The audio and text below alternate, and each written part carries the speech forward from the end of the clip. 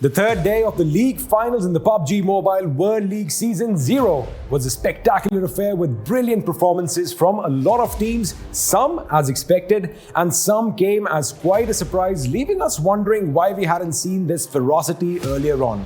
Well, better late than never. Now, before we go into the game-by-game highlights, let's just have a look at the major headlines from yesterday.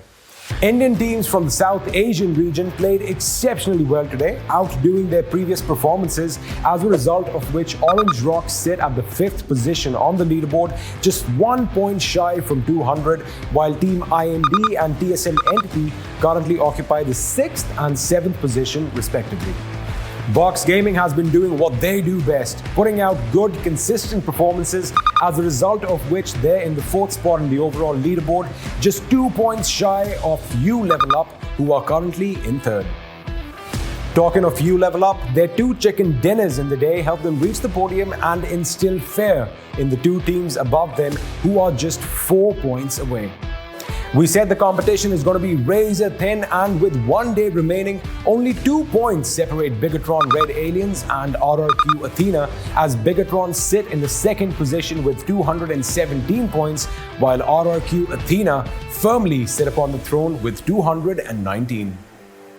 The action on the third day of the league finals kicked off in Erangel, where the plane flew from Zarki to Feripe on the western side of the map, but the first circle formed to the far east. When the 4th circle shifted towards Potato Hill, a lot of teams sprung into action, ready to rotate early. However, Megastars, who were positioned just a little north of Milta, held back a bit, deciding instead to play along the edge of the zone, which paid off in the 6th and 7th circles as they controlled the high ground from which they kept the enemies at bay, shooting and killing at a distance. While fighting Team Secret, Valdez the Murder decided to intervene, as a result of which Megastars backed off a bit and diverted their attention towards Yudu Gang and Team IND. Megastars wiped out the 2 teams as Valdez the Murder finished off Team Secret, survived however only by 1 player. Megastars finished him off to win the first chicken dinner of the day with 12 kills. Second place will be good enough. Megastars, 3 players alive. They're going to swing out wide. They find the kill, they clean it up and take things home. Blank first chicken dinner of the day. The second game in Vikendi was another showcase of South Asian domination, with yet another Indian team winning the chicken dinner in a game where action was pretty much non-existent in the first half. However, things got really spicy towards the end. As the 5th circle closed around Dino Park, the Galaxy races migrated south, all the way around the ridges of Miramar, where they then positioned themselves in the south of the zone, which actually paid off since the next circle shifted towards them. Yudu Gang, on the other hand, had to fight their way to the final circle through Synergy, Megastars and Orange Rock, who were kind of clustered together, but Yudu Gang came out on top, bruised and bloodied, however ready for the final battle against the Warrior Tribe. The final battle saw Galaxy Races Cells go up against Yudu Gang in a picturesque setting, with the 2 teams on either side of a lone road which bisected the battleground, and once the dust settled, only 1 team was left standing. The Galaxy Racer Cells won the chicken dinner with 5 kills. Pushing in a second, Mamparang has to swing in towards the rest of the zone. Another knock goes through for GXR Celts, but it's traded 1 for 1. Game 3 was fought in Erangel, with the final circles closing in on Water City or Water Town. We're not really sure yet, as I'm sure there are a few more submerged houses around. But anyway, the action did make its way to Water Town, Orange Rock's default drop location. As most teams scrambled to get in, TSM Entity and Valdez the Murder racked up a lot of kills, the latter securing the highest kills in the game, 12. If you watch nature documentaries, you'd know it's impossible to fight a crocodile in the water. And well, Orange Rock turned Watertown into Lake Placid, if you get my drift. They took over the central building in the town, knowing every inch of the place and its ins and outs, with 2 players alive against 3 teams, all with 1 man standing. As the 9th zone revealed itself, Orange Rock went and sat dead smack center of the new zone, their guns locked and loaded, first aid kits ready in case of a heal battle, and well, in the end, they won the chicken dinner with 7 kills. And now it's just 2 teams. You level up. They had 1 player, and there were like 9 teams remaining. And now it's just Huochuan on the top side. Gil is standing. Who has more meds? I think there's a possibility that Gil might just be able to jump onto the top side, but he has to move now if he's to do it. And now Huochuan begins the med up right now. Gil's actually started surviving the blue first. Huochuan just goes down. Okay, Gil wasn't even in the blue there, and it is Orange Rock. No wonder. Before we talk about Game 4, let me ask you a question. In case you missed the action yesterday, which, as I say out loud, sounds silly because it is the biggest PUBG Mobile tournament yet, but if you were to pick a team to win Miramar, who would it be? If you guessed RRQ Athena, well, you'd be absolutely right, as the Kings of Miramar won the chicken dinner in Game 4, making them the only team to have won the map on Day 1, Day 2, and Day 3 of the league finals, and I won't be surprised if they went ahead and won it on Day 4 as well.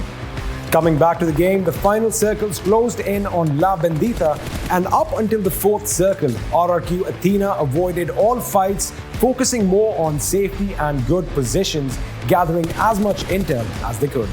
They only opened fire at the very end, putting pressure on the opposition, keeping them at bay, as a result of which they won the chicken dinner with 5 kills. It goes down, we knew that was going to happen, but that was a last-second call, huge by Box Gaming. It does leave the 1 member left to you level up. The blue zone closes in. That's going to be another chicken dinner. That's going to be RRQ retaining the Kings of Miramar. The 5th game was fought amongst the shrubs and tall grass in Sanhok, where the final circles formed at the bridge just south of the ruins. The action was plenty throughout the game, however, things got really interesting in the 5th circle as the zone shifted south with the bridge in play. The 7th circle favored U Level Up, who spread out, covering as much ground as they could, after which they wiped out Team IND and Orange Rock before they could set foot on solid ground along the shorelines in a scene straight out of the Normandy invasion.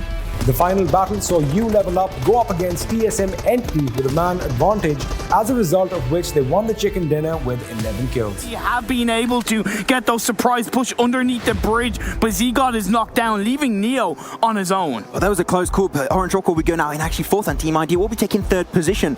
And now, you level up, they're going for the push. Winter still giving information where TSM Entity are. They're going to go for the easy spray from above on top of that rock, and they have it. That's going to be a great... TSM Entity finished 2nd with 9 kills, however they had the most damage in the game, half of which was courtesy of the punishing end of Clutch God's rifle. The final game of the day was fought in Erangel, and as usual it was action galore, especially as the 4th circle started moving to the mighty Georgia Paul mountain, which was occupied by U Level Up at the summit, spread out, having visions in all directions. The 5th circle came by, putting RRQ Athena in the center. However, they made the mistake of engaging too many enemies, as a result of which they were eliminated in the 10th position. U Level Up, on the other hand, did not make that mistake. In fact, even as they capitalized on the prime real estate, they only started shooting at the end of the 6th circle. Orange Rock were coming in hot from the ruins when they were welcomed by a barrage of gunfire, which left 2 players dead. They still fought their way through, making it to the 2nd position with 8 kills to their name. In the end, U Level Up managed to wipe out the weakened Reject Scarlet, Team Secret, Udo Gank, and Orange Rock to win the chicken dinner with 8 kills. Indeed, both these teams have gotten a chicken dinner so far today, so whoever comes out on top will claim the final blow. Winter is going to be looking for that last member of Orange Rock. He finds him, he executes him, and U Level Up get the back-to-back. With all this said and done, today, we crowned the champion of the PUBG Mobile World League Season 0, and the competition is too close to call, more so than expected. I'm sure you want to know what's going to happen. I definitely want to know what's going to happen, so I'm just going to step aside and let the host take away the show.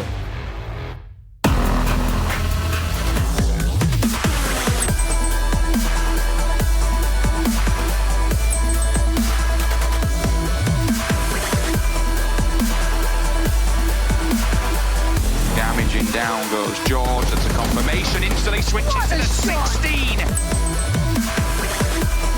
Really could be, let's see if they go to the engagement, seeing it scored out, oh, big shot.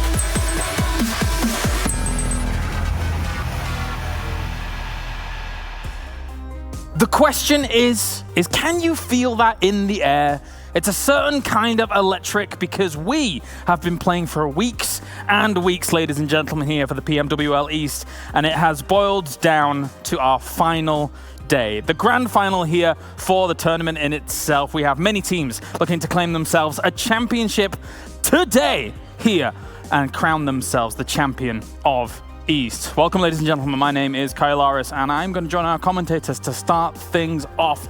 The feeling is palpable. I can feel it in the palm of my hand. Imperium, Maxman. How are you doing? It's hard. It really is hard to put into words, right? 20 playing days, all of these weeks of action, insane, clawing, fighting their way in to stay in the super weekends, and yeah, BTR winning, and then in these 4 days, 3 we've had so far. Insane play. Yeah, the hype is at its peak right now. We've been waiting for 3 weeks now, and finally we're getting to the point where we shall know which will be the #1 team in PMWL East. Like, I'm so happy to cast these games today. It's so hype. Yeah, it is going to be good. I'm not even going to be mean. I'm not even going to make fun. Oh, that's so wow, that's so special. I know, it is. Yesterday was a prelude to it, and now it's serious time, boys. Thank you very much, gentlemen. It's time to head over to the analysis desk here as we break things down to start off a very, very important day for the PMWL East. We have Snods, we have Froz joining me here at the desk once again. Guys, I'm starting with you, Froz, because to be honest, at the very beginning of our grand finals, there were 3 names that dominated things, and it was the 3 that dominated the end of the regular season. However, now there's a few more names to add to that list here that could quite easily be challenging for the championship. Yeah, I'd say we have 5 teams right now that's currently charging in for that first place, and with only 6 more games to go, I don't even know where this is gonna go, honestly, because it could go anywhere right now. It's all down to every point, every game, every second will matter. Yeah, it's true. It felt like we had our top 3 secured, Bigatron, Box Gaming, RRQ, and then You Level Up came out of nowhere at the end of yesterday's last 2 games, and they shock us. Let's take a look at the points that all of these teams can accrue here then throughout the day. You know it well and truly good after the amount of days we've shown it, but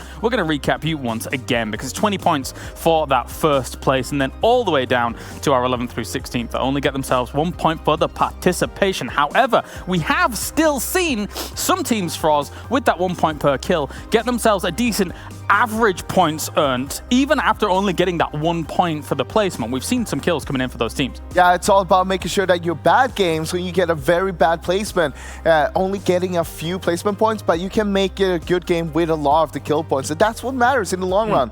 Every point. It doesn't matter where it comes from, either kills or placement. Yeah, I think Orange Rock is a great example for that. They've only got 1 chicken dinner, so not too much in terms of placement points overall. However, 80 or so kills really propels them up into 5th. Yeah, let's take a look now at the money that is on the line, what we've previously distributed in the regular season over to your left-hand side. And then on the right is where all the new money stands, because we've got 100,000 for first place. One of these teams today will be walking away with that. However, every team is awarded money as well here in the grand finals. Even getting second place, 50,000, it's fantastic. But everybody is gunning for more money, Froz. They want that 100,000. Between the 1st and 4th place, that is $90,000. And currently, it's 8 points between that. 8 points between... between $100,000 or $10,000. You better be playing really good today. That's for sure. And of course, 10,000 for our MVP prize as well, Alex. Yeah, exactly. I think it's what Break or Ryzen right now who are currently 1st or so in the runnings for it. So it's going to be exciting to see if they can continue that form coming into this.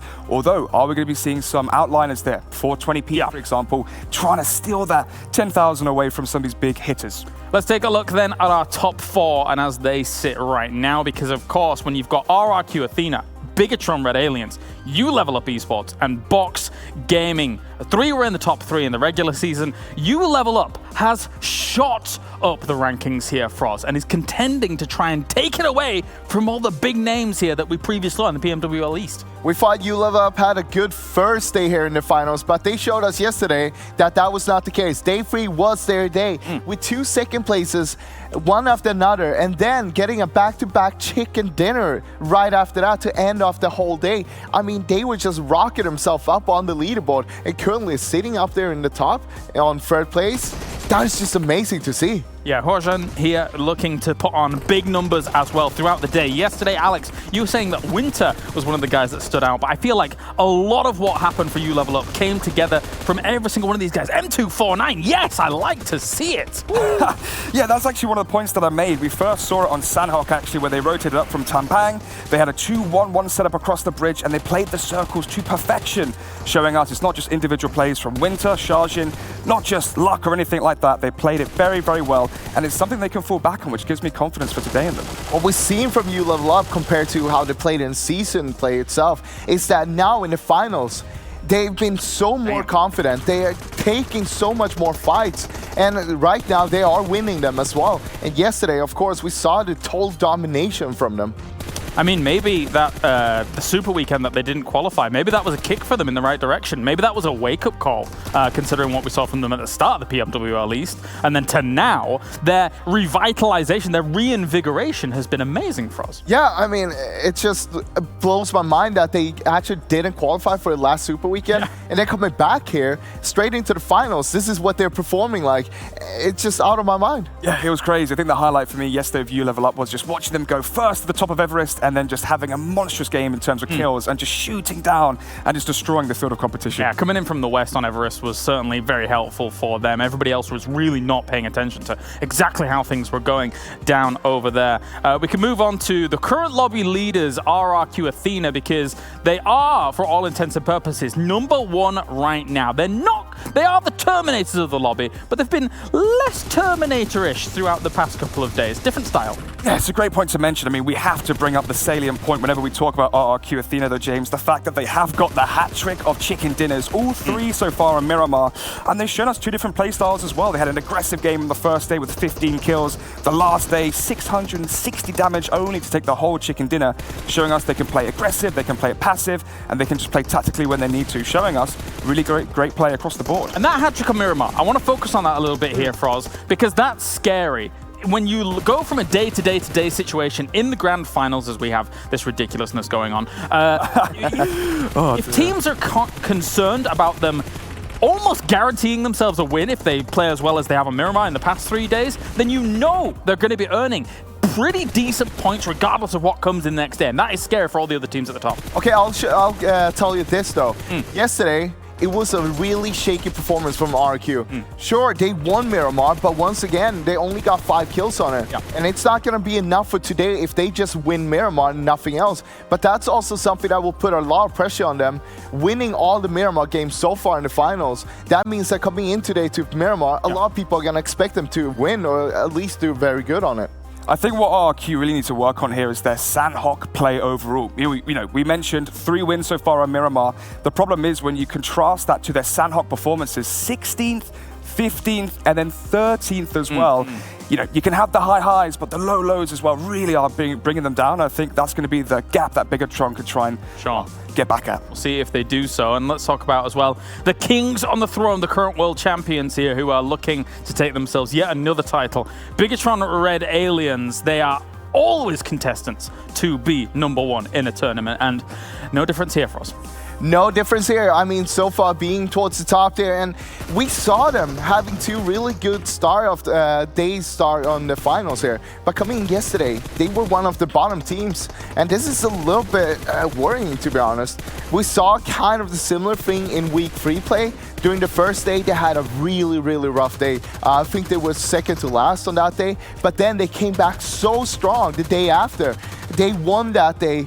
And it was like a completely different team, and that's what we want to see today. We want to see that completely different transformation from yesterday to today. Yeah, I totally agree. I mean, I think for Bigatron, they're going to be so gutted about their performance yesterday on Vikendi. If we contrast this, what we've seen so far in the finals, they came second on day 1, they won it on day 2. Although yesterday they came 6th, and 6th, that's not a bad place to finish, James, although not to the standard that we expect from Bigatron. And it was actually a really unfortunate event where we had Zuxi and Luxi try and kill a player in a shack, just out in the open, trying to get some Molotov kills, some fancy kills, and then T1 from afar just sniped them down.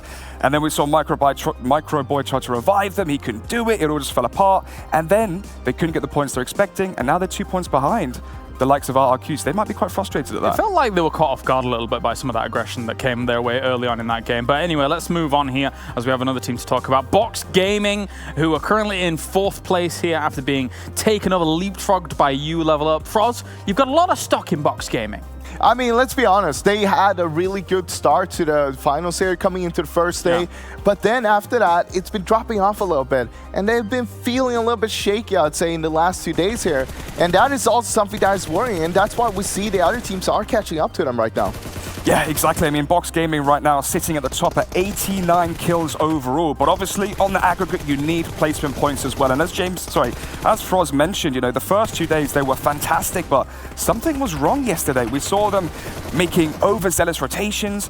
They were having poor rotations where they're rotating in vehicles, where they're getting blown up together. They had just overall a lack of cohesion, and I think when I was watching it felt like they were trying to force the same sort of plays they did on day 1 and 2, but it seems like the players and the teams have watched their games, watched it back, and know what they're doing, and now they're being caught off guard.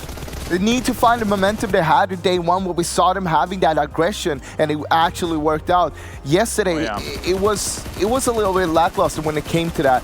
It was kind of, they were hesitating when they were going in for the fights, almost not knowing, should we take it or not? And they were just arguing about it, it felt like. I mean, if they have a day 1 of the grand finals today, they're the champions for me. No doubt about it. Like a first, second, they got themselves a 3rd as well as a kills 6th. alone. Yeah, it was pretty nuts. Day 1, they were playing like champions. They were. Yesterday, they were not playing like champions. Let's talk about some of the other teams as well that are kind of close up on that vicinity right now. For me, right now, this feels like a 5-horse race, unless Team IND has an insane day. Orange Rock is another name that stands out that could take the title here. They're not that far behind here, Alex. Yeah, exactly that. And when I was looking at it, as you said, the top 5, you know, sitting at around 177 points, and you contrast it to, well, right now, RRQ, 219 points. That's a huge gap to try and make up in one single day. It's not that huge, I'd say. It's still way possible. And this is what we've seen. This is the Orange Rock we saw yesterday. What's kind of the Orange Rock we saw in the start of the season itself. Them being aggressive, but also not just being aggressive, but taking the right spots to take the fights on.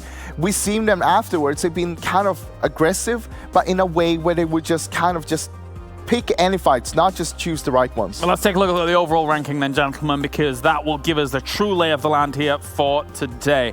On your screen right now is our contenders to try and take the championship. We've previously talked about our top 5 here. Anyone below that is going to have an insane day. It's doable, but it needs to be an insane day for them in a lobby which has got some of the best teams in the world.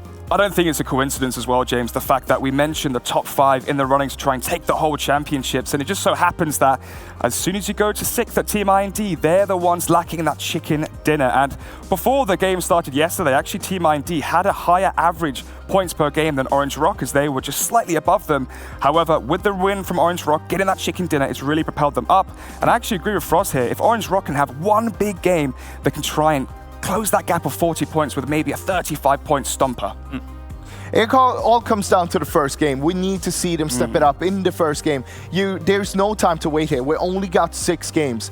Anytime, if you wait 1 game, 2 games, that means you're basically going to lose it straight away, because people are not going to wait for you if you wait for them. Yeah, and we saw a slow start as well for Orange Rock, but it felt like seeing Scout really coming to form just started to ignite this whole team. And it all started on Vikendi yesterday, and that was the 2nd game of the day.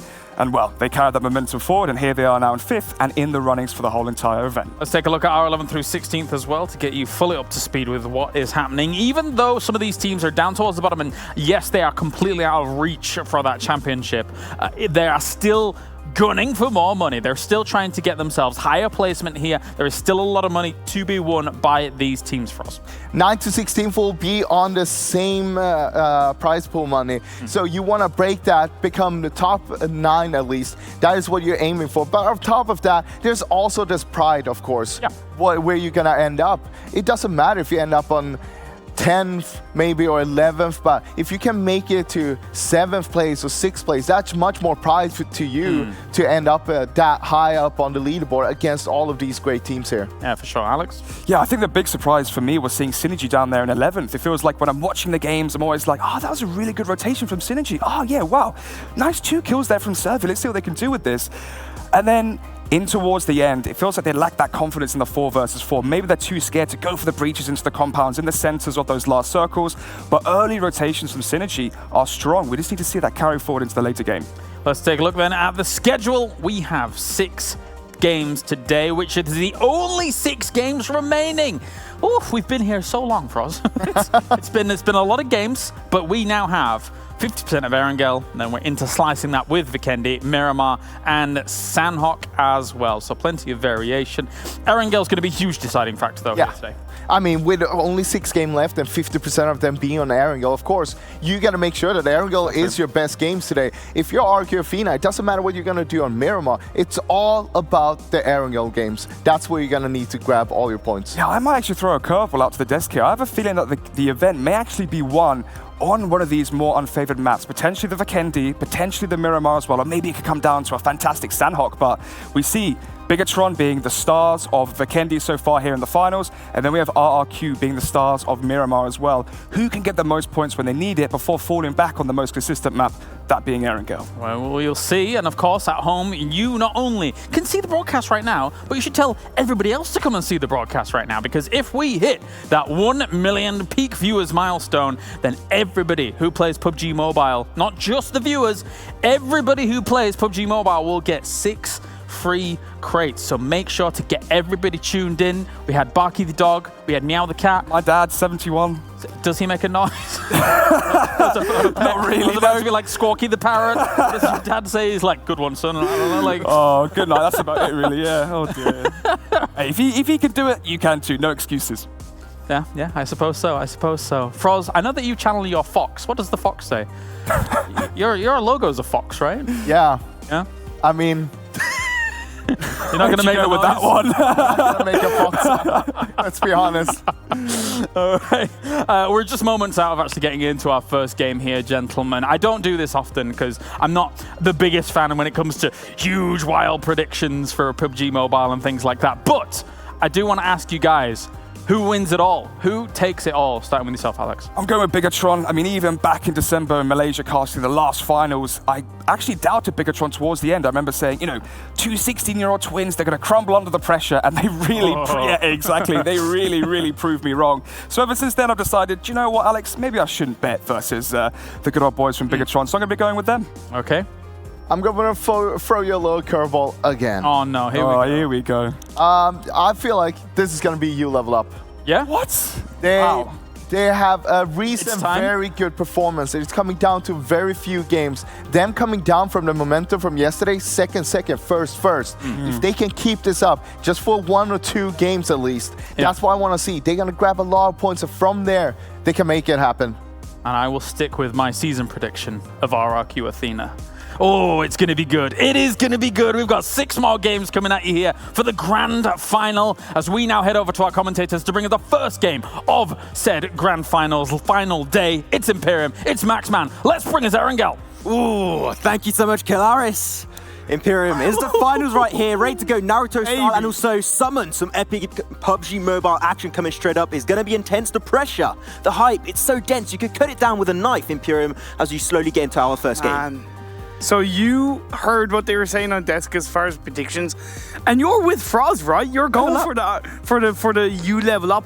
I'm sticking to my guns as I have throughout this whole event. I have no predictions. I love all these teams.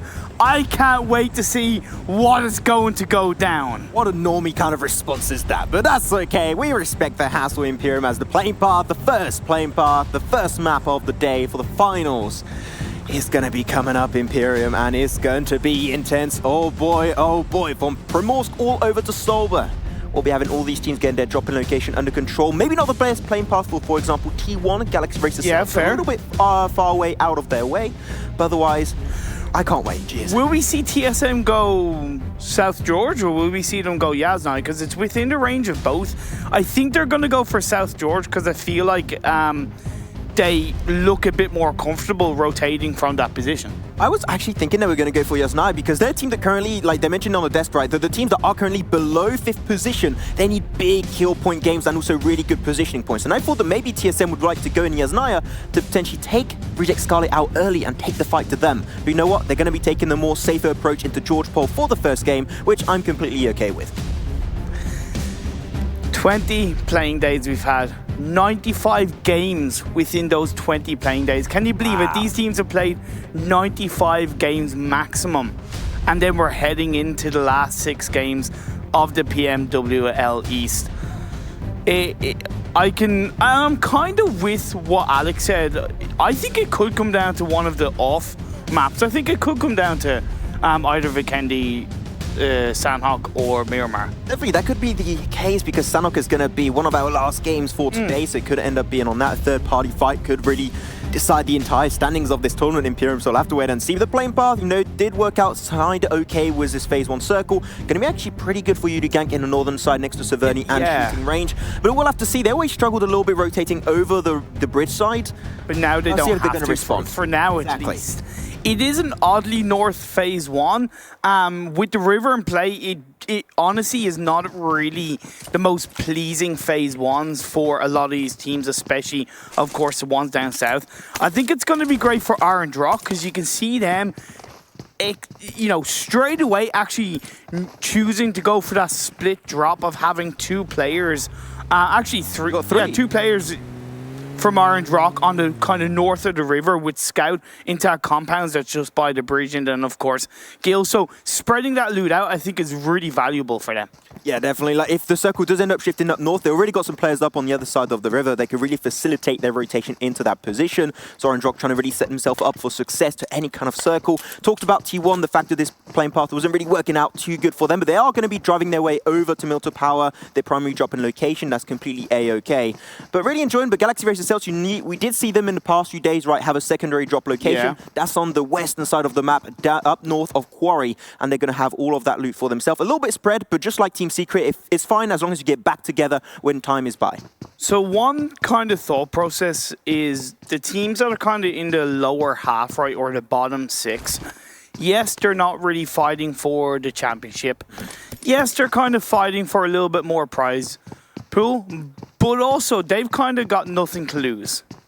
Right. So will we see some games where some of the bottom teams like you do Gank, Reject, Scarlet, you know, King of Gamers, Celts, even Team Secret, kind of play more straight shooting play style, more aggressive, maybe offhandedly try to cause an upset or two. I'm not saying intentionally, but just go for broke. That's what you call going out with a bang, right? Something like that. You want to go out with a bang, even though you're not going to be getting yourself in that #1 position, getting that big prize money for your side in your pocket. You still want to try and get some good performances on the last day. But you can see on the bottom of your screen here, this is the last day. This is the one day where you might actually be able to get 1 million views. So everyone at home, if you guys can get, you know, your grandmother or someone, anybody of your family, and even your friends, and even Barky the dog, as we all know and love him, bring him over. Make him watch some PUBG Mobile Esports.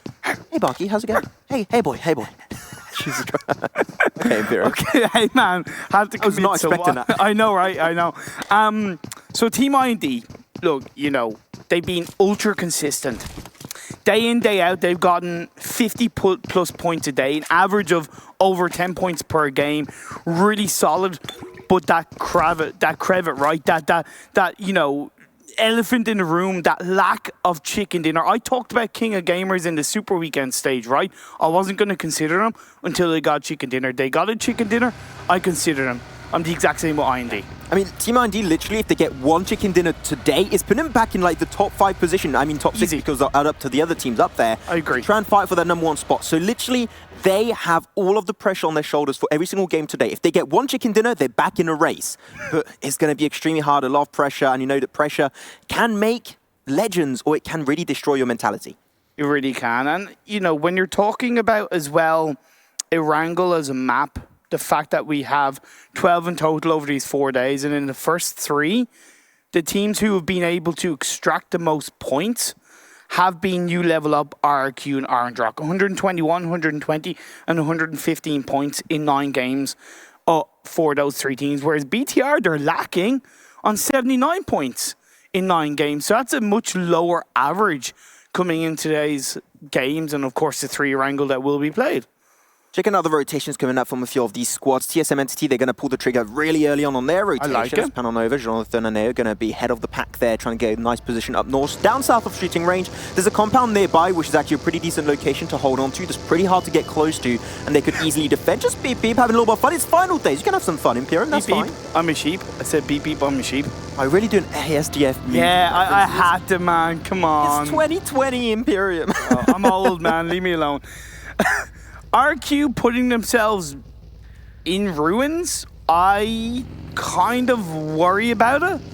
I do think it's high risk, high reward. I'm not a fan of the area, but I know that if you play around it in a very strong way, you can control it extremely well. And I got to commend RQ for kind of committing to it for now. It's a zone that takes quite a bit of skill to be able to play around it properly and use all of its strength and position to your advantage. So that's something you got to keep in mind. Team Seeker are going to rotate very close by, especially Rex going to go down southwest of Ruins, but normally it wouldn't be scouted because you know that Team Secret, they've learned over the course of this tournament, right, to not get too close to compounds because it did result many times in then losing a few players along the way, rotating away from Gatka. And I think that, once again, they're one of the few teams that improved the most throughout the entire tournament, and I can't wait to see if they can get some good results on this final day. And then when you're looking at the other 2 teams in the contention of the top 5, Box Gaming and BTR. Box Gaming have looted up quite a bit. They've moved more towards the hills of south of Pichinki, whereas BTR, they're still looting around farm, right? If anything, I'm not saying they're trying to kind of gatekeep Megastars, but they are taking their time to rotate, which is something we have seen them do quite often in a lot of these games. Yeah, they're going to rotate eventually, normally around now, because they don't like to play too much on the edge, and they do tend to go central very early on when they know they're going to play on the edge, and that's going to facilitate the rotation of Megastars in the circle through Farm and Milta and find a decent position in the circle. What I've noticed with how the teams have currently located themselves, whether it's north of the river or the south of the river, the teams are quite central. So that means however the circle shifts, if it does choose to shift up north, for example, teams like Synergy, BTR, Box Gaming, it's going to be a lot easier for them to rotate around the edge of Yasnai, for example. Now, they might not necessarily know that, right, because they're closer to the edge, but just something to think about as Phase 2 is going to move in. I'm sure that statistically speaking... Statistically? Okay, I've had a word like... It's okay, hey, not as bad as me with an ultimate. Okay. The numbers have spoken, right? The fact that, like, on average, we do not have many very northern finishes, right? And I think that a lot of the teams are taking that into their mentality, into their mindset going into this game, and they may be focusing very heavily on the southern side. We'll have to see how this is going to be shifting on Phase 2, right? Because if it does go up north, I'm pretty sure that's going to be very unexpected from a lot of the squads going into this first game of the final day. Where shall I go? It goes actually a little bit higher up north, actually. This might go against the odds. Quite high north. I do think the next phase will shift down south away from the coastal line of Severny. I'm going to call, and I don't often predict it right because I'm not that kind of person, but I'm not, plus I'm not as good as Ocean, right? But I'm actually going to call a shooting range finish, or the south of shooting range. That's kind of what I'm thinking.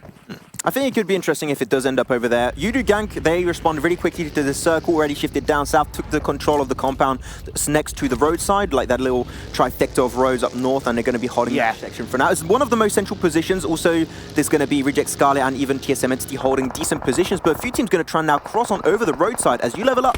Holding that position where they got the last chicken dinner yesterday in Imperium. RQ getting close by, rotating away from Ruins, taking a few shots, but Yogzan actually got knocked away for himself.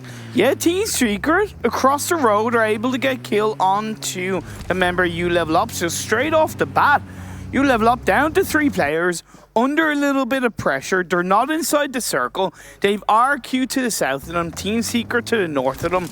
They do have easy access to make somewhat of a wild rotation up north, but if they do choose to do that, or should I say to the west, but if they choose to do that, Galaxy Race themselves are on the bridge of George Paul. Yeah, they're on the bridge of George Paul. You don't see that happen very, very often. It's very unorthodox, but you like to see it when it comes out because it does really do an easy entry point because it's very, very rarely going to be contested, especially when you know that Level Up, a team that likes to normally play up in Northern George Paul, they're not there currently. And they're popped in a kill feed. They're like, okay, this team, they're definitely not going to be in Northern George Paul. Easy rotation on the west and side up north, easy entry point. Valdez hanging on to Rozhok for now, which I think is absolutely great because it's on the north of Rozhok. It's on the higher ground. It's basically on the outskirts. You're able to see the north of the river. You're able to get a lot of scope of information. If it continues to go up north, on phase 3, it'll be very easy for them to rotate. I'm seeing the circle right now. Every single team that were down south are rotating or on the west or on the eastern side. Maybe having a little bit of point of pressure over there. Maybe having a little bit of a pack of teams that will be taking fights in the open. Because no one's just like, they are kind of predicting the circle now is going to be heavily shifting up north. They're trying to predict how this might go and trying to make things easy for them. But when everyone thinks the same rotation, that means that there are going to be some teams very close by and some potential sparks will be coming out. Sparks are indeed going to fly, Max. They're going to fly big time. And remember, we did see a similar kind of river circle ending in one of the Erangel games previously where Team Secret full sent it into the river. And I think King and Gamers won that, and RQ were able to come in and get squad wipe onto reject. So that it's something that even though we don't see northerly circles, the teams are a little bit more familiar. For sure, I'm checking out. We're going to have then Megastars chasing down Austin of Synergy. They've even got Paradox a little bit higher up. And Austin just like, okay, yeah, there's a lot of cars behind me. I'm just going to go more into the circle itself. I'm not going to try and contest that position whatsoever. And I respect that. You know, that's fine. Going to get back to the rest of their team. But still, you've got to say, Megastars are making their way closer to T1. And T1 got the high ground too. So if they really want to take a few nice suppressing fires to stop Megastars from rotating, they could definitely do so. And that's why I think Megastars are stopping, because they want to be aware of Synergy's position and T1's position. As you level up, try to get the shots off towards Team Secret. Instantly, 2 members of Team Secret knocked down. They lost a player and they want to get some frags now because they are a team that need it heavily in Purim, right? They're currently in 3rd position. They're only 6 points behind RQ Athena in top position. They might just take the entire tournament today, so they need some good results. Team Secret having Rux and Mad Toy knocked away. They're going to be leaving the scene entirely. This is just not worth it. They are just leaving 2 players to die, which, you know what? This is the finals. I respect that because they just can't afford to go out early. Talking about respecting, the phase did shrink up more heavily up towards the north of the river, so it's pretty much confirmed to be there. Valdez have done what I thought they would do, which basically swiftly move up to the north of the river, past Rozhok. Reject Scarlet are ahead of them. Orange Rock are right behind TSM, so that could be a little bit of a fight that goes on between those 2 teams later on. Most teams have currently crossed over the river, except for RQ Athena. Still a little late bloomer for that one, but Box Gaming already made that rotation. Valdez, as you mentioned earlier, already made it through. Still need Synergy to make the entire squad rotate away from Yasnai Polyana. But Bigatron, they already make their way through, and they're going to be actually contesting potential positions away from RQ Athena. They were behind RQ, and they were able to rotate basically, you know, I'm saying basically too much, around the north of Ruins, and they've gone across the river. Incredible rotation from BTR. Yeah, they're fast boys. I mean, they took that position really quickly, and they're a team that we know are good on these rotations. They react extremely quickly. Even, I would say they're the team that react the fastest to any kind of circle shifts, and that is why they got now a decent position, going to be gatekeeping all of the southern western side against Team Secret and even RQ Athena. Talking about Team Secret, get a Patse headshot Bolte for ice shots of Team Secret. Despite being a 2-man army, they're not scared to take the fight right over to Bigatron. That's a headshot even Bernard would be proud of, I tell you that much, Max. I will, of course, stop BTR in their tracks for now. It's going to let them basically too much, disengage away, and I think they'll think about what's going on around them a bit more. I thought RQ might actually get himself into Bigatron as they crossed on over, but they went for the very wide rotation on the bridge, just avoiding Team Secret and Bigatron as a whole. Yeah, but now that's going to push them a little bit closer to Team IND on the west, if I could break on through. But TSM Entity, they've been very silent this game, right? But because they secured a really good position super early on. They're dead center in the circle. They got a great position to hold on to. Now it really depends on where the circle's going to go, but I like how now reactive they are on this final day. It's the same with Orange Rock as well. Of course, it is a tough area to hold on to, because even though right now it's in the center, there's a lot of high ground either side of them, as RQ are going to get put under pressure by the side of Team IND. 420 OP sending himself forward. He's been an integral part of Team IND's push, and Slayer gets another knock onto D2E. RQ under pressure, but G9, you can never not rely on him. Slayer, the headshot king for the first game. Looking strong. The circle's about to shift on to RQ Athena. A little bit on the downhill. B11 going to get res back up as Slayer's going to try and pull a flank on the side. Oh, he's got to see him. 420 angle gets it. nicely connected onto Ernie. And now they're going to try and clear the floor. They lost chance earlier, remaining still at the 3-man army. They need every single kill they might get because this is a team that might climb up in the top 5 to try and contest for that #1 position. But 420 OP is going to get clapped right back by B11. This man is insane. Now it's just Slayer left standing against B11. Slayer is behind a vehicle, going to look to cook up a grenade behind a tree. That's not going to connect quite for now, but G9 is going to send himself up with that 4 thinking play. Beer looking to get connected upon. That's Team IND out. That's RQ. Stay in this fight, not just in this game, but for the top spot. Yeah, they want to hold on to the throne, Imperium. They're looking so good right off the bat. Team ID, though, this is a game they definitely did not want to kick off the day with because that might actually secure their position in 6th and even potentially losing a few extra slots because you said it right, 1 chicken dinner might put them back in that contestment point for that 1 position. But now T1, they're going to join the party a little bit on the northern side of this fight. They got information on Team Secret and RQ Athena, but they're going to play the more passive approach on this one. Phase 4 circle went back down towards the southwest. It favoured BTR and even RQ. After winning that fight, RQ will be able to breathe a little bit more of a sigh of relief. TSM and Orange Rock reacted so instantly to that circle shift. It was great to see, but all the teams on the north, the northeast and the northwest are going to find themselves under a lot of pressure. Yuri Gang still on the circle, potentially going to get gate kept by King of Gamers as they're looking for a decent position, getting very close to Galaxy Racer's Celts. I'm talking about them, here they are. Having information on the high ground, they see the compound of King of Gamers, but they swiftly took that under control. They're going to be very cautious about how they peek. Yep. Now Galaxy Racers really can't do too much about this. They'll keep hold, a nice foothold on the northern side. Box with that circle shift did end up outside the circle, but they've been able to send 3 members in. They now have 1 outside the circle, that's PMA, but that's okay. But the good thing with that position held onto by Box is it's that coastal line that they're going to be able to hug around and not worry about a team being behind them. Tanky had information for Yuri Gang for a split second. Unfortunately, not going to be able to convert that in Nox just yet. Maybe you want to try and pop the wheels to make sure they can't fight back, but that's going to be MJ hitting a nice Car 98 shot towards Yuri Gang. But yeah, MJ popping off. What's with the bolt action? I don't know. Today's just like, you know what? Today's a kind of sniper kind of day. We're going to just spray it down and hit them headshots left, right, and center. And it's been paying off pretty good so far for most squads involved. Megastars are going to be gate kept by T1 on the northwestern edge of the circle. Let's see if we can see Megastars be ultimately aggressive. As you level up, find a member of Galaxy Racer Celts. Synergy trying to find their way in a decent position. It will be hard for them eventually. They're getting also very close to TSM Entity. Zigor's going to be holding the mountain top. The smoke will buy him a little bit of time. Clutch got on a little bit of an off angle, looking to potentially punish that push from Synergy. But also T1, their team, they're currently in a very scary spot in Pyramid. You have to mention it. They're currently in a valley side in more of a dip, and they're going to be struggling holding on to that position. Paradox is going to chuck some nades of his own, but this is very, very weird position for T1. They're going to struggle because they could get attacked from every front. True, but then again, it was a very wild push by Megastars, and it didn't help them. They got eliminated, but that was purely because of Megastars' failed push, really. T1 under a bit of pressure, but they were able to respond a lot clearer, creating that space. It's actually great for T1 because they eliminate what team was on the western side. Now they've just got to focus on the east. The circle's going to pop up, and it's actually great for Orange Rock Imperium. They had a decent foothold in that position, and now they just got to remain there and potentially stop teams from getting too close to their location. This might be an Indian chicken dinner on the first game of the day.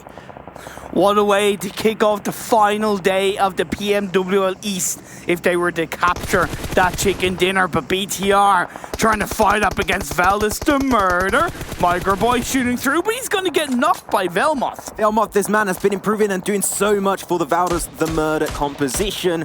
And now he's going to try and make You got to get those revives off, BTR. You got to get those revives off.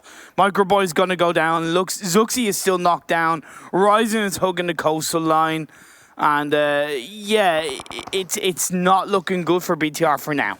Yeah, for sure. They are going to be struggling a little bit on that side of the river. Ted is going to be scouted out in the open. It's not the water, Ted. That's not how you do it. And he's going to be taken out swiftly. Synergy out in 14th position.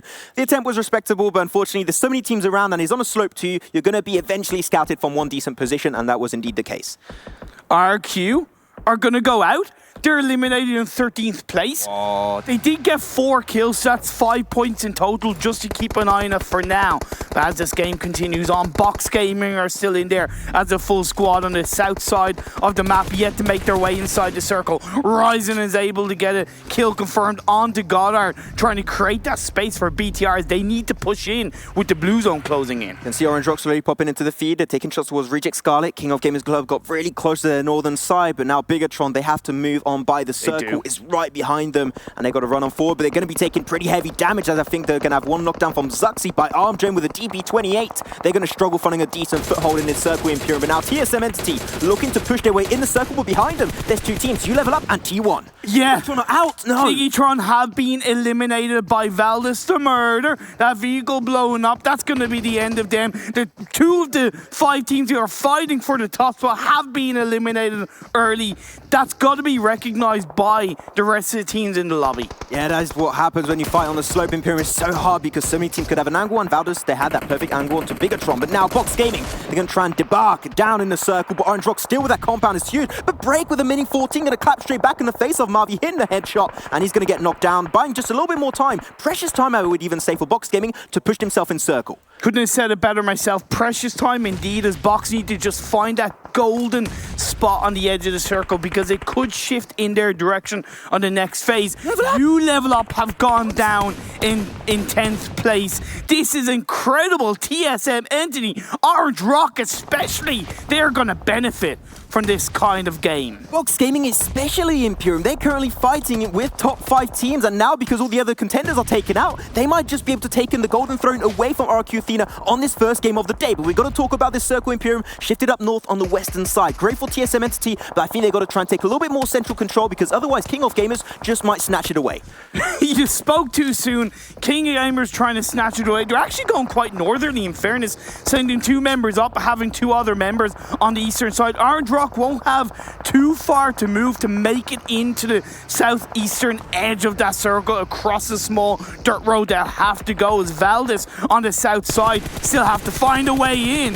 Oh, Velmoth and also Armjane popping up to the There you go. Iru is going to get the upper hand onto Box for a split second, and he will get 1 kill confirmed onto Break. 1 man do you want to keep in your composition to get some good results, but you will be taken out earlier in this game. U-Level Up, we saw them get taken out earlier. Like all the big teams we were expecting to do good, they're already out, but Box Gaming still have to run on by, but Orange Rock, they're not allowing that to happen.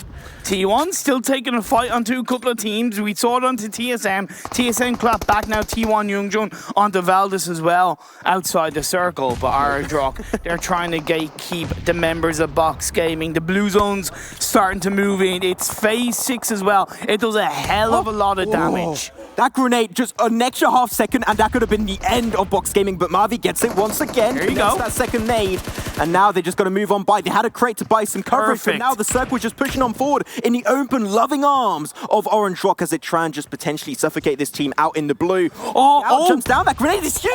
Connects up to Scout. Break. What an absolute legend, but he's just going to force his way as Viru and Kill maybe just want to leave the scene entirely. This is not a fight you want to take. Don't get in the vehicle. Now you've got to commit. You've got to commit for the res, commit for the fight. As Valdez go down, 6 teams remaining. Box suddenly have this game in their control, although the blue zone is closing in. Luce is knocked down. It's going to be up to Break to try and push his way in. They got Scout back on his feet, but the blue zone is right behind Scout. Oh, he's going to pull off the first aid. Back to 75% health. Now Hugo just going to be towing his back over with Break to Orange Rock, but now they were the one gatekeeping, but now Box Gaming, they're gatekeeping Orange Rock. Scout's going to be jumping down, taking a little bit of tick damage to the blue zone. We still got Marvi right behind. Marvi, go for it! They're going to get cornered down. Hugo's going to be left alone for the side of Box Gaming, and that will be the end for them. Orange Rock coming out on top, but it's still going to run in the circle, Imperium. I was just going to say, the Orange Rock sandwich would have helped the side of Orange Rock. Got the better of Box Gaming. 5 teams left. King of Gamers, Celts, Reject Scarlet, Orange Rock, and TSM Entity. TSM Entity, they're on 9 kills. They have 3 players up. Is this going to be the day that the TSM Entity army rises up from the ashes? Even Orange Rock could make it happen, Imperium. Hinge is looking really good in the first game of the day. It's been really a first game of upsets for the top teams, and now we can see the other teams rise from the ashes and come back in contestment for that #1 spot for the final day. But now King of Gamers, they got the northern position, and they got the circle actually going in their favor. That could actually be a King of Gamers chicken dinner to kick off the day. But it is kind of uphill. It's not a huge slope, so it is still going to favor King of Gamers. But if the circle stays in their direction and teams get close to them like TSM, it could become increasingly harder. The good thing for King of Gamers is that they only have one player of each team on one side and then the other teams on the other side. So it's really not too bad for King of Gamers. What TSM need to try and do right now is eliminate Orange Rock, even Webb of Reject Scarlet, even potentially MJ of Galaxy Race themselves, just to facilitate their way in the circle. Because if they keep on going, this is a little bit of a slope Imperium, right? And that means that it's going to be really hard for you to find a position in the circle as they're going to get on by. They have one member that's going to be Zigord on the very edge of the west of the circle. He can just be a nice foothold and allow his team to anchor their way into the circle. But now, as I said, you need to eliminate Orange Rock and Reject Scarlet. Otherwise, you're not going to secure that spot. I love this from TSM, Anti. They're being patient. They find it. Jonathan takes down Gil. Orange Rock are eliminated in 5th. It was still a valiant game by the Orange Rock boys. Very well played indeed. They were able to eliminate one of their rivals coming into this final day of the PMWL. Down goes Reject. 3 teams are left. And you got MJ. You know what MJ does best, Imperium, and that's clutch it. And the final moments, he's going to be taking a few nice shots, connects on to boss up King of Gamers, but now he maybe have alerted the composition of TSM Entity. They're going to be very alert of the eastern side as he tries to snake his way through. And Jonathan going to cook up that grenade. He knows exactly what tree needs to aim for. Come on. Will that grenade be cooked up perfectly? Looks pretty close by. Concept's going to get the information. That's still a really good position for Galaxy Racer Celts on this first game. 3rd position overall, but now King of Gamers is only one player. That is Concept. Spread it down on TSM Entity. They haven't spotted him out just yet, Imperium. Oh my god, but Concept gets a knockdown. But now it's going to come down. TSM Entity get the chicken dinner, the first one in the finals. And what a way to kick off the last day for them. TSM, you know what? They can make a comeback right here. But as Froz mentioned earlier on the desk, right, they need some insanely good games. And these are the kind of games that could potentially allow TSM Entity to climb back up in that #1 spot. The fact that 2 of the 5 teams went out early that are fighting for that top 5 spot sent a huge message that it's not over till it's over. We'll have to see what the analyst desk have to say after this quick break.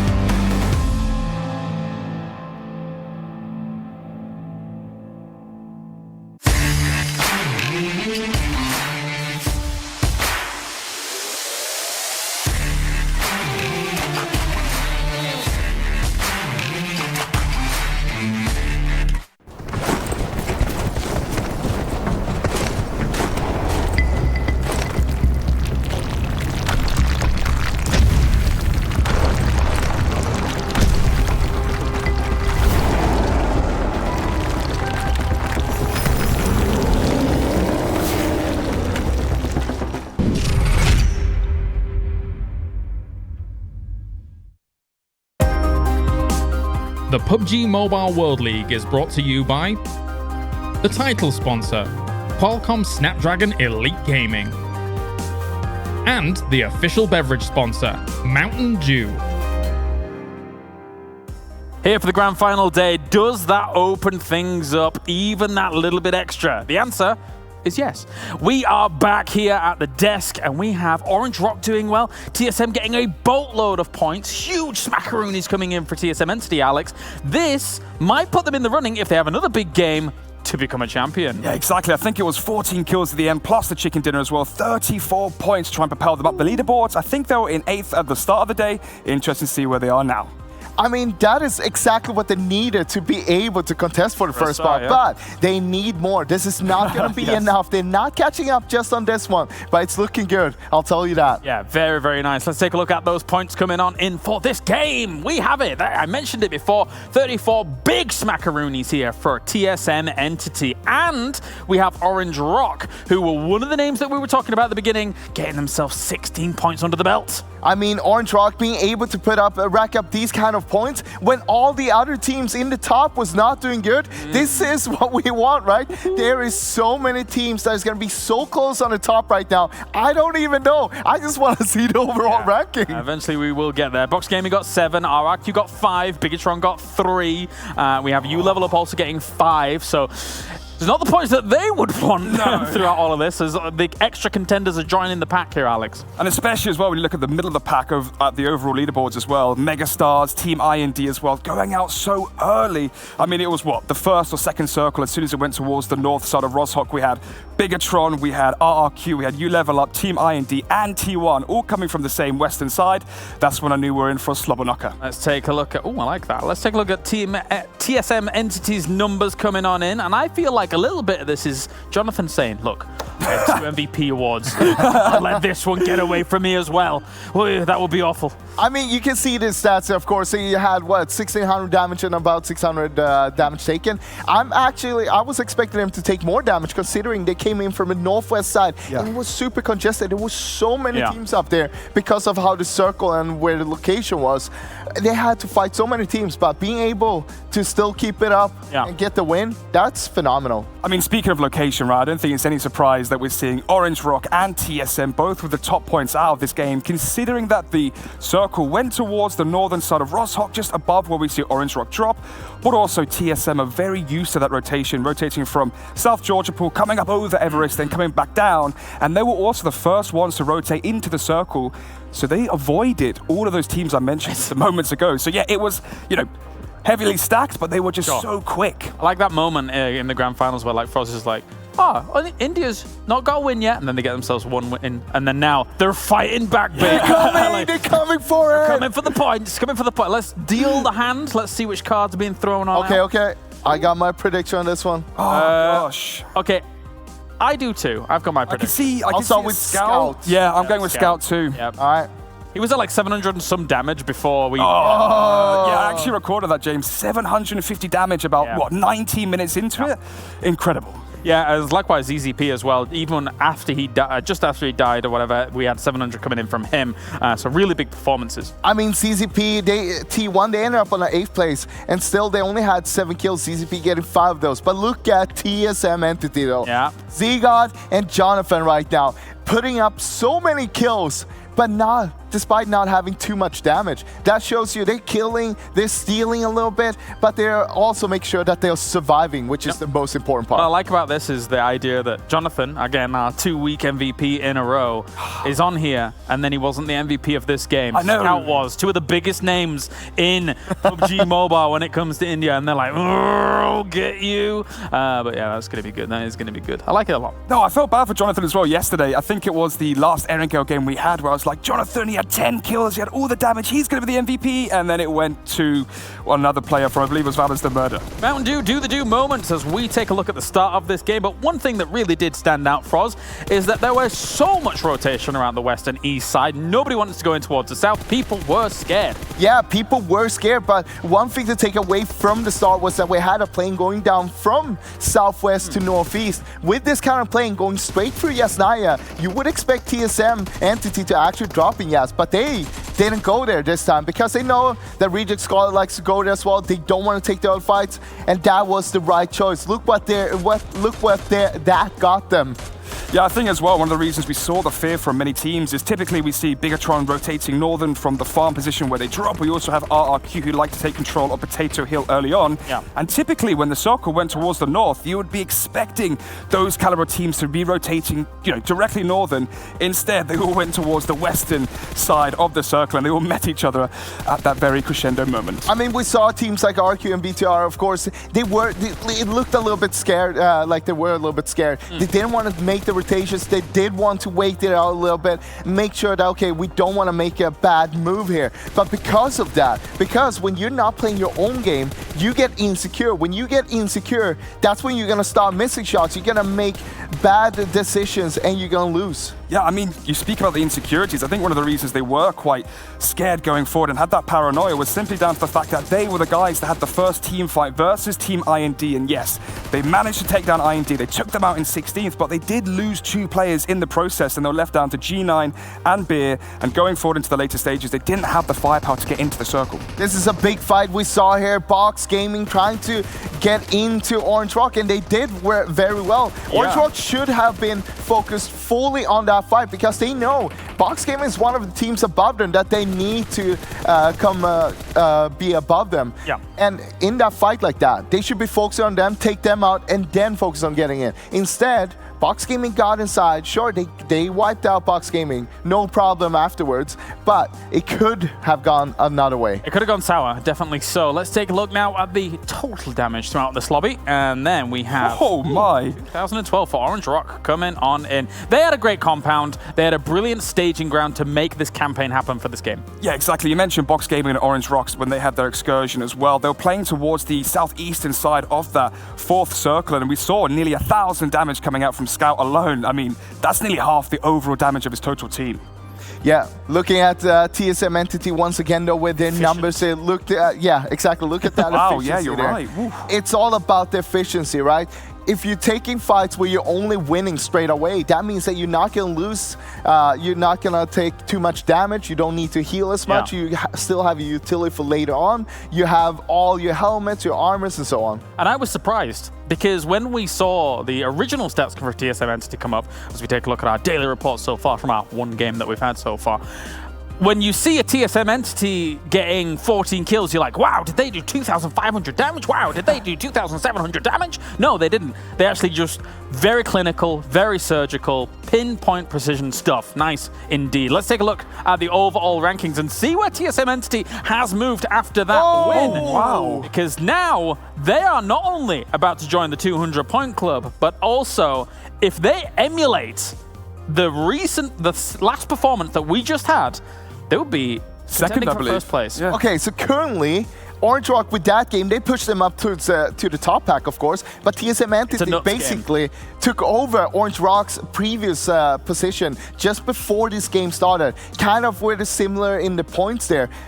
Oh my, oh my. I have a funny question. Anybody want to change their prediction? I'm still feeling Bigatron going forward, but I think for Orange Rock coming into this, they just couldn't believe their luck. I mean, you saw Team IND going out early, you saw RRQ losing 2 players early, you saw Bigatron got wiped early on as well, and then Box Gaming were taken down by Orange Rock. It was just a Cinderella story. This is nuts. This really makes things super close up towards the top and now adds contenders to the top, which is pretty crazy considering we only have 5 games remaining. Here's our 11th through 16th too. Jigsaw Celt and King of Gamers Club, who actually King of Gamers Club did pretty well in that previous game with that second place, do move up a little bit. I'm just looking at the prize pool right now. It is 9 points between 100,000 or 8,000. That is a big cut for that small amount of points. We usually talk about, hey, it's gonna go down to 1 point, of course, in the end, but this is way too close. This is just too close. I can't handle this. It is too close. Very, very close indeed. It's gonna be good getting into our next games coming up. But before we do that, you know what we are gonna do? Throughout the past couple of weeks, you know, we've had people entering a competition to cover the PUBG Mobile music and send those videos in. And now we can announce our winner. And here is rendition as well. Let's take a look. Namaste, I am Hasid Nanda from India, and I hope you enjoy my performance.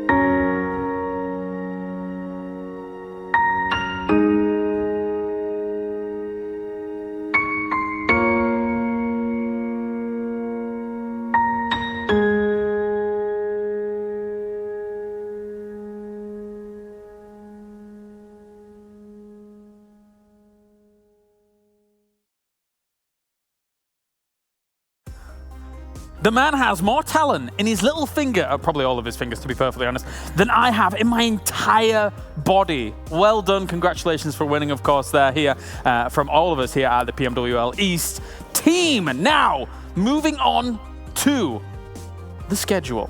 Let's go and take a look at things and what's going on. We have Vikendi, Erangel, Miramar, Sanhok, and Erangel coming on up here for our next 5 games of the grand finals. And Vikendi is on the way.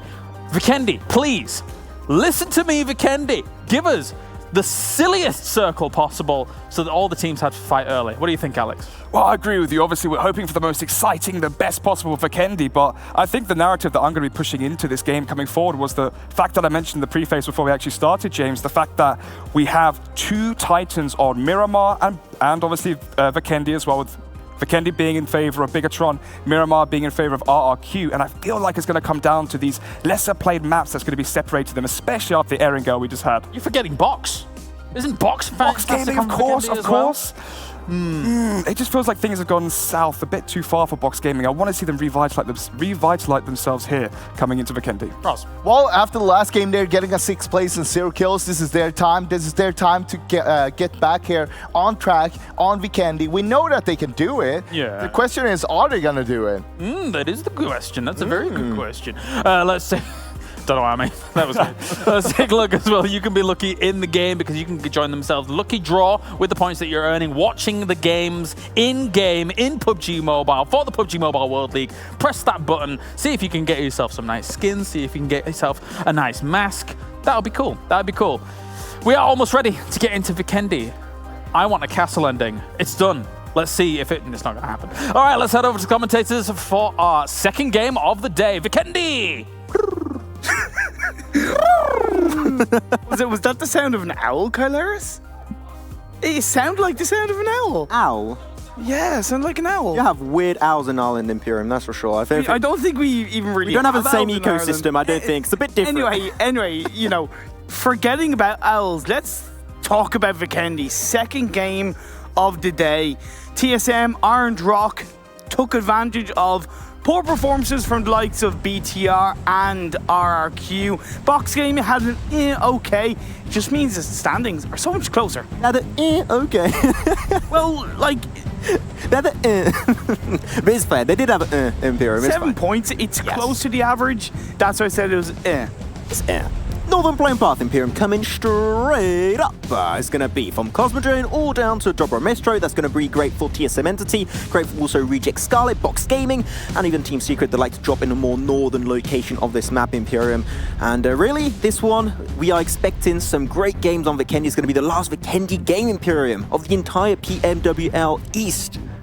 Season 0, finals. Oh, baby. It's intense. Let's go. It is intense indeed. And Vikendi has always been that kind of map where it can throw out so many curveballs. And when you're talking about a curveball, a far northern plane path and quite a southerly phase 1, god damn it, I love it. I mean, Imperium, like, we've done many Vikendi games. We know that this, trust me, it's not as bad as it might get. It's a nice one. It's a nice circle. Where are we expecting this to go, though? Because Kylaris wants the worst circle. He wanted it on the earlier phases, you know? Like, we already had some really weird finishes. Castle close finishes. We had some very interesting ones. Dino Park. Castle.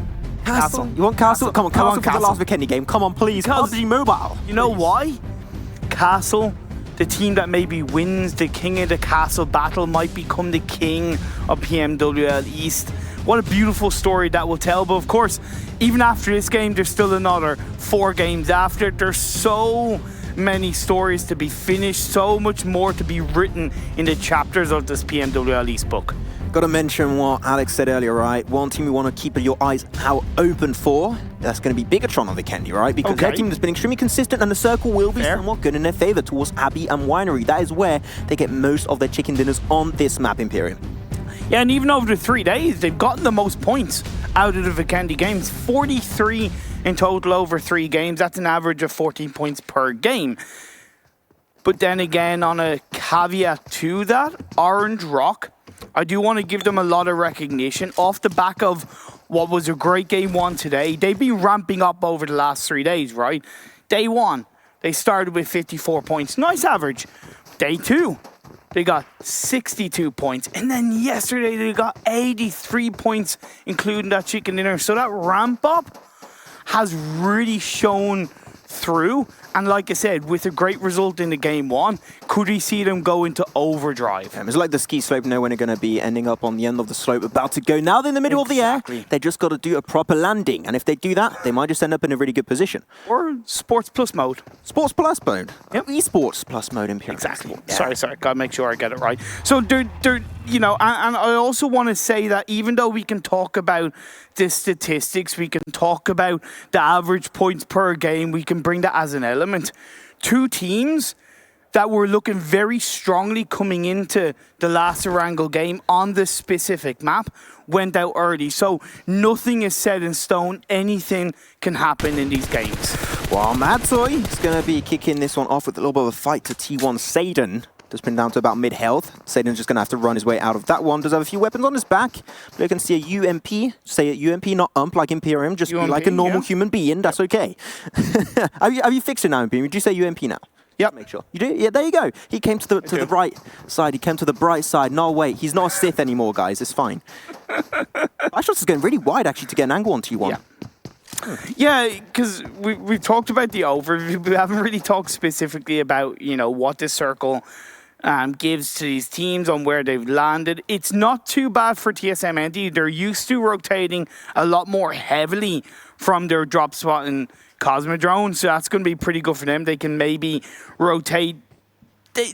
Yesterday, they actually rotated on the east, but it was a more southwesterly circle on phase 1, but they could still do something similar like that. It's going to be great for Box Gaming because they only really have Orange Rock ahead of them and RQ, but those 2 teams will start rotating down fairly early themselves. Yeah, it's just with this kind of circle, I'm hoping to see the teams currently on the east, like TSMNT, as you mentioned, Reject Scarlet, Team IND, Galaxy Racer Celts, to move on over the bridge early on, because you want to try and delay, do that as early as possible. If you do rotate very late in the circle, and when you're pressured by the blue zone, you're forced in a very straight line, and teams can easily anticipate how you're going to react, right? And it makes things really easy for the other team to just pick a few kills left, right, and center. So, of course, those teams I just mentioned, right, if they can try and potentially rotate even up north of Podvosto, get himself on the western side of the island, then move down south, I think that would be the safer approach of this game. Now, Maxi Poo. Oh, don't call me like that, god damn it. It's the finals, Imperium, you're going to do this to me. Oh, god damn it. We know Vikendi always kind of really only kicks off in the first 3 to 4 phases. So I kind of want to ask you a bit of a recap question. You know, what has been a couple of standout moments for you throughout the whole PMWL East, right? You know, let's go back in history over the last 3 to 4 weeks. I mean, my standout performance is that I hate you, Imperium. Number 1, okay. But definitely, like, they've been so many good plays. We had that head finish for Synergy, right, where there was RQ at the end claiming that chicken dinner away. But that was, like, I think the funniest and most intense finish that I've casted in my year and a half of casting PUBG Mobile. And there was even so many more finishes, so many city finishes since the first day until now. Insane, great plays, left, right, and center from all these squads. I think it's not we had great plays. I think it's just we had a great tournament. Yeah, you know what? That's fair. That's fair. And I don't think I could have said that better myself. I kind of wanted an excuse to say that, and I thought it felt good in the moment, especially with, like I said, Vikendi being relatively quiet in the early stages of the game. So we saw TSM, right? You mentioned them, Cosmodrome. Last time they did go on the eastern side and they did cross the road a little bit later, or well, the bridge a little bit later, which can go up against you a few times. This one actually went over to Coal Mine really early on, had an angle on Valdus. Valdus rotating straight in the northern side of the circle. But I like how TSM, this one, they're taking a lot safer approach, not taking any risks, which I think they should, because that last game with that chicken dinner is actually pushing them up in such a decent position so far, in 6th position with 197 points. They can claim the throne in the 5 last games. It's so close, like 6, even, and And even though it wasn't the best performances from Team I&D, right, they're still in a running. There's still 5 more games, including this one, for Team I&D to bounce back up because they're on 180 points, so they're only a good 44 points away from RQ in the top spot. Synergy, dead center of the circle on the west of Castle. That's their location where they like to play around, where they like to spread a little bit more thinly. Just like Jam, the very thin layup, it just feels very, very nice to have. Not vanilla Jam, of course, Imperium, any kind of normal Jam. See, I wasn't going to bring that up. I was going to bring it up myself. No, see, I wasn't going to, but nice one. I'll give you that one. From that split, they got a lot of information, right, a lot of control, and they can make up for circles, which is exactly what happened on their last Vikendi game yesterday. There's at times where I feel a little bit speechless casting this game, and I know that sounds stupid because it's my job when I cast to talk, but sometimes you can't really put something into words. The magnitude of this tournament, the intensity, the pressure, right? You know, the pressure I feel as a caster casting this kind of event. Imagine how the players feel and the teams feel, whether it's at the start and then ramping its way up through the super finals, into the finals, and into this final game where they know that every step, every movement, every pixel in place or out of place can be the difference between winning and losing. Damn, it's hyping us up even more, Imperium, what I was saying there, but you know, it's going to be intense, it's going to be interesting. He's going to be taking this one. Going to be having RQ Athena securing himself a pretty central position on the western side of Synergy. Currently looking for information. I'm pretty sure Synergy, they have information on where Megastars and even where RQ are so far in this game on the west.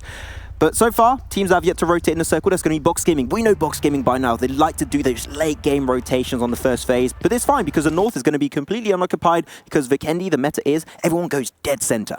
Yeah, but I worry Box are reverting to a more passive playstyle that we saw in the final game of the league play. That's what Alex said, yeah. Where they are kind of, you know, scared. And I get that. You can be aware, you can be understanding of the situation, but don't be scared. Or take that fear and turn it into determination, motivation, and focus. And that's what Box need to do. By all means, play along the edge of the circle, but make sure you're still getting the relevant information on the teams around you, in front of you. Hell, as the circle shift, even behind you. Man, I'm not even playing and I'm scared. I can't even imagine how the players are feeling so far. True. But you level up, got a compound, a pretty nice position for them down south in the more central position of the circle. Orange Rock going to be trying to lurk on by Mavi on the rock or gather a little bit of information for the rest of their squad. I mean, I got to say that last game on Erangel, the IGing of Mavi was like so good, gathering information, and they predicted the circle shifts really well and allowed them to get a decent position. They didn't get the chicken dinner, but it was a very close call. It wasn't, and they got to a point with the circle shifts.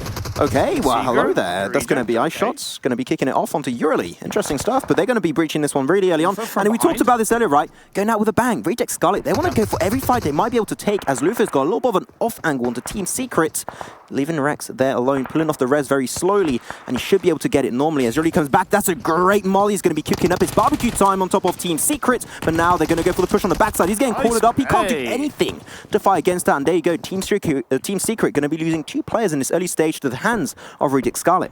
Like, that's okay for Team Secret because they did go for a 2-2 split. I feel that maybe they weren't expecting a breach like that coming out from in the finals, Reject Scarlet, which kind of makes sense because teams then tend not to breach compounds like that. They tend not to go in as aggressively as Reject Scarlet went in onto Team Seeker. So I get that, but you still gotta expect the unexpected, prepare for the worst, hope for the best, so to speak. Especially on the Vikendi game where, right, with the circle, there's still so many compounds, you're not expecting that to happen. So, you know what, after it is the finals, right, expect the unexpected. But the circle is going to be closing up right now, very, very soon, about 45 seconds. But the second phase did come up, and it did shift pretty more focus on the northeastern side, but not going to have a big change of event for these teams. And TSM made a really strong rotational sweep. Remember, they landed in Cosmodrome. They're all the way down to the east of Dino Park without losing anybody, surviving as a full squad. We've talked about how they have evolved their rotations, and I think that's a huge sign of how confident they are on those movements. T1 going to be founding a little bit of damage on themselves. Galaxy Racer Celts denying that position on Hot Springs. But I think that right now the team between T1 and Galaxy Racer Celts moves on first, cross over the road. They could potentially try and set up a gatekeeping situation next to Volnova or Hot Springs. but they're going to set ZZP forward was missile, gathering information for a nice position to set themselves up with. T1, what they usually like to do is go in castle. They might just do that. Like, you've got Box Gaming close to RRQ, you got TSM close to Erangel, you got Erangel close to BTR, and even you level up are to the east of Erangel. They're all so close to each other, which kind of makes sense with Vikendi being so compound heavy. They're going to find those compounds that are across from each other, take a couple of shots. If they can get a knockdown, maybe a kill, happy days. Happy days indeed. I'm seeing Team ID very far down south in Winery. Bigatron already left that location, going up north next to Abbey. But that's going to be Break of Box Gaming, going to be put under fire of B11. Two teams are still fighting for this golden #1 spot, Imperium. And I think that these two teams are not happy to take a phase 2 circle fight. This is a fight you want to avoid as much as possible. But Break, one of the top fraggers for Box Gaming, going to be taken out instantly. Just a knock though. The Flores could still come on through, but that's going to force a really big response from Box Gaming. I don't know why Box Gaming continue to rotate so late into phase 2, right? It doesn't really make sense to me. That's maybe the sign of the pressure getting to them, making them lose focus. They do only lose one player, so it's not the worst thing in the world, but there's that kind of little crack in the armor in the shield of Box Gaming. That was Shrouded actually stole that kill away for Synergy. That was really good because the amount of control they have in the center allows them to really get a little bit involved with every fight all around them, and securing those points is definitely what might happen. But the circle did pop up once again and did go a little bit more over to Castle actually, Imperium. But it's not going to force any big responses still on this first phase. That means that the more passive an earlier game is on Vikendi, the more intense it's going to get in the later stages. I would love to see IND actually take control of the coastal line on the west side of the map, right by that river outside Castle, because nobody's there, and they could potentially gatekeep should the circle continue in that favor. They could even play on the edge if the circle goes towards the west. It'll be a great positional movement from Team IND at this stage of the game. Very shiny car from Zuxi over there, I gotta say, the shiny Dacia. Gonna try and shine their way through in this game in the dark pits of the finals. Shine bright like a diamond. Oh, gonna go with Rihanna. Okay, interesting. Shine bright like a diamond. Let's do a karaoke one day, Imperium. That'll be funny. But Bigatron, they got a little bit of an angle behind that rock. They're gonna have information on Team ID, but You Level Up also could take a few shots towards them because they're currently completely unaware of You Level Up's position. A Slayer gonna try and get himself into the car. Risky situation, but he will make it out with mid-health remaining. Still a little bit of a risky spot when you know teams nearby, but they will get that car safe so they can use it for a later rotation in this game. BTR just sending that nice little cheeky message to Team IND. It's what we see in Vikendi. It shouldn't phase Team IND too much, right? It shouldn't really worry them too much. They can wait now for phase 4 to start moving in as the blue zones is going to start popping up in the next or closing, should I say, in the next second or so. I do worry for the likes of TSM though, because they are on the western side of this phase 3 circle. They have Udo behind them, they have Erangel and You Level Up in front of them, they have Megastars and RQ in front of them. It's a little bit tricky and a little bit risky for TSM. Just saw Luxy here, nice headshot onto Slayer of Team IND, I do believe it was. Man, headshot galores today on the finals day. They are being so damn precise, and you know what? They're going to use that knock to get closer and sneak their way past Team IND's defense. They're going to be crashing into the compound, making it over to the first wall, and they're going to send a little bit of a 2-2 split onto this fight, trying to overwhelm Trance and Snacks of Team IND.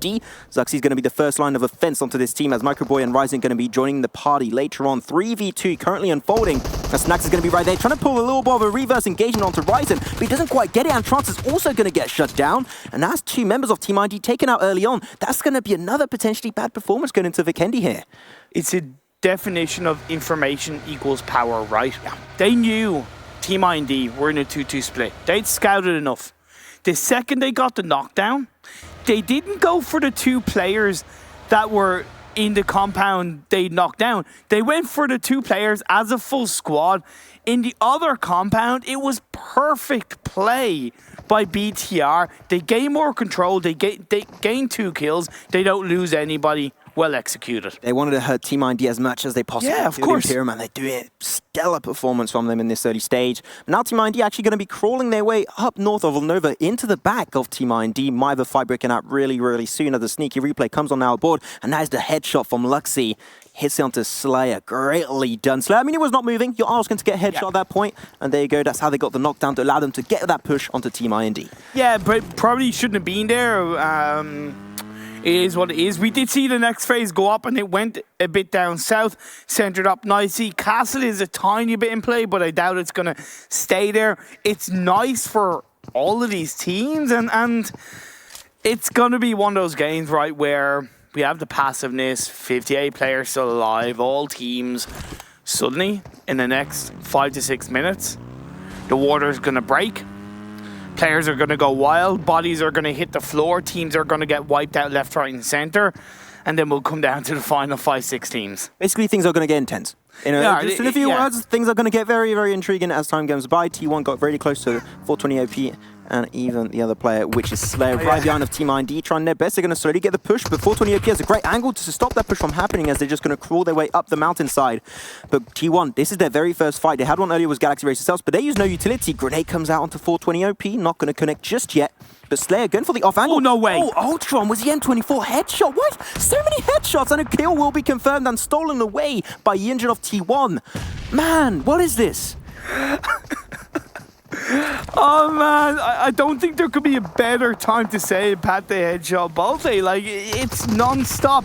Leaves Slayer on his own. It could be another poor game for Team IND. 2 in a row would definitely put them even more pressure to try and fight into the top 5, top 3 in the overall standings. As a tanky, doesn't care who he's shooting at, doesn't care what player it is. Just go for the shots. Slayer has an expiry date on his head right now. Those smokes, once they wear out, it's going to be game over. Even maybe before, actually, the smokes wear out, Imperium. He's going to try his best to survive it because Team IND, these are the performances that might just stop them and just push him away from that top 3 spot to try and get himself really high. The circle's going to be shit, and it's actually going to be going in the southern side of Tovar. This is great for Orange Rock once again. Let's see if they can this time control it properly and take the chicken dinner.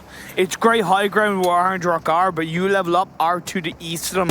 Still staying where they are. TSM are just outside the circle on the southwest. UDO are close by still once again, so if TSM can wipe out UDO, create more space, that'd be job well done as Team IND go out in 16th. Oh, that's Rockster stolen away for Galaxy Racer Cells, but I said it right, he had an expiry date on his head, the smoke wear it out, and he was going to be having so many teams have an angle on him. Easy pickup for them. The circle now closing up in 17 seconds, Imperium. Forcing now potentially a few big fights around the board to come on through. Team IND was the first team eliminated, still got 15 teams in the lobby, but now the big boys of the lobby going to try and make their way through, and that's especially Box Gaming as they're going to try and crawl their way through. One team that's called RQ Athena, that's not going to make them happy-chappy, Imperium.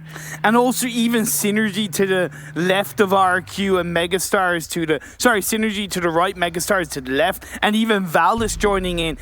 I would recommend Box Gaming, if they have the information, to actually sweep into the blue zone, go around and come in to the east of Tovar, if they have that information. Yunjin got knocked away because of the blue, took some heavy damage set by Galaxy Racer Celts. Very unfortunate for them, they'll remain as a 2-man army, but another fight's going to be unfolding. That's King of Gamers going for the push on Megastars. So have Vexy. Vexy's going to do his work versus Braga, leaving Concept alone on the side.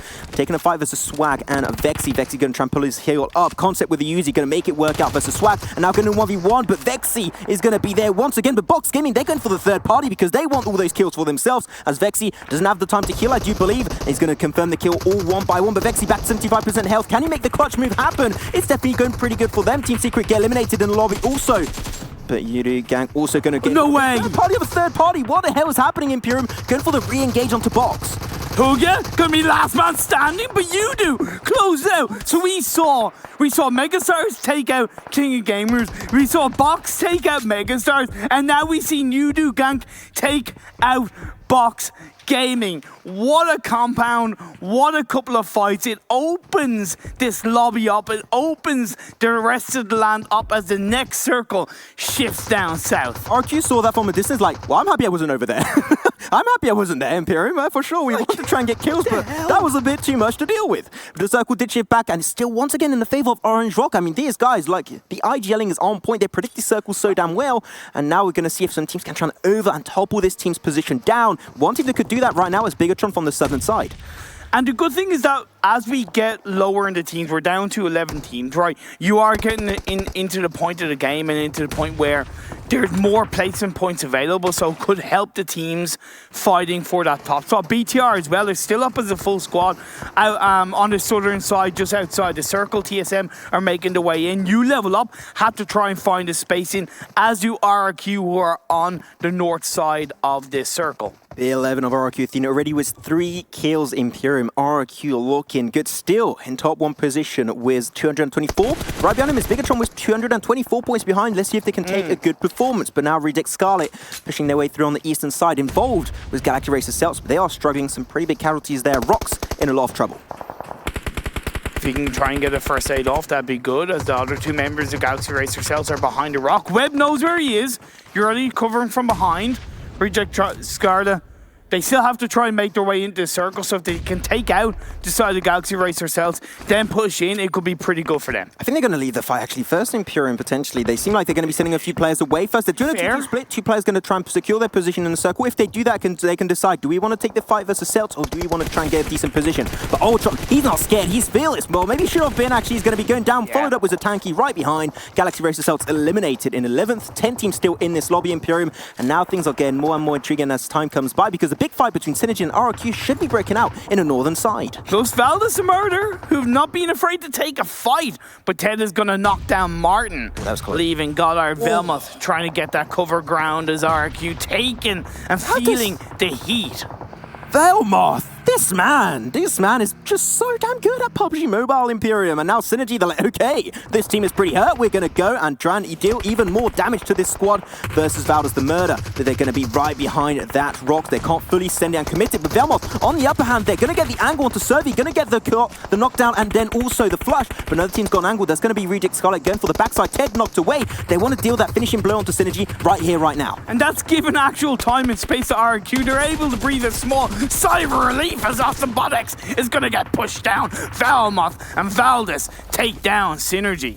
I mean, Velmuth, I said it many times in Pyramid, we were just watching the games, right? Velmuth, I think, is the MVP. He deserves so much recognition for the squad, but TSM Entity, oh, that's an upset in the lobby, Imperium. They'll be taken out in 9th.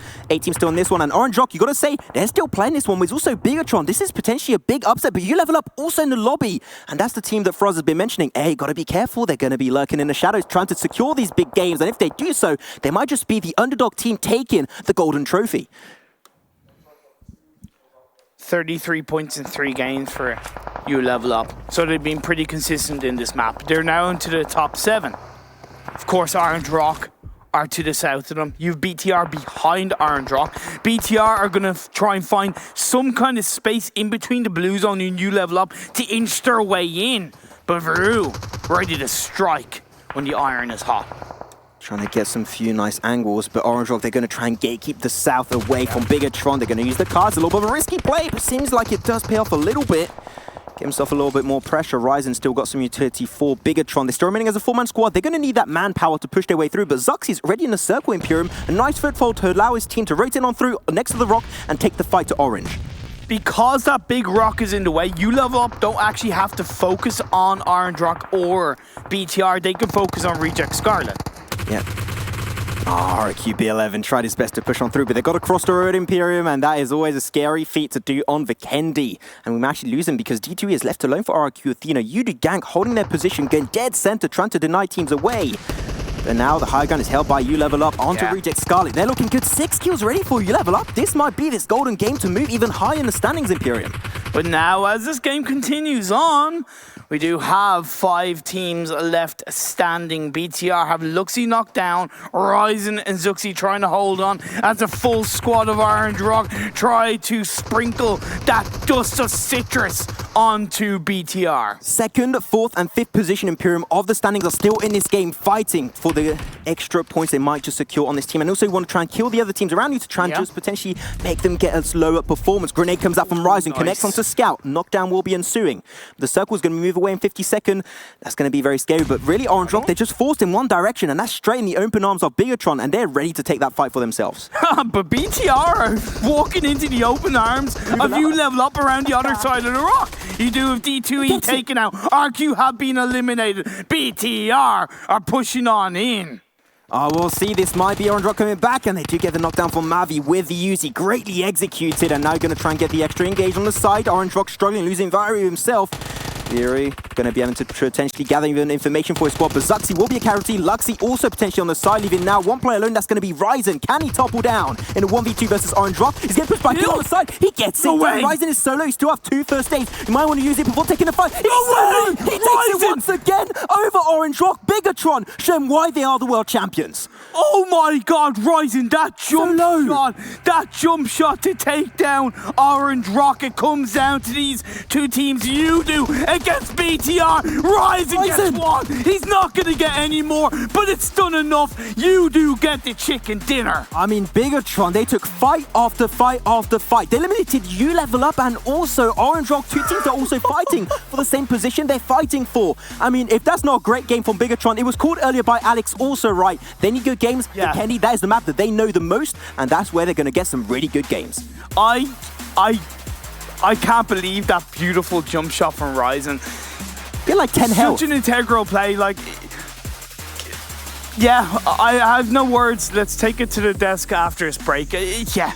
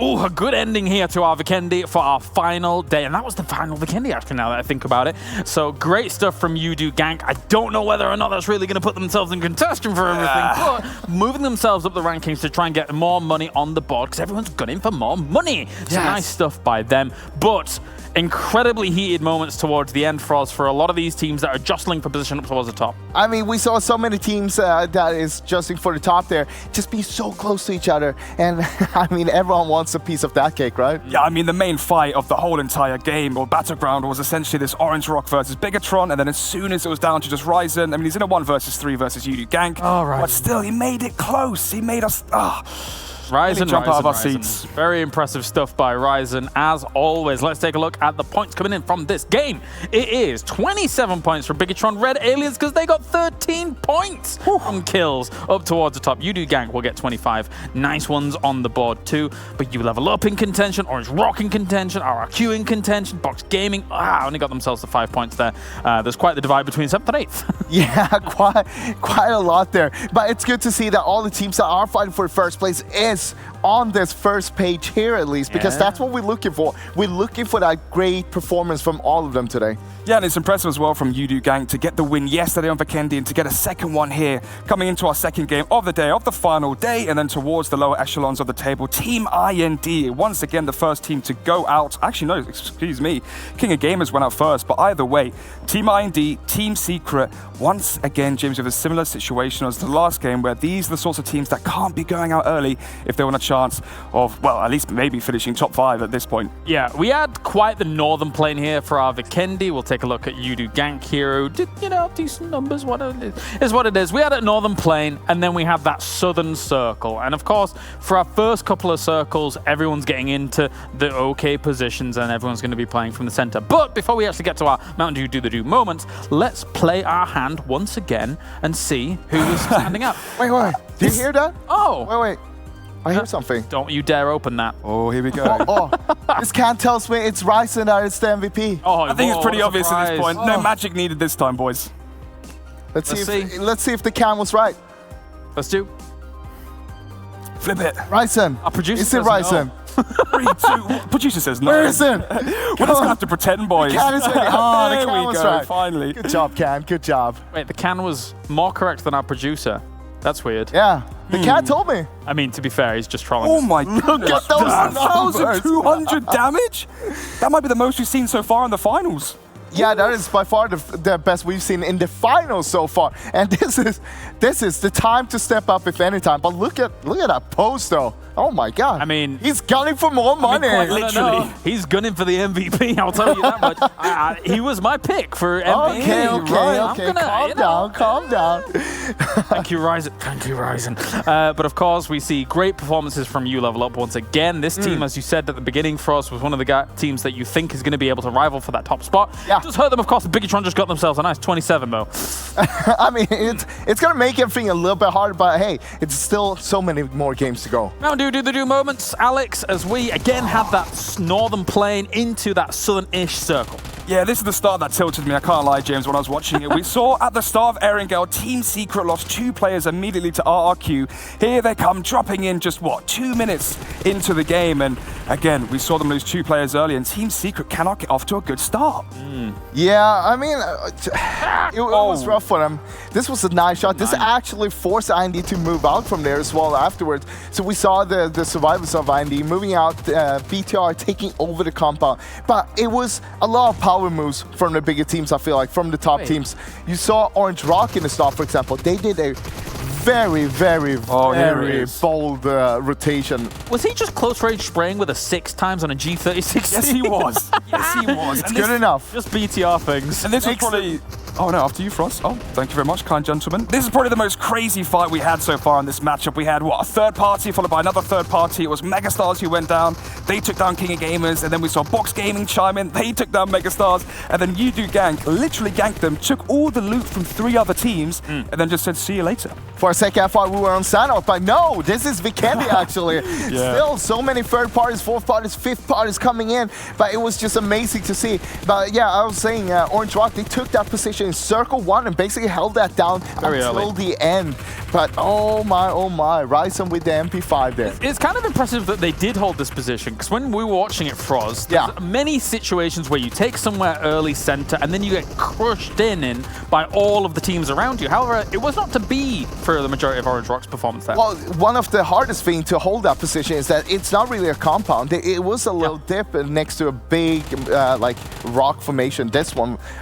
So they had a little bit of cover, but the whole thing with having a compound is that even if you get knocked from a far distance, you still have time for the revive before people can actually breach you. Now, doing this here instead, you would be in the open. And that is the big problem. They held it down very well, though, against all the other teams coming close to them. Yeah, we saw, speaking of compounds, obviously, in the final circle here, you can see it's just a rocky terrain. There's no such thing as a compound existing there. But we saw a lot of teams try to go towards, especially Synergy, go towards Tova early on. It was towards the eastern side of Dino Park. It was towards the center of that third circle. And they were trying to invest in it. They were banking on it working. And then just slowly went down towards the south, went towards the rocky terrain. And then all those teams who were gathered inside the compounds just had to flood down that northern side. And it was a monstrosity. Let's take a look at our total damage throughout all of this lobby. And we have Biggitron, jeez. If you could calm, well, I guess Ryzen, please, if you can calm down. Doing almost half the damage Families too. Biggitron's power coming in here. What do you think, Froz? To be fair, Biggitron, they were fighting their way in from the south side the whole time. The circle went away from them time after time after time. That meant that they had to fight their way in for team after team after team after team to make sure that they are inside the next circle. Yeah, down there at 7th as well. Valdo's the murder getting the second highest amount of damage here on Vikendi with 1,718. And we saw on the end, well, didn't get the MVP unfortunately, but one of the top players from the last game being Velmoth getting nearly 800 damage, close to half of that coming for his whole team. And he got 4 out of the 5 kills and a knock as well. So he had an amazing game. All right. Do you know what time it is, Froz? No, he doesn't. It's going to be the MVP rankings time here to see as Ryzen moves himself up to number 1. Wait, how is he 5th? Let's go. Oh, Break moved down, Yeah, he's gone down. Oh, that's because Orange Rock did so well so far. Yes, it's true. The performance from Ryzen is just phenomenal so far in the finals, but also you got to give it up to Marin being on 2nd place right now, considering that Valus is not doing that good, the team itself right now. That's true. Now, overall rankings. Ooh, this is going to be good. This is going to be good. 2 there it is. 7 points. Bigatron Red Aliens takes back that top spot, but you Level Up moves up, Orange Rock moves up, Box Gaming moves down here, Froz. Yeah, they moved down a little bit. That's kind of weird because we were talking about Vikendi, right? That's where they were supposed to be strong. Exactly. What's also interesting to see, I feel like Level Up kind of went under the radar there in that last matchup because they got 8 kills, and that's going to propel them up here just below RRQ Athena, 236 points, 234. However, we know RRQ Athena historically weak on Vikendi. We're looking to see if they can get their points on Miramar. Look, I just got to say, like, coming in with a game like that from Bigatron, I'm getting kind of scared for the other teams.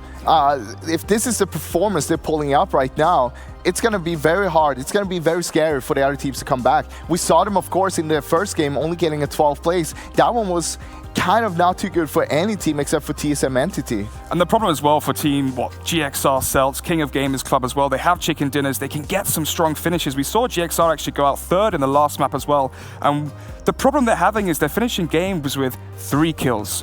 4 kills. So you can get in towards top 3 of the placements, but you need the kills to back it up too. And of course, there's a lot of favorite teams out there when it comes to PUBG Mobile. We've been watching quite a few of them here in the PMWL East as well as West as well. And in fact, we can take a look when it comes to players, as there's been lots and lots of votes coming in from across the world as to who you guys think might be your absolute favorites.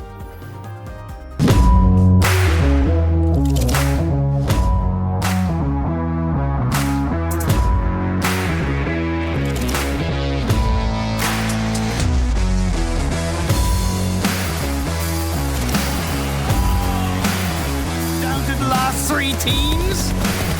Reject Scarlet still has a 4-man team. They picked up another one. They're up to 8 kills so far.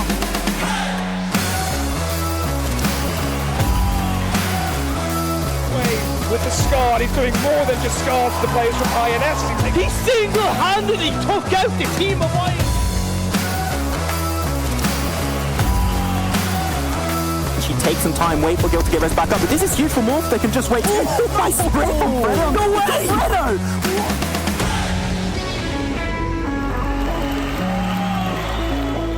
Low HP, and she does Leon as well. Drax gets run over, Leon gets run over. Ayala running 2 people over from the side of...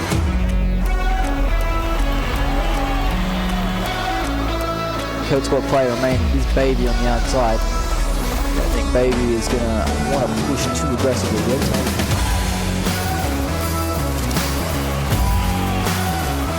But Sandra goes out, he was huge.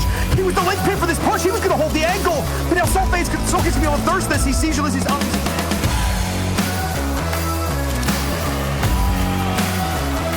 Towards Martin, and Goddard now under a lot of pressure. Goddard got a lot done with those nades early on, but now he's tasting some of his own medicine from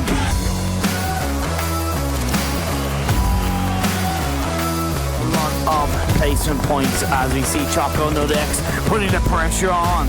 Are we still Choco Nodex?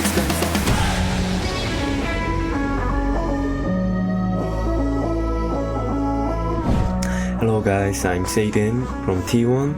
Thanks for your love and support. こんにちは。リジェクトスカーレットのリーダーのサラです。いつも応援してくださっているファンの皆様、普段から僕たちを伝えていただき本当にありがとうございます。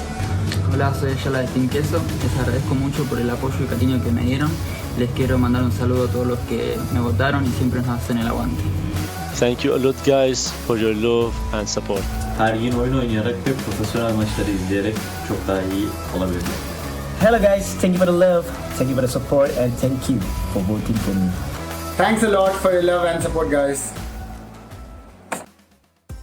That's right, we had 2.7 million votes across the voting period, with 204 contestants, and we boiled it down to just this. So congratulations to all of these guys for being able to win out the PUBG Mobile favorite fan player from the World League across the regions. Fantastic stuff. Froz, unfortunately, we didn't win, but then again, we're not playing, so I apologize, Froz.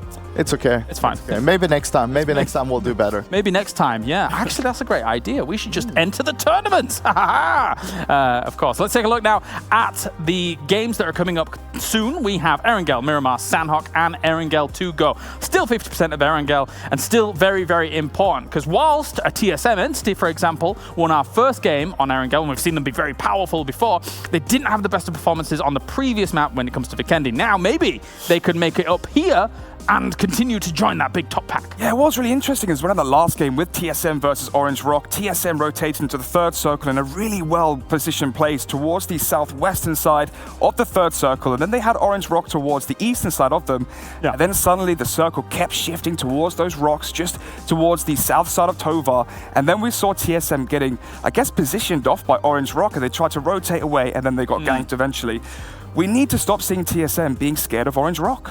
And of course, at home as well, you guys can be, you're already joining and you're already watching on Twitch and everywhere in-game as well. And if you are watching in-game and accumulating points, you can get yourself some exclusive rewards if you were top 100. So again, if you didn't already begin things at the start of PMWL, you're probably not going to be in that top 100. But if you were top 100, keep going, keep being in that top numbers. It's time to go to the commentator team for our next Erangel here at the PMWL East. Let's do it. We're gonna do it. Yes, come over here. Yeah. Game 3 of the day.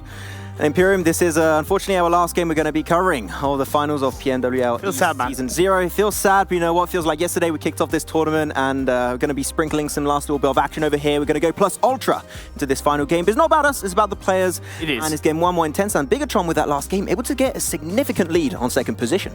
Yeah, there is that little bit of a cushion. It's not much, but it's definitely better compared to the teams below them, right? And Orange Rock, once again, pulling out a strong performance. It was only off the fact that Box Gaming got one extra point in that game, right? That was the biggest caveat for Orange Rock. But that continuation of consistency from the Indian team Orange Rock, the fan favorite Scout, it just says so much for the strength and ability, not only as a team, but Mavi as the IGL, Scout as the fragger, and what they're doing all together. It is indeed Imperium. Here it is. Game 3 of the day. It's going to be a plane path. Pretty central, actually. Really good for most of the squads involved on this third game of the day. Going straight over Pachinki. Of course, teams are going to be happy about that. It's going to be Team ID instantly drop in military base. But the question is, where is TSM Entity going to go? Last time they went in Southern George Pole. Are they going to do that again? Yeah, I think they're going to go there again. For the first game of the day, I know the circle was up north, but it did favor them on their positioning, on their rotation. And I think it at times, I do genuinely feel it's more comfortable for them as a drop spot. I'll have to see if that's going to be happening indeed. RQ Athena instantly going to be able to drop onto Pachinki, getting that position and control. You level up, not going to go for the northern side of George Pole, just like they did last game, right? They're going to go for the more western side next to Quarry and Fairy Pier as a whole, so that's going to allow potentially good rotations depending on where this phase one circle does go, because we don't have a very northern circle finished last game. Let's see where this one might go. And it will go indeed in George Pole. That's TSM.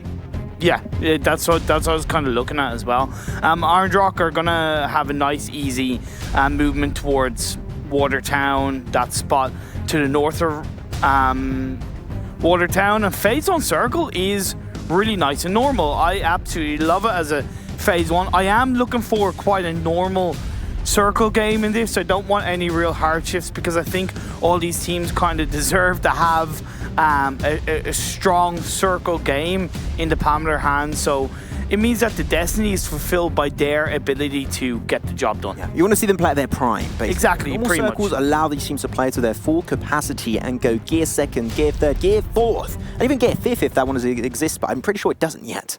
But G1... Or even top gear. That's a different show entirely. Okay, is it? Oh, sorry, my mistake.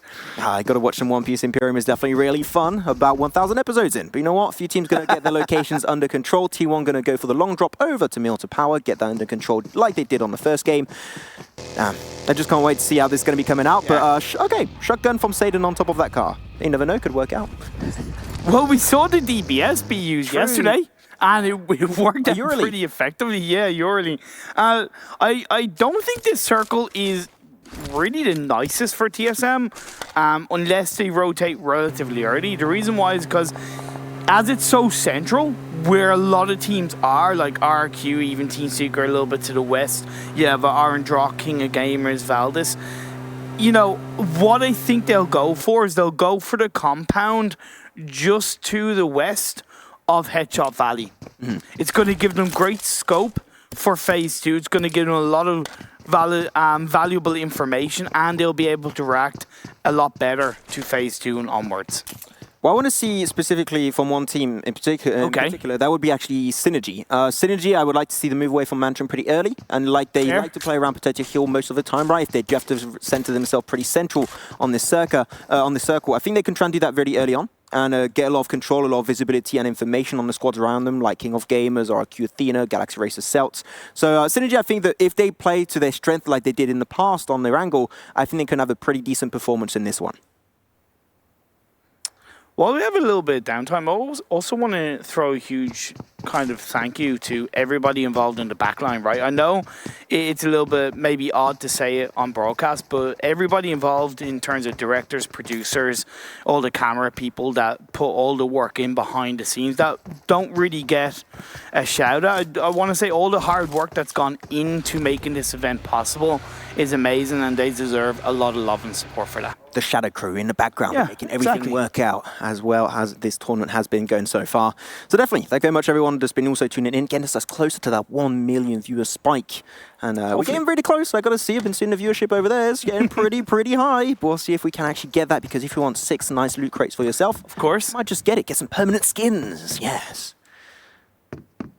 Permanent skins. Yeah, I don't know why I did that voice, but that's okay. Okay. It's fine. Maybe I should just continue speaking like this. Oh, I think that's creepy, but that's fine. Okay. Erangel got a little big split. No good information up north. They got Marvi, got himself also the little island up north. Going to be under control. Allowing their rotations are very, very easy. I want to see you level up, maybe rotate a little bit earlier than what they usually do. They went back over to Primorsk, and if they do delay it, they could maybe get involved with teams like Box Gaming, RRQ, or Team Secret that like to hold down to the southwestern side. But so far, no teams are really there just yet, but we know that. They don't. And RQ have started to move away from Pachinki and make their way closer towards the compounds that are just to the south of school, which are really great to hold on to. It doesn't give them that much information on what's going on behind them, but that's okay for the early part of the game. It's just a little bit of forward thinking, and we saw RQ in as I kind of touch upon the finals, right? They maybe looked a little bit scared coming into the last game. I want to see more of this proactive rotation into these kind of games to try and make them count. I want to talk for a quick also about Team IND down south in the military base so far. They're going to have to rotate eventually, but like in the overall standing so far, they're in 7th position, 181 points. Top position so far has 247. They are, because of those 2 first games around Vikendi on Erangel, they have lost a pretty significant lead that they could have still were able to make up for if they had a really good first game. They lost that chance. Right now, if they want to make it back up, they still can, mathematically speaking, as Froz would like to say, it's still possible, but it's just going to be such a hard performance for them to pull off that I'm not sure if they can do it so far. And you know, you're right, and I even mentioned this kind of at the start of the event of Team IND. When you look back on their previous events, the spring split, the fall split last year, they would get close to the top. They'd get to the preliminary finals of each split, but they just wouldn't and didn't do enough to get to the global finals of those stages. And that's something that they do need to work past, and I think they're getting there. It just really hurts them when I see 2 games in the final 6 games. They get bad scores. You talked of the rotation of TSM Entity, where they could potentially go. No, there was a compound a little bit down south of Ruins on the western side of Hedgehog Valley. And they're actually going to be taking that position under control. It's a really good call from you, Imperium, right there. They're going to hold a pretty decent position. Not going too central here because they know that they don't have first pickings, right? Yeah, Last game on Erangel, they could go up north because not really too many teams up there except for Orange Rock and Udu Gank. But now because of this circle as pretty much centered up on a lot of the teams that are dropping pretty central as a whole, really consistently throughout these Erangel games, they know they're not going to be able to get a good position center. So they're like, okay, we're going to play on the outskirts of the center position and we can just play from there on out. Also, Box Gaming have done a great job of rotating incredibly forward. There is still 2 players, Louis and Break, that are on the compounds by the Western Bridge, but the other 2 are really far away in a more centralized location. As much as I kind of potentially fear they're maybe too far apart, for Phase 1, it's really nice, once again, forward thinking from Box Gaming. Definitely, I think they've been doing pretty good so far, sending the scout over. Actually, they will be sending the rest of their team right now to get a decent position on the, I believe that's the eastern side mainly of Potato Hill. It is. It is indeed the case. But Synergy, that was a team that I wanted to see go to Potato Hill, but they actually really delayed that rotation. They might actually join the party a little bit too late. We'll have to see where the circle goes. We did have a Mansion finish already in the past. It was stolen by Morph team. At one point, there was a really funny ending, but at the end, you don't know where the circle's going to go. So they're delaying that early rotation as much as possible, as Bigatron also leave the scene, allowing Megastars to make it over the Eastern Bridge. BTR recognizing that with the Phase 1, it's most likely not going to stay in the direction where they dropped, but if they rotate a little bit more up north, which they've done, on Phase 2, it'll get them into a much safer position onwards, and they're going to move up even more. They are going to get actually pretty close to Box Gaming on this rotation. We could see maybe an early engagement with these 2 teams, but for now, it's all well and good. Megatron has been playing a little bit more passive in the early stages, right? So I think they want to try and play maybe a little bit more on the edge, but that circle is actually a shift that I think maybe some squad didn't really expect too much to happen. You still have like 50% of the circle currently unoccupied. Everything from like the northern side of the river and even in like mainly the southern side of Yasnaya Polyana, the Yasnaya Fields is going to be not taken over by any squads. Now this is an opportunity for teams on the edges like Team Secret, TSM Entity, and other teams also on the east like Synergy, T1, even Megastars and Galaxy Racing Cells to take a good position. And talking about those 2, some early shots will be taken by Rocks towards Megastars, but they will be able to make it out pretty quickly. Vexy's behind though. Hopefully won't be caught out in the open. Yeah, he's able to get a couple of shots off to Rocks to stop those counter shots onto the members of Megastars. It's going to be a great rotational opportunity for BTR, right? Because other than T1 and Synergy and Megastars coming in from outside of the circle, they have a lot of space to move in either onto the field of Yasnaya or maybe on the edge of the river on the north of Yasnaya. We'll see where they decide to play. I know they more like to play on towards the edge of the circle, but they're not afraid to make a sweeping rotation. Armjoe from Valdez in and a headshot to G9 of RQFT. I mean, once again, some headshots coming out with the bolt action. Hey, that's getting interesting. What's also getting interesting is that Orange Rock have perched themselves on the north of Roshawk, and that's where Valdez played on Game 1.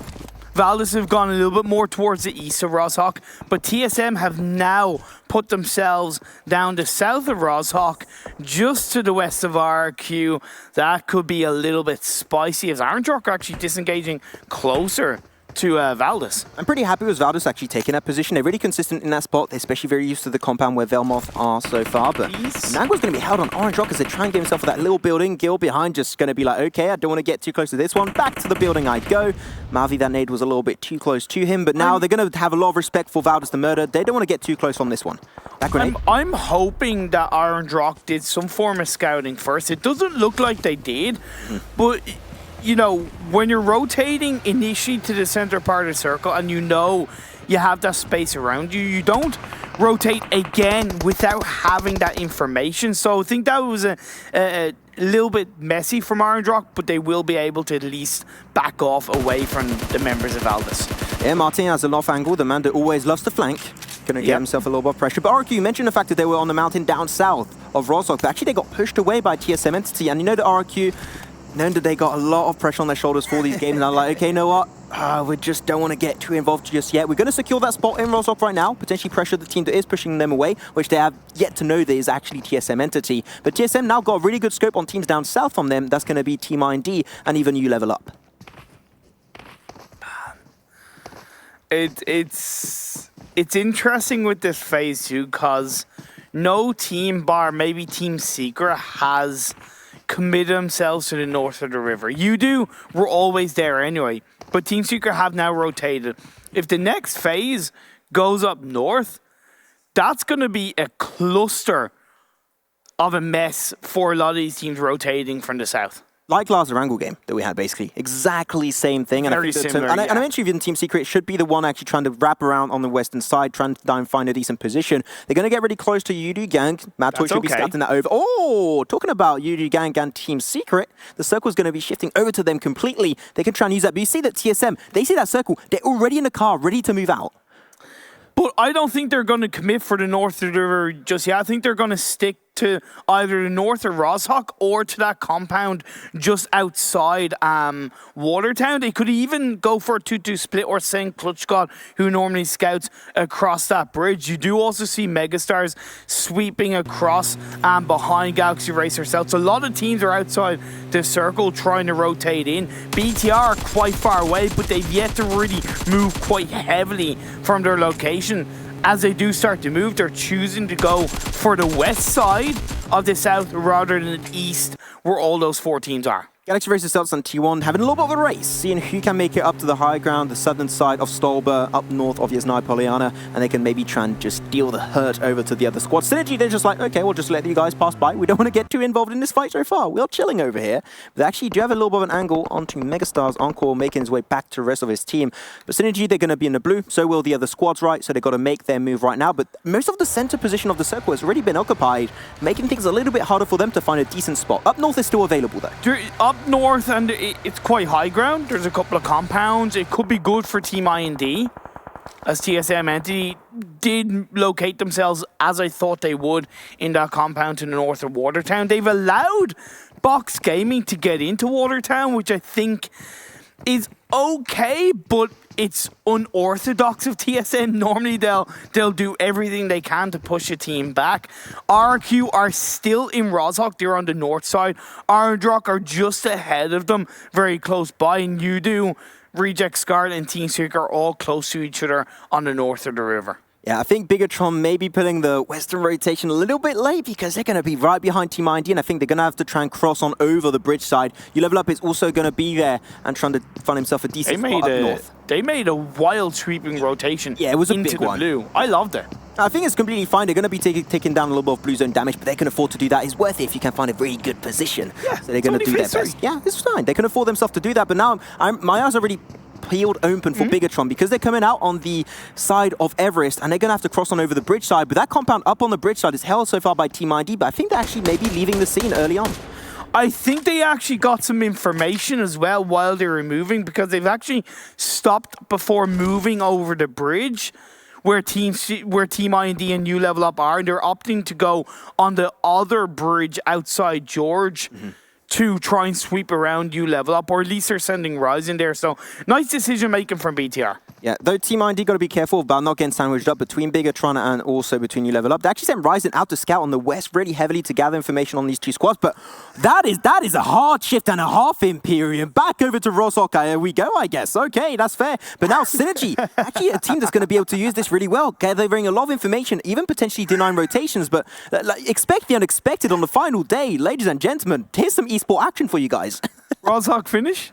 Roshok finish to close it up for us. That would be cool. I would not say no to that. Cool. Instant response from Reject Star going back over the bridge from the north to come in on the east of Roshok. Synergy are going to maybe possibly move up north to get into Roshok. I believe we have lost Rising, that member of BTR, which is honestly kind of okay, but it does put them under a bit more pressure. Megastars, they're the team that's going to be in a lot of hurt right now with King of Gamers. They're going to have to make their way through Headshot Valley, eventually away from school and the compounds next to school.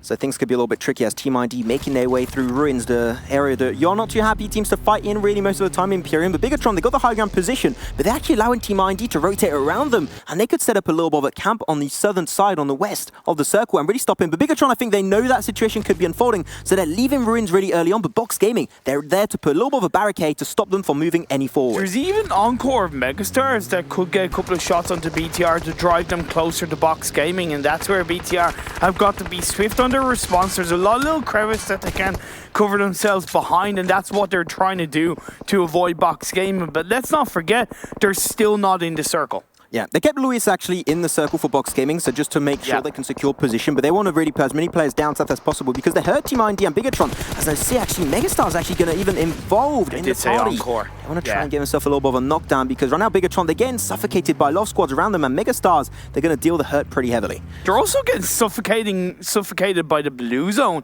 as I think Microboy has dropped his medkit for Luxie because I think they realized, look, I'm not going to survive. This is coming into phase 5. That blue zone is going to be too much. You're wasting time by trying to revive me up. What I have to say is it was great decision making by TSM not to instantly move into Rosshok. They stayed in the compound, so if the circle does go down southwest, they're going to be sitting really pretty. They've been able to punish Team Secret for now. Team IND joining the party in Watertown, get himself involved with Box Gaming, but Box Gaming a little bit of a scary spot here because they're still on the edge of the compound. Bigatron could have an angle on them if they want, so I think that Box here, their focus is not really on holding that position because these three players, they're not going to be in the circle, Imperium. They're going to be actually completely out of it with Bigatron, and they're going to be pushed out of those few buildings. Maybe they're going to be open to taking damage from the northern side, but now the circle still TSM, just standing really nice and pretty, don't have to move whatsoever. We are also seeing kind of Reject Scarlet be engaged upon by Valdez, Reject engaging upon T1. There's a little bit of back and forth between these teams as BTR have been able to get just about on the edge of the southern part of the circle as the blue zone is moving. And you level up, they're still on the north of the river, right? That's actually, in my eyes, not a bad thing. Oh, Luxie, here's the headshot with the M4 at such a big distance towards that mountaintop down south of Rosshok. That is looking really strong. They try and go for the confirm. And now King of Gamers, they got a lot of information. They know where Bigatron are, but that's just a little bit of the lip of the hill, right? And they're going to potentially be pushed over on the next circle shift. Talking about that, we might go once again. It's going on the west of Rosshok. It's going to be actually really good for one team specifically. That's going to be Orange Rock. They got the Box 4 up north, right? A lot of visibility. They're going to see absolutely everyone. Great grenade coming out, though, from Box. They're going to go for the extra push. They want to eliminate Box BTR right here. Grenade comes out and confirms Luxie. Oh my God.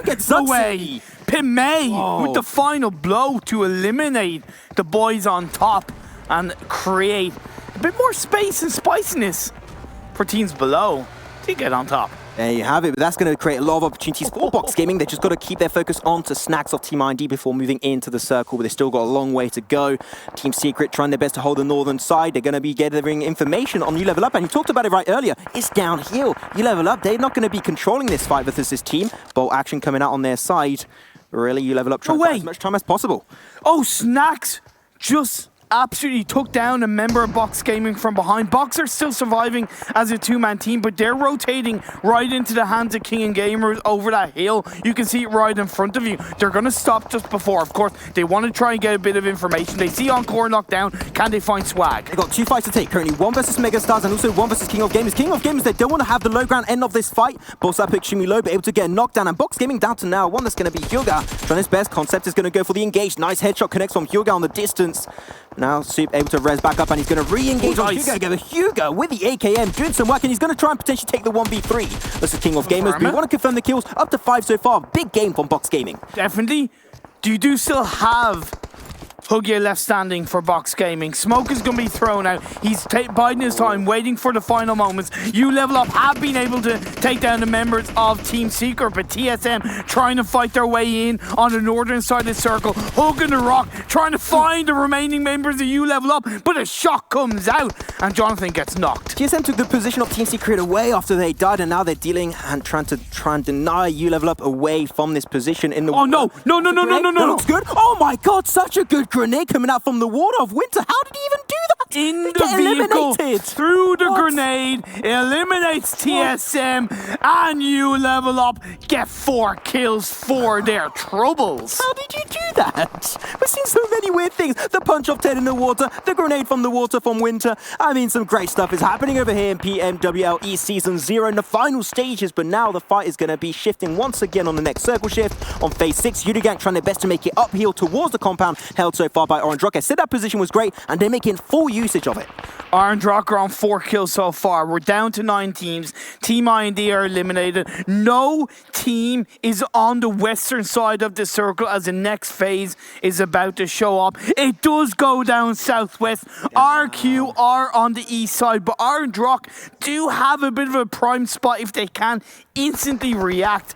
It's not going to be easy because it's pretty much open fields bar a couple of trees. I don't think you want to react too early actually from that one because all the teams from the city will actually get an angle on you on that rotation. Like you have potentially 5-6 teams that can just spray you down. So I think it's a risk. You want to send a scout out first, secure a position, then send the entire squad if it is safe to go for. But of course, not easy pickings for Orange Rock. They're going to try and hold their best versus Galaxy Racer Cells because they don't want to get backstabbed during that rotation. If they can take out You Level Up and Galaxy Racer Cells, Orange Rock can wrap around and come in from the far western side by the side of the road outside Watertown. But that's going to take time, right? And time isn't really on their side because the blue zone is going to start moving in now. But nice grenade by Viru. It's going to be able to confirm the kill, leaving a tanky the last man standing for Celts. Yeah, he's going to try his best, but the blue zone's going to be forcing him above that lip of the hill. He still has some smokes to buy him a little bit of time and coverage, but that's just not going to be enough. As Sadin gets the up hand off the Shride of Synergy. They're going downhill. They're trying their best to secure a decent spot. As Servi on the mountaintop, Sadin, no fear, just fight. Trying his best to get himself involved with that one. A lot of utility in the response of T1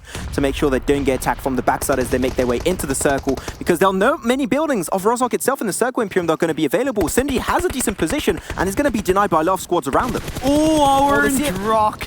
You gone for the bold move for that little tiny hill just outside the city of Rozhok. They still have a full squad up. I gotta commend that bold move. They might be able to punish teams rotating in like Reject Scarlet and potentially RRQ. Oh, Reject Scarlet taking a really big fight with Orange Rock. Yeah, they do get really knocked away. Sadin's gone ill angle on the side. Even Swag could potentially third party this engagement completely. Nades coming out also from the side, but Orange Rock still strong as a 4-man army. They see Swag. That's going to be 11 securing that kill for RRQ. Athena as Mega Stars. They unfortunately bite the dust, eliminated in 7th. 6 teams still in play.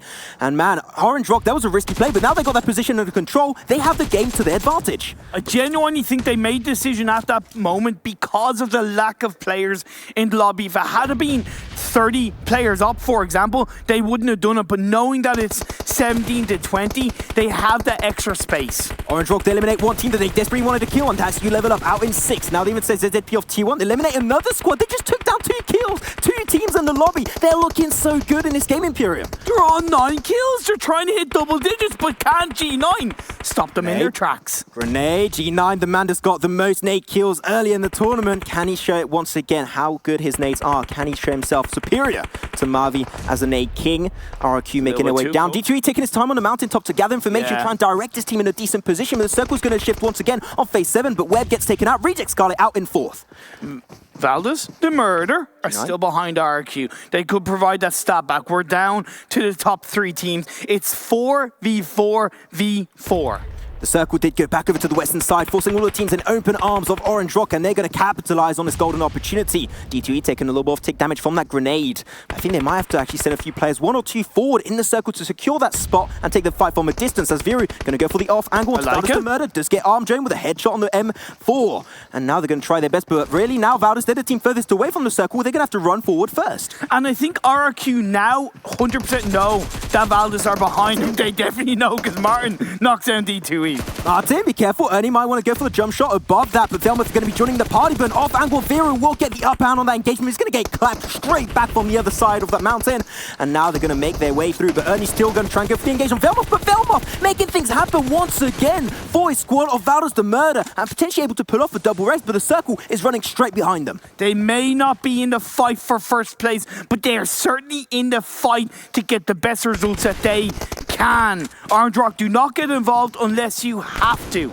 Orange Rock and RQ. Orange Rock in 4th position. This is a huge game for them. Mavi gets the up hand onto Velmoth, getting himself a nice extra knockdown. RJM going to get the res onto Godot, back to 2-man army. But they have also RQ going for sneaky rotation up north. D2 got knocked away, but they still have one, and that is G9. G9, he's waiting in the wings. If Orange Rock can eliminate Valdez now, they can at least try and secure this game. But scouts in the back line. Oh, Viri gets it done once again, and now it's going to be all down to RRQ versus Orange Rock trying their best. But Valda's still really good effort, third position overall, but they are pretty low. Mavi and Viri can actually heal up a little bit because D2 got res back up. Very, very unfortunate run of events for Orange Rock. Running their way by, they're going to go for the random spray. Bloom in the smokes, gathering information, but they're trying to get so many angles under control to overwhelm Orange Rock.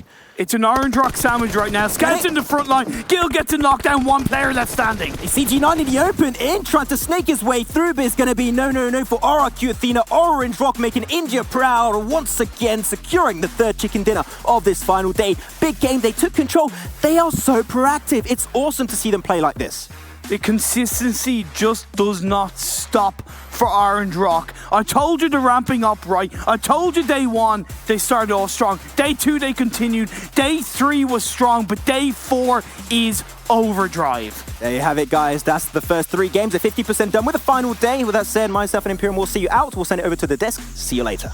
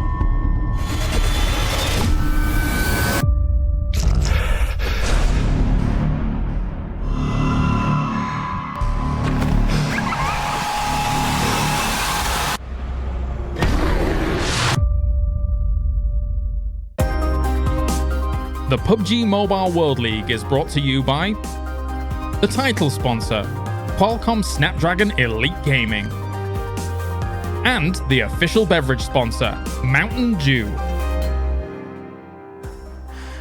Oh, you're going to want to see the overall leaderboard later on.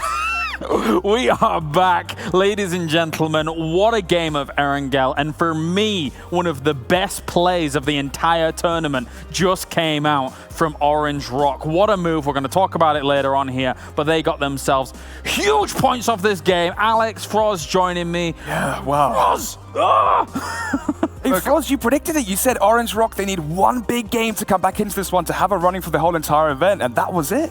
This is it. This is it. This is what they need to do. But not only do they take the win and have control over that one, but they take control from the start of the game. Oh, yeah. I mean, we saw them having the control from the start when they send Mavi up on the north side, making sure if the circle goes north, we're going to be ready for that straight away. And this is what we want to see, not letting other people decide what's going to happen. Everything is your hands and you decide. Orange Rock will decide their own fate with some smart scouting, some smart movement. Let's take a look at the overall points coming in from this game, even I should say. 34 big smackaroonies for Orange Rock. They're smacking the lobby, bang, bang, bang, as they take them all the way here. We've got RRQ Athena getting second place, though, with 17 points, still keeping themselves extremely relevant up towards top. You level up 13 points as well, but it is getting super spicy, Alex. Yeah, what's even more spicy as well is the fact that in this lobby we had Bigatron going out in 16 from the grenades from Box Gaming, and there we had RRQ in second, scoring 17 points. So again, the leaderboards are going to be shaken. It is just shaking up time after time after time here. And I mean, I don't even know what to expect from game to game because everything's upside down right now almost from what we know and what we think we know. But people keep on surprising us, and it's just a good thing. It's a really good thing. It makes it so interesting to see that. Look at those Look at that damage from God. It's a lot of damage. It is a lot of damage. And they were holding out on Rozhok in a very, very decent position, I want to say. Yeah. But then they made the great play. The understanding that there was eventually no one in the west. There was only you level up to that kind of northwest position, Froz. And then from there, using that hill as a staging ground after moving into... We thought it was too early to move to that central position. But then we looked at the terrain, the lay of the land, everything about it. Oh, it was so good. So good. I mean, you gotta give it to them. They were scouting out, make sure, hey, no one's west of us right now. If we take that hill, no one can push us. And not only that, but teams that tries to push us, they're gonna get punished from the other teams that hasn't pushed yet, that is gonna be coming in from behind them. And this was the Orange Rock the whole game. They were proactive, they were making sure they were making a power move every time. Let's take a look at our 4-player cards. Alex. This is a hard Who's one. it going to be? I mean, Vera had a lot of kills, a lot of impact, but I may give it to Marvi. I'm going to give it to Vera. Yeah? Yeah. Vera had some really good moves. We saw, it's pretty even, I'd say, from the whole team. I'm actually surprised we don't see Scout up here, but I mean, overall, I gotta say, well done from the whole team. Then again, Winter's triple grenade onto TSM. I mean, that might be the best play we've seen so far. Nice. Some of these guys are making water seem like normal terrain at this point in the last couple of games, but let's find out who our MVP is going to be. I guess I'll do the click. Oh, you're right again. I put too much stock in the wrong people, it seems. Look at that smile. He loves it. Ross is pretty decent at this, let's be honest. Hey, but I mean, look at Orange Rock, though. Kills, Of course, we have the whole team here except for Scout, but talking about Scout, I want to mention yesterday, we saw in the Sunken City ending how in the start, Orange Rock had that position. Scout was on top of the tower, taking a dominant position, but also towards the end of the game, Scout was the one that pushed out from the big white building, taking out TSM, taking control over the last circle, making sure they won that game. Time after time after time, we're seeing Orange Rock making these power moves against all the other teams. Especially today. Yeah, I mean, what's even more crazy, right? We had the argument that maybe Scout should be on here too. Imagine that, the potential to have all 4 players from your team potentially in the running for the MVP. All right, well, let's take a closer look at all of this game then. Mountain Dew do the do moments, and the circles were trolling some people for a little while here. Then eventually when we got to Rozhok and down towards that west, that was just sheer brilliance, but continue. Let's be honest, we had the divide on a 50-50 circle kind of, and we saw almost everyone going to the north side, but there was 2 teams, they stayed in Rozhok because they knew something no one else knew. The circle is coming back to us because we picked up the circle magnet. That's right. It was not in Primos this time, but it was in Rozhok, and it was Orange Rock and it was RQ. They stayed in Rozhok, and we saw everyone trying to make wide rotations to the north, all around. Yeah. I mean, you mentioned, right, the fact that the western side of the circle was completely barren of teams, and obviously we sung the praises of Orange Rock. They scouted towards the west, they found it clear, but it's got to be said, the fact that Winter had that triple grenade onto TSM, taking down the entire team. I mean, the first note that I made actually here was the fact that TSM were the first team to rotate into the phase 4 circle when it was surrounding towards Rozhok, and they had full control of the western circle. Then you level up, they kind of just slowly slithered the way down the northern side of the precipice of the circle. And then we had that crazy, in the water, hopped in the buggy, got on the top seat of the buggy, chucked a grenade behind the rock, and he wiped out the chances for TSM. And that opened up the opportunity, which obviously Orange Rock found. Oh, this position.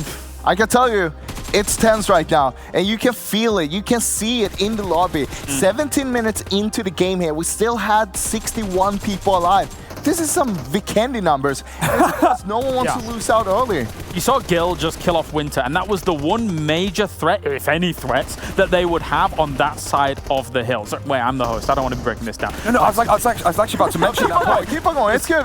Carry on. I was just so hyped about that move. I know. I was here. So basically... styling a little bit there, Scout. But yeah, what we saw, of course, that was their only threat, and that's what Orange Rock did so good. They were scanning all around it. They were analyzing where is the threat. That is so important to know exactly where the threat can be, what can actually take the win away from us. And they made sure nothing could do it. Well, Winter was the last player standing for you level up, which meant towards the western side, there was one player who was snaking in the grass. He was hoping that maybe RQ, the likes of maybe Reject Scarlets would fight each other out, try and take down Orange Rock, and maybe Winter could stand up and try get a 1 versus 2 spray through a smoke maybe, but it wasn't to be. And as soon as Winter died, the west was open. Orange Rock found the opening. Let's take a look at our overall damage here throughout this lobby and have a look at how people stack up against Orange Rock, because Orange Rock will dominate here as the Terminators of the lobby will take themselves second place. Valdus the Murder actually doing quite a lot of work too. Yeah, quite a lot of work, but it's not enough. They have a lot of damage, but the the kills, they're not enough. They're not there yet. Yeah, and without us the murder, they're one of the teams that was quite late rotating out of one of those final circles from Roshok, so they did have teams like Reject the Scarlet rotating past them, and they were there inside the compound as a force, shooting through the windows, getting that high damage, and obviously 6 kills as well. You gotta give it to Box Gaming though, being down there, very far down, but still 1,000 damage, 6 kills, and it comes out from them trying to play on the southwest side. They were trying to gatekeep. It's a smart move. It's a smart move because they knew they had a circle coming back towards them. They knew a lot of people were west of them, and they needed to rotate back, so they knew that they could grab a lot of kills there. And they killed Bigatron off as well, so fair play. And obviously in 15th, Team Secret, again, 3rd game in, they're just lackluster here, not living up to what I expected, James. All right, let's do this because I get to show you the overall rankings. Let's do it. Oh! What? Orange Rock, currently number 1 with 264 points. This is amazing to see. They were far behind coming into today. I think they were 20, 30 points behind. But after a few games here, a 5th place with 9 kills, a 3rd place with 5 kills, a 1st place with 14 kills, that's gonna push them up to the top. And I love everything about how they orchestrated this last game. Like, I can't even begin to constantly repeat exactly how well they did that. It's a winning move. We talk about it quite a lot. It's a risky move, but it's a winning move. But it wasn't even risky because of how much they calculated behind the move, Alex. It was exactly sheer brilliance. Yeah, they had their scouting there as the, well, fallback policy. In case he died, they could have stayed more towards the central side of the circle, but instead it paid off, and with that they got the win, and now they're in 1st. Because the thing is, it's not like Orange Rock was the only team that could have made that move. There were other teams that could have gone to the position that was there. But anyway, let's, oh jeez Louise, calm down, James, calm down. It is time to rein it in a moment here, because we do have something actually else very, very exciting too. We've already shown you Between the Battlegrounds episode 1, but what about episode 2? Let's take a look. It is Between the Battlegrounds.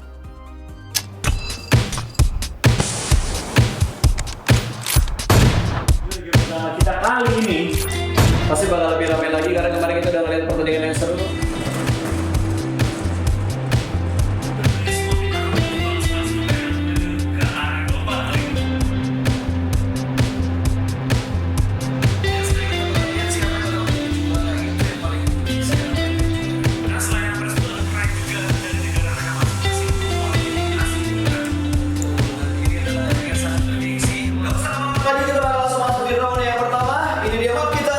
Erangel.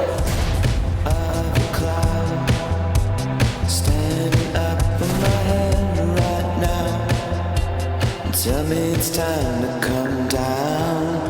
Can you find me? It gets in, we get in, never ends.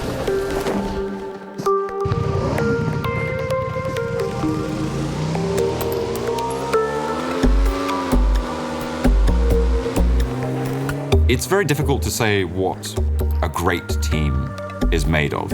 It's difficult to sort of capture that lightning in a bottle. It takes work. A lot of players will fall at several hurdles. A lot of players will not be able to make it past a certain stage. They won't be able to make it to the big leagues.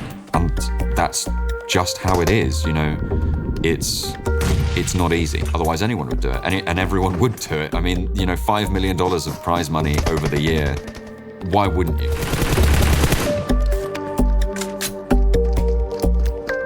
But even if you can, sometimes it's not guaranteed. That's a lot of responsibility for these players to perform here. Sometimes it can cause quite a lot of stress and a lot of pressure. But with the right amount of pressure, sometimes even coal can turn to diamonds. Again versus more. Bigatron already collected 10 kills, which make them as the conqueror. JC trying to get more aggressive towards Bigatron's side, but Ryzen with already 4 kills in his pocket now is already blown out the buggy here. Years and more being eliminated at the 4th position. Boom Esports, I think, already being spotted. Vavel already being knocked down. I don't know where's the last Boom Esports player, and it is the Boom Esports player. And winner, chicken dinner again, like yesterday. Bigatron closed today with an outstanding performance. winner chicken dinner and a lot of kills coming. Memang benar-benar berkelas yang saya lihat di situ tuh. Mesinnya diesel. Jadi panasnya telat. Tapi ternyata setelah hari akhir, itulah anak-anak kita yang harus dibanggakan. Bisa menjadi satu, menjadi kekuatan yang pas dengan namanya Red Alin. Iya. Macam-macam angus.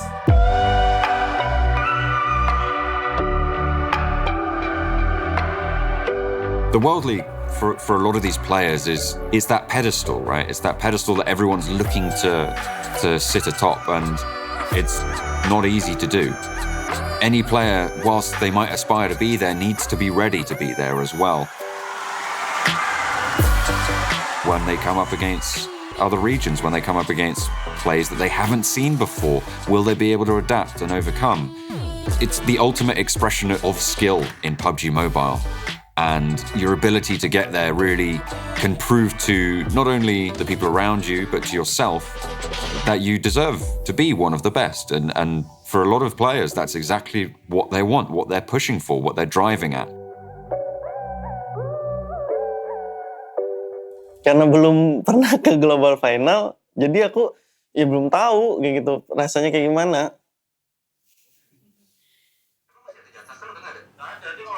Mob tim sendiri yang narikin playernya, ngumpulinnya kan aku lewat itu. Habis itu aku rundingin sama Jabrol, narik Jaxi. Aku rundingin sama Jaxi, narik Ongak. Kalau Jaxi, hal positifnya dia leader kan, dan gameplay dia, cara strategi dia yang aku pelajarin kayak gitu, banyak yang bikin kami tambah up kayak gitu. Kalau Ongak, terus dia juga yang anggapannya Terminatornya mob lah.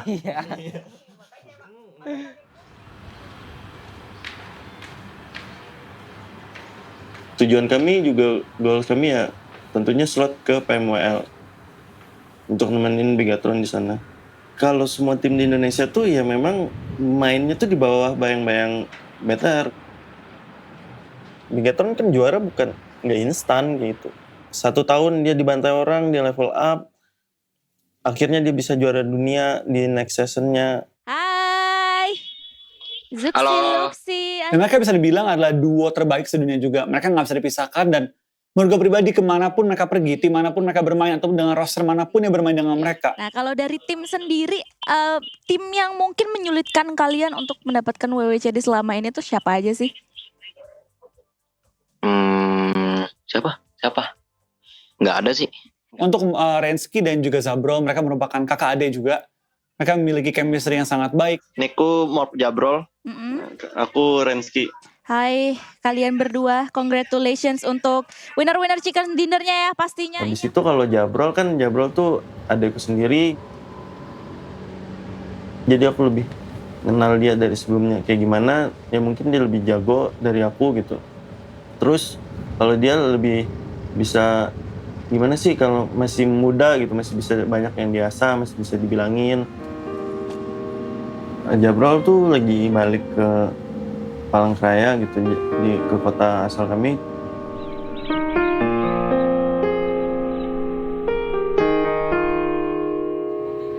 Indonesia final tuh PMWL, jadi malamnya tuh Daya dapat kabar gitu, papa masuk rumah sakit karena jantungnya penyumbatan kayak gitu.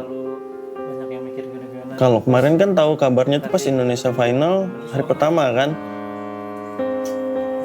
Berapa menit lagi? Tiba-tiba di WA mama lagi main gitu. Jabrol juga. Ya tapi gimana caranya proporsional aja gitu. Nggak bisa, masih ada tanggung jawab gitu. Kita kan cowok nih.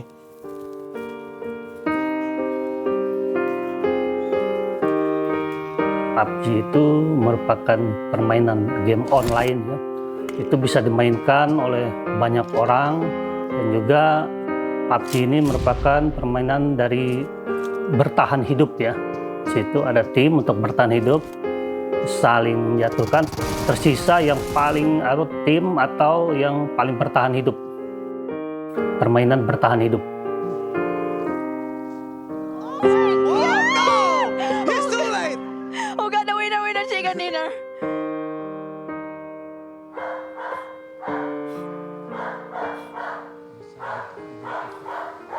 gitu. Mama kan nggak mungkin dong 1 kali 24 jam kayak gitu. Malah dia yang bisa drop kayak gitu. Jadinya Jabrol gantian sama mama nungguin papa.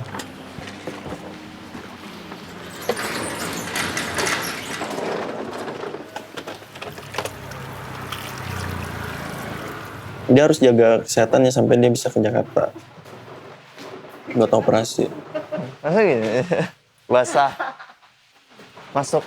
Di kantor juga itu anak-anaknya kan ada mengenal Jabrol ya maupun Rensky, itu malah kebanggaan ya bagi anak-anak teman-teman saya itu melihat Jabrol dan Rensky dari Palangkaraya dapat mewakili kota Palangkaraya di tingkat nasional, itu merupakan suatu kebanggaan bagi anak-anak di sini ya yang mengenal mereka. Tuh orang situ. Saya sendiri dulu sebelum PNS itu programmer ya. Jadi programmer komputer. Jadi di samping saya membuat program, dulu saya senang bermain game. Cuma dulu belum ada pertandingan ya. Nah kebetulan karena saya hobi game, anak-anak ini dari kecil biasanya saya beli PS ya waktu itu. Beli PS, kita bermain sama-sama ya dengan batasan tidak melupakan sekolah atau belajar. Yang pas juara 1 itu yang ini. Ya itu Pak, nyaringin Bang.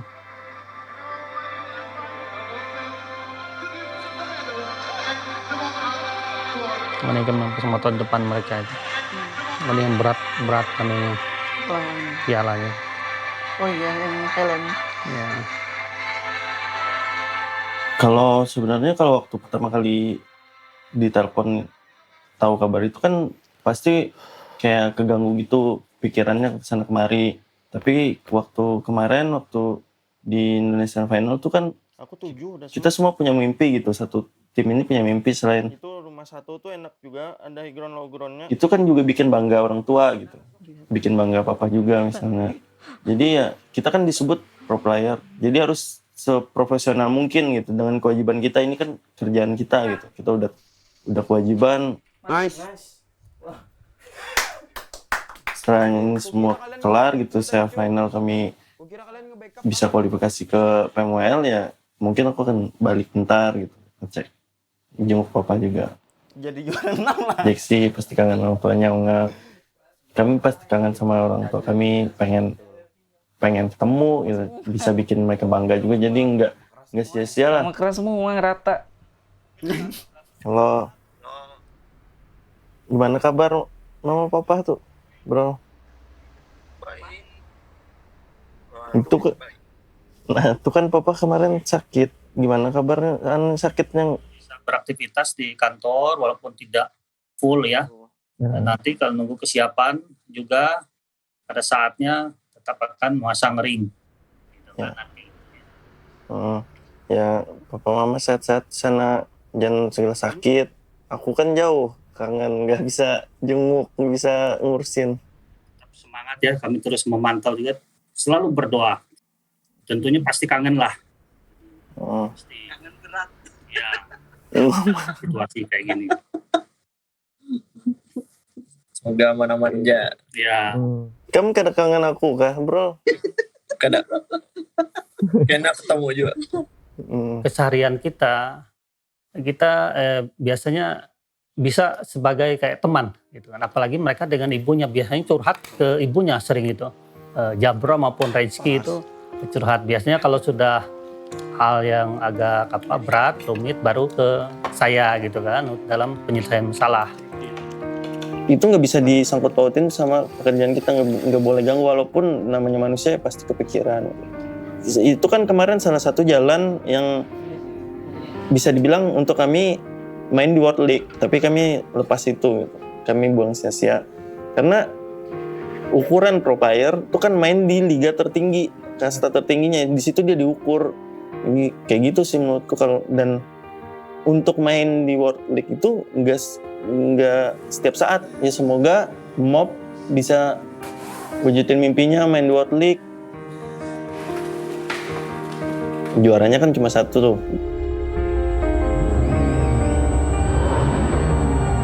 Welcome to PUBG Mobile Club Open Frostpoint Global Finals. It's time to shine.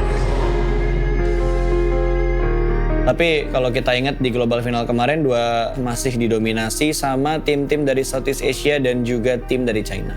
ระหว่างการแข่งที่กัวลาลัมเปอร์ปีที่แล้วครับ Global Final กับปีนี้นะครับ PMWL World League นะครับยากมากนะครับทุกทีมเก่งขึ้นเยอะมากคือทุกอย่างมันดูเศร้าไปหมดไม่ได้ไปก็เลยตัวเวอร์ลีกมันค่อนข้างสำคัญสำหรับพวกผมเหมือนกันนะเพราะว่ามันเป็นตั๋วใบเดียวที่มันมุ่งสู่ตรงการแข่งขันระดับโลกคือมันเป็นตั๋วที่ใครๆทุกคนก็อยากได้พอได้เล่นเวทีระดับโลกครั้งหนึ่งก็ผลจะเป็นยังไงผมก็ดีใจมากครับที่ได้เล่นในสเตจนั้นแล้ว We are at the last day of the PUBG Mobile Professional League Malaysia Singapore 2020 Grand Final เอาละครับผมนะฮะและเราก็กลับมาสู่การแข่งขันจริงๆกันแล้วนะครับผมเหลืออีก5เกมที่เหลือนะครับผมErangel Vikendi Sanhok Miramarมาครบ4แมปถูกต้อง5เกมนั่นเองนะครับผมกดใส่ AG บอกสล็อตซีขอผมไปด้วยพี่เรียบร้อยก็ดันน้อง SYX ครับ Look at this Baton managed to explode User out of this game แมททอยคือมันสมองของทีมอย่างแท้จริงครับเมื่อตอนที่เขาอยู่อิลิมิเนตเนี่ยเขาเป็นอาเจียคนที่2ครับส่วนแมททอยเมื่อตอนมาอยู่ซีเคทเนี่ยผมบอกได้เลยว่าซีเคทมีผลการเล่นที่ดีขึ้นมากอย่างที่รู้กันอยู่แล้วครับแมททอยเป็นคนมีความสามารถเขาเป็นคนที่เก่งมีความคิดดีทำให้ทีมซีเคทจากที่ขาดคนนำขาดคนคิดให้อะไรประมาณเนี้ยได้แมททอยไปก็ทำให้ค่อนข้างทีมมันค่อนข้างลงตัวอยู่เหมือนกัน Hey release you are this going wild I and a better ส่วนตัวผมการเปลี่ยนผู้เล่นPUBG Mobile กับกีฬาอื่นนะครับผมว่าโดยส่วนตัวก็คือมันไม่ได้ต่างกันนะครับคือทุกคนมีหน้าที่แล้วความสามารถที่โดดเด่นของแต่ละคนเช่นถ้าเป็นกีฬาด้านนอกเช่นบาสก็จะมีคนที่กระโดดสูงกว่าคนอื่น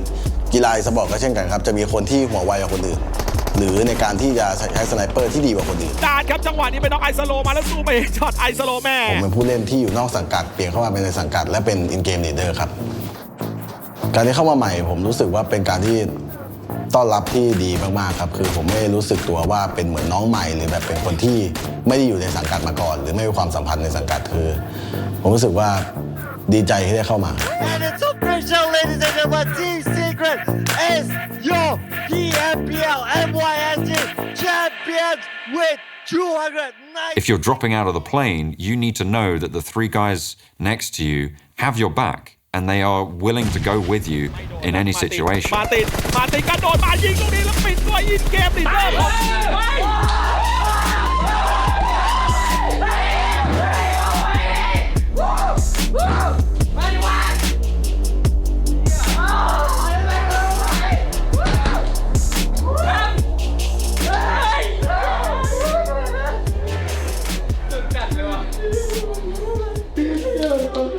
ทำได้แล้วไม่จริงตั้งใจไม่จริงเลย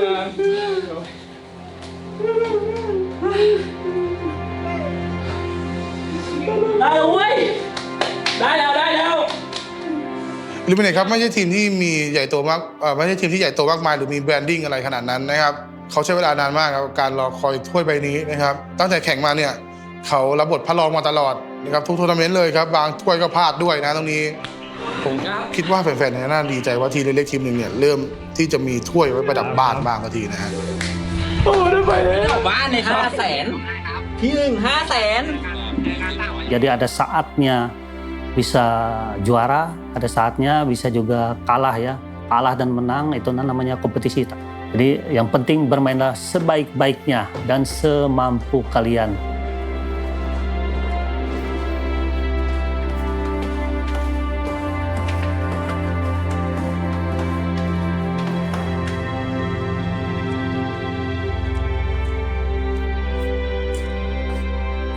Now we've got this Pro League infrastructure in place. It's a case of who's going to make it to the World League, who's going to get there. There is already that global level competition, and it's going to be really exciting to see how that all comes together this year.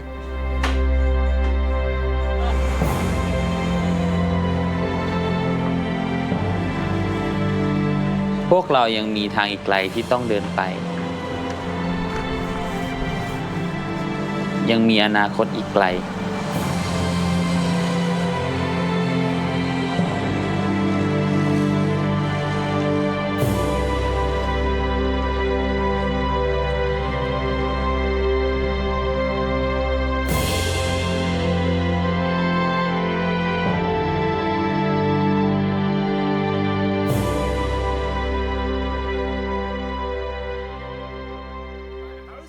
to become the MVP here in week 2 on the Super Weekend? It's too good. I feel it's very good feeling being the MVP of week 2. My main goal is to be the MVP of the full tournament, and first and for all, we have to get the international trophy. Our main goal is that. So yeah, that's our main goal. So you're telling me that the 10 grand for the MVP in the league finals isn't on your mind at all there? Yeah. And that, of course, was episode 2 of Between the Battlegrounds. And even just getting to the World League is touching in itself for these teams. The reverence that this tournament holds here through PUBG Mobile is going to continue on and on. So now we are back in the grand finals of the World League here as we are waiting episode 3 of Between the Battlegrounds. And I'm going to introduce our next commentators to bring us the next couple of games, the finals games. We have Blank. We have John. Blank, when they threw the bucket of gold at you, did John like stand sideways in the middle? Can you just jump up a moment? It's not just his shirt that's black, it's also kind of like his trousers that are black too. You get your leg up. Look, it's the tiger stripes, you know, we're for it, and this is the stripe, it is black, it is not... That's the one stripe. Yeah, that's the one stripe. I'm the one stripe wonder, that's what they call me. I sort of stood here. Yeah, he was like this. Perfect. We got it. I love it. I like it. And some sprinkled onto you, John. Yeah, absolutely. I mean, you've got exactly. You know, red and gold, it's the colours of the tournament. Got to go for it. That's what we started this morning off with, the bucket of gold. That's how we prepare for the final day. Taxi driver was not happy. No. Oh, fair. Yeah, I mean, well, taxi was ruined. Let's be honest, you've outdone me when it comes to dress, so well played, gentlemen. We'll have you for the final games here. I'm being nice again, that's weird. Let's back over to this desk here as we have Snods and Froz joining me. It's a schedule. As you can see, we've got 3 more games to go as our gilded casters will be bringing you those with Miramar, Sanhok, and Erangel later on. Miramar is the next course for the day here, Alex. Yes. And it couldn't be closer up towards the top. And Orange Rock leads! I know, RRQ just behind them. They're fighting for that 4th chicken dinner here at Miramar in a row. And on Vikendi, they came 5th, which is the best performance we've seen them so far on Vikendi in the finals. Can they try get a strong performance here as well on Miramar? That's the question, James. I think that Orange Rock, they're just going to continue. They're going to continue. They're not ready to stop yet. I mean, have you changed your prediction? Because that one was very you level up colors. And now this is it orange? This one looks better though, doesn't it? I mean, he's stretching. He's stretching. Yeah, you're digging deep there, mate. But this is your Orange Rock scarf is what you're saying. Nice. Okay, I'll take it. I'll take it. He's changed his prediction. We'll see if it actually works out. And now, their nickname for today, the Gilded Commentators. Let's bring it, Xander and John.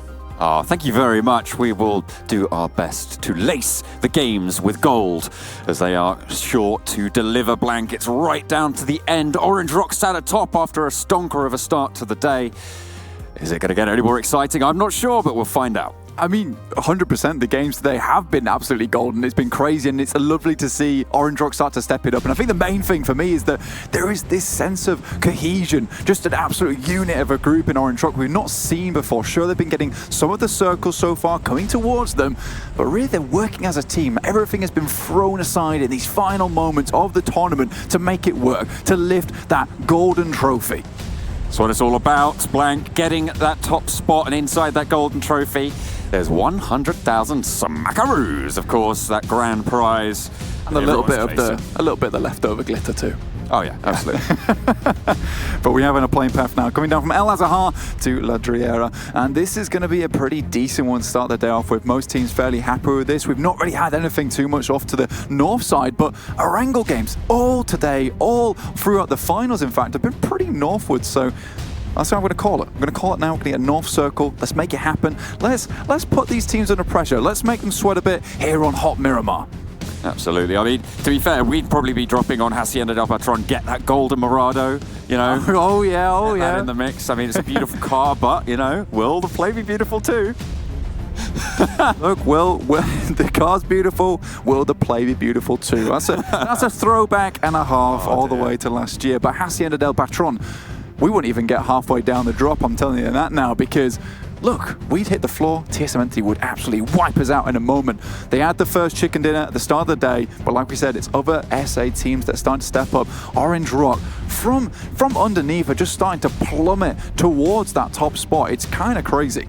They've, I'm not sure if you can plummet to the top. No, see, if you had me on camera, I made a large indication with my eyebrow that I was like, yeah, that doesn't make any sense, but in the sense that they're going very fast. The sentiment was there. I mean, it was absolutely a meteoric rise, right? Of towards the top. Yeah, nice. I like it.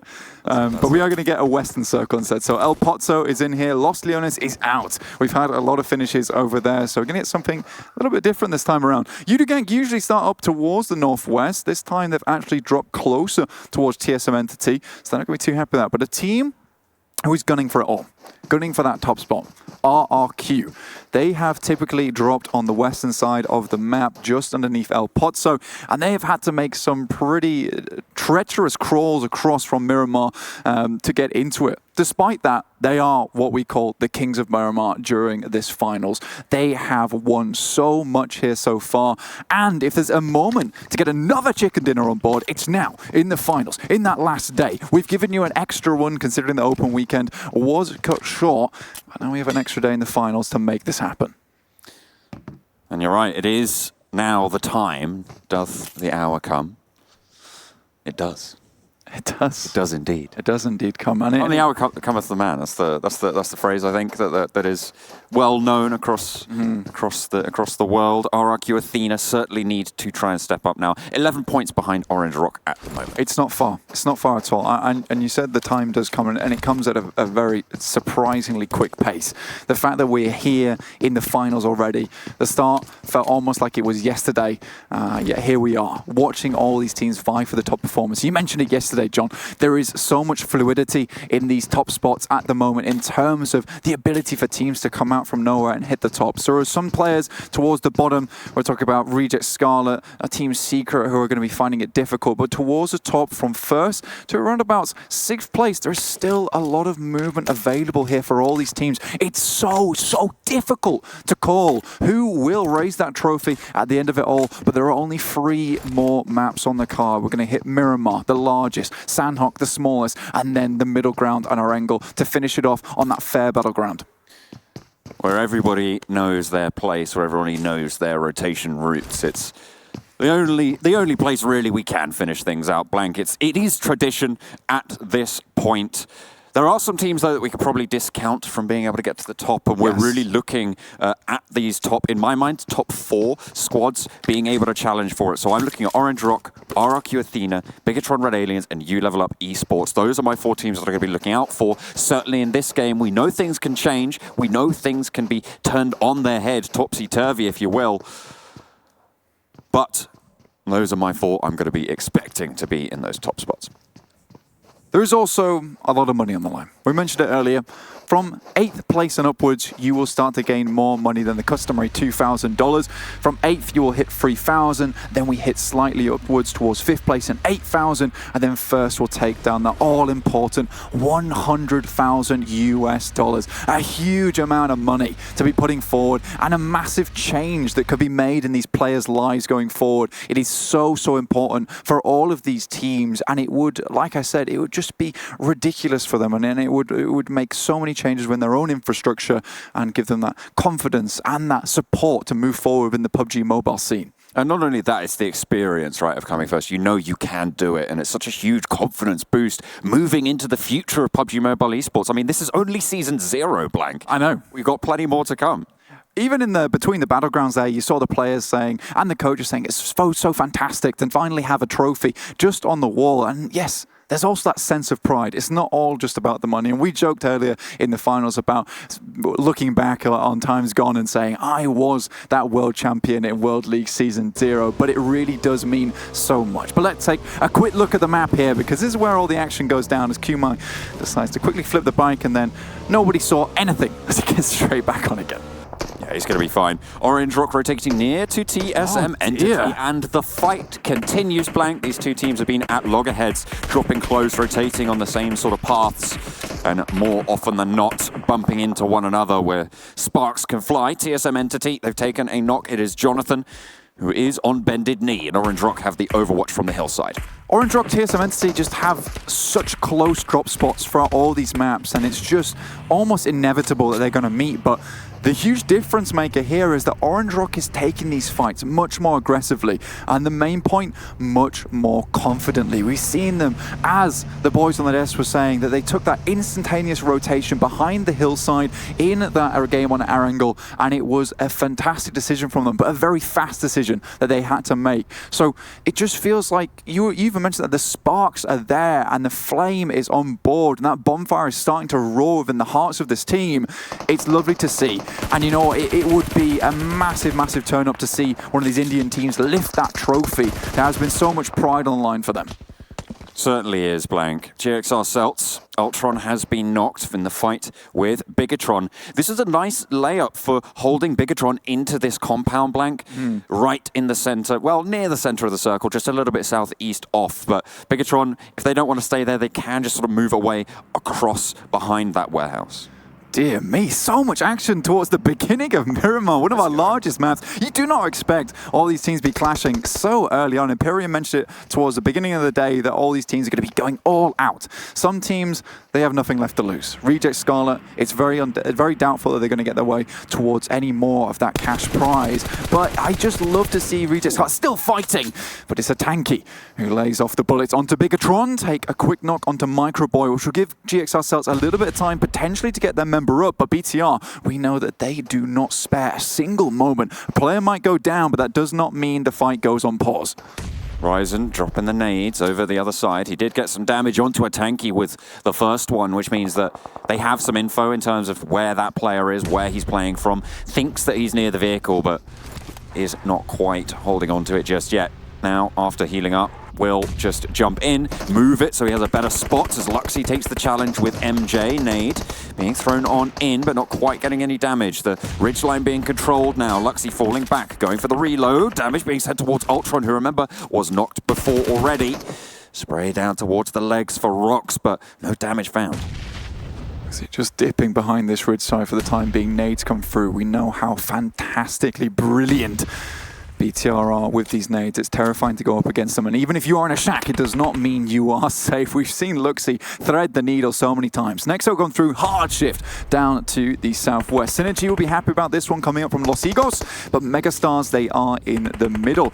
Orange Rock will have to make their way down. They are very much on the northeastern side. Ryzen begins the fight anew with a knock onto one of the players of GXR Celts with a lovely little headshot.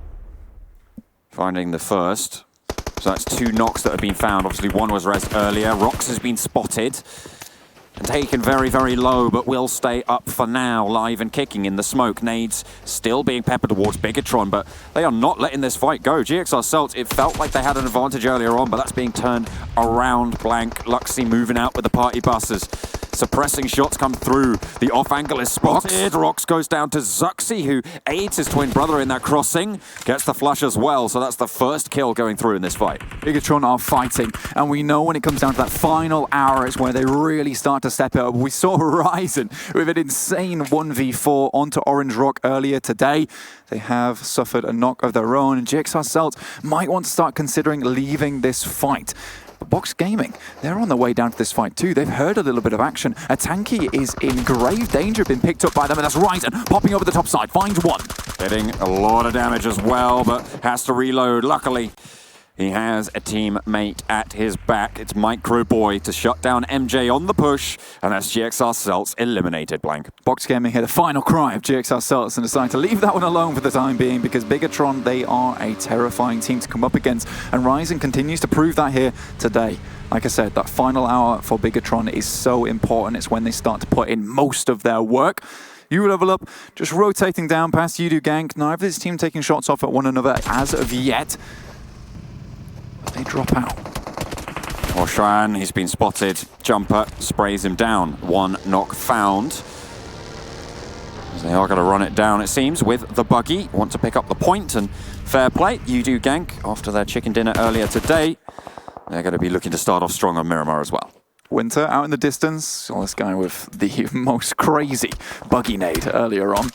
Oh dear. Takes a couple of shots, but he is out in the blue. It's not going to hurt him too much. We are only in Circle 2 as of yet. RRQ have moved down from the north side. I mentioned it at the beginning of the broadcast, but they have won all of the Miramars so far during this final.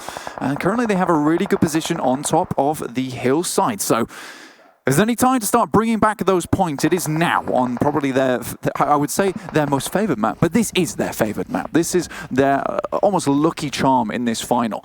A pièce de résistance, as Max would say. Our good French friend over there. Casting the games earlier. Bigatron with a hillside compound here, a nice garage and some overlook onto Box Gaming's position. Now, Box Gaming is a team who, by all accounts, was one of the front runners at the start of the finals to be taking that trophy home, but they've started to fall off recently, Blank.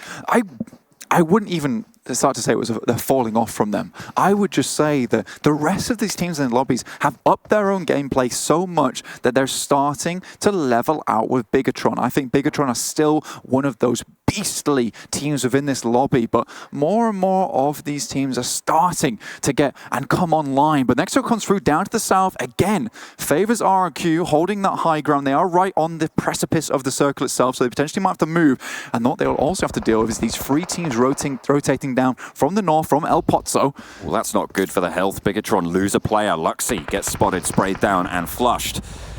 Braga, he's taken a knock as well from Team IND across the way. A lot of teams on the northern side, Blank, they're going to have to move down south past Montenuevo, and there's a lot of funneling going to be happening here. It's going to get a little bit messy. Zuxi sends out wide, though, as that forward scout. Bigatron right on the edge.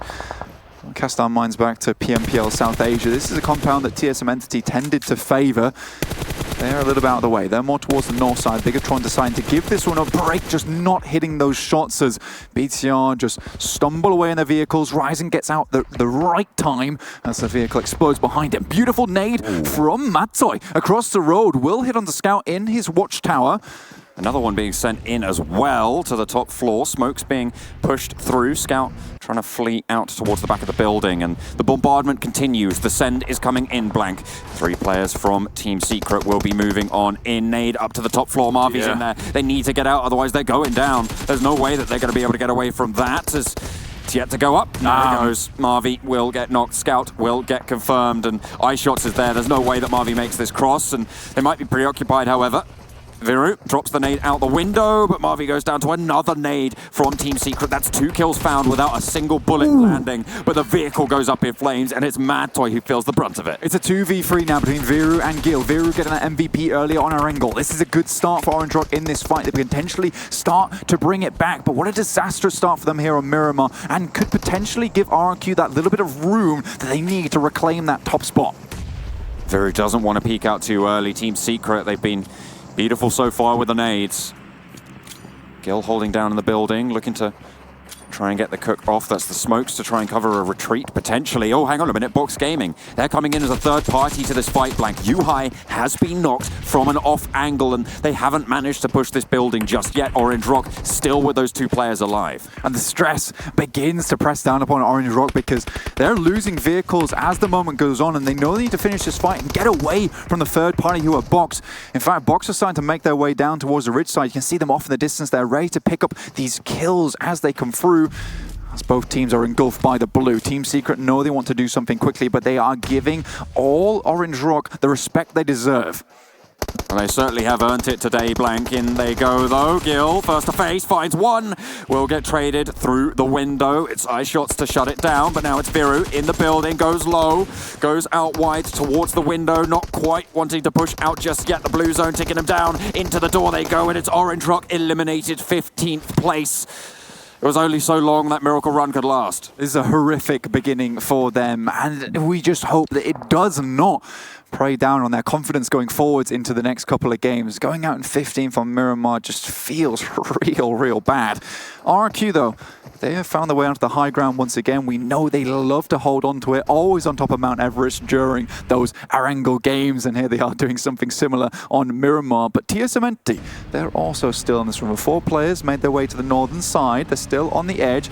Bigatron are very close to Reject Scala. As this circle starts to push him through, a lot of teams are outside of the zone itself, a few in the blue, all trying to find a little area, but it's so difficult to play in this final circle with the road running through the middle and pretty much just a massive valley on either side, which you don't want to get caught within, basically. You do have managed to find a knockover onto Synergy. That's on the west side of the circle, Blank. And they are going to try and push in there, it seems, near to RRQ as well. You level up, they're further out on the northwest. They'll have to push through T1. Up they go, the scramblers are in, and the nades being sent a little bit too far down. Sivy and Schreider both pitched together at the moment, trying to get that res off. Sivy down on knee, but you do. They're ever encroaching. Fredo has a nade. He's trying to lob it over the top. I don't think they know the exact location, but it's only a matter of time before they close down these angles. Can Ted and Austin get in position to help? Mamparang goes down first on the push. They've got that information now, Blank. Sivy just dancing around this mist, looking for a way out here to find at least another pick. Synergy just holding it down, but they found these flanks onto this team. Sivy goes extremely low, and now they're forced to hide behind the ridge. Nade comes over the top, bounces back towards Sivy. Oh, they're in these buckets though, Blank, and it's just going to send those nades straight on down. Sivy gets taken out. Schreider is caught in the flames as well as the bullets start to ring through, but up top is the backup from the rest of the squad. Ted holding down the ridge line, and this is what you can't afford to push past. The nade needs to be cooked. Ooh, tumbles a little bit too far down the hill to get the knock, but it's still a little bit of damage. It's so easy for Yudu to get these nades onto Synergy where they're caught inside these ditches. Yudu Gang playing on a hillside rather. The nades are just going to trickle on past them down the hill, whereas Yudu Gang currently have the heels firmly set into the cliffside itself. They can dig in. I say that, but it's Synergy who roll the nades downhill, get plenty of knocks onto Yudu, plenty of damage. Jumper trying to heal up, and actually I don't know if they spotted it. Sivy, caught unawares, but it's not going to matter. They're able to shut it down, but in comes T1 now. The fight has lasted long enough that the third party can come through. T1 with 3 players alive, Blank, and they could start to push up. Synergy, they have bared the brunt of one team, but can they do the same for another? Again, smokes are laid down. Synergy just playing around this cloud towards the top side of the mountain, just trying to survive as long as possible. More nades coming through. This is such a terrifying experience for Synergy, and you know the ears are shot at this point. It doesn't let up, Blank, not for 1 second. This is the PMWL East Finals. There's no way they're going to let you rest. Not when they have an advantage like this. T1 want to try and press it home, want to try and resupply off this fight. Remember, this is 2 teams worth of loot for whoever wins it out. It will be a massive boon going forward. Next comes through down to the southeast. This is a heavy shift, and RQ will be forced to move, and it's so stressful for all these teams because everyone on the western side will have to move down the hillside into line of sight of these teams on the east. So there is going to be a heavy amount of punishment coming through, and who dares cross the ridge first? That's the question.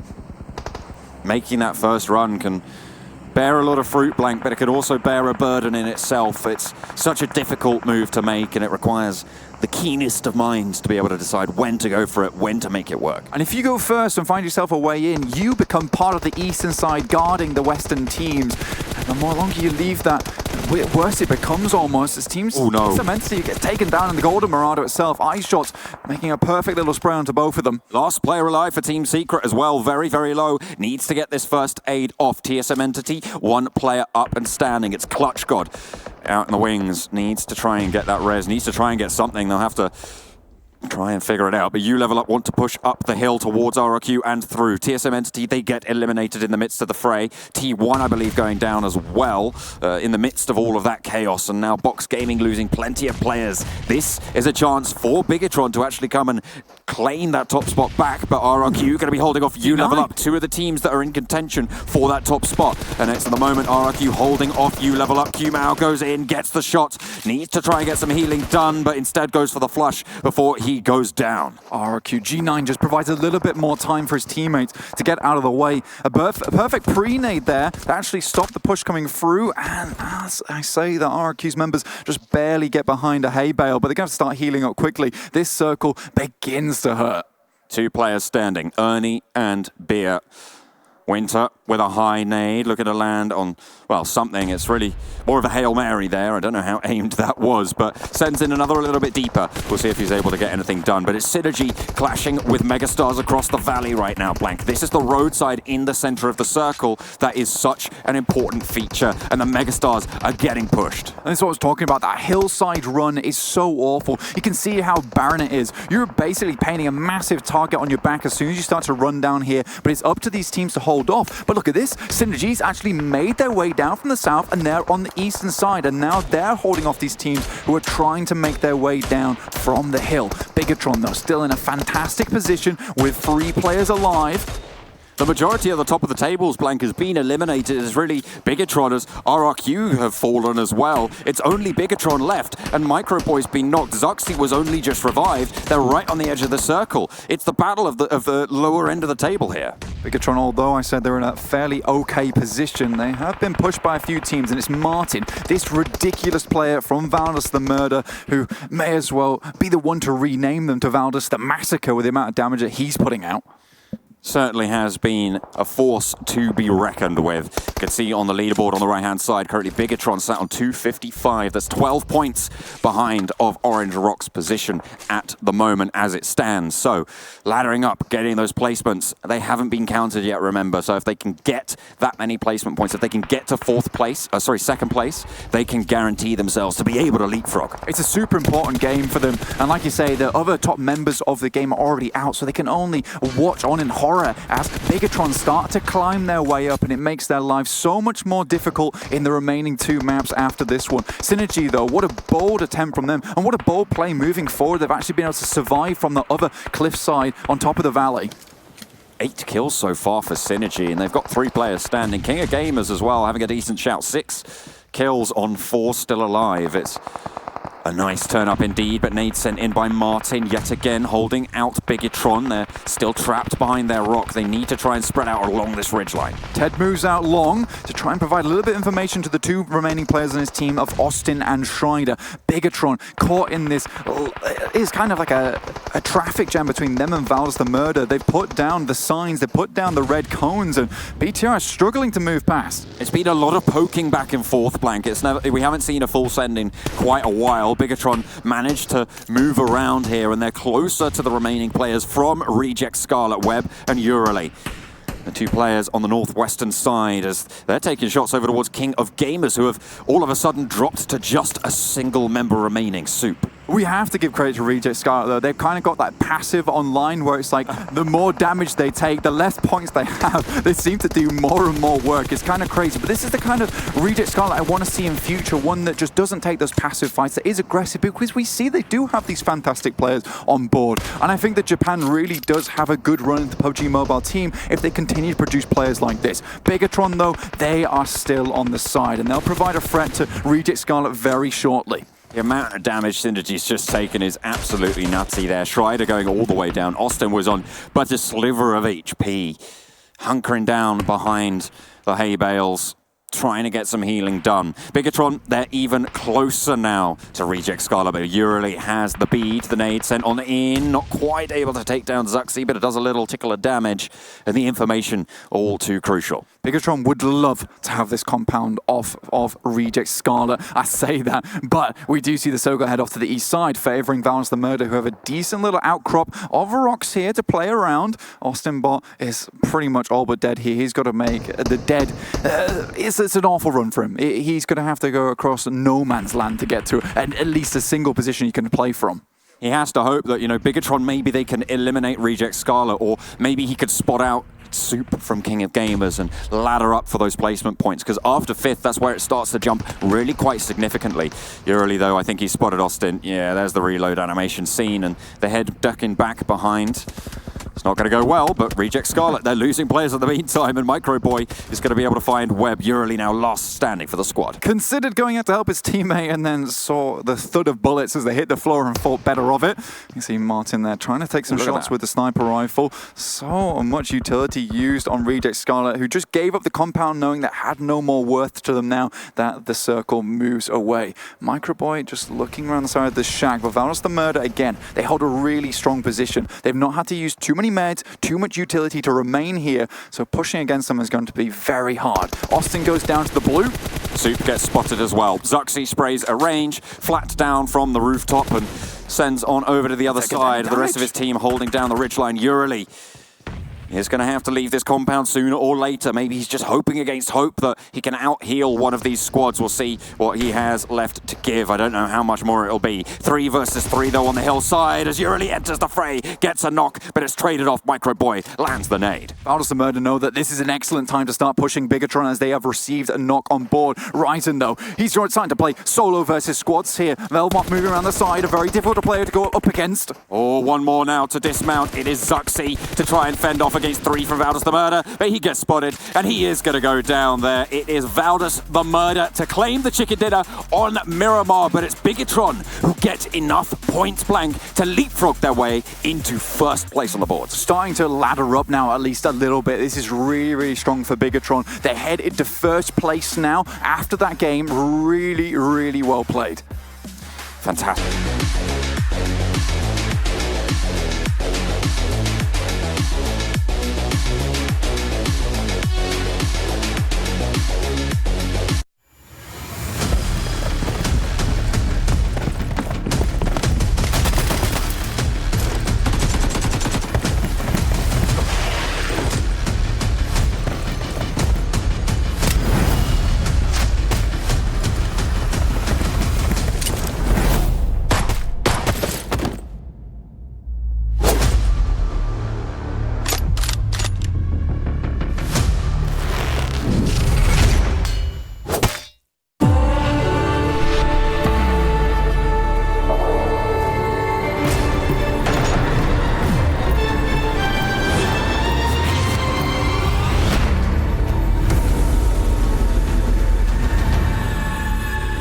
A brilliant victory for Valdos the Murder there to be able to get themselves some nice good old points, actually derailing what we've seen from RRQ Athena in the past when it comes to Miramar here for our grand finals. But importantly, Bigatron was in those final circles as well as we look towards the top to see what is going on with the overall rankings. I've got Snods, I've got Froz here. I almost said Snod and Alex. And Alex. I almost did it. I'm here, actually. I'm here. You can go if you want. Okay. Alex. So, James, how are you? Talking about this Miramar, what do you think of it? Well, I think, from the get-go, really, we're expecting something a little bit spicy, considering the fact that Orange Rock went out 15th with 1 kill, and then forward on from that, it sets up the narrative as to who's going to fill the gap towards the latter end of the game to gain those points. And then suddenly, 11th, Box Gaming, 1 kill, 10th, Team IND, 1 kill. You level up, 2 kills, 9th, and then RRQ in 8th with 1 kill. It gave up so much space for these teams. It was quite amazing to see because it was very interesting. Everything was like upside down from what we thought would be happen. Sure. All the teams that is looking for points, as you're saying, they're not getting there. It's only Bigatron that was towards the end. I'll get more to that later on, I have to say. Let's take a look at the points coming in from this game then and see who got them. We have, it's a smaller chicken dinner here for Valdos the Murder. It's just a chicken cutlet with the 24 points coming in for them. Bigatron Red Aliens though, 23 points. And that is going to seize them the top spot, meaning that it's all to play for once again.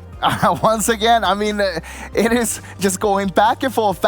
Who's going to have the lead? It doesn't matter right now. What it matters is it's after the last game. But of course, Valdos getting that little chicken dinner. Doesn't matter if it's a small kill points. It's still those 20 placement points. Yeah, I mean, you said it there, right? Only 4 kills. It's more about the rotations coming out from Valdos the Murder that secured them that win. And then towards the bottom, as we mentioned, TSM 15th, Box Gaming 13th, Team IND in 12th, and only 1 kill as well for Box Gaming Team IND. Disastrous Miramar from them. Yeah, there's only 2 more games left. So all of these teams, especially things like Orange Rock, Box Gaming, those guys all want in some big points coming out from the next game. Valdez the Murder, obviously, with the 25 points that they were able to get. Let's take a look at their numbers closer as well. It's not the biggest kill chicken dinner by any means, but any little extra that they can get to move themselves up the ranks to get themselves more money. I mean, it came down to how they were playing the game, right? We saw in Circle 5 when it was divided in the middle from north to south. You had the high ground on the west side, you have the low ground on the east side. Most of the times, you want to go for the high ground, but that's where everyone wants to go. So it's going to be super congested up there. We had 3 teams that didn't want to go there. Valdez was one of them that went for the low ground instead. And what that makes out of it is that if the circle comes down to you, you're gonna have a good game compared to the teams on the west side because there's too many teams up there. Yeah, it's a really fantastic point you mentioned about going for the high ground. We saw that from RRQ towards the western side of the circle, and I actually noted down too immediately we had Bigatron towards the eastern side of the road, and then it was RRQ towards the western side. You know these 2 Titan teams locking horns essentially, coming down to which circle did it favor, and of course it went towards the eastern side of Bigatron, and RRQ they had a bit of a mare trying to cross that road. Yeah, it was a bit difficult. Let's take a look then and deal the hand. What are we going to have in terms of our players standing out? And okay, quite a mixed bag. All right, Froz, if you think you're so good, pick one. I'll go with Zaxi. I knew he was going to have a hard time with this. I'm going to go with Zaxi on this one. All right. Go on, click your fingers. Let's see it. Go on, Froz. You do it. I'm going with Zaxi. Let's see. What? I'm getting trolled. I knew he was going to have a hard time. Frost is rubbish. Perfect. Oh, no. Zaxi was next to him, though.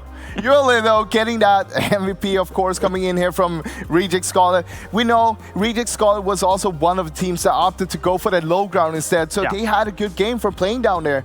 They could basically just frag out everyone coming down from the high ground. Yeah, as what we saw from Reject Scarlet, they actually came third in terms of overall points at 17, and they got 7 kills overall. And you can see it there, 6 kills and 600 damage there from Yuli. That's a very good kill count compared to his damage, of course. The efficiency that we talk about, but you also give it to him with the survival time. Survival time is very important. I mean, in the end, survival time means placement points. Yeah, I was expecting Zaxi as well to be up there just because of the damage and the fact that early on for Bigatron, this wasn't an easy game. We saw them take out GXR at the start of things. We saw them as well fend off quite early as well with Reject Scarlet. And it was Zaxi who was laying down that damage and that covering fire for his team. But obviously, you've got to give it there to Yuli. Froz, even production was happy you lost just then. Because they know I'm always right, so now when I'm wrong, they're happy. Nice. Yeah, okay, all right. You're pretty good at this, I will admit. Just not that one. Yeah, not that one. But anyway, of course, when we look at all the trials and tribulations that some of these teams had to go through, I mean, similar to what you were saying, Alex, when RRQ took the high ground on the west side of things, as we take a look at our Mountain Dew do the do moments, I thought they may have a pretty decent spot to work from. However, circles can sometimes be unfavorable to you, and that's how it works out. Yeah, exactly. RRQ actually being one of the first teams that tried to rotate off of the top side of the western side of the circle, trying to cross that road. The problem was there were teams like Synergy who waited to the very end. We actually saw Synergy get 8 kills at the end there towards that 5th and 6th circle, and the reason being is they were the last ones to rotate. They fended off the players that were trying to cross the road, but by the time Synergy actually crossed the road themselves, they only had Austin left, and that was really what was left of the cavalry from the western side. Everyone else surviving from the east, though. One big thing we saw on the western side also was, of course, RQ running into U level up, pushing them in towards the blue zone there. And what happened was it was kind of stalled out. Both of the teams dragged it out because they knew this is an important fight. Both of the teams are fighting for the top right now, and both wanted to take out the other one. But what happened was both dragged it out. No one got anything out of it. Yeah. I mean, speaking of top teams fighting it out, here you have it here. When Team Secret eliminated Orange Rock in 15th, it was the first Ice Shots grenade that went through the window and knocked down Scout, and then immediately from Team Secret, they realized they were in a 3 versus 4, and they just assaulted that compound from Orange Rock across that road and took it in the 3 versus 4. Yeah, and of course we saw towards the end there on the low ground, we had teams like BTR and Reject Scarlet. They were taking control down there. They were just shooting everyone, grabbing as many kills as possible. It's not often we see Reject Scarlet being towards a podium finish with 7 kills, but they made it happen because they played it so well.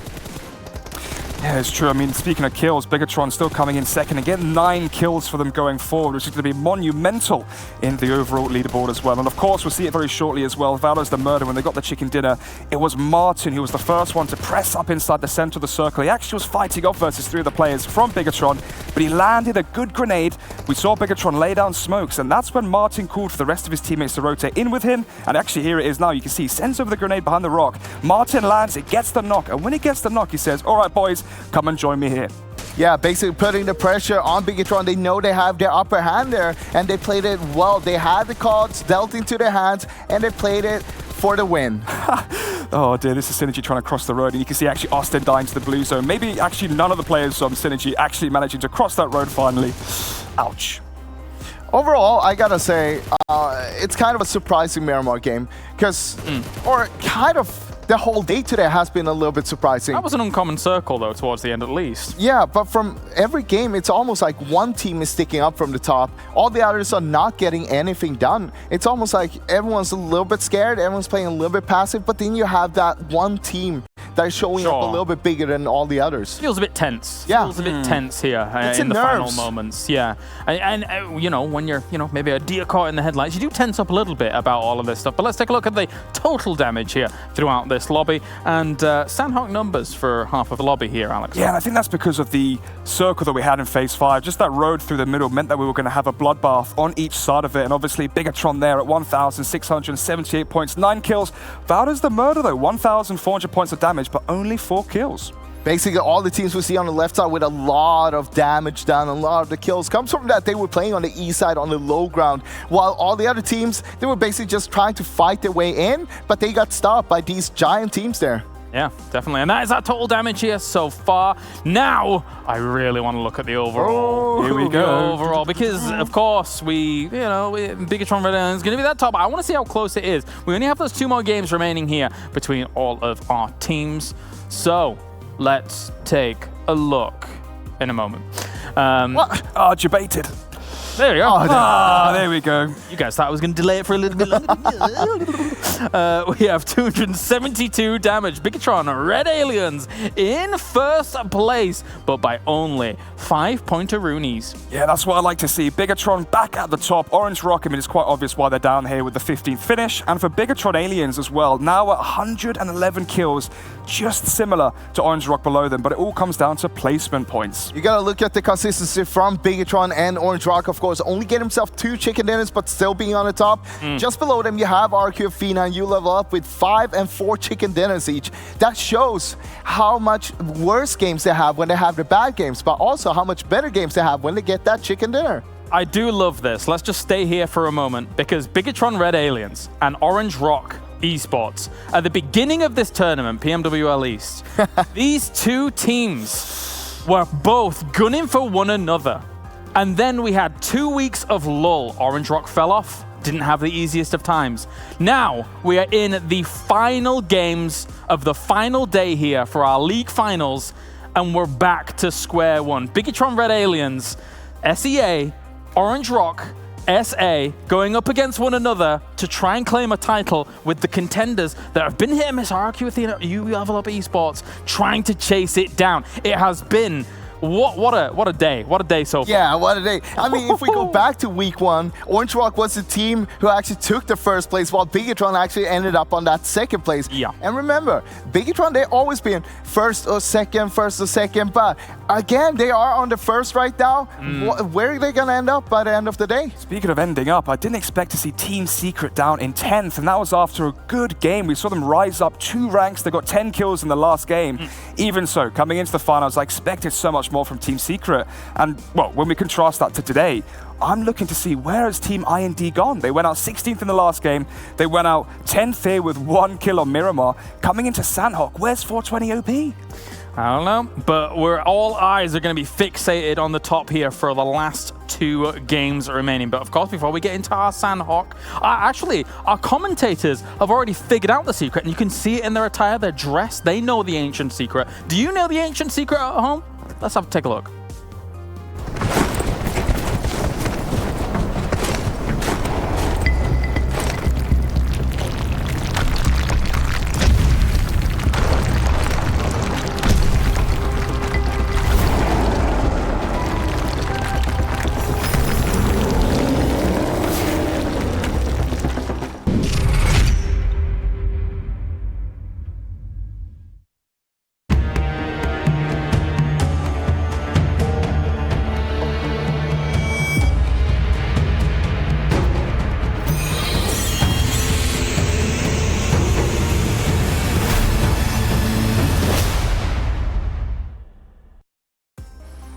That is right. So much exciting stuff for PUBG Mobile right now, but let's focus on what is going on here. Here's the schedule. We have 2 more games remaining. Sanhok and Erangel to come. Again, as previously mentioned, the kings on the throne.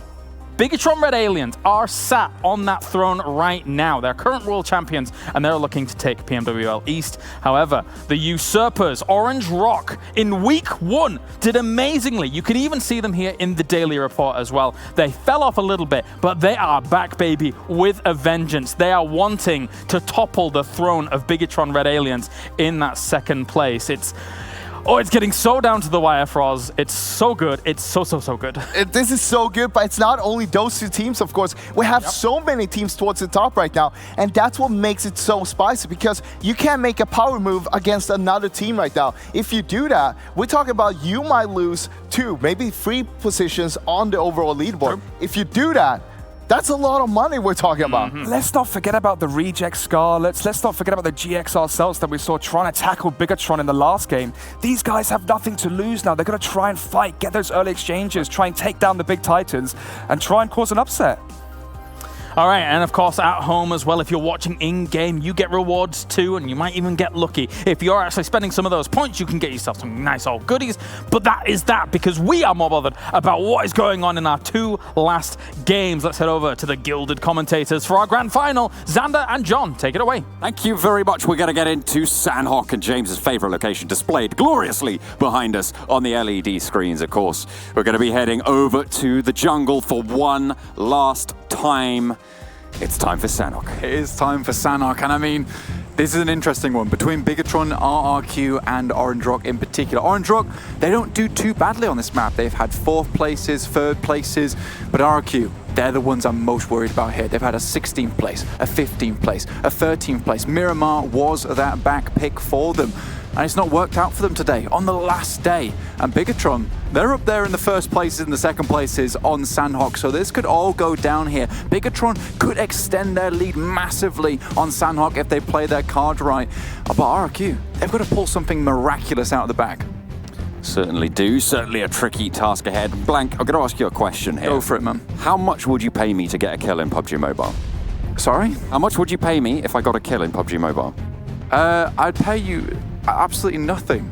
Well, I'll tell you how much it's worth to Orange Rock right now. It's worth $10,000 a kill. They're 5 points behind Bigatron. That's $50,000 between 1st and 2nd place, right? That breaks down to $10,000 a kill, Blank. That's absolutely incredible. That's a huge amount of pressure that's being put on these 2 teams. And guess what? They've just dropped next to each other. It's a massive pot of money, and Orange Rock and Bigatron, they've been doing this for a while now. Orange Rock have had some tricky rotations. Bigatron, they've played it so chilled out on this northwest side of the map. They're very easy. They even have the split on either side of the bridge right now. Orange Rock, they have a little bit more difficulty here. Moving across the river, moving down onto the southwest island, it's tough for them. But here it favors them more than most, because Bigatron, they're going to have to make the movement. Orange Rock are pretty certain they were either going to end on the southwest island or the east island. So it's going to be Bigatron. It's going to be on Bigatron to make the movement here, John. They'll have to take the initiative, and Orange Rock, they've already moved pretty far south here towards that confluence of rivers. They've left Viru up the top of the mountain, though, to, I guess, get some more loot and regroup with them later on. We'll see what they're able to do. Bootcamp uncontested at the moment. It is T1 who have control of that and the warehouses to the north. RRQ on the north end of Painan with Synergy in the main bulk of it. 1 million viewers today, 6 loot crates for all. That's what we're looking for here, guys. Oh, yeah. And I mean, these are some of the most fantastic games that you will be witnessing in the near, well, right now. I'm going to tell you right now, this is the tippy top of the iceberg. The future is now, Black. The future is now. So if you want to be seeing the best games, if you want to share the best games, get Rory the lion, get Barky the dog, get Meowie the cat, get Squawky the parrot, and get Cooey the owl up in here. Absolutely. I mean, you've got to get the whole barnyard involved. Get the whole menagerie. That's what we need here today. And I mean, It wouldn't be Rory the Tiger. You're the menagerie manager. Menagerie manager. With my Imagine an imaginary menagerie manager managing an imaginary menagerie. Yes, that would be me. I'm not even going to attempt that. I know that my tongue will twist around itself and knot itself in a way that I will be unable to untangle. But what I can kind of untangle is some of these rotations going forward. Box Gaming going to be coming down from the northeast through Megastars, who have in fact decided not to even bother with Paradise Resort this time. They have just completely left it, head towards the south, head towards that little where the crossroads meet, and they hold in there waiting for any team to come by, and they should have a decent time to catch people out on their rotations itself. Interestingly enough though, Orange Rock have opted to not head down to either of the South Islands. Instead, they're holding on top of the mountain. This is interesting, John. TSM Entity have moved down on the southwest island as well. And they are going to be pretty close to you level up. So really the real estate on this southwest island has increased in value. I would say, the real estate price has gone up. It's a good time to have bought 2 years ago on this southwest island at the moment. So we'll see if these teams do opt to rotate in and try and take some ground there to get some control of what could potentially be a southwest finish. We still have quite a bit of land on that main island, so it's not quite a firm shift just yet. No. Looking at RQ on our screen, one thing I've noticed from them, just watching them in the league finals, is that they definitely struggle here on Sanhok, right? But I think the reason for it is because they get third-partied so easily. On Miramar, they're able to take these 1v1 fights where they excel. They absolutely do excel in those situations. But on Miramar, they tend to sometimes focus in on a fight for a little bit too long, in which case another team is able to trot along and pick up the pieces after that fight is over. And RQ tends to go out very early because they're taking fights too early. So here, I want to see a little bit more patience. Wash One actually does get knocked on the hillside by TSM Entity. So already, a one player from U Level Up is out of the game. The 5th map of the day. The penultimate one before we end the tournament and crown our victors. The number of times I've seen Huoshan go down first in U Level Up, I think it's getting pretty extensive right now, Blank. And the rest of his squad down to 3, U Level Up. Currently sat in 4th place, remember, to 252 points. That's 20 points behind Bigatron Red Alien, sat in 1st at the moment as it stands. Oh, a nice long-range shot there from Valdus the Murder on towards Swag from Megastars. That's over on the northern side of this circle at the moment, just south of Paradise Resort, as Valdus are moving down the map. For U Level Up, although it might not be a podium finish, if they do end up in 4th place, that's still $10,000. It is a huge amount of money, and they do not want to give that up. If anything, they would like to go for 3rd, 2nd, or 1st place, but right now it's more between Orange Rock, Bigatron, and RQ are fighting for that out. U Level Up would have to have some absolute slobber knockers the next 2 games to make it happen. Yeah, it's tricky stuff, and everybody wants to try and eke out those leads. There's, as you can see, the live final rankings as they get live added up. Nothing really changed at the moment. Obviously, no one going down, no one confirming any placement points, no one really getting any kills. Only 1 found so far, and that's for Valdus the Murder, down in 7th place. Bigatron, though, they are increasing that cadence. They are sprinting towards that finish line and extending that lead. They're trying to get away from other teams, and now it's really only that movement can happen in that top 4, I would say. It's a little bit more difficult for Box Gaming to even try and ladder up. They're 30 points behind right now, and as we head towards the end of the tournament, we're starting to see that fluidity almost leave and get a little bit more of a solid picture of what we're going to end up with at the end of Erangel, that 6th map. We're distilling the tables here, Blank. That's what we're finding out towards the end of it, but that doesn't make it any less close. Right at the top, it's tight there, and it's worth a lot of money, so hopefully they can stand that pressure, because at the moment, Bigatron, they've actually moved around the north side of that northwestern island, and Orange Rock, they've actually moved further out of the circle. You know, what would be curious here is if the Orange Rock realize that Bigatron, they're fantastic on Sanhok. They tend to get those 1st place finishes. So maybe Orange Rock is thinking about taking out their biggest competitor first. All these teams should understand one another's rotations, and Bigatron has been one of the teams to never really change up this hut-in drop. Orange Rock, on the other hand, you can see Viru looking out right from the top of the mountainside. And like you say, yes, John, they'll absolutely will see this. Well, it should do anyway if he's got his eyes peeled. I'm not sure if he has. I'm not sure if he's looking out at the right time, at the right place. Unfortunately, he might have missed it there. Oh dear. Bigatron should be able to skirt the edges and move themselves further down behind Team IND in the traffic jam. Blink for a second and you will miss it. And Bigatron, they're as fast as a fly, so it's very hard to keep up with them. Flies are particularly fast. They are. Famous. I try clap them and can never catch them. Yeah, it's weird that. It is. It's weird. No, they're just so fast, John. They are. Just too quick. Just too quick. Reject Scarlet, not quick enough though. Urali has been knocked and is found to the murder again, taking this fight. Pushing up the hill now. It's Martin leading the charge. We've spoken a lot about how this guy likes to play the off angle, but seems like he wants to get up close and personal in this engagement. Velmuth sprays a little bit of damage towards Sarah on the opposite hillside. And they have got that anchor position now at the back, and Urali goes down yet again to a lovely nade from Martin, who sends out wide almost immediately. Gets behind the Pride Rock there, as the nade follows it up as well. Pushes him in, pushes him through, but doesn't want to go too far too fast. I've hardly ever seen Martin walking or even strolling in this game. He seems to be always sprinting. Another nade. Whenever he sees him, nade comes over the top side, does a fair chunk of damage. Reject Scarlet still actually investing in this resurrection, John. Is Sarah going to be able to stop this push from happening as that backstop player? Oh my goodness! Beautifully cooked from Goddard, able to take down Webb, and now it's just Lutfer and Urali in close range. Velmuth moving out wide. Goddard has been traded up the top of the hill, but Velmuth is now in a strong spot, but not before he's dispatched by Lutfer.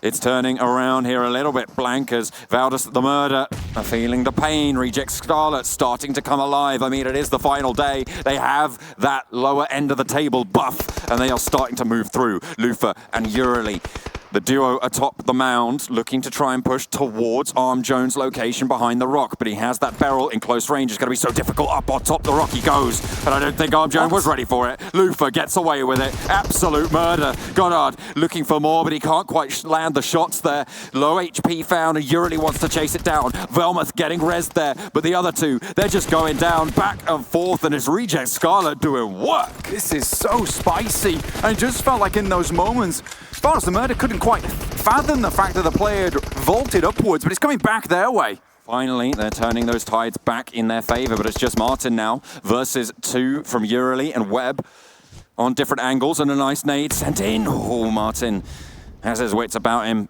Pulls back just in time. Another one being cooked and sent over towards the back of the rock. Can't quite find it either. Martin still full HP. Won't be displaced just yet. Urali goes for the challenge. Takes a little bit of damage, but gives it back as well. Webb takes the opportunity to move closer. Goes for the spray. Damage both ways, but Martin holding on for now behind the tree. Last player for Valdus the murder. Ooh. And it's traded so evenly, Blank. Martin jumps out wide, goes for the jump shot. Doesn't expect the push. Webb biding his time, but from up the hill, he has backup, and it's Martin to get taken down. Urali dispatches it, and it's Valdus the murder who are eliminated. Oh, okay, we've got another fight going on. Blanket, Synergy, and TSM Entity. Push God already down, as is Neo. What a bad start for TSM Entity here, as they get pulled apart by Synergy. Over on Painan, they try to move towards the center, but RQ off to the west side. They're staying quiet, they're staying silent. They would rather have a stealthy game here and try and put up some decent placements. Let's tune back in with the juggernauts of our lobby, Blank. It's Bigatron, Red Aliens, and Orange Rock. Orange Rock have moved south to that southwestern island, obviously with the circle pushing them down. They have to move. Bigatron are going to go for the Western Bridge rotation, so they're still playing that edge strategy that has worked out so well for them. We still have this river that cuts directly through the middle of the circle here, John, so it creates a little bit of issue for teams trying to decide which side of the map they should be on, and without having to walk across it and getting caught out by teams who see them making that crossing. See Jonathan here, one of the absolute best players in South Asia, just crawling his way around here as he knows that two of his players have already gone down. Jonathan, last player standing for TSM Entity, right on the doorstep of RRQ Athena as well. I don't think this is going to go well for him. I'm going to be honest, Blank. I think this might be the end of the run for TSM Entity. Unless Jonathan can hide out, but he's got a big sparkly backpack all over him. Pretty difficult to hide that in the green grass. He's not exactly doing his best to keep himself hidden. A little bit of a wobble on the map there. G9 just jumping up and down. This is a pretty typical spot from most players, but the next circle about to come onto our screens heads down towards the southwest. RRQ have a decent position within the circle. Will probably want to start consolidating their members towards a singular position and start to hold that down. Painan still in this one. Synergy will be holding down the teams from the east, but there's quite a few who will be making their way across, so Synergy will definitely have to be stalwart. King of Gamers are on the eastern side of that river, that central feature that you talked about earlier, Blank, and they'll have to try and cross. They're going to mount up now and go for it. Onto the bike, double. They are able to get across relatively uncontested. No one really waiting in the wings to stop them from moving through. So a nice, easy crossing for King of Gamers. They have a position to get in the south side of the circle. It's almost as if every single team realizes how important these points are towards the end. And usually Sanhok is our absolute pop-off map where we see all these early fights, but everyone is just waiting towards the end, waiting for the circle to thin every single player out as it chases them closer and closer to one another. Orange Rock are dangerously close to RRQ, but have a significant amount of hard cover around them in the trees and the rocks, so they can play around this area. And we know how well they have used the rocks to their advantage on Vikendi, so they can do the same here on Sanhok. Megastars moving up the hillside here, opposed by Yudu Gank. Neither of them are in the circle, and they still have to cross the river. Not quite going for that push just yet. It seems Yudu want to guard out this rotation from the Megastars. I think they know what's up, but feels like they found a vehicle and they're sending out wide, I believe. No, they're just back down to that compound further on the road. And maybe not even wanting to take this fight at all. No, they're just edging their way around at the moment. Memperang is here. T1, though, actually taking a fight with Reject Scarlet towards the northern bridge of Painan. One player from Reject Scarlet goes down, so after they took down Vows to Murder, obviously they were heavily injured. Now T1 smells the blood. Orange Rock, they've got a pretty strong hillside here, Blank. It's just to the southeast of Ruins. It's relatively central to the circle. They've got excellent sightlines, even towards the position that RRQ hold currently. It's a really nice spot. Bigatron, you can see they're all the way out on the west, so they're being guarded from any further incursions by RRQ Athena and Team IND. Marvi consistently playing this position of scouting a little bit further out. We saw a lot of that from him last year, but he's playing it much, much closer to his team now, realizing that a lot of the issues his team had in league play was the fact that their players were so far apart, they were unable to help one another when they were in that distress situation. And now Orange Rock, they are firmly playing together, and it's lovely to see. Jonathan did actually survive there earlier, Blank. He didn't get spotted out, so that unicorn backpack, maybe a lucky charm for him in Sanhok, and he'll continue to truck on through for TSM Entity. It will be the single horn remaining left for TSM Entity, like you say, John. RRQ Ernie just looking on his way outside, taking a couple of shots. Saden, though, to find another knock onto Reject Scarlet. T1 trying to finish off this fight. That's RRQ Ernie actually finding a pick off to Orange Rock. We're watching this fight between T1 and Reject Scarlet, and Orange Rock Gil actually goes down, so one player from Orange Rock already out of the game. So unfortunate, just gets spotted through the foliage there. A fight for the northeastern side as the circle shifts out their way. It's T1 taking on Reject Scarlet. They managed to actually allow the rares, but Webb gets spotted, sprayed down. Lufa tries to trade, but Saden has other ideas. Reject Scarlet finally going down. That's the barrel there, doing work, lasers down the remaining players from Reject Scarlet, but Synergy haven't really had to move at all. It kind of feels like I'm watching Vikendi all over again, with Synergy just holding around the castle, but this time their castle is in Painan, and the moat flowing straight through it. Synergy holding all four corners. They'll probably want to think about maybe holding only one part of Painan at some point, just in case they do get knocked one by one. Team Secret off onto the eastern side. They want to creep their way into this circle, but it's RRQ to get very close to Orange Rock. Remember, they'd knocked a couple of players before. They managed to take down Gil earlier on, but you level up, trying to hold off GXR Celts, or rather trying to push through them. It's not going well, however. Winter does fall. Ultron takes a lot of damage, but gets back to cover. Justin from up the hill is the last player standing for the squad. And remember, they lost a player very early on into the fray. They are down to 3, so it's just 1 for them on the south side. This could be the deadly fight for RRQ. Remember, they've gone out pretty early most times, and the furthest they've made it on Sanhok so far is 13th place. So We're down to 4 teams, so they haven't quite bridged that gap as of yet, but they're very close to doing so as the circle really does get very, very close. All these teams firmly together. Marvy hits D2E, and this is what I'm talking about. He's been caught, and he's really quite far away from the rest of the squads. Shots coming through, and actually Super gets confirmed against King of Gamers Box Gaming on the southeastern side, with 4 alive, but 1 to be rezzed. Bigatron out on the west are behind this fight blank, and if they push in, then RRQ are going to be pincered here. But a trade comes in as Marvy gets spotted out from the third party. That's GXR Celts coming in, and he's flushed. 2 players now standing for Orange Rock remaining in the fight. RRQ still 4 strong. RRQ would like to finish this fight as soon as possible because Bigatron, they're bringing up the rear right now, and that is a pack of dogs you don't want to come into. Team I&D from the bottom side, they're actually coming with the vehicles. I don't think they pose too much of a threat as of yet, but Ernie's actually already taking shots off onto them. Yeah, there's 420 OP on the back as well, getting spotted out. Bigatron now starting to come in to be a factor, but it's faded. Beer spraying down onto Microboy. Will get the flush as well. Nicely done. RRQ coming alive, but it's unfortunate that Zuxi has a line straight onto Beer, and the bullet lands beautifully, perfectly on its mark. D2E now trying to stand tall. Erdy as well, standing up. 2 players alive. Box Gaming, heavy casualties on the offside as well.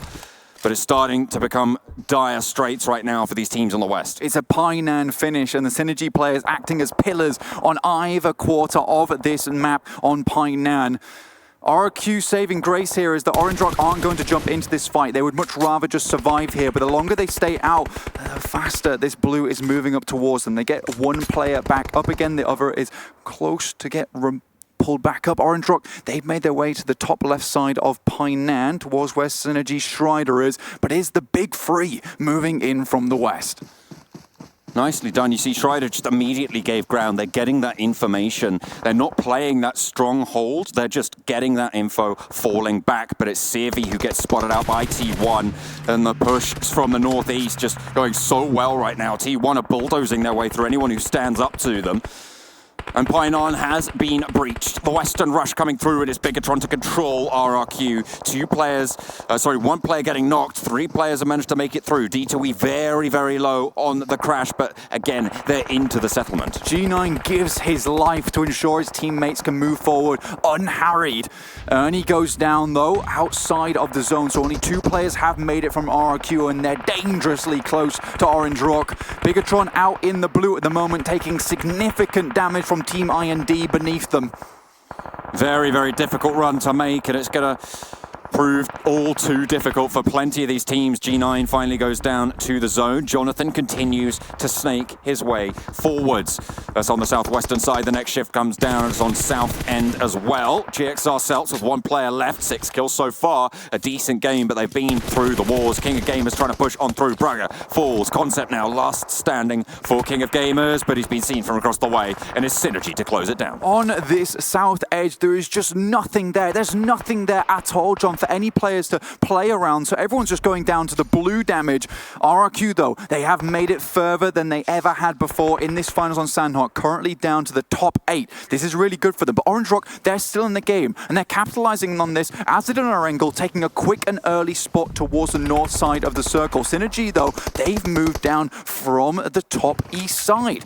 They're actually along the way from Orange Rock, and Orange Rock have only 2 players. Things start to become a little bit more difficult. T1 have been an absolute kill squad this game, Blank. They've been doing so much work, and they pick up yet another. They have 8 kills so far, sorry, 9 kills on the game as Luxy does fall. And they are just pulling anybody up by the scruff of their neck. And they're heading directly towards Orange Rock. RRQ will be praying to their lucky stars right now that they don't have to deal with T1. Viru moves around the corner, cannot find any more than 1. Oh, he's going to trade, try and get it, but the flush comes in, and now it's Scout in the building. He'll go down, and it's Orange Rock eliminated in 6th place. RRQ and Bigatron still in it as Ryzen out healing in the zone. What a massive switch up here from RRQ to make it this far, and it's that quiet beginning before they make that thunderous roar towards the end of the game. That was what was so crucial for them. Sure, they stayed in the list for a little bit too long, but they'd already done enough damage to Orange Rock to prevent anyone else from taking shots onto them. They held off Bigatron, and G9, the true hero there, prevents any of his players being taken shots upon by dying out in the blue and shooting onto any other teams taking shots onto his players within the vehicle. Oh, what a play from him. But Jonathan's still here. Yeah, don't forget about him. The Unicorn backpack still right and strong. Beer, last player for RRQ now, solo, as D2E is going to get flushed out, but I think Jonathan got spotted from somewhere. D2E actually got taken down by T1. 12 kills now found. And Jonathan's position has been given away. Synergy on 3 players standing. Ryzen is still alive here, healing in the blue. Remember, they gave him so many first aid med packs last time, and now it's Jonathan throwing out the grenades towards T1. Jonathan TSM Entity would love to get rid of RRQ here, but it's the kill squad. Like you said, they're moving in, and they are absolutely bloodthirsty. Beer gets spotted first on this push. Oh, maybe not. Hang on a minute. Okay. ZZP just walks straight past him, but Jonathan, oh, he shuts it down. Beautifully held, but he's finally going to get eliminated. Beer stays alive somehow for RRQ, and will continue to go for his shots. Goes for the spray. Low HP, gets a knock on a missile, but is going to get taken out finally. Satan, though, tries to continue the challenge as Strider dismounted from the top. RRQ has done more than enough here, John. A third place finish is absolutely bloody fantastic for them. And Synergy now try and take the fight with T1. Remember, they'd remained in Painan for so long, and now they want to finish it here. Josh Youngjun going in. Will find Austin 1 versus 1 against Ted. T1 has had one hell of a game here, Blank. Nade being cooked by Youngjun. He knows exactly what corner Ted's on. He'll know exactly where this is. But if he doesn't let it go, the bullets will land. And it's Synergy to be able to find the chicken dinner in Painan. Ted there to finish it off with a one punch right at the end. What a fantastic game with then. Synergy started in Painan and they finished it in Painan too. But RRQ, what a performance from them. That's the real big story there. Bigatron, Orange Rock, RRQ trying to make it as far as possible towards the end. But Beer 11 with that sneaky little play. Remember, I said it started with stealth and it ended with stealth. Absolutely. They managed to accrue plenty of points for that as well. I mean, laddering up, I think, into second rather than going out in third or fourth even. It went out in third. It went out in third. So they laddered up, managed to get 2 extra points just for being a sneaky little snake in the grass. Fantastic stuff. Let's head over to the desk.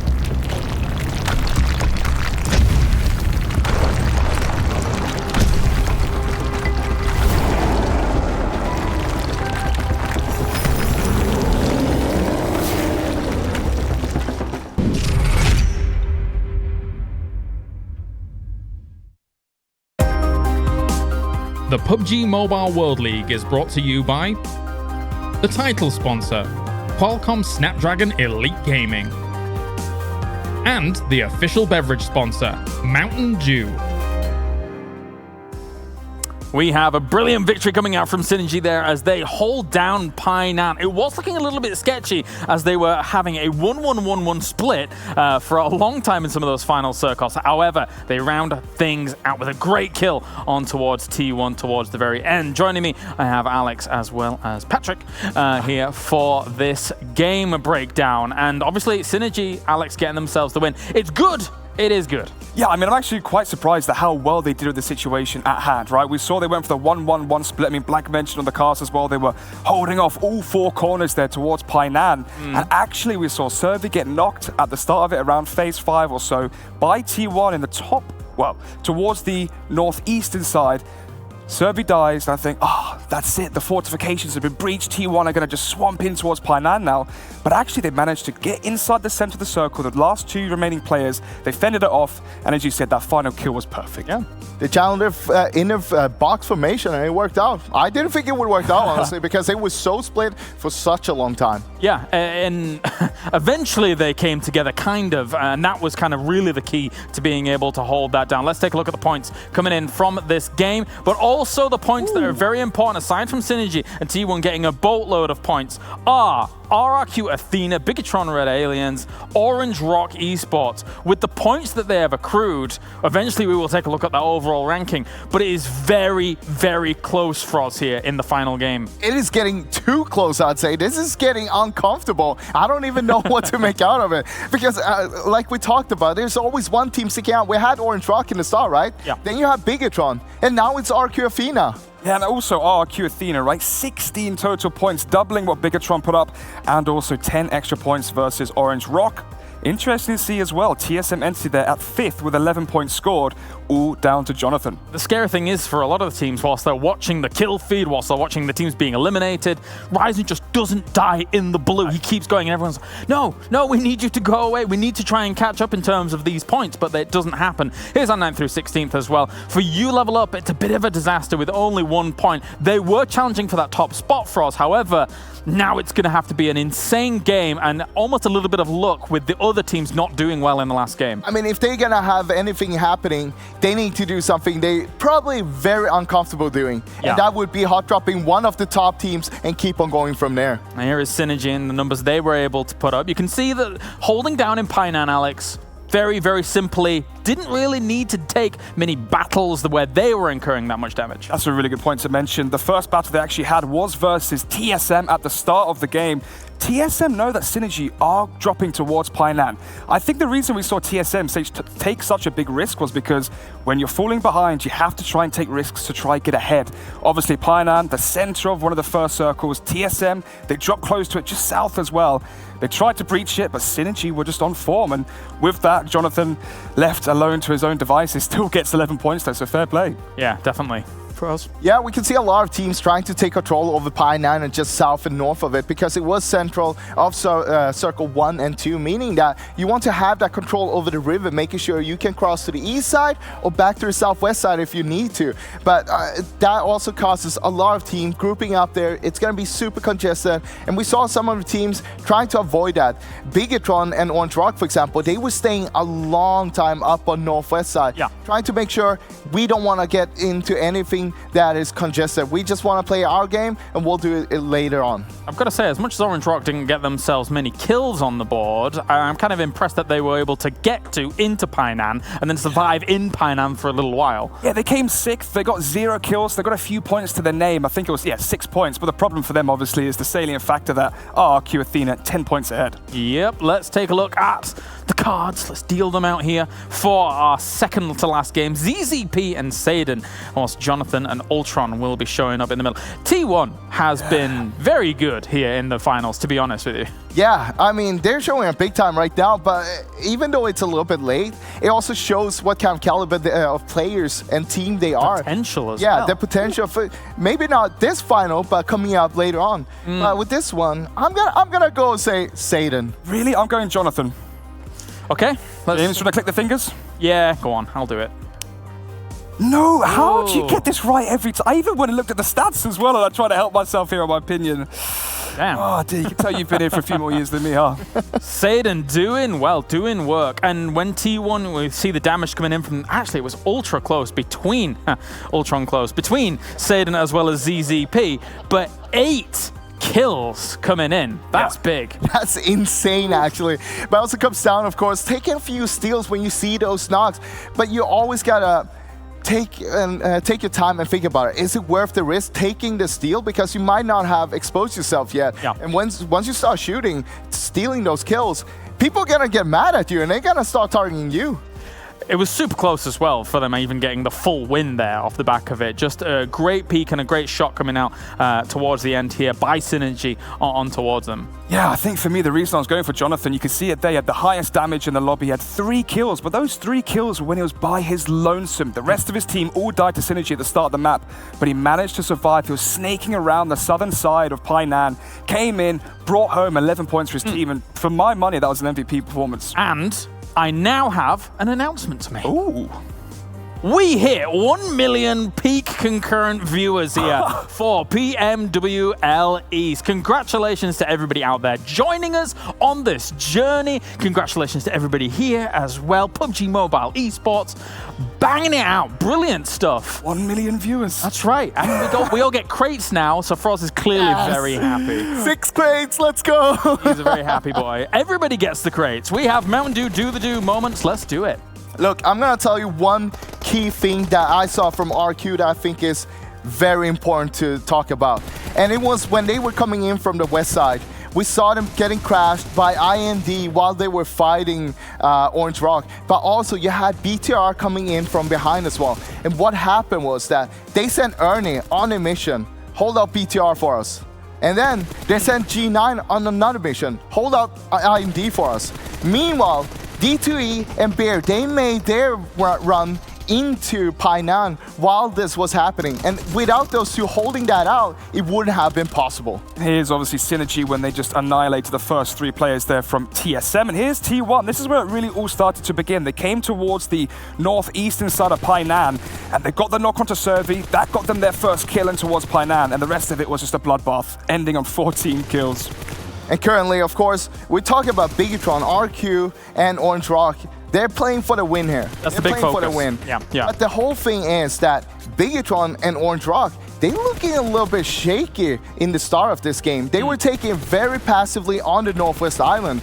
This is something that could be bad for them, but it could also help them out. It depends a little bit on the circle. It feels almost like they're trying to let the game work out for them, where to go, what to do, rather instead than of them the control. Exactly, Right. instead of them taking control over the situation and play out how do you normally do it. But I think that's the second time we've seen it, because if you remember yesterday when you level up 1, it was all towards that western bridge, towards the southern side of the western island, where we know IND, Orange Rock, and Bigatron all drop. So it's really a battle of the titans who can win that first exchangement and get down the bridge towards Painan and towards Ruin as quick as possible. It was difficult for a lot of the teams trying to get into Painan, considering that there's kind of a slope down on this southwestern side to get in after everybody had taken up residence. All of those people ended up dying off. And then from there, it was a little bit of a bloodbath near this wall. Yeah, but once again, RQ making that move, putting Bear and D2E going in while the other two were holding out, that's the kind of moves that we want to see. That is taking control over the situation.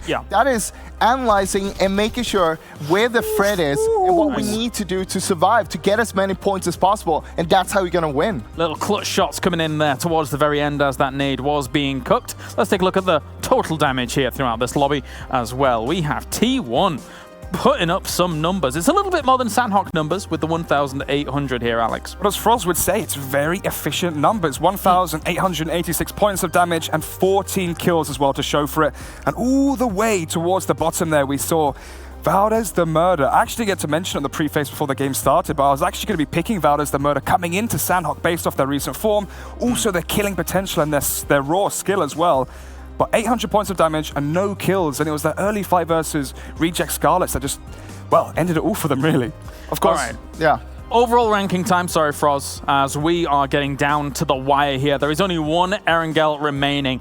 Our top 3 teams currently, Bigatron Red Aliens, 280 points. 274 points to RRQ Athena, who now move back up into second place. Orange Rock is 1 point behind them. These 3 teams, Froz, are going to be the big focus going into this Erangel, and we know 2 of them in the recent memory have been doing extremely well. Bigatron Red Aliens, Orange Rock as well, have been getting big points on Erangel. Yeah, I mean, they have been getting big points on Erangel, and we were talking about in the start of the day how RQ Athena was the kings of Miramar. It didn't work out for them, and now they need to step it up on Erangel. But one more thing to be talking about here is the kill points. Take a look at them right now. Biggitron got 112. Arcufina got 100. Orange Rock got 111. Why I'm telling you this is because that will be the tiebreaker. If we have a tie, that will be the first tiebreaker. The one with most kills will be the top one. And it could happen. Yeah, that's a really fantastic point to mention. I mean, we've seen it a few times where the scoreboard has been leveled out and the distribution's been changed based off the kill points, but I'm going to be looking at you level up here. If you mentioned recent Erangel performances, think about yesterday's last game on Erangel. It was you level up when they went to the top of Everest and they just rained down hell onto all those teams. They ended up with 14 kills, James. And the question is, they are 27 or so points below. Well, I mean, let's take a look at it already. I mean, they're 20 points below Orange Rock, and they're 21 points below RRQ Athena. If they have a similar performance like they did in the last game yesterday, imagine the upset if they win it. They would require, though, the top 3 teams to really have a very poor game. And it has occurred in the past. And here's our bottom side as well here, as all of these teams gun for more money here in the PMWL East. Synergy will move up 1 place as well, or 2 places even, I should say, whilst GXR Self does move up 2. So, we have 1 more game remaining. Let's take a look at our daily report here to see what is going on. There's a lot of Orange Rock, and I feel bad for Reject Scarlet. Their most damage received, 6,000. I'll tell you this, Orange Rock, on the last daily report, before the last game there, they had 30 kills, but they only had 29 knocks.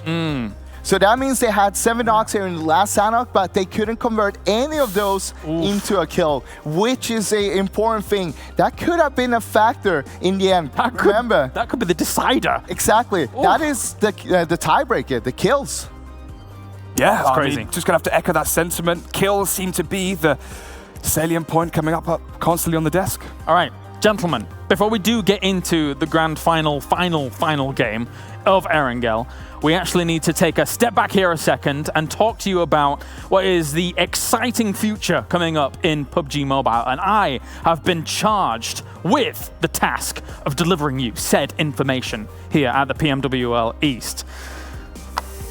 I've moved, I've teleported. It was not that quite long distance, but it doesn't matter. We have got a lot to talk about before we get into that final game of Erangel. So stay tuned as we are going to talk about PMCO and PMPL coming up. So let's first talk about PMCO. The Club Open, fantastic tournaments in the past.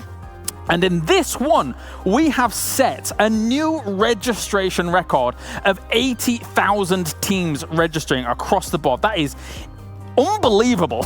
I can't emphasize this enough. Unbelievable when it comes to esports. So congratulations to everybody that actually registered themselves and will be participating. Now, what is also important here for PUBG Mobile as well is that fairness is king when it comes to esports. So, as such, we have actually disqualified and banned 531 teams, taking a very proactive approach to making sure that everybody out there, whilst playing, is going to be in a great spot, in a great situation. Now, let's talk about the schedule when it comes to PMCO as well for the fall split.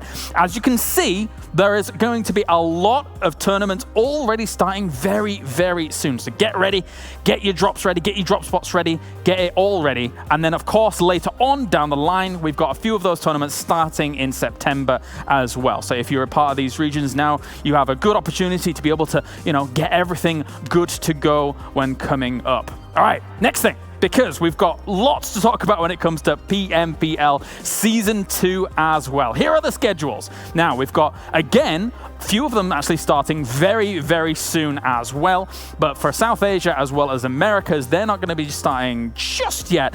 So that will be coming up soon, coming up in the near future as to terms of information that is going to be going down with all of that. All right, next, because we've got a lot of regions to talk about here as well for PMPL Season 2. First thing off, Indonesia to get things going. Of course, you've got the Kings on the throne, you've got Bigatron, Red Aliens, good to go in Indonesia, looking to claim themselves another trophy once again. For me, I'm particularly interested in seeing how Onyx Esports is going to be able to do. Of course, they got themselves third last time in Indonesia, and I'm expecting maybe we'll see a little bit more of a rise up from them. We shall see. All right, next region as well. Oof, we've got so much to talk about. Vietnam, we have our invited teams coming in from Vietnam. Of course, Box Gaming was one of the big names here in the PMWL East as well. And for me, looking at talent, as they got themselves 7th place in the SEA finals as well. Looking to see how they're going to fare as well. PMPL Season 2, we've got Thailand coming up as well here. And when we look at Thailand, you got some huge names in there, of course. Some that you're very familiar with when it comes to this tournament itself. You've got teams like RRQ Athena in there, Valdez the Murder, King of Gamers, and even teams like FaZe Clan going to be showing presence there whilst we do continue things on. All right, moving on from Thailand. More PMPL Season 2, lots of PMPL Season 2. It's PMPL Season 2 Malaysia. Interesting. So we got Team Secret in there, Udo Gank as well. Looking to see how those guys are going to be able to fare. Lots of other big names to actually fight on things. That's going to be starting August the 19th onwards. Next PMPL Season 2 region, we've got Chinese Taipei. Now, of course, we've seen U Level Up really put themselves on the map when it comes to, admittedly, Chinese Taipei, but also when it comes to PMWL East. They have been phenomenal, so interested to see how that's going to fare over in their home region once again. All right, so now we've got South Asia as well, one of the big regions that a lot of people have their eyes on. Of course, Orange Rock right now is in contention to try and crown themselves PMWL East champions. That is going to be interesting to see. Team IND in there, lots of great teams in there too. Now, Americas, let's take a look at that in terms of the teams that have qualified or been invited to Americas coming up as well. We've covered a lot of these guys last month, of course. We've seen Cloud9 as well really surge forwards when it comes to PMWL West, so going to be cool to watch.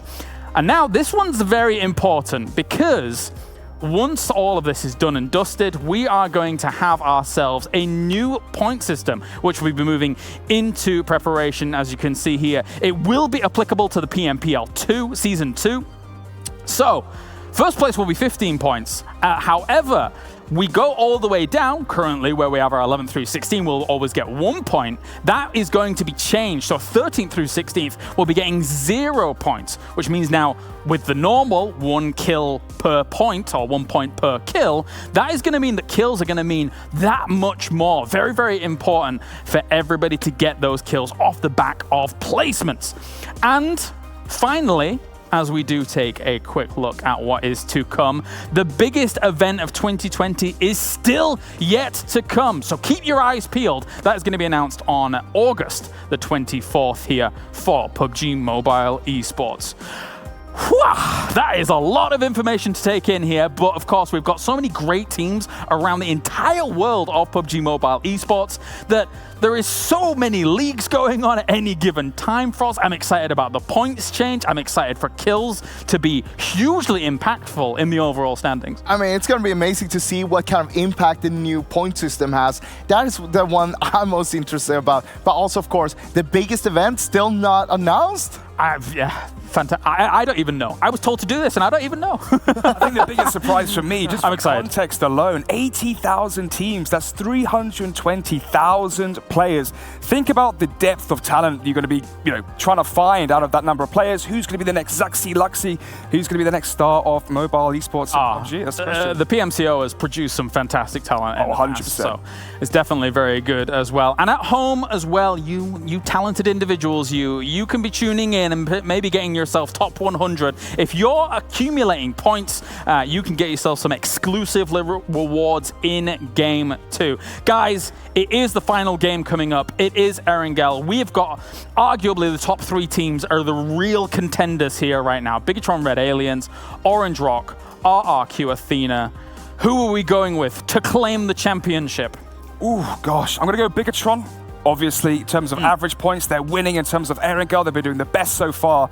Although, I have a feeling that we could see an upset coming on this last Battleground potential Erangel. I'm looking towards, obviously, you level up, but potentially, well, I guess we're going to find out. I'm lost for words here, really. I can't believe it's already over. Ross. It's going to be Orange Rock for me. Yeah? Yeah. All right, fair enough. I gotta stick with RRQ Athena. We're split here as we now head over to the commentators for the final game of PMWL East. Xander and John, bring us Erangel. The stage is set. We are ready. We are set to go for the final game, where winners will be crowned, where dreams will come true, and potentially some nightmares too. Blank, it's Erangel. It's going to be a scary one, that's for sure. And it's scary for these top teams. Such a small amount of points separate all this money. You remember, third place to first place, that is a whopping $80,000. Everything can change in a moment. A squad wipe takes you more than half the way to taking that top spot. It is terrifying for some of these teams. And if you are RRQ Athena, if you are Orange Rock, if you are Bigatron, you do not want to go out early, because that will be almost dreams shattered there and then. Pretty much. You know, that's gonna be it for a lot of these teams, and we'll have to see how the dice fall. And you remember, Blank, I asked you how much would you pay me to get a kill on PUBG Mobile at the beginning of last game, and I said, well, that's worth $10,000 to Orange Rock. Well, this game, it's actually worth a whole lot more. It's worth 11,400 and change to Orange Rock. They're 7 points behind and an 80,000 difference as well. That's such a tiny little gap for such a huge amount of money.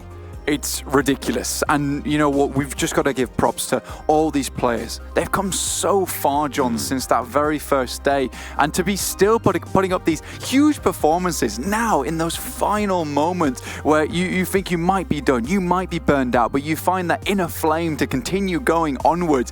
It is crazy, the amount of willpower these teams have. And let's talk about that for a minute as well in relation to Orange Rock, because this is a team that, by all accounts, wasn't doing too great. Yes, right? 100%. They found that inner flame, and like a phoenix, they really burst into today's games, had such a strong showing, and now they're in contention to win it all.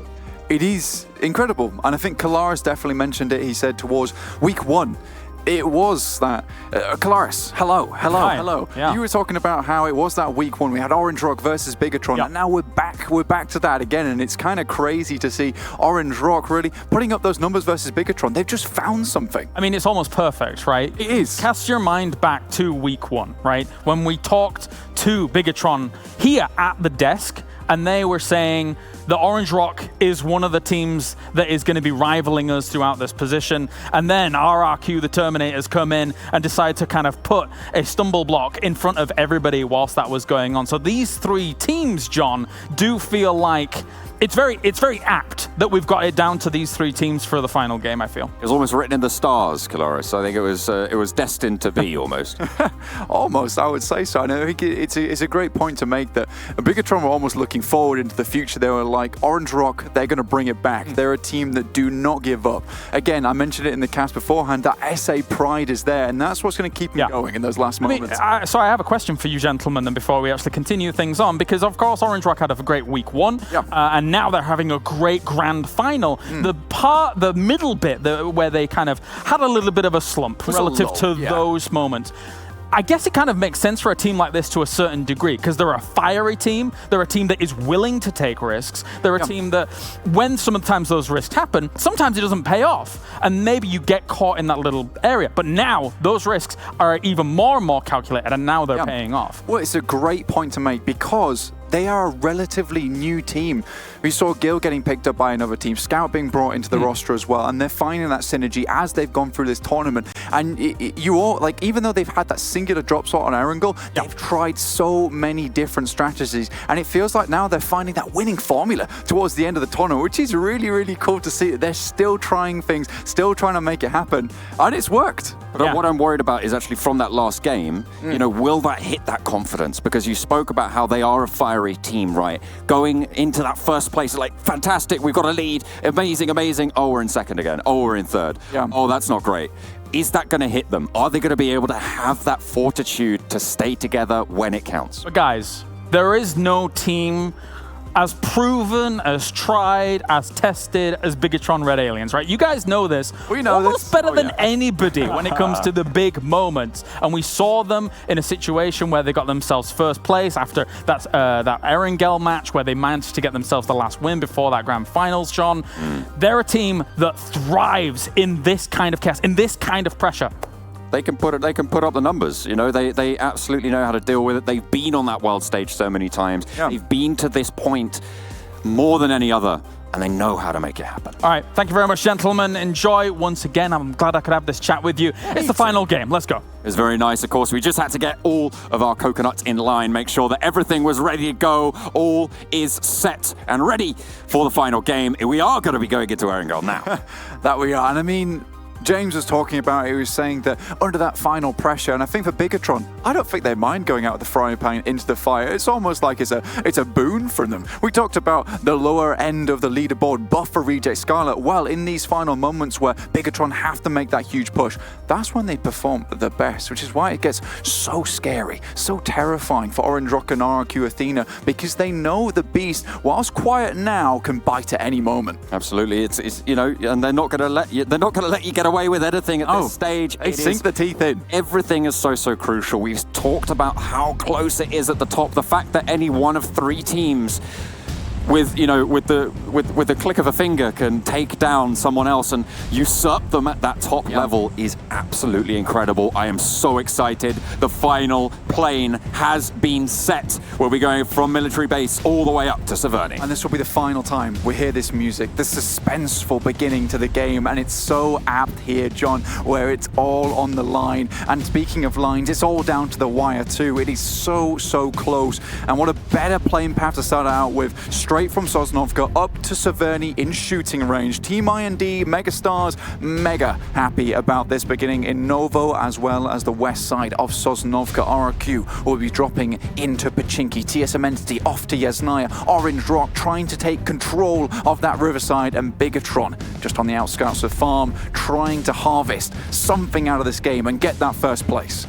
3 teams really on everyone's minds though, Blank. It's Bigatron Red Aliens dropping around farm. Orange Rock who drop in Sunken City. And of course, our RQ Athena, like you mentioned, going over to Pachinki. We'll see if those rotations clash. Where will the final circle stop?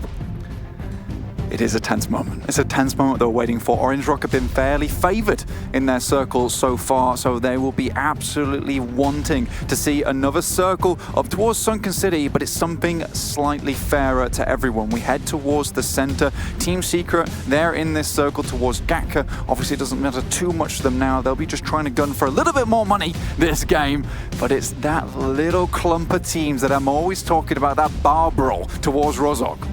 So if they're able to move south, or if that's going to prove to be tricky, of course, it's Orange Rock who is caught up in the closest proximity to that, right? That's the team that everybody's watching right now. As you said, though, a fair circle. Everybody very happy. And what better way to finish things out, right? Make sure that everybody has their chance to show for the final time in the PMWL East just what they're made of. Not a single hot drop, but this game will get heated up towards the end, that is for sure, John. I mean, there's no doubt about it. The music fades and the players will begin to loot up, try and see what they can get on board. Already G9 has found himself some equipment, just looking for a weapon to begin with. Synergy off towards their general spot towards Mansion. We saw them have that fantastic game in Sanhok, but it will not take them all the way, unfortunately, at this point. Bigatron, they will have to deal with GXR Celts. GXR Celts dropped towards Primos because of a scuffed plane path towards the beginning of the day, but now they're back towards Milta. So Bigatron are crushed between Box Gaming and GXR Celts once again. But it's T1 who I'm most worried about here, because they are really starting to feel themselves. And they're having this really like a big turn up towards the end of the finals. It's so incredible to see. And you know, I genuinely think that if they try hard enough, they could make a lot more money here in this tournament if they have a similar performance that they had on Sanhok, because they are currently in 7th place with 205 points. Box Game with 234, TSM Entity with 215. There is a chance to leapfrog just a couple of places and get like quite a significant more amount of money.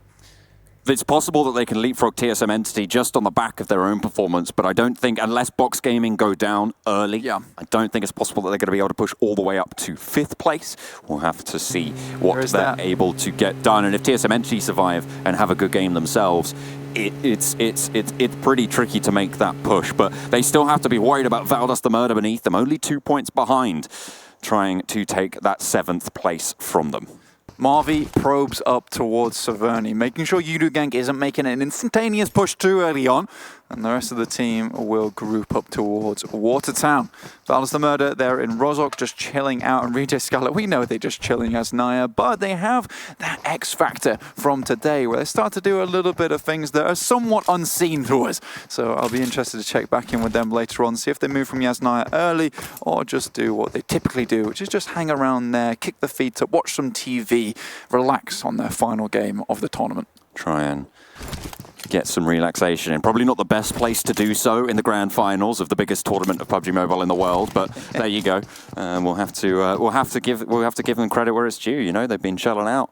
We'll see if they're able to keep it cool for now. Team Secret split across Gatka Fields. This is their typical start, but they'll have to regroup, like we said so many times before, if they want to avoid going down early or losing one or two of those players. You level up are pretty solid in their position in 4th place. Box Gaming would have to have a really, really good game, and You Level Up would have to certainly go out very early to make that happen.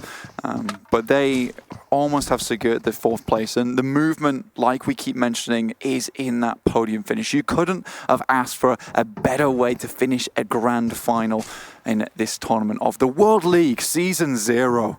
I mean, it's just the best. It's the best start to the World Leagues.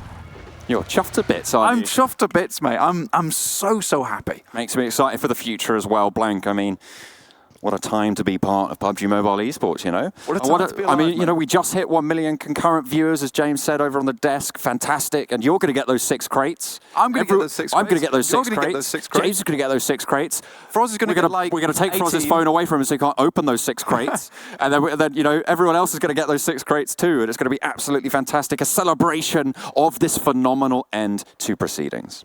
So thank you guys at home for tuning in, for getting everyone else to tune in, to make sure we do get those 1 million concurrent viewers then, because we couldn't do it without you guys. We literally couldn't do it without you guys. It's fantastic the turnout we've had from you all. So thank you very much for watching, and I hope you've enjoyed the tournament. But for now, let's get back into the game. Let's hone in towards Erangel. Let's hear the breeze. Let's hear the trees sway and the Darcius start to mount up. Martin into his own Darcia, but pootling around Rozhok at the moment. Yeah, he's pootling around, you know. Okay, he's going down to the shops, he's getting those groceries, he's making sure that they're supplied, stocked up for the fights to come. They've got some fearsome competition set up around them. I mean, Orange Rock out to their west, and they know this rotation like the back of their hand. We've played, I think, over 90 games at this point in this lobby, so they should be fully aware of how this thing goes. We'll see if they're able to make it work for them this time, but it's oh so tense towards the top. Certainly is. The shark car here from Microboy, and what better way to describe Bigatron other than the shark circling in the water. Bigatron, though, they move out west early to try and escape this rotation from GXR Celt, so they run into far too often. GXR Celt then take some pot shots off, but it hinders the beginning of the game for Bigatron. They can't get into position too early. They're forced to stay outside of the zone. But here they're trying to take a more calm approach, one that's a little bit more sedentary, and that's absolutely fine. I think that's the best way to play this here. If you know it's so little points on the line, you can make that big push towards the end. But to make that push, you have to make it to the end in the first place. Speaking about making pushes, Orange Rock are pushing down south. This is their normal rotation on a southern circle towards the northwestern corner of Pachinki, maybe trying to take position in that church atop the hill and control that area of the map. Seems like they're going to be able to make that run, but TSM Entity are moving in close to Ruins as well. It's Headshot Valley, just looking out on the distance. TSM Entity will just be rolling outwards, though. They're going to head down towards the ridge side around Pachinki, like you mentioned before. But look, this is very much a center circle. I would not be surprised if we see some action a little bit early on in this game, because everyone has a similar type of idea. As you can see on the map here, Observer's bringing that one up for us. Box Gaming are here. You Level Up, Team Secret, and TSM Entity and RRQ slap bang in the center. Rozhok has been deserted, it seems, for now. Oh, no, wait, hang on a minute. Valdas the Murder were just hiding behind Yudu's nameplates. They are still there. Sorry about that. That's that general position where they just chill out. Yeah. They were just chilling. But Yudu have now moved down south towards those crossings that they will probably need to get across at some point in the future. Bigatron, they've moved across the headland, across to the headland to guard any crossings in the water from Military Island and maybe even spot out some of those bridges. Not opting to go and guard the bridge for the Megastars, not opting to go and guard the other bridge for Team IND. Just allowing Team IND to leave. Team IND will still be very cautious though. Obviously, Bigatron will be prepared for anything, and I think that you need to certainly be prepared because this kind of circle, although it's very much away from Sosnovka military base, there is a faint chance that we do head down here. So Bigatron, they're set themselves in a decent position on the coastal side. If they do need to make that swim covertly across. Megastars, they've made that push early. Team IND, on the other hand, they're deciding to wait around similarly to that one. They know they can get across this bridge at any time. But it already feels like Snacks is sending himself out behind a little bit of the hard cover, making sure he's safe, but he can also observe what's going on the other side, because this is the bridge where he can get gatekeep very easily with the amount of compounds that surrounds it. That's King of Gamers though, already taking shots onto Valdez the Murder. The first fight has broken out, Blank. It's Armjone to go down for Valdez the Murder as King of Gamers land the shot. Box Gaming very close to GXR Celt as well. They're up the top of the hill. Trying to challenge them here. Louis gets the best of Ultron in the challenge. Rocks at the top of the two-story there as three players from Box Gaming try and push him out. They'll do just that. He sends over the balcony, drops out, gets spotted. And it looks like Box Gaming want to try and chase down the kill. Valdez the Murder still clashing with King of Gamers in the wings, but in comes the fight as Rox falls down as well. Two players fallen for GXR Celts. And this is a good start for Box into the final games. They've already managed to do a lot of damage. A Tanky trying to stay out of the way. Nade comes over the top by Box. It's kind of nice. Only does 50% towards him, but no one's in shortly afterwards. Pime with a beautiful little nade, and Ultron, he's just sending out. He wants to try and stay alive as soon as possible, but there's so many bullets coming his way. Might not be going all the way. He's just trying to get MJ back, but Break has other ideas. Moving in close. Solo player for Box, but he's cooking a nade. Out on the balcony is Ultron, who's cooking a nade of his own. He's spotted Break. Will have seen that nade's coming in. Oh, a lot of damage, but not quite enough to finish it out. Break takes some more as well, but he can stand up to it for now. MJ gets knocked out in through the window. The nade flies. Ultron out on the balcony once more. I think Break might just know about it, but smoke's being layered down. Nades down the stairs. Ultron fighting for his tournament life. GXR Celts down to one player. Ultron, like you say, fighting. Throws another nade, but there's a boys to come up top side, and Box will finish off that one. But from the grave, it's actually Hugo takes down Break, but doesn't matter too much. They will get him up nice and easy. Back to check out what Bigatron is up to on the rock side. Just waiting it out for the time being, trying to get as much information as possible. There's a loot crate out in the water, a loot crate fairly close to them, but Team IND, they're also creeping their way across. They've crossed the western bridge now. They are on the mainland. Nobody left on Military Island. And as unlikely as it is, we've seen stranger things happen.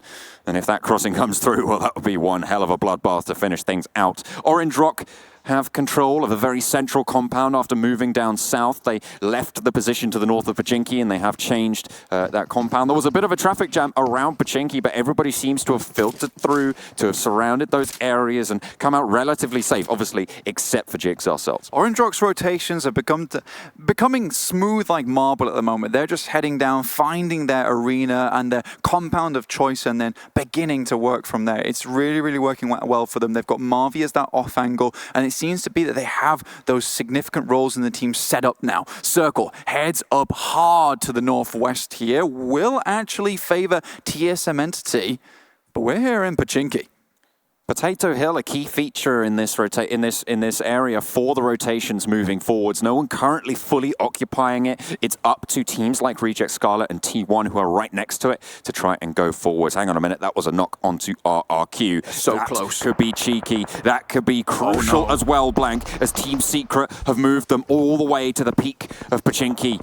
And there's third parties coming in as well from across the way as TSM Entity spotting this one out. D2E did get flushed. Beery is close to the building in the UAS. Ernie sent away in the Darcia, tries to get away using the speed there and allows Beer actually to get some speed up himself to get away from the UAS, but he will not be able to find it. My lord. UI rattled down, headshot found from G9, and RRQ aren't done just yet. That was a required headshot as well from G9, and he made it look so easy. That will knock Yuhai to the floor, one of the biggest fraggers from Team Secret. But D2E getting flushed is a tragic start to this game for RRQ. Let's see how much longer they can hold on. Team Secret have a dominant position, though. You have to remember that they have this corner of Pochinki. It's surrounded by fields, and we've seen just how difficult it is to get away from. So despite having a strong spot now, we'll see what the future holds for them. BTR are flinging themselves out towards where RQ currently are. They're just on the south side, but Zuxi takes a knock, falls to the floor. Break actually taking that shot. Flushes them out as well, and again, that's the heavy hitters. 2 of them now down to 3 players. It's only Orange Rock who are full force at the moment. Bigatron have been spotted over the hill. 3 for RQ and Bigatron. Orange Rock with the 4. Like you said, John, this is really, really good for them. And they're playing it so tight at the moment. It's very hard to even find a little bit of a vantage point onto them at the moment. It is a changed Orange Rock. It is a smooth Orange Rock, one that's been carved. King of Gamers taking the fight with Synergy as Austin goes very low, goes down behind the buggy. And there's Valdus actually pinching that one away from a range and up the hill. The shots are coming through. Schreider very low. King of Gamers continue to push on forwards, keep the pressure up onto Synergy. This is on the northern edge. Ted has just left the scene here, Blank. They do not want to go down this early. Ted would just love to get towards the water. That's where he draws his strength from, but he will leave the fight here. Actually, that's a pick off onto Yuhai once again. He's down on the floor. That must have either been TSM Entity or RQ taking that knock. We'll see how this does pan out. Currently RQ, like we're saying, stuck out in the fields. It's not a great place to be, and if they want to move, they're surely going to be spot out by TSM Entity along the way, and Bigatron too. Next circle centers up. Orange Rock mega happy with this one, but T1 still in the game, controlling that northeastern edge. We've seen how much they did last game. Let's see if they can have another slobber knocker here. Will certainly be difficult to pull off. It will need the miracle, but as you say, the circle centers towards Orange Rock. RRQ caught out in the fields. The question is, how well are Bigatron going to be able to play this edge for me, Blank? That's where I'm going to be paying the most attention. Will they be able to have the impact they need to hold on to their throne? There's 6 points difference between them and RRQ, only 7 between them and Orange Rock. RQ, they're hanging on to a cliffside at the moment in the fields, and currently Team Secret are stamping at the fingers, trying to get them to fall here. TSM Entity along the way too, throwing rocks at them. But it's Orange Rock who have a decent position within the circle, and that's the main thing to be considering here. We can see Reject Scarlet on our screen. They're on the eastern side. They're currently gatekeeping Megastars. Vexy off in the distance with the DP. We know how fantastic that guy is. We saw him with the triple spray down on the bridge earlier this tournament, which is probably one of my favorite moments. Megastars healing up in the smoke on the eastern edge. Currently Reject Scarlet ahead of them. They've had a decent end to this tournament, and it is a little bit too little too late to get more than off the bottom of the table for them. A really respectable showing though, and certainly showing their pride and making sure that everybody will know their name moving forwards. I will admit, I don't think there's a single team here in the finals that I think has been weak. I think that every single team here is one that if they come to your region, when they are invited back, you will have to watch out for them in the games because they are going to be coming out swinging. And that is the thing that we talked about, right? Just the quality of gameplay, even during this final, has been exponentially increasing game after game after game, and it has become clean. Blank, Team IND spot out Bigatron up on the hill, but Luxy gets away. Still a little bit of HP left, enough to tide him over. You can see 420 OP flying in. Ryzen though, with an excellent spray with a Scar, will open up this fight. Still 3 for 3 though. Remember, Bigatron lost a player early on, and Snacks is rocking up in the US. Luxy 70%. Ryzen gets taken down. That's RQ at range. G9 lands the shot. Oh my god. You level up, have vision on this fight as well. Bigatron in dire straits here, Blank. Team IND do not want to let this one go. They'll need to even push further towards this fight. Microboy and Luxy now alone in those fields on the hillsides.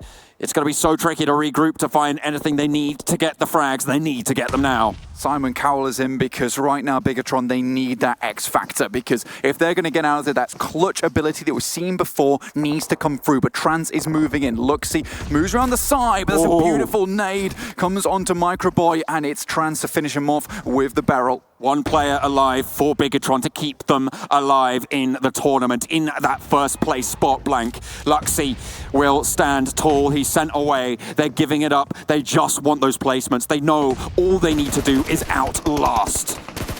Fights breaking out. You level up. Spot out Team IND. This is the fight that forced Bigatron off the top of this hill, off the peak of the mountain. RRQ and Bigatron very close, and the circle blank, it goes to Orange Rock yet again. This could be it, John. This could be Orange Rock's chance to shoot towards the top. But again, the game is not over yet, so let's not be too presumptuous. Box Gaming versus You Level Up here. Reject Skylar also taking casualties on the eastern side of the map, but it's Swashwan moving upwards. We know this guy goes down early, but it's because he's a scout. He likes to get out early, but 1 HP. No way, he ducks back in just in time. Finally, he is going to go down. Break even got the healing off. Justin goes down on the back foot, and You Level Up take heavy casualties. Team IND moving in to try and take on Winter as well. The last remaining player for You Level Up, hiding down behind the buggy, but they're all going to have to move north. Surely RRQ will see Luxy as he makes his way into the circle. It's fairly open where he currently is, and if RRQ can eliminate Luxy, that will be a really big chance for them to make their way towards the top. Remember, Orange Rock, they're the lowest down at the moment. They're in third place. RRQ Athena can still make that run towards the top, and get rid of Bigatron early will make it even less in terms of points that they'll need to leapfrog them. Bigatron have 1 kill so far in the game. Orange Rock have none. RRQ with 1 as well, so it's still fairly level. You can see the live standings on the right-hand side of your screen. Team Secret trying to move across the field out of Pachinki to the east, getting shut down, getting shut out, and we found a 13th place finisher, Blank. Team Secret, they're out. Another one goes down. It's Udo Gang coming down from Severny. RRQ though, what is going on that side? RRQ are out! RRQ get eliminated, and that's one of the big 3. It's now just Luxy that stands between Orange Rock and a potentially miracle run here at the PMWL East.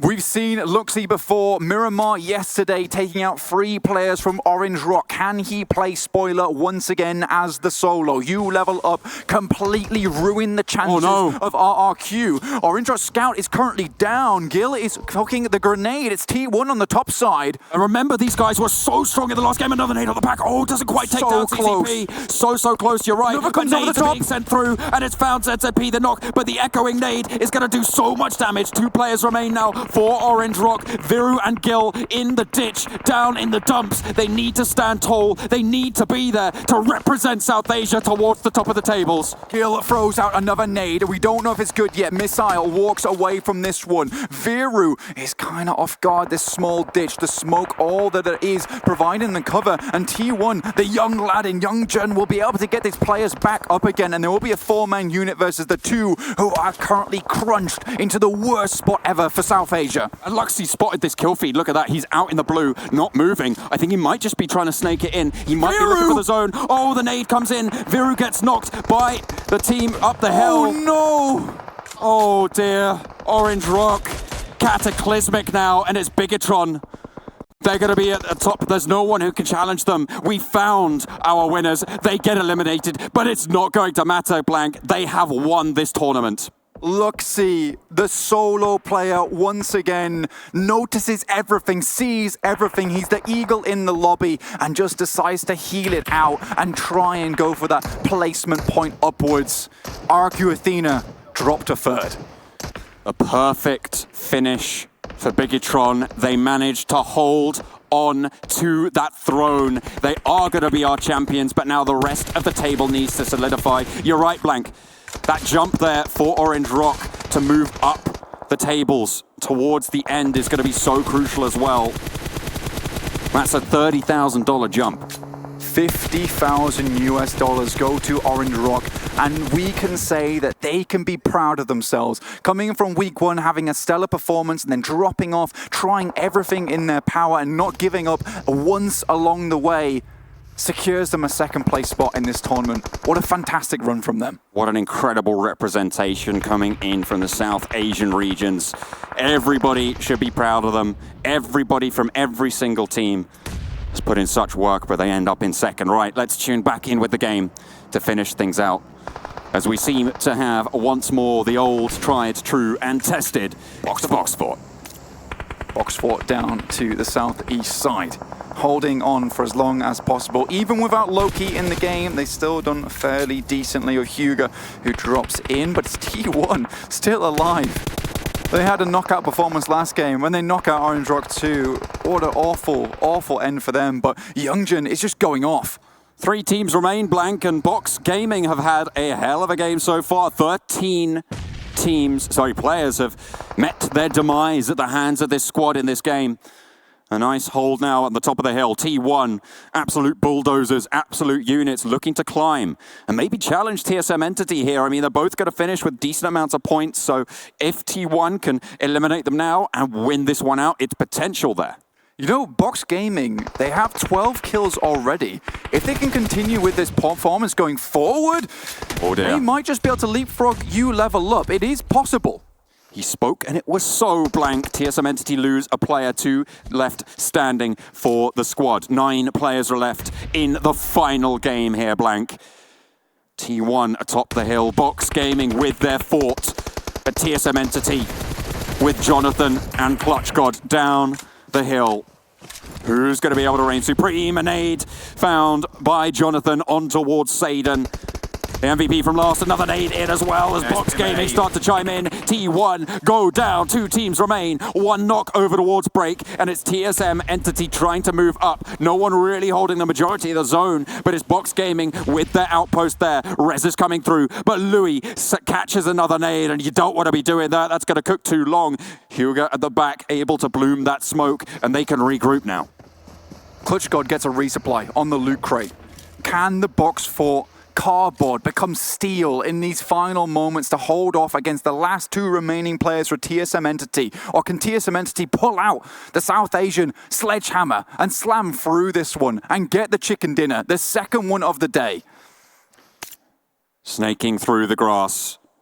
Box Gaming, 4 players alive. They've had so many kills this game, Blank. I think they're up to somewhere around 14 overall. So a fantastic game for them to close things out. Clutch God, though, spots break. Finds 1, brings it 3 versus 2. No one there for the refrag. Spraying down, pre-firing the tree. He knows there's potential for players to be there. And Louis tries to move out to get this res on board. Very, very close by, but so is Clutch God. The nades could come at any second. TSM Entity just over the top side. Utility is full. Box Gaming not wanting to give up a single inch. It's Jonathan and Clutch God, arguably 2 of the best players in South Asia versus 4 from Box Gaming after this res comes through from Louis onto break. Break does get that res on board, so now they're back to 4. TSM Entity biding their time. We're going to be going to phase 8 soon enough. Louis repositioning now as TSM Entity just trying to hold it down, trying to push up the board.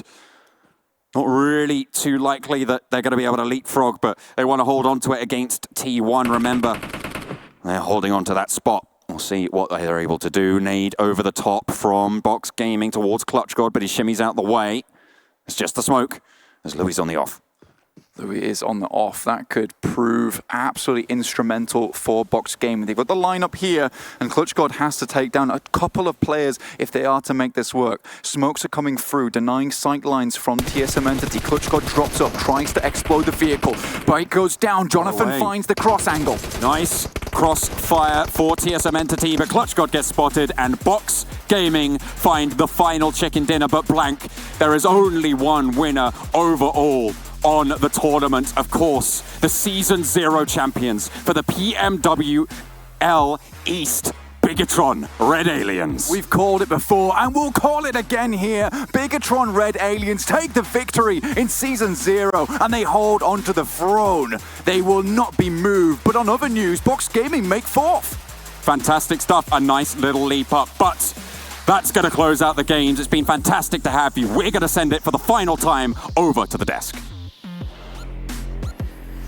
That is right. Our PMWA's champions, Bigatron Red Aliens, are able to take themselves the victory. After getting first in the regular season, they come into the grand finals and are able to do it once again. The kings on the throne will not be toppled. Welcome back here to the desk. I've got Snods, I've got Froz here. It's all Bigatron Red Aliens. It's all about Bigatron Red Aliens, and we know them so well. Luxy, Zuxy, the twins. You have Ryzen, you have Microboy. They always make the game-winning moves, and once again, that led them to the win here in the finals.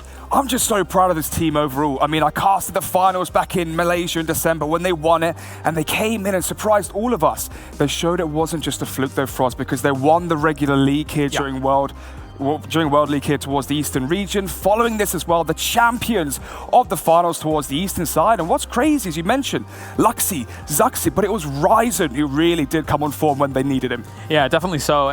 They are the complete package when it comes to a PUBG Mobile team. And we've even said it multiple times here on the desk. They are playing a year ahead of everybody else with rotations and gun skill. They know they are the trendsetters of PUBG Mobile. I mean, you can see it in the results. Look at how they won PMCO Fall Split, but after that, they also won, of course, the PMPL Indonesia League, and then the finals as well. And on top of that, they got second place in the PMPL Southeast Asia, and then coming in here, winning the league, winning the finals. What more can you do? It's so apt. It is so apt. And now let's take a look at our second place finisher, of course, here, our runner-up of PMWL East. It is Orange Rock Esports. And gentlemen, they didn't quite get themselves the overall win here, but they've got to be proud of this performance, Alex. It has been a fantastic run for them here in the grand finals. Of course, and especially considering how much they grew as well throughout the finals. It was day one, day two, even myself, I was harping on them saying, where is Orange Rock? We're expecting more from these players.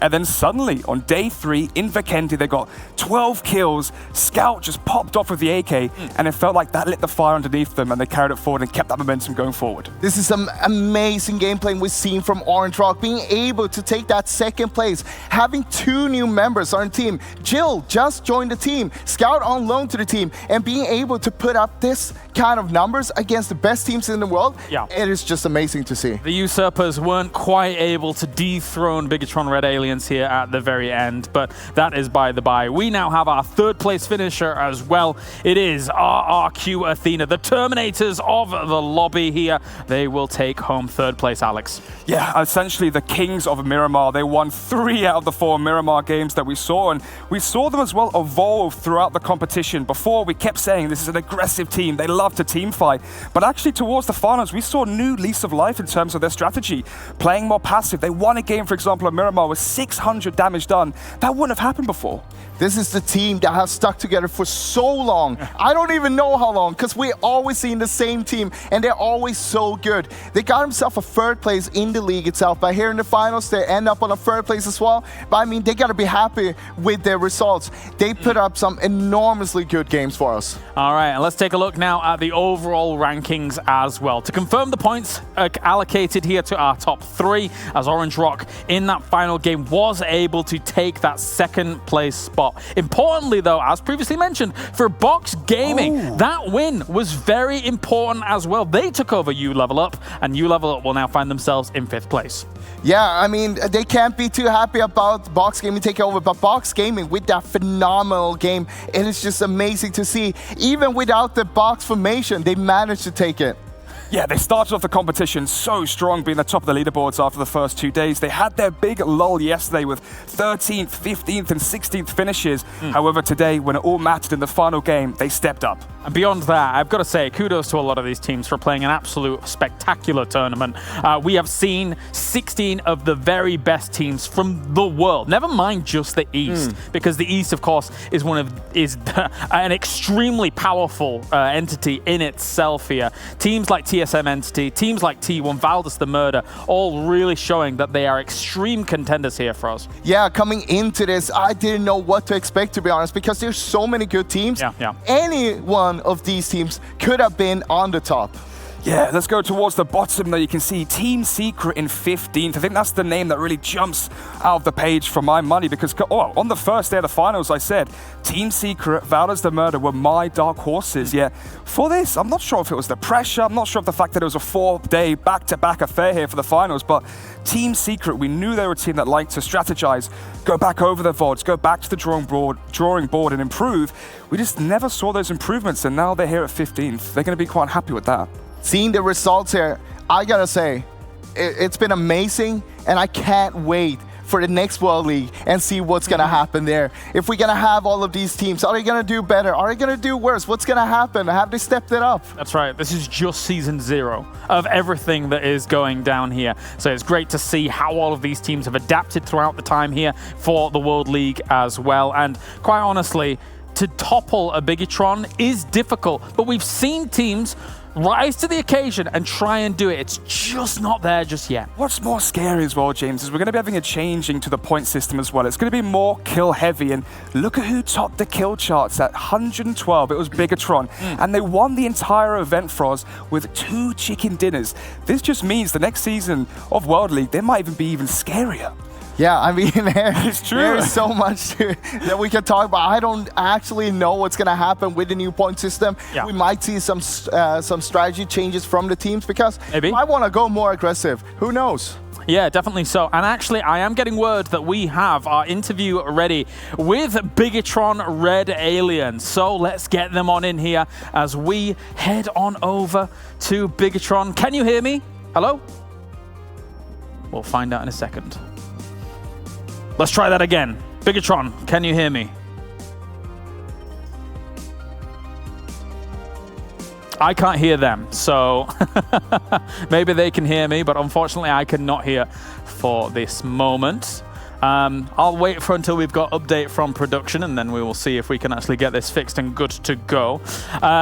For now, I'm just going to head on back over to our analysts and talk about how things are going on. Sorry, guys, I can't hear you just yet. James, they look like they just, had a normal Sunday. They don't really care. I mean, the fact that they just won $100,000, one of those players as well is going to get the MVP, an additional $10,000. You can see they're sat there like, yeah, this is just normal for us. They're a very strong team indeed, and they are in powerful team. Let's take a look at our MVP award winners as well. Break will take the MVP here at the very top. Froz. That is just amazing to see. Break stepping up enormously during the finals. And what's actually so crazy is he is on loan to Box Gaming. Being able to perform to this level, being just part of the team for this right now, I mean, I'm just hoping they're going to pick him up and he's going to be an addition to the team from here on. You can't pass that up, sure. I mean, if the offer is there, you can't pass it up because in this capacity right now, they're a championship contender. Yeah, 100%. And you saw them in the last game, how well they played. That showed you once again, they never gave up. They kept going all the way to the end. And if we can, cast our minds back just a few moments ago, even at the start of the day, it was Ryzen at the top of the MVP charts. It was Break towards the 5th position as well. And I was expecting Ryzen to get the MVP, even though at the start of the finals, I predicted potentially Break as well. But it was that last game from Box Gaming where we saw 14 kills, and it was just an amazing performance from Break, who carried it over the line. All right, well, let's try this again, because I want to hear from Bigetron Red Aliens, as they've just got themselves the victory. I'm going to step this way, and we will see. Can you hear me? Yes. Yes, perfect. Okay, sorry guys for the problems just before. But firstly, congratulations. You guys are the champions. Talk to me about this win, because it must feel great. I can't say anything. We are very excited. Fantastic stuff, fantastic. So, talk to me about the contenders that you guys had. Obviously, Orange Rock came back. They were looking to contend for the championship. Were you expecting that? What do you think about their performance? We were not expecting Orange Rock and RRQ can competing against us. It's really a tough competition. Yeah, definitely so. Definitely. And now looking forwards from this tournament, do you think anybody's going to be able to challenge you in upcoming tournaments when moving forwards? I think all teams can challenge us. Right now, this competition is really tough, and no one team are consistent very good. No one team are consistent. It's very good. All right. Well, what's the plan? $100,000? Actually, $150,000. Richer. What's the plan with the money? Come on, bring it. I think I'm gonna buy some house. Anybody else answering? Other answers? No. new vehicle maybe. New vehicle. I'm all about that. Yeah, I could appreciate. Zaxi have a collection of vehicle. He has a collection of vehicles. Yes. Oh my god. Okay. Fantastic. All right. Well, gentlemen, congratulations for your win. Thank you very much for joining us here. Go and enjoy. Go and celebrate. Thank you for joining us. Thank you. Thank you. All right, that was Bigatron Red Aliens. I didn't want to dive too much into the games. At this point, they've won the championship. It's fantastic stuff from them. And just, I mean, they make their actions on the battleground speak louder than any words we can even get from them, never mind us. They're just, we said it before we even went to the interview. I feel like they are the trendsetters of PUBG Mobile when it comes to them being the world champion and them being able to rotate so well and then being able to take fights so well. I mean, seeing their strategies and how they play out the games, I feel like they're always ahead of the other teams. They know what's happening, they know what's going to happen, and they are expecting it before it's happening. I'm just so impressed by the composure. I mean, you look at the ages, 17 or so for most of those players on that team, and the fact that they can stay so cool, so calm, and so collected with that much money on the line. And you can see how relaxed they were as well. I'm not sure if it's even sunk in yet. They're champions. They have champion blood within them. They are absolute champions. So a huge congratulations once again. Bigatron Red Aliens is your champion for the PMWL East. Thank you very much, gentlemen, for joining me here. Thank you very much to everybody tuning in around the world once again. Sound the horns because the Kings are on the throne once again here for East. And we shall see you next time for more PUBG Mobile action.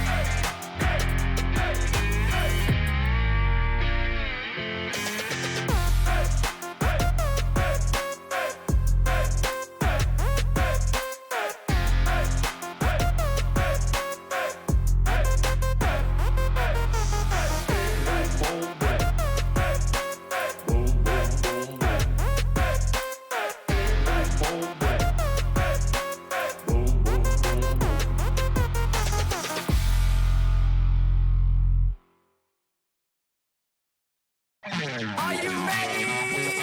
Are you ready? Are you ready? Are you ready?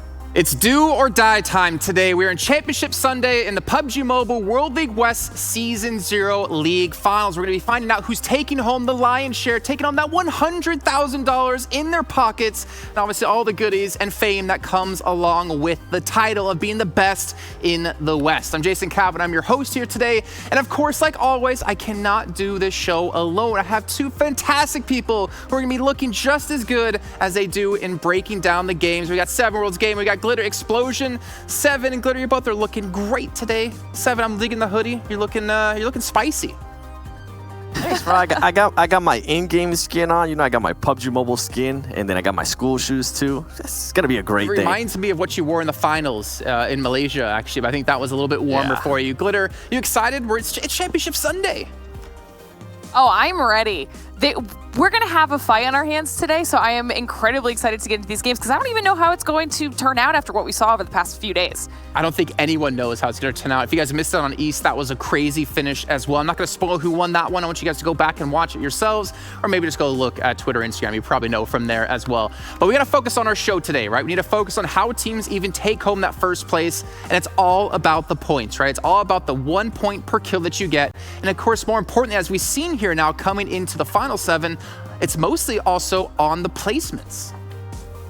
It is going to be on the placements. Remember, our chicken dinner is going to be 20 points. And then on top of that, if you're able to back it up with some kills, you are going to be getting 1 point per kill. And we saw a lot of teams take advantage of that. One that comes to mind, it was Kunina Power. I believe they ended up with 16 kills, if I'm not mistaken, in the chicken dinner, which kind of propelled them to being even more on the top 2, to being able to kind of go for a run at that first place today. So any team that can get a chicken dinner that's currently within top 5 and can also back it up with kills will be great for them. And also the other ones that are currently towards the bottom 2 or maybe in the top 10.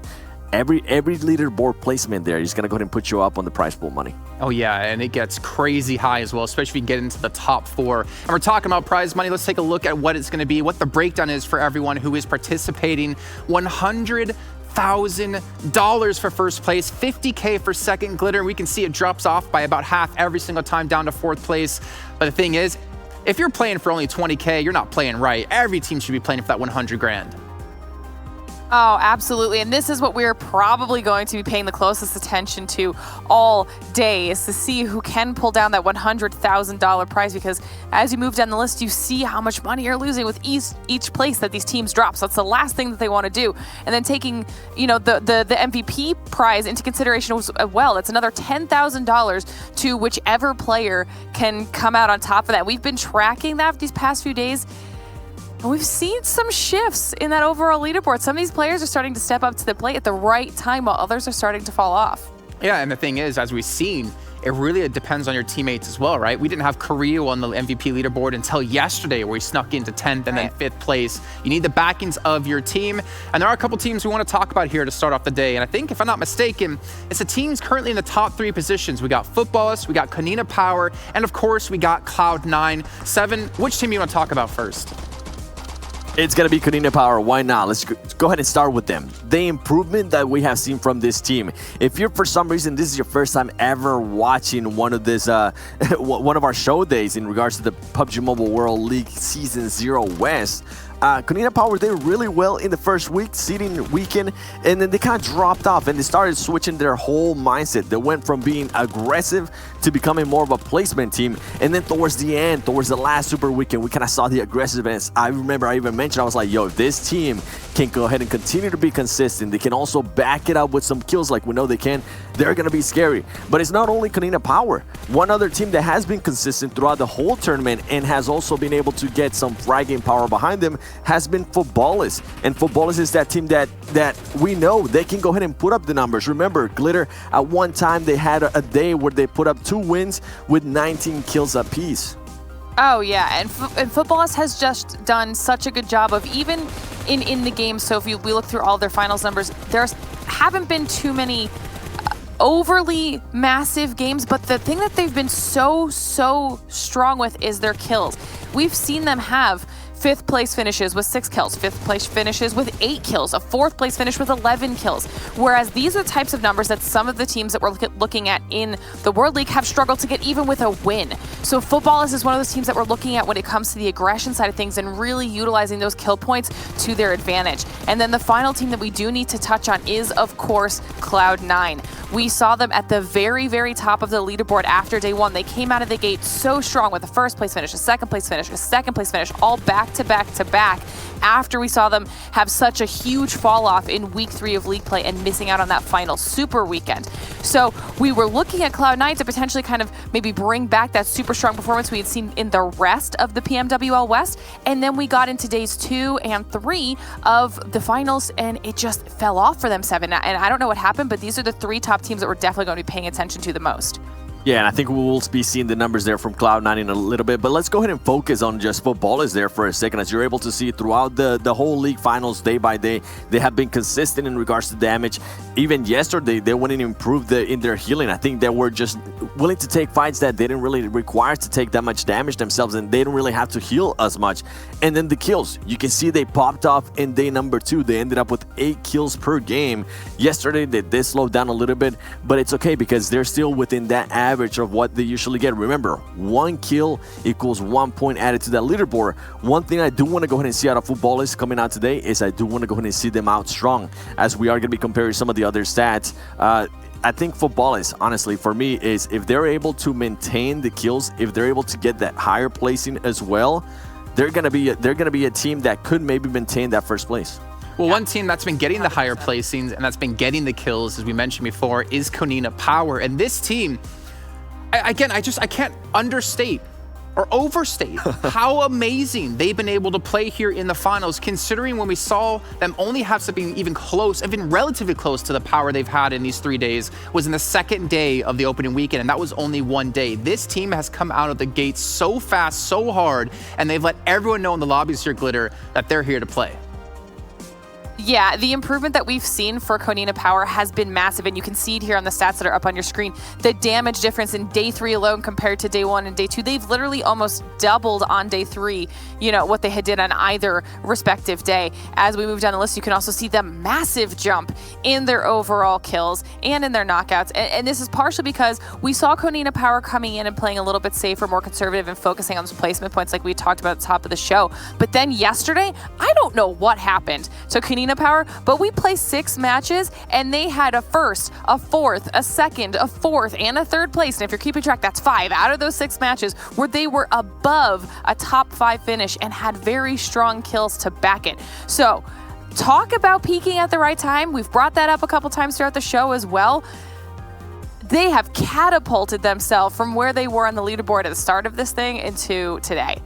Well, we talk about catapulting forward. Cloud9 definitely did that day 1. However, as you guys have mentioned, day 2 and day 3 were not so kind to them, as we're going to take a look at their stats, and you can see it's pretty much the exact opposite of Konina Power. Where Konina Power got better as the days went on, they started off strong, but have only been getting worse here, Seven. Yeah, and remember on day 1, they came in with a vengeance. They came in to kind of prove themselves because they did not qualify to that final super weekend and it cost them a lot of money. So I'm pretty sure they were coming in with that chip on their shoulder, wanting to go ahead and prove that they belong here. And they were able to do that on day 1. On day 2, they started slowing down. And then on day 3, you just it kind of gave you flashes of week 3 league play of how they were performing here. They were only able to place within the top 5 yesterday in the first game, where they ended up getting 4th place. After that, they ended up with a 6th, a 7th, a 14th, and a 9th place. And they were also not able to get a lot of kills. That's something that I'm going to be looking at here. As you see their knockouts, it was not even 1 average per game. And then you have 1.5 kills average. And then you see their heals and their damage is just not going their way. Something I do want to go ahead and see out of this team today, if they want to be in contention, at least maintain that top 3 spot, you need to start hot and you need to maintain that hotness throughout, because guess what, you also have Loops Esports, which is with this striking distance. We know Loops Esports is a big team. I think they are currently about maybe 37 points or something like that behind them, if I'm not mistaken, maybe 35 points behind Cloud9. If Loops Esports gets a win with a lot of kills and Cloud9 gets maybe eliminated in 16th place with 0 kills, as we have seen it happen before, we could see a huge shift in the leaderboards here. Yeah, and well, speaking of leaderboards, why don't we just take a look at it and see how far teams are away from each other at the moment, especially when it comes to getting the big bucks. Now, I do want to bring this up again. When we got to interview Beowulf from the 6S podcast, he did say they kind of messed up on the third week of league play. They kind of played too well originally, so teams started to focus them down. I wonder if that's kind of something that they've been kind of leaning towards of like, all right, let's maybe not go as crazy today and really show up in the last day so other teams like Konita Power, maybe footballers can be focused as well and maybe taken down in the throne.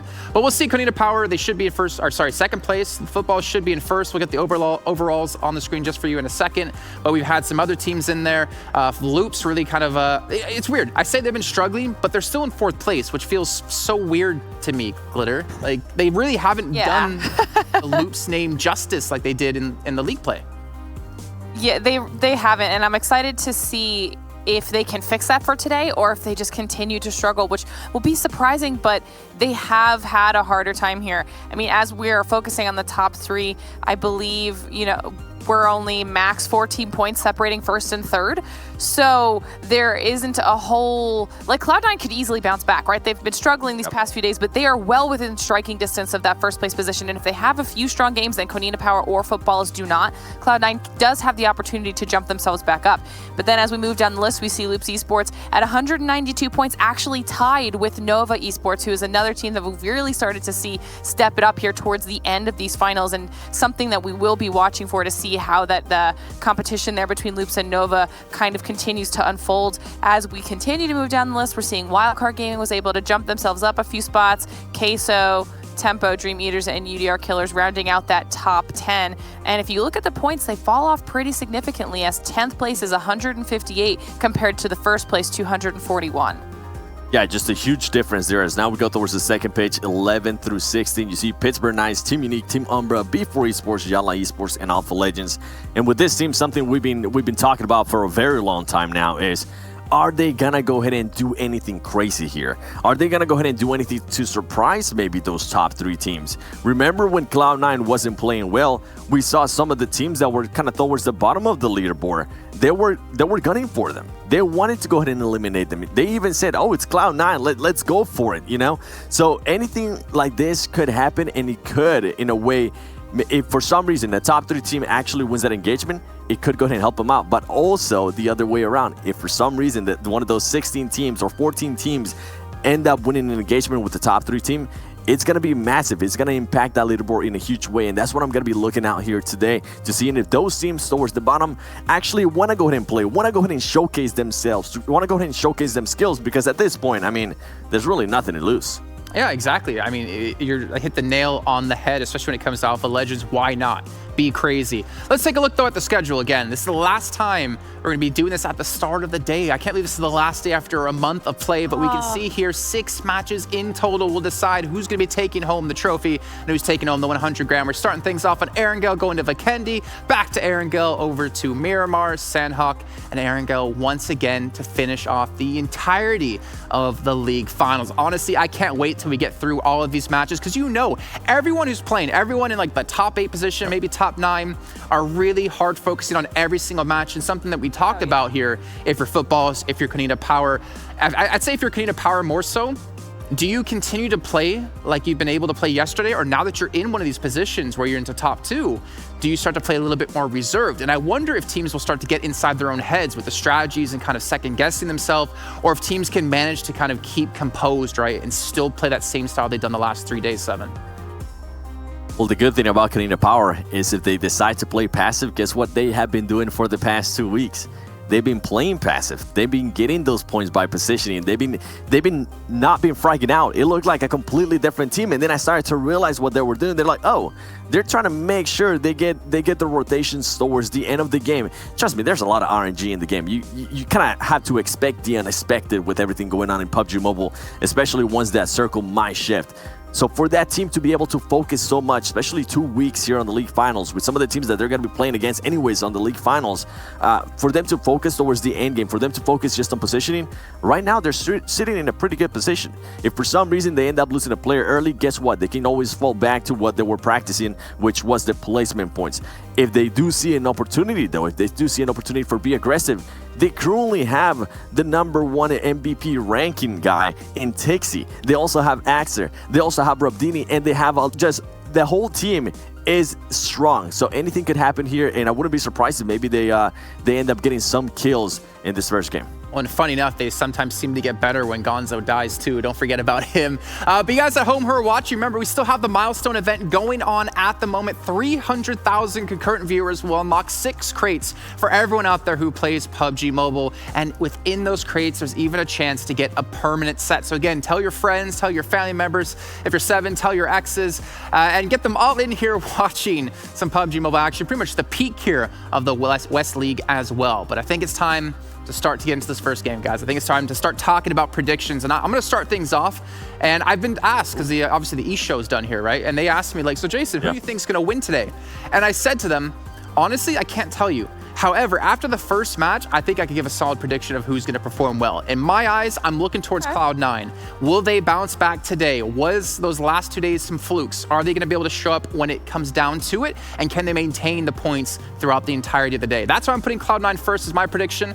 It's kind of a risky thing for me. I wanted to go towards Canadian Power, but it's Cloud9. It's the first game of the day. Like, how could I not go for them here? 7, what about you? Yeah, I mean, as you mentioned, Cloud9 always performs. That was yesterday, I believe it was yesterday or day second. It was the only match they performed in. It was their first match, and that's why I'm also going with Cloud9. If Cloud9 wants to even have a chance at gunning up for that first place, they need to start off hot. They cannot do what they were doing yesterday. So Cloud9 is the one I'm going to be looking at here to win this first match, and we'll see what happens later on. Glitter, it's all on you. Are you going to jinx all of our picks by going Cloud9 as well? First of all, I would like to put on record that I am not a jinx. Second of all, no, I'm not picking Cloud9. I actually have decided to start off the day with Konina Power. They have literally improved every single day, so if that trend continues, today should be their best day out of the entire finals weekend, and they are currently sitting above Cloud9 in second place. So I'm hoping that the consistency and the aggression that we saw out of them yesterday is also what happens today. I mean, it's the same thing like I was saying for them. Like, we're going to see in their first match what kind of team is going to show up today, right? And this is one of the few times they've ever been able to play 100%. Towards the top of the leaderboards. And can they maintain it? Can they even go further? I'm surprised none of us took footballers, but I think we're all saving that pick for a little bit later on today. I think we know exactly what map we're going to be all pretty much picking them. But guys, thank you very much for your information here, and obviously the breakdown of our top 3 teams. We'll check in with you guys when the first match has finished. And 7, you are looking... Can I get one of those? Can I even get one that fits me? Oh, man. You know what? Get out of here. I don't want to talk to them anymore. What I do want to talk about, though, is you guys at home who have a chance for the lucky draw still going on. It's the last day. It's the last 6 games in the entirety of the World League to win a limited time outfit. So make sure you're watching within the game, within the Esports Center, and you could be lucky enough to win. And also, you can be lucky enough to still be on the show as well. If you tweet to us at Esports PUBG and with the hashtag PMWL, give us your thoughts on who's going to do well today. Give us your thoughts on who's going to win and potentially win the whole thing as well. And speaking of winning, we got to bring in some commentators, right? We got to bring in the awesome Inviram and the phenomenal Cameron Davis. I really need to add to my my plethora of words that I clearly have and how to describe people, but it's D-Day, right? We're into the last day. I really cannot ever be in a position of one of these players and feel the stress that they're under right now. With only 6 games to play to decide if you can take first place, second place, wherever it might be, Inviram. Absolutely. As someone, you know, not in PUBG Mobile, but I've been a competitive player, I know what it's like to roll up on the day when it's all on the line, you know, whether it be a qualifier or a championship, in this case, a grand finals, $100,000 on the line. Look, my heart's pounding. We haven't even started the games yet, all right? Like, this is going to get intense, but players just need to take a breath and just look, it's any other day, even though it's Championship Sunday. Yeah, and Cameron, there was actually one team I wanted to talk about that we didn't really get into when it came to the start. Team Queso. We talk about how well Konina Power has been doing this week. What about Team Queso? They have really started to show up where, again, just like Konina Power, they weren't really around much in the Super Weekends. I mean, unfortunately, the reason why we're not talking about them in the way that we're talking about Konina Power is because, sure, they're showing up better than League play, but so far, they're not really proven that they're in contention for the top spot, so they're going to need to continue to push that even further. But with Konina Power going at the momentum and the rate that they're going, got a Footballist, and then Cloud9, who always has the potential of coming back, they're going to need to have an amazing day if they want to be part of that conversation. Yeah, they do, and maybe we'll get a prediction on them later on from some of us if they do perform today in the last day. And also maybe some other teams we can talk about. Pittsburgh Knights and Virum, they have stepped up yesterday. Obviously, not quite in contention for first place, but they have looked better yesterday than they've looked the entirety of the finals. Yeah, literally that, statistics-wise. They put up better numbers just yesterday than their entirety of the performance on day 1 and 2. They went up like 5 placings, I think. Yeah. They finished the day in, I think, 11th or 10th place. They were almost in dead last. But they were able to step up in a big way. I think 60 kill points now for them, something bizarre. Like, it is incredible to see how much better they did yesterday. If they can continue that momentum, again, I don't think first place is in the cards for them, but a top 7 finish, top 5 is not impossible by any means. But I think the other thing we have to look at, Loops and Nova, 4th and 5th, are tied in points. Yeah. They are both also in contention here. Like, we have to talk about the trend that Nova Esports has been doing as well. It's been a little more hit and miss, but the games they've been performing, if Cat can survive, if they can make it to those late game scenarios, they don't lose. Yeah, I'm actually glad you brought Nova up, because this team was a team that struggled quite heavily. But we've seen the impact of a strong in-game leader like Cat can have on a team. They went from being like a 10th through 20th place team to now in contention for like 3rd, 4th place. This is such a big step up for them, Cameron. And you really have to wonder, can other teams match that? Or maybe can Nova maintain that yet again? I know we've seen Cat have, I'd say better success on bigger maps like Miramar, but obviously only play that once. So I'm hoping for them that Erangel can be something they can really pull out strong today. It's just very hard to tell what the whole feeling of this final day is going to be like, because in the course of this whole weekend, we've seen the tempo of the games increase and just change so much. I'm hoping that these aggressive play styles continue to be the focus of a number of these teams, but that does mean that you really need to be on the ball on actually executing and winning the engagements that you find yourself in. And also, I think it's important for an in-game leader to really take the pressure off your teammates, right? Imagine, we had Nova up against Dream Eaters on Erangel yesterday, and I think it was AZ who kind of peeked a little bit too wide and went for an engagement that maybe he shouldn't have. But if something like that happens to you relatively early on in the day, knowing you only have 6 matches in total left to go, I hope that your in-game leader, your teammates can help bring you back from that, right? Because you don't want to have that clouds really sitting over you the entirety of today. But it's time to get into predictions. It's time to see who you guys are going to be predicting. We had 2 Cloud9s, we had a Konina Power. Cameron, we're going to start off with you. Who's the team you're backing?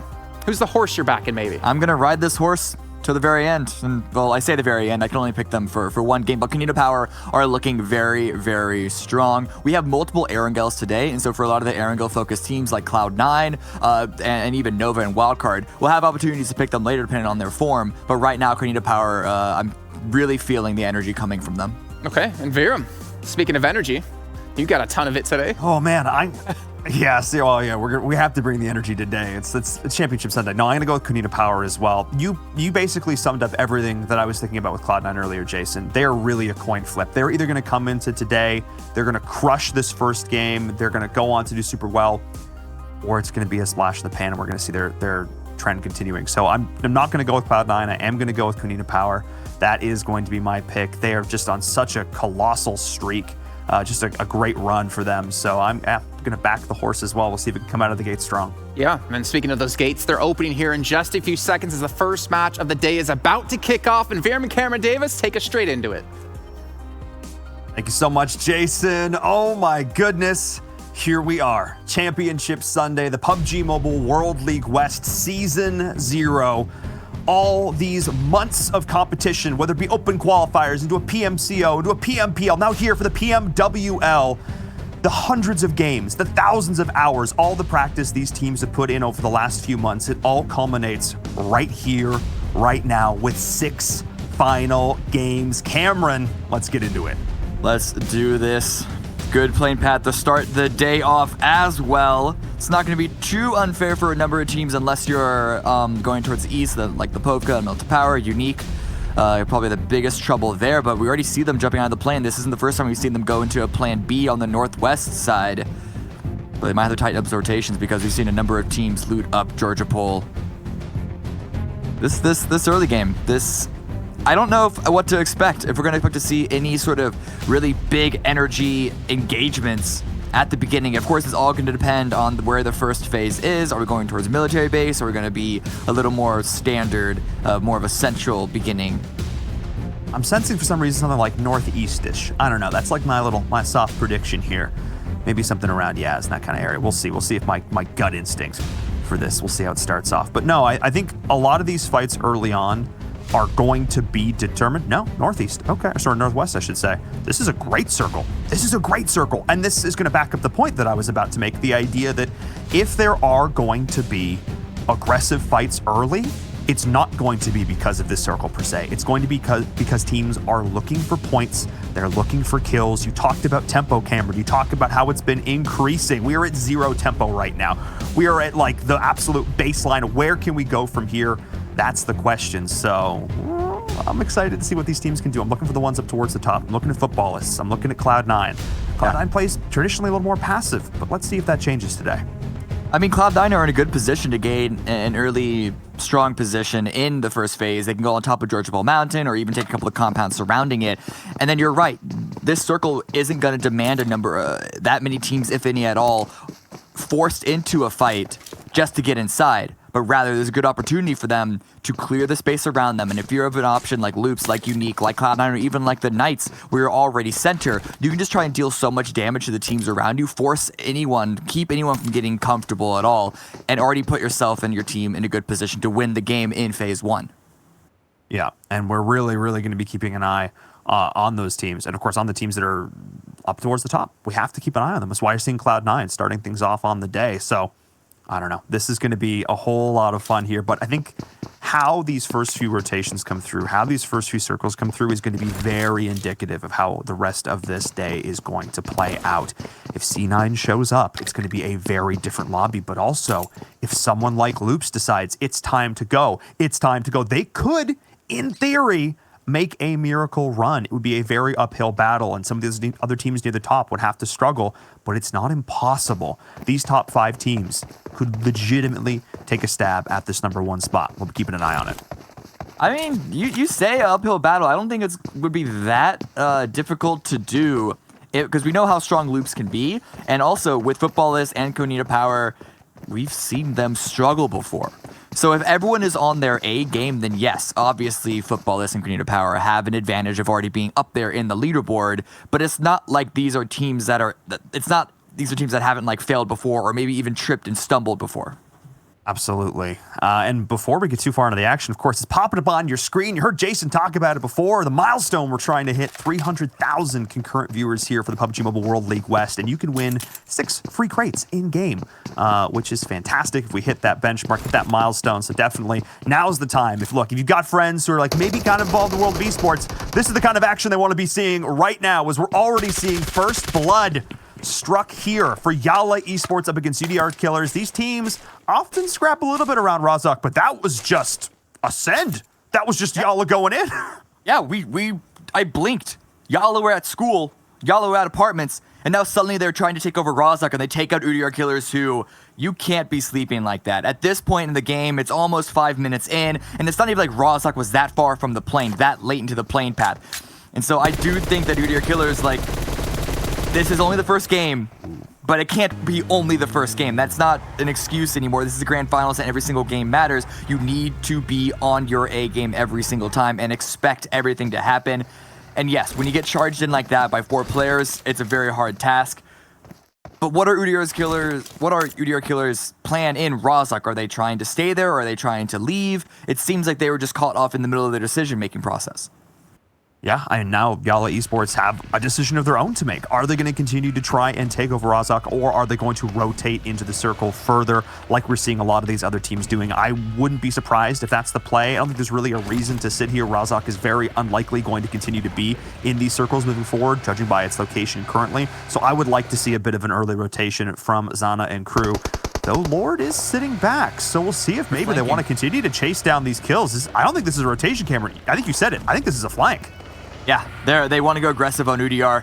I don't know if they know exactly where these players are, but they're sending 3 people in a vehicle on top of this hilltop and Lord on the flat top watching over, giving the information. And if they can isolate Ulysses, even if those 3 on the hill just rush down into his building, could do a lot of damage. And Ulysses now has to make a decision. Does he retreat off of this? But that'll require him to cross the road, which Lord will have a great angle on. Good damage onto Zana. That's going to slow down Yala's push at least for a minute. Of course, Lord sitting back prone with the DP, no recoil all day. He will line it up should that player attempt to cross the road.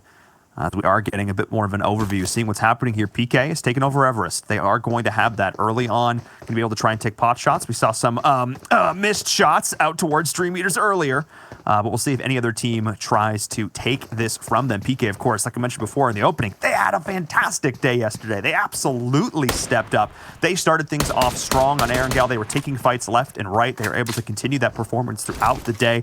Let's see if they can carry it over here. A strong performance once again in game number 1. I think would do wonders for their confidence. And do some damage to Dream Eaters. And Queso also trying to, well, find a position in the circle. There's a lot of teams trying to go for center around this Georgiable Mountain area.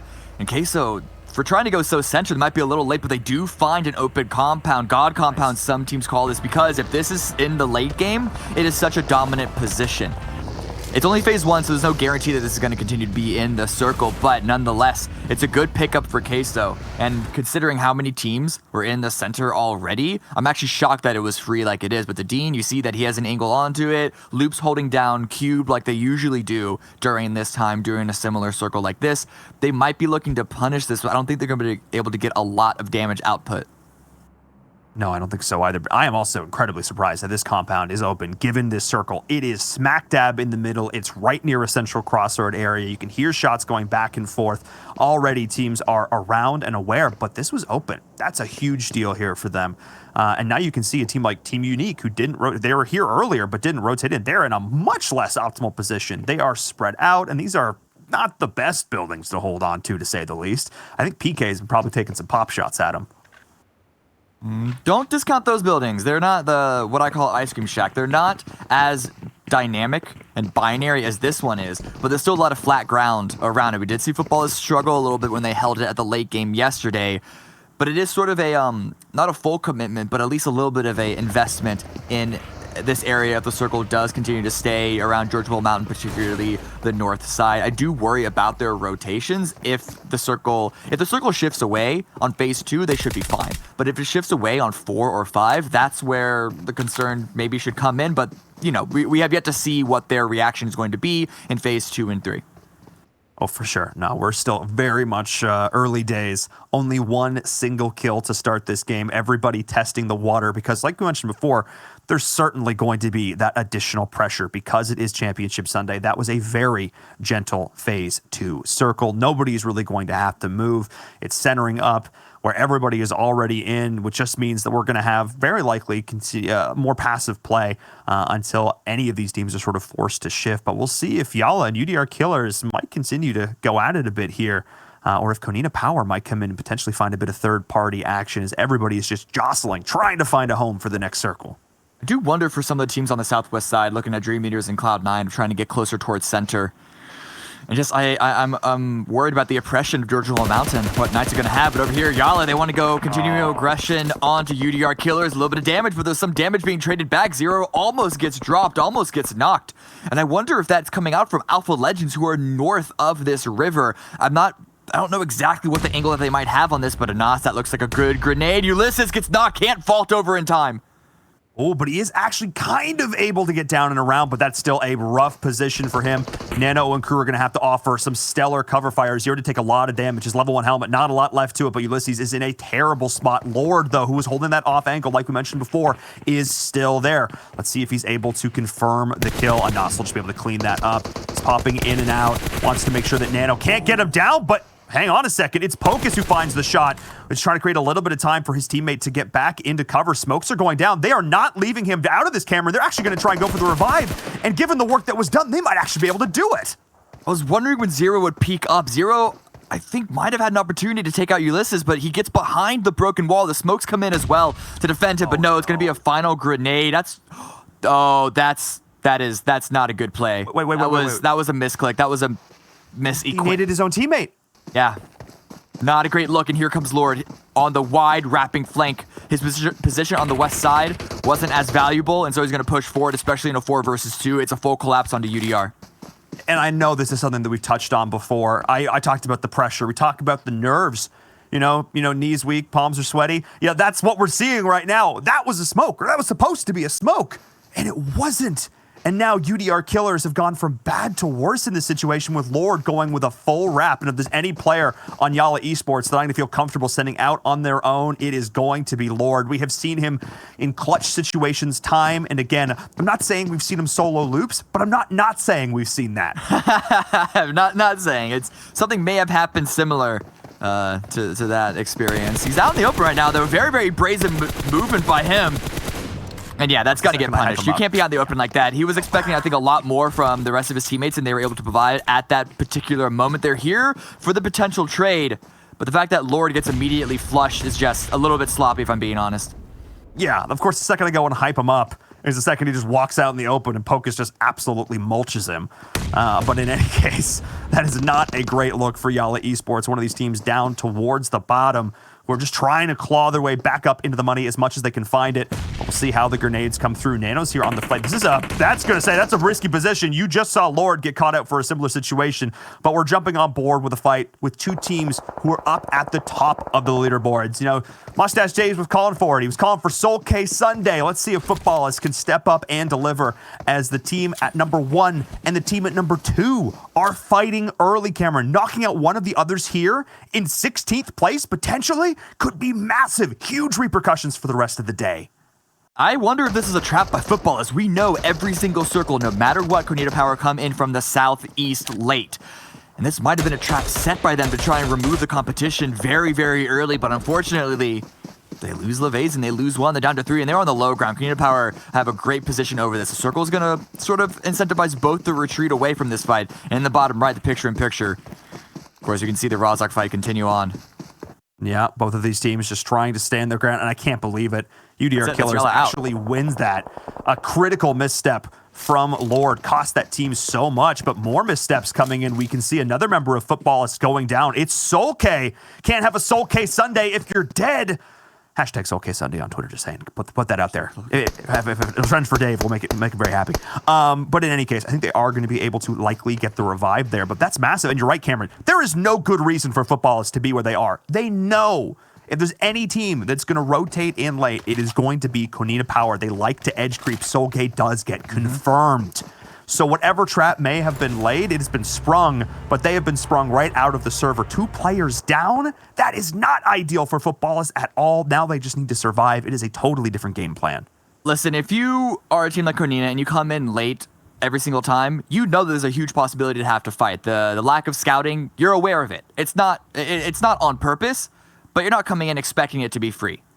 And so you really have to set a proper trap for a team like that, for a team like Cornita Power if you want to abuse it. Over here, we do see Nova staring down Umbra. Umbra sort of stacked into one single compound, and over with a wider spread on the north side of Ruins. And Nova, we talked about that, have an opportunity to continue to push forward up the leaderboard, and they have an alright position in this circle. But Cloud9, this tower was also free. And then the circle shift up on this direction around this bridge, we are seeing loops in Cloud9. Not the top 2 at the moment, but we're the top 2 essentially during league play, controlling the bridge. And that could be very impactful depending on what side it goes on. But Cornita Power, they're also coming into Rozhok, and they're going to find a wounded UDR Killers. Yeah, they rotated in. I'm not sure if maybe UDR Killers took shots at them or what exactly happened. I saw the mid-map. I was like, I don't think this is going to result in a fight, because it really shouldn't. This is not where this is not the hill that Cornita Power wants to die on. They have bigger fish to fry. They have a win in their sights in game number 1. And while we're not in the first blue, it is going to start to tick away for sure. So meds are going to have to be burned, stims to try and full heal through this, as we're now seeing them rotate all the way up and around into what they know is wildcard country, but they would rather deal with that on the open ground with more place to play than try and fights in the streets of Rozhok when it is already in the blue. We can see it there. Alpha Legends could potentially take some shots. That was would certainly be a little bit of an upset if the team down towards the bottom of the leaderboards could upset one towards the top, but this circle shift is actually huge for Konina Power. C9, Loops are still in, but all these teams down towards the south, the remaining members of Footballists, they now have to fight through like 6 teams to even try and get to this circle. This is a disaster for Footballists. This is the worst possible circle for them. I was already liking that Konina Power rotation. That was before the circle revealed to swing up in their direction, and the reason why they avoided it is because they don't want to do exactly what these teams are going to have to do of driving up through ruins, past Vertical Mountain, onto that bridge. It is chaotic, and there are so many teams stacked in this direction because the circles have leaned further and further north from phase 1, and if you just read the map, you just know where there should be more teams than others. Tempo Storm having descended into the water, but Umbra, they're holding below the bridge. They have an angle onto this, and Vindex as well on the rocks above. This could be curtains for Tempo. Yeah, this could be the Storm catching up with them, but Federal is on the flank, might look to get involved, but Prolord is here. Umbra are in a great spot, but couldn't actually find any of those kills. Hard to take the shots in the water. Spec is going to play around with these sunken vehicles. We've seen a lot of cute plays with that over the last few days, both in East and West, so keep an eye on that. But Loops is looking to play third party. If teams pop themselves out, ooh, but that's just how you do it. That's just how you get it done. Tempo Storm losing 1 early. This is a disaster for them.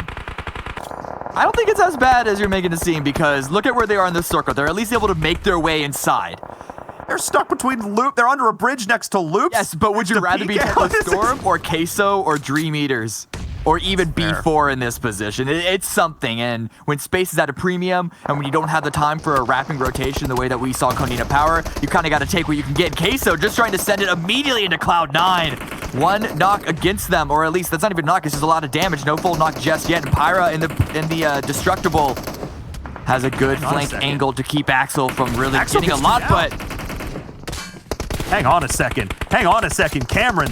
What was looking like a great little situation for Cloud9 has turned into Axel dismantling their entire team. Pyra is now the last man standing. That nade will knock him down. Mystic is off to the flank, but that was incredible. Axel almost just single-handedly took down all of Cloud9, and Uneven gets confirmed by Federal. So this is huge. Pyra is now the last man standing as the fight is pushing in underneath the bridge as well. PK is going to look to get involved. He went from 0 to 100 real quick on this game, Cameron, as so many downs. That kill feed was lighting up. Pyra couldn't do much because of Mystic's angle. You can see Pyra staring him down, but knowing that he can't peek out if he doesn't want to get shot. He's going to wait for the vehicle rotation that he knows is coming. But Unique up here on the north side of the river, taking a ridge on the edge, throwing grenades all over B4. Not landing too much damage just yet, but that's because of all the smoke that B4 had to deploy.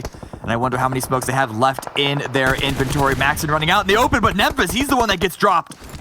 Nice shot there from B4, able to swing that one around real quick as Memphis does drop. Pedro was able to try and move his way in and around, find an off angle, but B4, they certainly have the work cut out for them. But another team in the same boat. It's Footballists being gate kept by Alpha Legends. Rayman, we've seen him go big time and again, but it's Old Man off to the flank. And oh my goodness, an initial fight against Konina Power is now spelling disaster for the team at the top of the leaderboards as they are out in 14th place. That's Footballists down. That is huge for the other teams at the top, vying for that #1 spot. This is also huge for Wildcard. Look at their circle shift immediately, once again on their location. They had, in my opinion, the strongest position in the previous phase, and that is quadrupled in power with this shift. And it's going to be chaos for everyone coming in from the south who's trying to manage the retreat, the exit from this river standoff. And Dream Eaters, they've taken some damage, they've taken some licks, but they're actually in a much healthier position than Nova are. It's just Cat remaining, only 1 kill for his team. The cross over the river wasn't so successful for this squad. The smoke's gonna come out, put a little bit of defense. He's waiting for a peek, but now Knights swimming into Tempo Storm. Yeah, we'll see. J7! J7 is here. Hang on a second. J7, wait, hang on a second. What started so poorly for Tempo is now in a great position. Raven, pull out a gun! Pull out a gun, Raven! Oh my goodness, that was a disaster. He pulled out his fist before he went swimming, and everybody just ended up getting cleaned up, and now he's gonna get cleaned up as well. Who's gonna get all these points in the end? Oh my goodness, all these teams going down in an instant. Pittsburgh Knights is out, Tempo was out, and I think it was, who was even cleaning that up? It was B4! B4 getting involved! Surprised B4 able to stay alive. We saw the angle that Unique had onto them. I think maybe Unique pulled away to try and focus on making their own way into the circle, because they're going to have to cross the road themselves, which is not as bad as a river, but it's pretty close. And now Umbra, Vindex jumping into the water, Nano trying to swim away like a guppy, hopping into the vehicle just for a quick little stim moment. But Alpha Legends pushing to Konina Power. Konina Power had an angle on the northeast side, pushed in, but they pushed in to the low ground. There aren't that many places for them to play, but it's still a weak position that they put themselves in. Alpha Legends with the high ground, perfect opportunity to punish. I mean, this could be huge. If Alpha Legends, the team coming in 16th place, could play spoiler to the first and second teams respectively in Footballis and Konina Power. But I don't think it's meant to be, as they are starting to fall apart. Hang on a second. Rayman, he's just chilling in the vehicle. He's trying to play this, but that's another down. Nice nade comes in, but Gonzo able to find the angle onto Rayman. It's just Old Man left for the team, but any deaths, any additional kills onto Konina Power would be huge because they've already lost Tixie. I cannot believe it. Another one with Axer going down. Alpha Legends is stymieing so many of these teams at the top. This is huge. This is amazing for their confidence. Good for them. It's also wildcard. You saw them with a side angle. Swing gets a knock against, I believe it was Gonzo, and it's just Rob remaining. The smoke's immediately deployed, trying to go for the revive, but Old Man trying to land the frag. I think that's going to go a bit too far to the right, and the tree blocks it as well. Gonzo gets revived, but again, you can just tell how weak of a position that they're in. But now the circle shift, dead center. The circle is centering on a valley. Wildcard have an option to take a small compound that is still inside, but this ridgeline is too powerful to leave too quickly. Yeah, they definitely want to hold this angle while they can. Not only does it give them this amazing ridgeline they can, jump back and forth between, but it also gives them the option of that high ground. They have great vision, and Spring is preemptively taking this compound. Spring, who we always see off on his own, playing scout, playing anchor, but oh my goodness, Gonzo is going to be just that as Old Man finds the shot through the ruined buggy, having to help him up once again, but the blue is going to push in at this point. For Old Man, for Alpha Legends, it's not about getting the chicken dinner. It's about denying these teams at the top as the play zone takes out Pyra as well. A lot of these top teams are going down like dominoes, one after the other. That's C9 out. It was a heel strat for them. Weren't able to cross the river after that. Amazing push by Queso. They were able to outlast them, so that's at least a little bit. Looking at Wildcard, they have a strong position, but 0 kills so far. This might be a low kill game for them if they're able to win it. That's a big if. Alpha Legends is eliminated, B4 eliminated, and that actually alleviates a lot of pressure from Konina Power. But look at the minimap. They still need to get inside the next zone. Everyone but Wildcard still need to get inside the next zone. And like I said, Wildcard, they just need to stay on this ridge, put pressure on every other team, keep them from having any place to stand on, and then Spring in the compound is the anchor spot for them to all retreat to. Konina Power does go down, but it's a 4th place. It's definitely a good start for the day. Yeah, not a bad start for them, but it's Wildcard in their superior position. They play north. They play from Severny. They work their way down, and unless you try and throw off their rhythm, well, let's just say they have their dancing shoes on, and they are continuing to rack up the kills. As we see Milky Way next up, line of sight for Sam. That's 4 now for them. Not the biggest kill game, but there's a lot of teams in their sights, or there were, I should say, as now it's just Loops left. Cameron, we now only have, what's even happening? We went from like 5 or 6 teams down to 2 in an instant. That's what happens when there's nothing to play. We saw a similar situation just a couple of phases ago with the river crossing. And Wildcard picked up to 5 kills. And if they win this like they're supposed to, it's going to be up to 7. Spraying down Carrillo, a bit of damage, no knock just yet. But either way, both these Loops players are in the play zone. But the next zone, where can they move from there? This is only phase 6. This isn't even the end of the game. It could swing back in their direction, sure, but it's a 4 versus 2. Surely Wildcard don't lose this.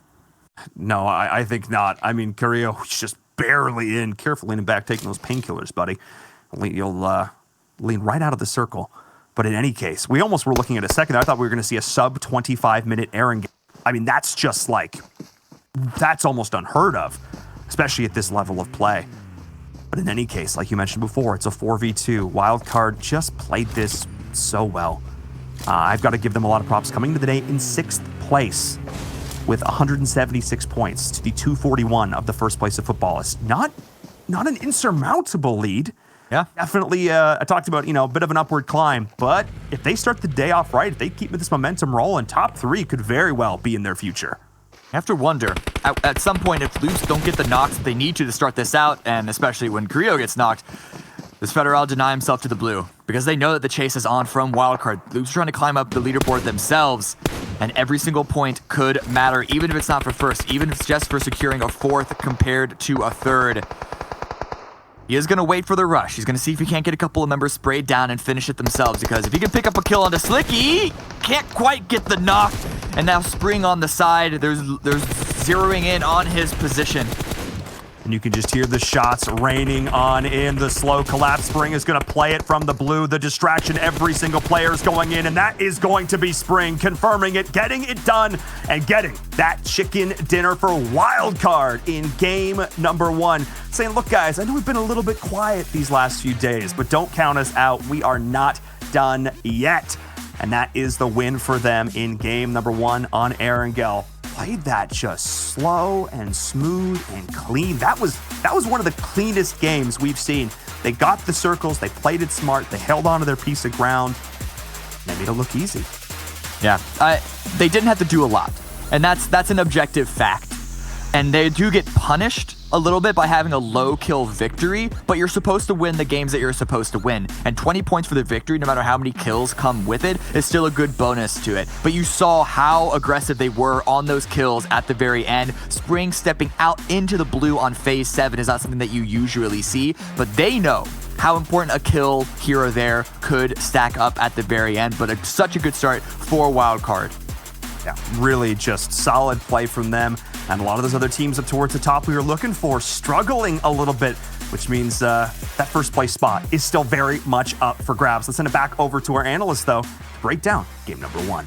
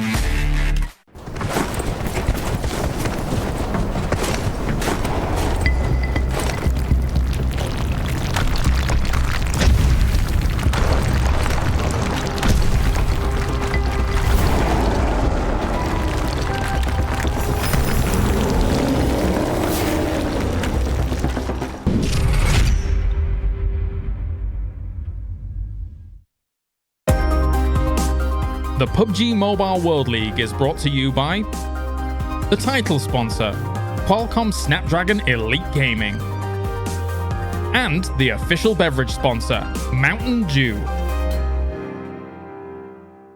Well, we asked ourselves at the start of the day, who would come out strong, who would bounce back from previous results, and we have seen Wildcard be one of the teams saying, hey, guys, don't forget about us. We still have that chance to be number 1, and they picked themselves up a chicken dinner, but also we see Loops up there, we see Cloud9 up there, we see Konina Power up there. One team we didn't see was, unfortunately, Football, as they went out in 14th place. We'll take a look at our rankings from that last match to start to break things down here, Glitter, because we did see, albeit not many kills, but still a lot of points in total going to Wildcard. No, and this is definitely a good start for Wildcard, right? They came into the day and they were in 6th place, but they were not a very far behind 6th place when it comes to Loops and Nova. So these types of games for Wildcard are going to help bump them up above whichever squads above them aren't doing well. Like we see Loops immediately under there with a 20-point game for themselves, but we don't see Nova up here. So this could potentially put Wildcard in a much better position. And like we will talk about for the rest of the day, every single spot that those teams at the top are starting to climb over each other means more money, means better prize pool, right? So as we move farther down the list, we actually see Team Unique able to get themselves some good points. Konina Power able to start off the day pretty strong, but big surprises up there for me, Seven, were Alpha Legends and B4 on that first page. Yeah, teams that we're used to seeing here towards the second page now moving up, and that's what I was saying. Some of those teams could start improving here today, and they could take points away from some of the other teams that are kind of in the top 5 situation right now. And now as we go here towards the second page, you see Dream Eaters, you see Team Queso. I know we're talking about Team Queso here and there. Team Queso just hasn't been as consistent as we would like them to see. Obviously, if they're able to pick it up in the next couple of games, they could move up on the leaderboard. And what shocks me is 15 and 16. Nova Esports, remember, Nova Esports coming into this game, they were in 5th place, and then Footballers was in 1st place. So not the way you want to go ahead and start off your day here, Jason. Yeah, 100%. And considering it's not like, okay, there'll be another day tomorrow, right? We can have a bad day today. It's literally, this is it. You have now 5 matches left as we take a look at wildcard stats from the last match. And we can see 1,800 damage, 7 kills. I'd say some pretty decent damage considering the amount of the kills they were able to pull off. But what really sticks out to me, I can see Seven's face already. He's noticed it as well. The healing 7. Yeah. Yo, this is like a perfect game for wildcard here. They didn't really have to do any healing whatsoever. That's less than what you have to do like to get a player back to full heal. This was an amazing game for them, and as we were mentioning, they were getting most of the circles. The circle was towards where they usually land anyways in around Severny, but it was a perfect game for them, and it's good to see them take advantage of that, because this is one team, as you guys mentioned, they could be in contention for that top 3. Obviously, if they want to get to the top 1, they would have to get a lot more chicken dinners, but what a great start here for wildcard. Yeah, a great start for them. Let's take a look, though, at our top players, because I'm expecting to see some other people in there as well. And we'll see Annalise coming in from Unique. The first time I feel like we've seen him in top 4. You got Spring and Acer coming in from Wildcard. And, of course, Federal coming in for Loops, the last man standing. But if we were to guess who the MVP was going to be, I would almost have to say Acer. Yes. Yeah. It's going to be Acer. I'm feeling like it's got to be If it's not, I would be surprised. I would be surprised because I saw him doing a lot of damage from the position he was on. Spring. Oh, it's Spring. Let's go. Hey. Is that, I feel like Seven's definitely rubbed off on you, Glitter, with the let's go on that one. But yeah, he pulls it up big. The thing is, I don't know if Spring is necessarily in contention for that first place MVP prize of the $10,000, but maybe this is what he needs to get started in there. We still see Annalise for the first time, 450 damage done. But all in all, I mean, we talked about it wasn't really a big fragging game for either team, as we see the other 3 players have only 2 kills apiece. Mm-hmm.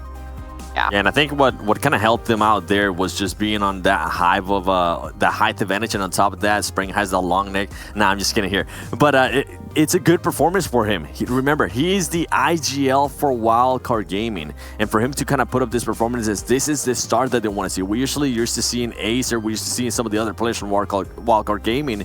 And this is a great start. And same with Loops Esports. Seeing Federal there, we really don't get to see him here often. It's always either Daden or Scarillo or Skowalski. Interesting stuff here, and what a way to start of the day here. As I'm pretty sure once we see the overall leaderboards, everything's gonna be a little bit closer now. Yeah, we gotta hold off on that though, because we need to take a look at our do moments though from this last match. There's gonna be quite a few of them in there. We're gonna start things off by taking a look at UDR Killers. But for me, I mean, something that you kind of mentioned, Glitter, Alpha Legends. I mean, Seven's talked about a couple of times as well. This team started to challenge out quite a few different teams, but unlike in the previous 3 days, they've had success. Which I think is super important. I mean, we obviously can see the points, and we know that we've gotten to the point in the standings where Alpha Legends can't really dig themselves out of where they are, but what they can do, and what Seven's talked about so many times, is that they can spoil other teams' chances at moving up the leaderboards, or even like just generally being a point sponge when some of those teams could really use every single point at their disposal. Alpha Legends was able to pull down 4 kills, and they placed high enough that they took placement points away from a bunch of those teams that we saw towards the bottom, you know, especially when we're looking at the likes of Footballist and Nova. So if Alpha Legends has decided that this is what their final day is going to be like, this will be crazy for some teams that could shake up a lot of placements. As we're watching the play here, where Axel just absolutely dismantled Cloud9 7. Listen, once I saw that happen, first of all, there was a lot of miscommunication that I saw from that play in regards to Cloud9. At one point, I saw one of the players, Pyra and Axel, were literally right next to each other. It was only like a thin plywood wall that was separating them, as Pyra was in the shack. Overall, miscommunications there from Cloud9. It is scary to kind of have that stuff here on the final day. Usually, that's a team that we expect to see great performances, that as Jason and I were mentioning when we ended up picking them. Hopefully they're able to recover for this. They are going to be going into Vikendi in the next match, and that's one map that they usually tend to do pretty well at. Luckily for them, it's not Miramar. Even though they usually get wins on Miramar, they don't tend to do good in that team. But overall, I think Cloud9 definitely has to improve on a lot of stuff, especially for the next couple of games, if they even want to contest in the first place. And as we're here seeing Wildcard. I mean, Wildcard, what else can we talk about them? I think we're able to see here why, Jason, they were able to not have to heal that much. They had the advantage, they had cover from the trees, and some of the other teams were also basically fighting other teams. Yeah, I mean, obviously, the best time to strike is when a team's not even looking at you because you're able to get so much free damage off and not even needing to heal as well. I kind of wish we saw a little bit more kills out of them, but I mean, I can't complain too much because they got themselves the chicken dinner, right? They got themselves the 27 points that they desperately need to get up further in the rankings, but I want to see now the total damage from all the teams and see who did rank in #1 position when it came to that, because that's going to be a good indicator of how potentially the day could go for everyone else. And eyes are going to be turning towards Cloud9, but as we can see here, only 632 damage done, but Wildcard have taken that first place here, Glitter. Very strong game for Wildcard at the start of the day, and definitely something that they needed, I think, for their overall morale, because we can see just how much of a damage difference there is as we move down the list. The next closest squad being Konina Power with, you know, just over 1,200 damage.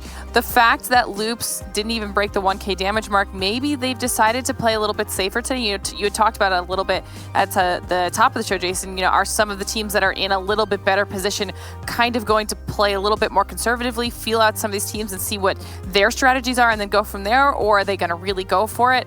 I mean, this was a weird first game. You see Queso all the way at the bottom with over 800 damage, and some of the teams, like I said, that we hadn't expected being up there, like B4 and Alpha Legends. I don't even know what to expect out of today after this first match. Yeah, I mean, I think it's already going to be reflected in our prediction scores as well, because, you know, Cloud9 against 7, you and I thought they would do extremely well. I mean, 9 points, not terribly. Konina Power is still having a really strong game, getting you 14 points, Glitter. But who really knows? I mean, it was only the first match. I'm still waiting to see, in my eyes, a little bit more out of Loops. Like, we're still not seeing the league play Loops. I don't know if it's pressure. I don't know if they haven't adapted strategies enough. I don't know if teams maybe figured them out a little bit more as they've got a lot of reps in against them.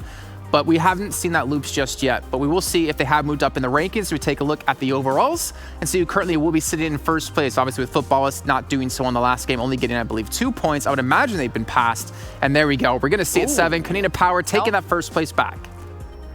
I think you got to give credit to Konina Power. They had, and I think I have to point it out, Cameron Davis and Verum were able to point it out. One of the rotations from Konina Power is what allowed them to get those extra points. And it was a beautiful rotation, one that teams usually don't even want to take because they did have to go through the blue zone. It ended up working perfectly for them, as now they're able to take the #1 spot. You see Football is now dropping to the 2nd place, but they're just so close. Look at all this. Top 3 currently within 13 points away from each other. Anything can happen here, and now you have Loops Esports. Remember, they were a lot farther away before we even started this day. Now they're getting themselves at least on that 200-point club range, and they're getting a little bit closer to strike there towards the end. And we know this team can get a lot of wins, so anything can happen here. Wildcard Gaming definitely finally passes Nova Esports. Then you see some of the other teams at the bottom. UDR Killers becoming 9th place, passing Dream Eaters. And what I want to see here is I'm pretty sure we're going to see some shifting towards the 2nd page, as some of those teams were able to surprise us, Glitter, by being able to place high on that first game. I wish that some of these squads were able to do this just one day, even just one day earlier, right? Because then they could have potentially really improved their performances. But we do see B4 jumping above Team Umbra, who had started off pretty strong in the first half of our finals and has struggled here in the second half. And then, you know, Alpha Legends do get themselves some points, but they're just not able to cut it right now. I'm actually going to be looking at Pittsburgh Knights a lot today as well. They were able to get 5 kills in this last match, and depending on how that performance goes for the rest of today, they might be able to get themselves just a little bit more money if they can jump up a few more spots. I mean, it's a lot of spots to go for Alpha Legends, but yeah, I mean, we've seen Pittsburgh Knights have that potential to do so, right? They were in 10th place yesterday, and they kind of fell, unfortunately, a little bit further on throughout the day. I would love to see if they could replicate that performance, thinking back to that match where Wildcard, was it Slicky, able to clutch that out in a 1-on-3, obviously kind of a shot to the heart for them, but they did have at least the potential. They've shown they can play together as a team, even without Sixless being there within the roster. But one thing we do need to touch on is we've had the PUBG Mobile Esports Awards going on back in July, and we actually finished things off. Yesterday we did the fan favorite vote. Today we're doing the theme music cover contest, and we're going to find out who's won this one, and I believe a little bit of prize money as well. So let's take a look. Namaste, I am Hasit Nanda from India, and I hope you enjoy my performance.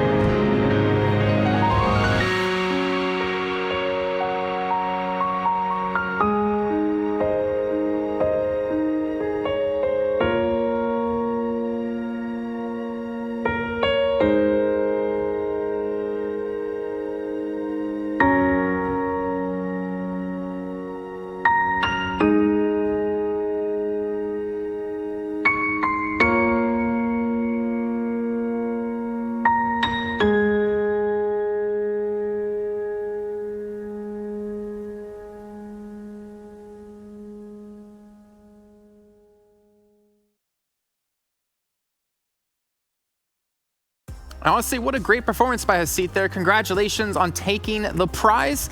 Really cool to see. I love seeing whenever someone plays an instrument, the emotions in their face. And I was just watching his face the entire time as he was playing every single note of that. But really cool to see. Really, really great to hear. Fantastic stuff. Yeah, it gets you like a little bit sentimental, right? That was like, that was awesome fantastic, to watch, honestly. Man. That was beautiful. It makes me wish I learned to play an instrument when I was younger, but I was too stubborn and I was playing video games. So yeah, you know, I guess my parents can't complain because I made something of it. Let's take a look though at our schedule now for today. Again, one match has been completed and we still have 5 left to go until we have our victor, our champions of the West. And we're going over to Vikendi next as our second map here. And when we go to this, I feel like one team always stands out. Whenever we talk about Vikendi, we always talk about this team. On day one, they're able to do it. And I think we don't really need to say too much other than my prediction is definitely going to the boys in green from Brazil. It's going to Loops Esports for me. They had a good performance there, getting second place. Why wouldn't they be able to do it again? 7? Yeah. I'm with you. I'm actually with you. I've been picking Loops Esports for the longest time in Vikendi. They tend to perform there well. And they usually tend to give me a nice fair amount of points. So, obrigado. I appreciate it. Hopefully they can go ahead and continue to do great here. If not, it might be looking bad for them going into the next matches after that. All right, well, Glitter, last but not least. I figured it was time for a little bit of unity on the desk, so I'm also going to be going with Loops. Yikes. I'm sorry. All right, well, I don't know how to say 7. I'm sorry in Portuguese, but oh man, we might have jinxed them here. Uh-oh. Well, you know, they played well today in the first game. They still have a chance to break through in first place as well. I mean, they got first place in league play, taking home 50 grand. They have a chance to take home 100 grand now, and even 10,000 on top if Carrillo can continue to move up within the leaderboards. But we'll obviously see when we come around towards the end of the day. But guys, thank you very much for your inputs. We'll talk to you guys a little bit later on today when we finish off this match and get ready for the third one.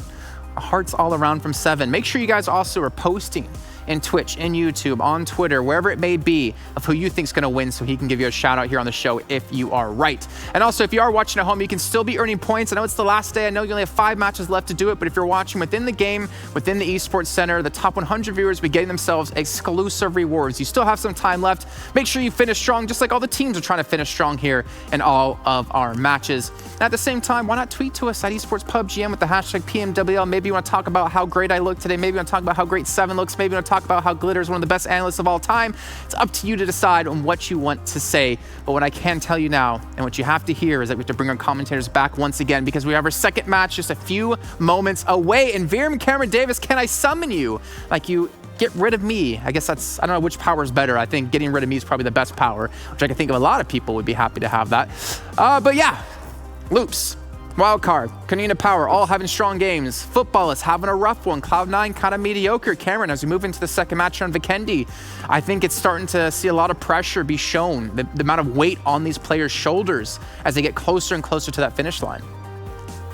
Yeah, looking at the leaderboard, you could see how it's still 5 games left, and with 20 points for a win and of course 1 point per kill, there is still room for even like the 5th place team, even like Nova, if they perform amazingly, to sneak their way into the top, to claw their way in. But with Kanina Power, not a win, but still a solid game, it's starting to lead a little bit heavily in their favor, because when looking at the top 4, like Loops, Cloud9, and Football, this all had somewhat subpar games. Yes, Loops got a 2nd place, but it wasn't a super confident 2nd place out of them. And Vikendi, this is their map to really start to pick things up.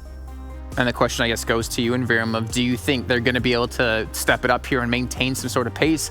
We saw Wildcard as well in particular. First day, started off strong and continued strong for the majority of the day. I think that's a really good sign for them. But for Loops, what's your feelings? What's your thoughts? I think they're going to do pretty well here. Looking back in the last few days of play, they've started every game 1 off fairly strong. They've been doing fairly well on this Erangel map, and of course they always perform consistently on Vikendi, so I think that they're going to look pretty solid here as long as they don't lose a player early. They are a totally different team. Their aggressive playstyle falls out the window, and in fact, I'm just going to skip ahead to predictions because, like, I'm just going to predict Loops. I'm on this hype train with you guys. That's what I was going to say. I'm all about Loops Esports. There you go. Are they playing solid enough for you to predict them? So you got Viram with Loops. Cameron, who do you got? It's Vikendi. It's Loops. I said I was unconfident with their win, but it's still good enough for me to think that they're at least on their B+ game at a minimum. And no one else really holds a candle to like who's going to be the king of Vikendi, so I got to go them. Okay, well, we're going to find out if Loops can maintain being king of Vikendi as we're going to drop straight into this. And Viram and Cameron Davis, take us away and whoosh me out. Whoosh. Did I get it? Oh, I think we were pretty close. You were closer than I was. We'll look back. I think it was fairly close. It's kind of, obviously we're on a delay because unfortunately we can't be with all the fine folks in the studios. We're bringing our energy in from remote, just like these players, but it doesn't mean that we can't still bring the hype. It has been so much fun working on this event for the last few weeks, really getting into the nitty-gritty of the PUBG mobile community. Cameron, it's been a blast. Thank you so much for casting with me, bud. It's been a lot of fun. Thanks for casting with me, but we're not done yet. Don't get ahead of ourselves. We still have 2 games left, and they are going to be barn burners if that first one is anything to go off. Because while it was a little bit of a slow start, and the River Chaos led to some unique decisions by some of these teams, we saw the effort that every team put in to try and get as high as possible on this leaderboard. And I do wonder, is the Vikendi River going to be as impactful as the Erangel River was? I think it very well could be. We've seen a lot of these circles. I'm thinking even around Castle, up even a little bit further north. We've seen a lot of chaotic finishes, whether it be Cloud9, whether it be Loops, whether it be some of these other squads like Pittsburgh Knights that have come in. But this time around, Cameron, we will not be seeing that. It's over to Dobro Mesto once again, which means that I think we're going to start to see a Vikendi opening once more. The roads are going to start to get a little bit crowded. Yeah, this might be it might be some action happening in the first rotations, but it's going to be a very, very slow phase 2, 3, and maybe even 4, excluding any wild hard shifts. Like, for example, if it goes on to Dobro or goes even up to Krichas. Just because there is so much open field with compounds scattered throughout the center of this phase, most teams are going to try and get as center as possible with those compounds. And generally, we've seen them wait until they're forced to try and bomb in and steal a compound from an opposing team. This is, however, the last Vikendi. This is the last day, so we might just start to see some more proactive play, but will that hard cover, will any of the teams entrenched inside their compound in the center of the circle, will they give the opportunity for another team to exploit off of that? That's going to be the question, but I'm wondering now, like, we've seen this become such a pattern on these hard shift circles. I'm wondering if teams are going to go against the grain to find the meta a little bit here, maybe play it a little bit closer on the edge. Like, we've seen Konina Power do this. We've even seen Loops do this consistently on Vikendi, and they are one of our winningest teams. We call them the King of Vikendi for a reason. So maybe there is something to be said for playing this a little bit slower, despite what the crowds will have you believe. So we'll see if we're going to continue to see the mass exodus, or if we will see teams slow it down just a little bit. But not getting a compound on Vikendi, it's a little bit rough. At least there are plenty to be had. Yeah, and that's the key difference looking at Vikendi versus Erangel or even Miramar, is that if you come in on the edge, you're more likely to have to fight a team in a compound rather than fight a team on top of a hill, maybe in a little bit of a dip, or even like a smaller compound that has a place of attack over it. And Loops, they are relatively successful on Vikendi with that playstyle coming on the edge because they are so good at taking compounds, at breaching compounds. We call them the breachers for a reason. Not everyone can be that good. And it's not even, I wouldn't even say the best playstyle even for Loops.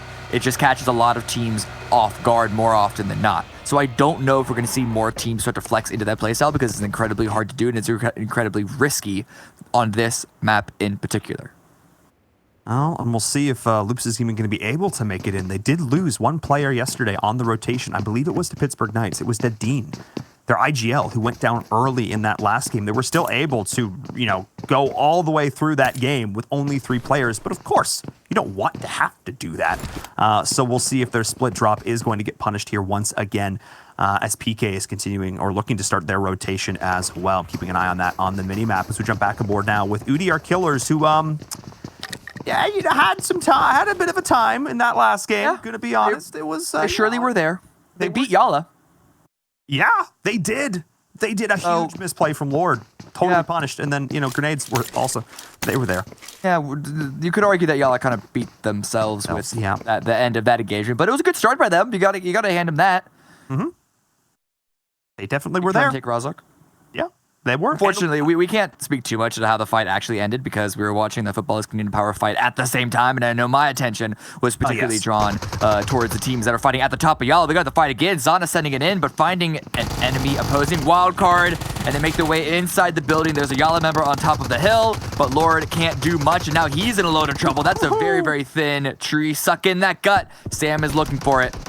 Yeah, I mean, Wildcard channeling their inner beaver because that tree is just going to get chewed away. If only it worked like that, that'd be pretty nuts. But no, Lord is still going to go down. And this is so funny because this is what Yala Esports did to UDR Killers that last game. They had a player in a building, 4 players rolled on up, and they just, it was a hard time. It was not a great time. And now Yala Esports, the same thing is being done to them. Wildcard carrying over the momentum from game number 1, being like, look, guys, I know we came in, we weren't in the top 3, we weren't necessarily one of these teams you were looking at, but you should have been. You should have been looking at us because we are coming for that first place spot. If they continue to put up performances like this, they are only 50 points away from first place. It sounds like a lot, but if you can put up multiple chicken dinners in a day, all you need is 2, and you are right back up there with these top teams. Yeah, Wildcard want this. They want to try and finish Yala Esports while they can because even just one team removed is going to alleviate so much pressure in the area of the map that they're in. There's a lot of teams already fighting for center, and so Wildcard, I don't think they really had an opportunity to get center first in a realistic, safe fashion because everyone else is bombing at the same time. But I do wonder how much time they're going to spend chasing Yala. Dream Eaters over here, though, they're pretty center. This is one of the teams that got here quite quickly, not too far off the drop from where they were. But I think it's so interesting, Cameron, that I asked, are teams going to break the meta a little bit? Are we going to see these crazy sends? We're not. Looking at the minimap, 8 teams are still outside of the circle. Only half of them sent it in, and only 1 or maybe even 2 is going into Dobro right on the coast. They are trying to center this up a lot more because it's not such a vertical circle. It doesn't have quite so much out in the water. They're able to play it with a little bit more comfort in the middle, but I am very happy that teams were like, you know what, that first that chaotic rush we did earlier, like nobody had any gear and it was super wild. Maybe let's not do that anymore. And because even I like this call because that was a particular situation where it was the first Vikendi, it was the first day of the grand finals, and it was also a coastal circle, like phase 1, where half of the phase was in water. So that was sort of like the stars all lining up for that to happen. I'm not surprised to see it slow down a little bit, but I do hope to see more teams try and be at least a little bit proactive, even if they don't push a compound, even if they don't try and like fully wipe a squad. Just do more than sit in a compound and wait for the circle to shift away from you. Vikendi does give you time to hang out because of how small phase 2 and 3 shift, but that doesn't mean that you can't at least find a couple of opportunities while you're hanging out, more than just drinking a hot cocoa in front of a fireplace. That just sounds so nice, though. It really does. I mean, seriously, like, again, I miss snow, guys. on a hot cocoa and a fireplace. Ooh, yeah, just like a hot mocha. Let's go. I'm all about that life. Can we just, like, I understand it's a battle royale, but maybe we just, like, chill for a bit, guys. Just relax. Coffee break. I mean, look, they've got, like, the next 7 minutes, all right? Let's have the fastest hot cocoa of your life. Maybe throw some marshmallows in there. I'll say that we get snow in New York, but I live in the middle of Manhattan, so the minute it touches the ground, it just becomes a disgusting slush that you don't want anywhere near you. So I kind of feel you. I've yet to really go out and experience snow out in the wilderness, nice little log cabin, all that good stuff. Maybe vacation at some point in the near future. In 2025. I was gonna say, near being relative. But we'll see. All these teams, they're deciding that they want to go on a little vacation now, finally rotate into the circle, though I thought when they get there, it's not going to be the most relaxing thing ever if you're Team Unique, who are coming in very late. Kunina Power is going to do the same, but a team that is already well into the action, of course, it's UDR Killers once again and B4. Let's see what these teams can do vying over this compound. There's only so much real estate going around, and one of these teams is certainly going to walk away on top. A little bit of damage back and forth, but no real knock either way. And just the way that this compound is separated, there's a big, giant open area in the middle. They could just stay here for a while, but Wildcard versus Nova, this is NA on NA violence. We don't like this. Hang on a second. Wildcard looks so strong to start this game. Momentum from the last one, but multiple players are down. And this is the push from Nova Esports. Sam able to take down one. Can he find a second? Still got a lot of HP to work with, but they're going to double peek this. Can they get the shots? And yes, they do. Beautiful play there, but Spring, hang on a second. Always the last man up, the last man around. Hang on, Wildcard is still in. They were able to get off the revives. They're able to get off the revives, Cameron. And Nova Esports completely threw that fight. Oh my goodness. They tunnel vision so hard. I don't even know. We came in the middle of the fight, and it was all pure chaos, and Wildcard to come out on top. And the fact that they're able to keep all 4 alive through that engagement gives them such a great chance to continue on in this round. Either they lose 1, and especially if they lost 2, it would have really slowed down their play style. But that is 2 squads that they have engaged. One that they have fully wiped, and the other one they just wounded significantly. Wildcard are doing work and trying to clear their area. It's not going to be that much of a return on investment because the circle does shift away from them, and they're going to have to continue to move through all these other teams in front of them. And I do wonder if they're going to try and slow it down at this point. I'm seeing not a lot of movement up towards the north just yet. In fact, the Knights, they're coming closer towards the south. This is interesting. A lot of teams grouped up towards the southwest end of the circle. And speaking of the Knights, Footballists got them in their sights, but it's actually Jagger that fights back at Raum. As we are seeing a trade 1-for-1 between both of these teams. But Footballists much more spread out.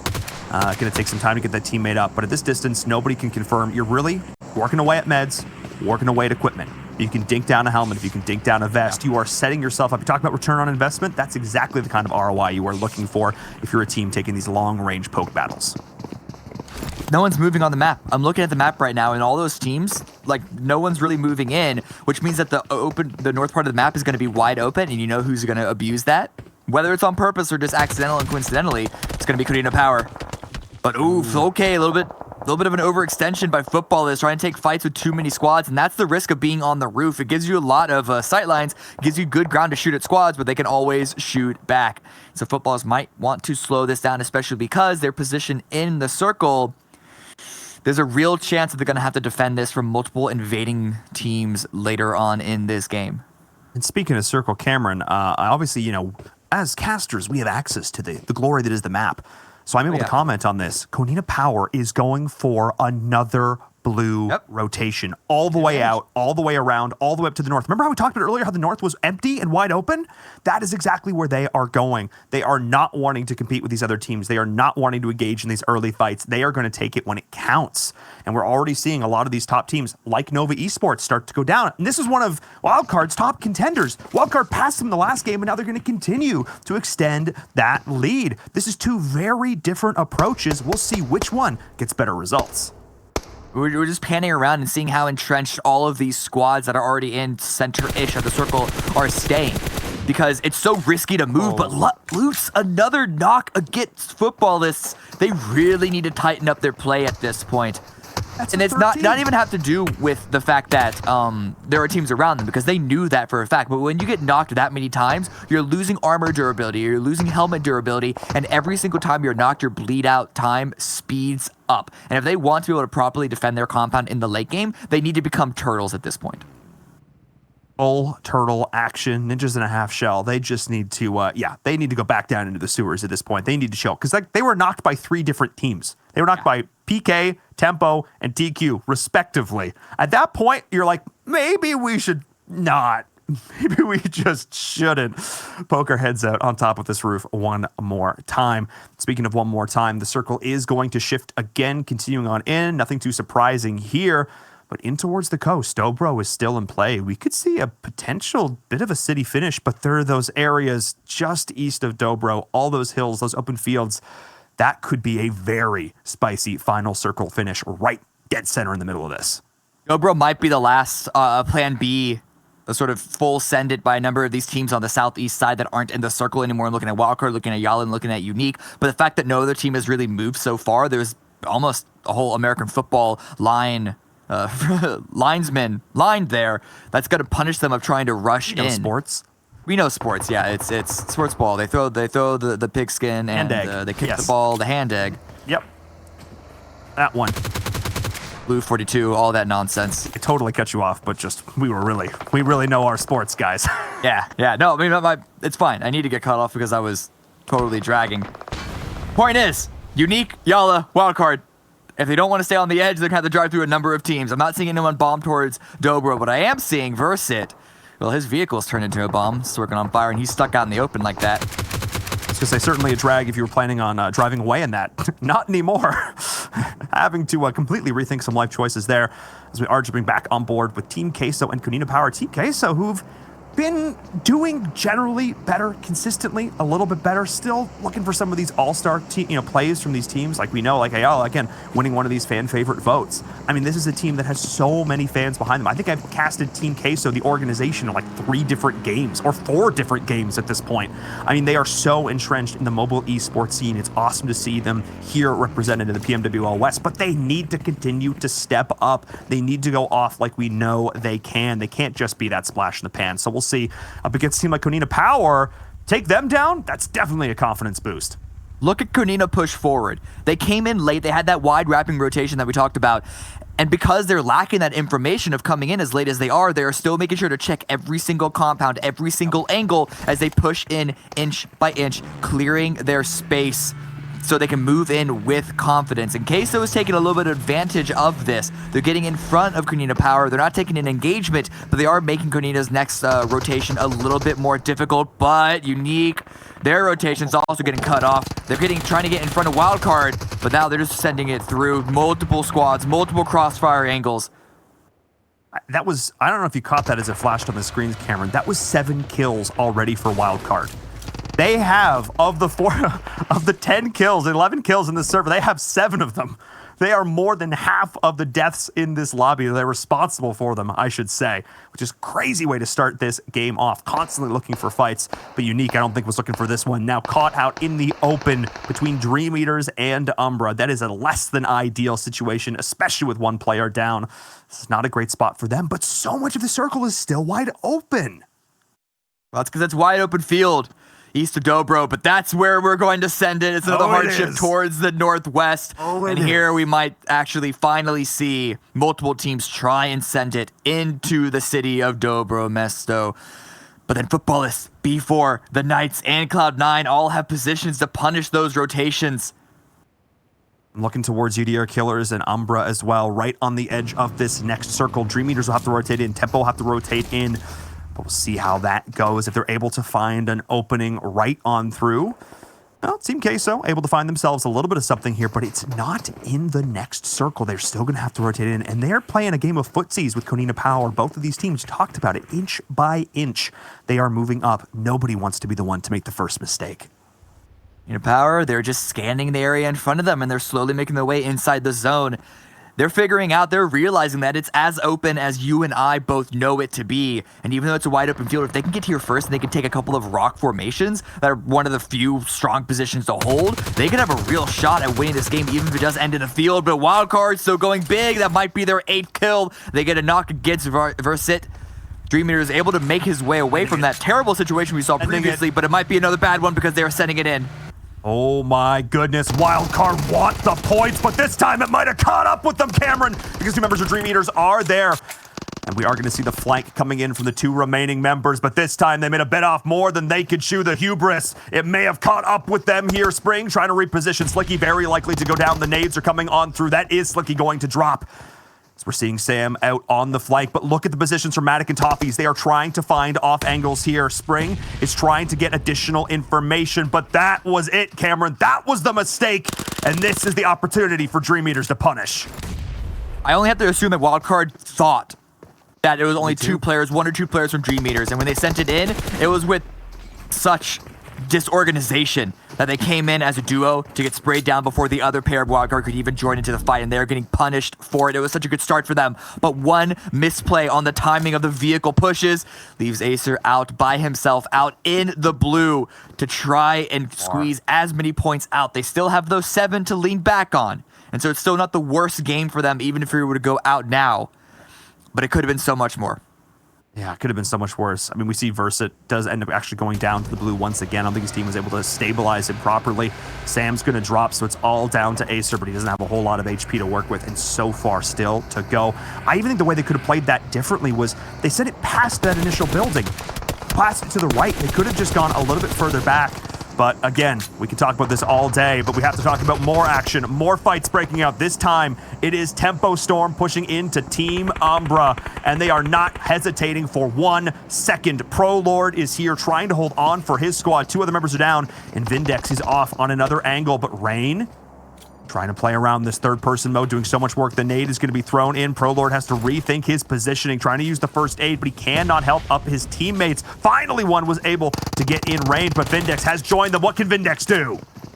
Tempo Storm know that they can isolate these 2 players, one on the top floor, one on the bottom floor. They take Vindex out, but Pro Lord has been on the revive, and a good peek from Spec to stop that from happening. And Tempo take over this building. All 4 up, assuming they can get Spec. He's actually not even bleeding out. He's just low on HP. That's why his health is red. And so they're able to keep 4 up, but they're not in the zone.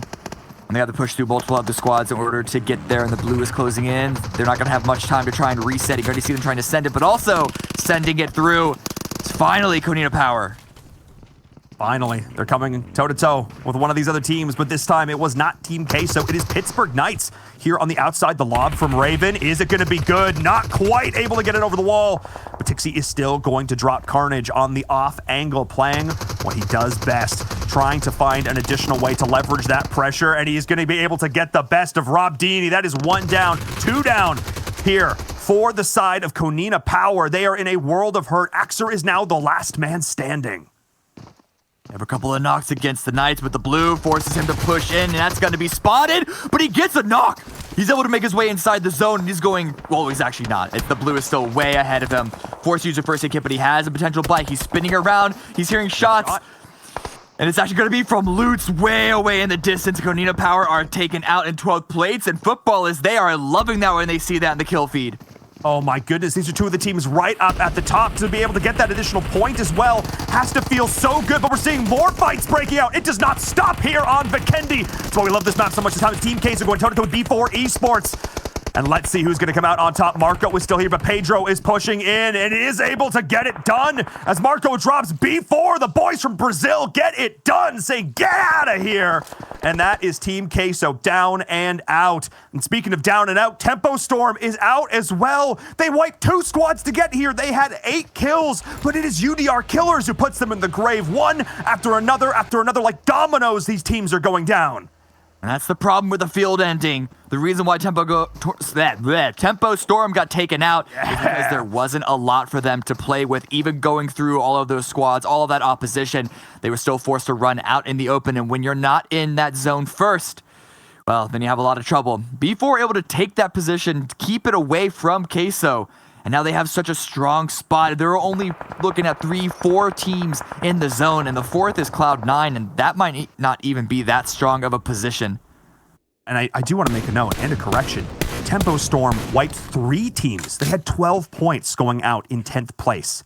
Absolutely incredible. I also have to say, we just now saw Wildcard get eliminated. Acer survived for so long. We saw 5 teams go out before he ended up dropping. That's incredible. I cannot believe that he survived so long. That is definitely going to make a difference for his squad, continuing to keep them up and above Nova Esports, nipping at the heels of Loops.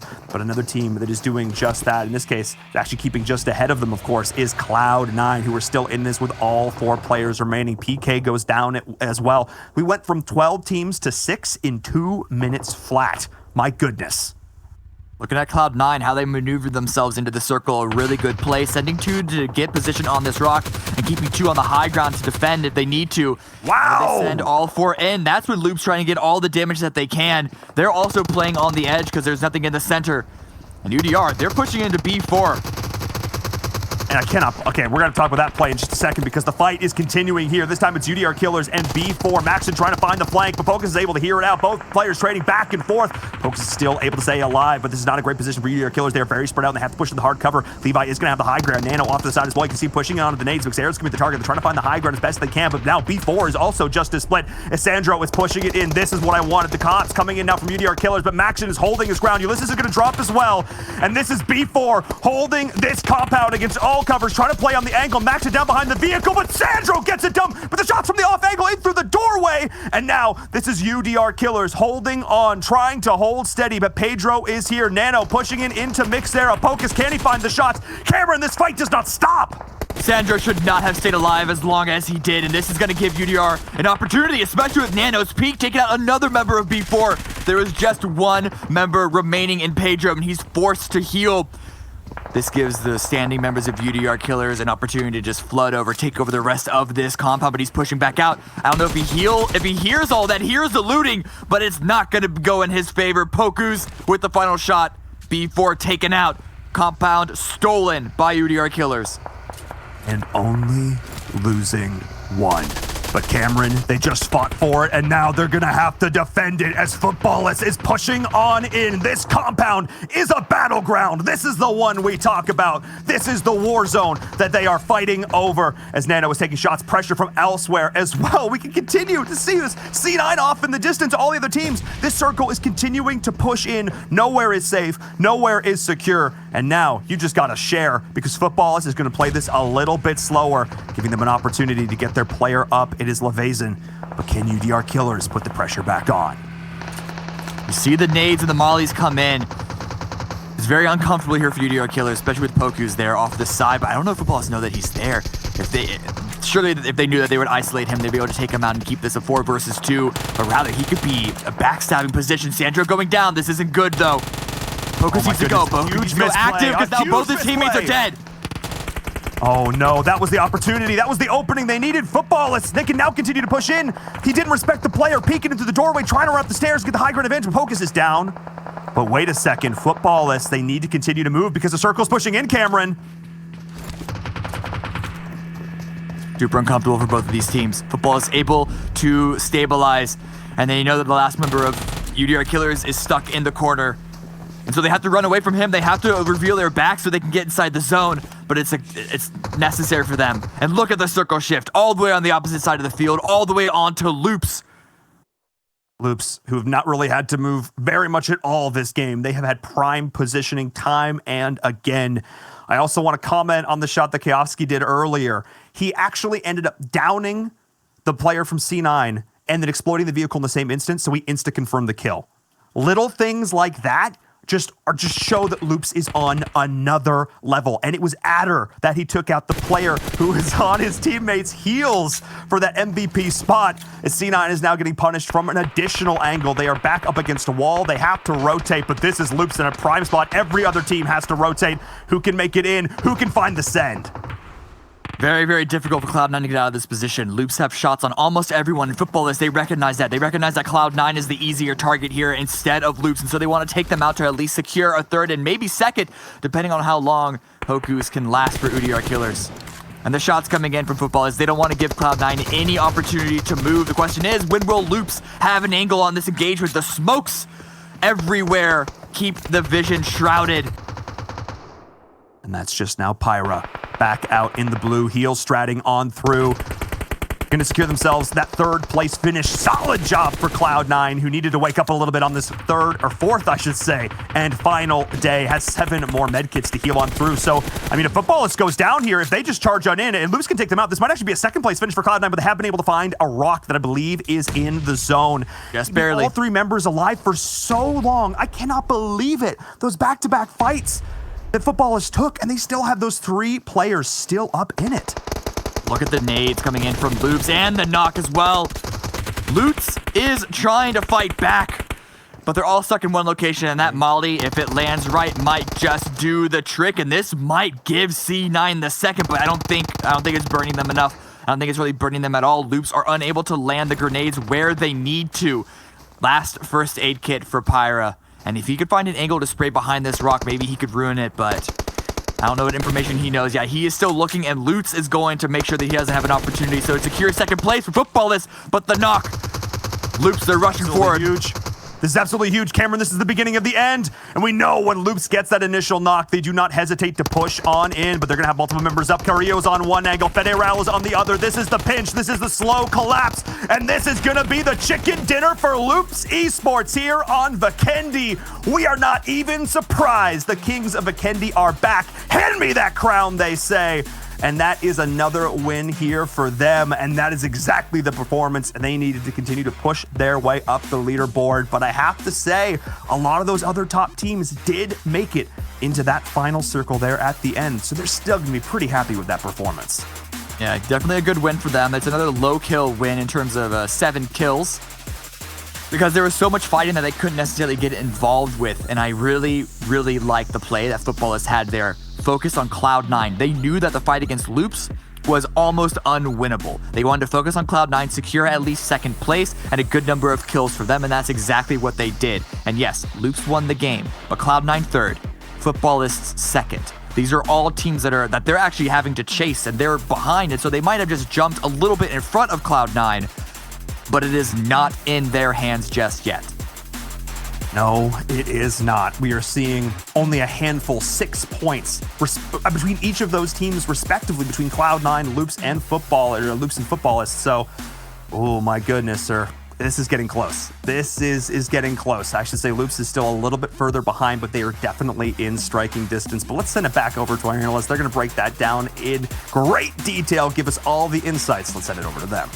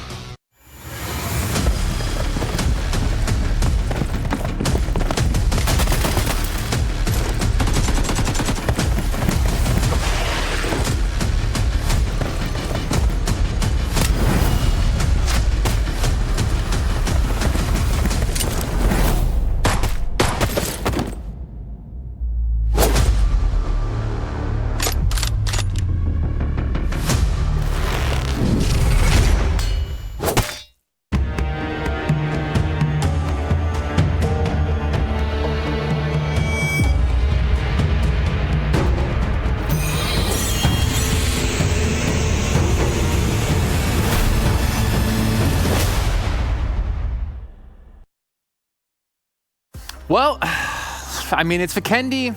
It's Loops Esports playing on it. Why wouldn't they get a chicken dinner? Though I will say it's still not quite the chicken dinner necessarily I was hoping or expecting from them. I was maybe hoping for some more kills going their way, but I feel like Loops is kind of playing for the win, right? They're playing for that first place. They're being very careful about how they take any engagements. And we'll take a look at the map ranking and kind of talk about what Viram was saying about, yeah, they got some points, but they didn't really get that many points to catch up to the likes of Footballists, who only fell 4 behind here, Glitter. You can see also even UDR Killers getting a 3rd place finish. Yeah, this is definitely helpful for Loops, but like you said, not exactly as aggressive as we've seen them previously play. To be fair, though, they did just have kind of perfect positioning, and they were working with the zones that they were given, so they were able to play a little bit more conservatively. But as we move down the list, UDR Killers, this is huge, not only for UDR Killers, because they are very close to the likes of Dream Eaters and Tempo Storm around that area, but this is taking points away from these teams that we keep talking about being in the top 3 position when we started the day. Tempo Storm was actually able to get 10 kills. This is huge for them. This is a very, very strong game, even though they only had 2 placement points. And Cloud9, you know, not a lot of kills, but starting to pick it up with the placement points. We did see Pyra there at the end trying to heal through as much as he could. He was pushing up on Footballist. And, you know, that's definitely helpful for Cloud9 considering how stagnant they've been. Wildcard, very aggressive yet again. 1 engagement didn't go their way, but they were still able to pull down 7 kills. And then yet again, B4 managing to make their way into that first page. Yeah, and that's one team that we kind of been expecting for them to be in that first page. So it's good to see that finally starting to wake up here on the final day. And then you have Pittsburgh Knights with 8 points. They were able to get 3 kills there, which was huge for them.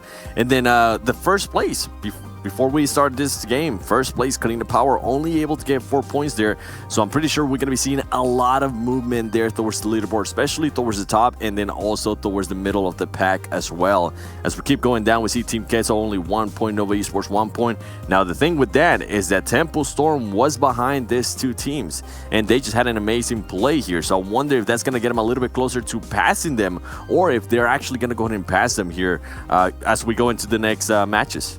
I mean, the thing is also for Nova, by the way, as we mentioned before, they were 5th place going into today. They were tied on Loops in points, but behind in kills. And with them only getting the 1 point there, that's really going to hurt themselves because they obviously want to break into top 4. They obviously want to break into that 10K as a minimum, but we'll still see when the matches do come up a little bit later on. And obviously we want to dive yet again into the statistics coming in for our #1 team from that last game. And Loops, I mean, again, 1,200 damage. We typically see them on like 2K or more when they pick up chicken dinners, but I think we're really seeing the pressure of the finals, and obviously, like you said before, Glitter, of making sure to play the zones that are given to them, because why wouldn't you? Yeah, I mean, at this point, they have to use whatever they can that's at their disposal, right? We've seen them struggle now for a few days, and the last thing they want to do is throw away whatever good fortune comes their way. So if they have the opportunity to utilize this, and it means being a little bit slower in their gameplay, it's probably smart just to use that safety, start off the day a little bit slower, but guarantee yourself those points because you don't want to end the day and be in a tie situation. You don't even want to have to risk the tie situation. You want to try to get yourself as high up in the standings as you can and take advantage of if any of the teams that were above you, whether it's Cloud9 or Footballist or Konina Power, start to stumble, because every little point at this point will make a difference.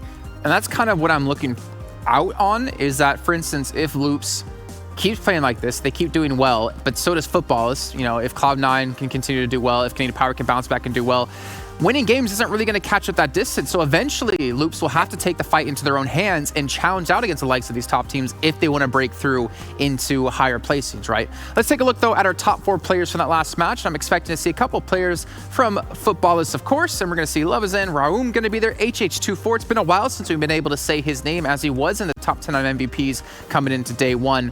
And then also Nano coming in from UDR Killers. I would assume it's got to be Raum or Lovazin here to be the MVP because of survival time. Yeah, it has to be somebody from Footballist. If it's not, then it's be a little bit crazy. And surprised that we don't see anybody from Loops Esports, just because they had that zone for so long. And I know when we were watching that game, Glitter, we're saying, well, they're just pretty much chilling. Now, I do want to see the MVP, though. So hopefully we can switch over to the MVP and see if it's going to be Raum or Lovazin. Also, HH24, keep in mind, Tempo Storm did have 10 kills in that last one, Jason. Wow, but I didn't think that would be enough, though, for them, because they didn't survive that long. And obviously, it's a calculation between survival time, between kills, and between damage done, but it's all weighted percent-wise. So he got it. Pulled off the MVP. Let's see actually what the stats were for all 4 of these players. And, well, 728 damage. Maybe that's the big thing for him. That and the 5 kills, even 20 minutes as well. That was definitely deserving of an MVP for him. Oh, it definitely was. I mean, 728 damage, a lot more than all of the other players there.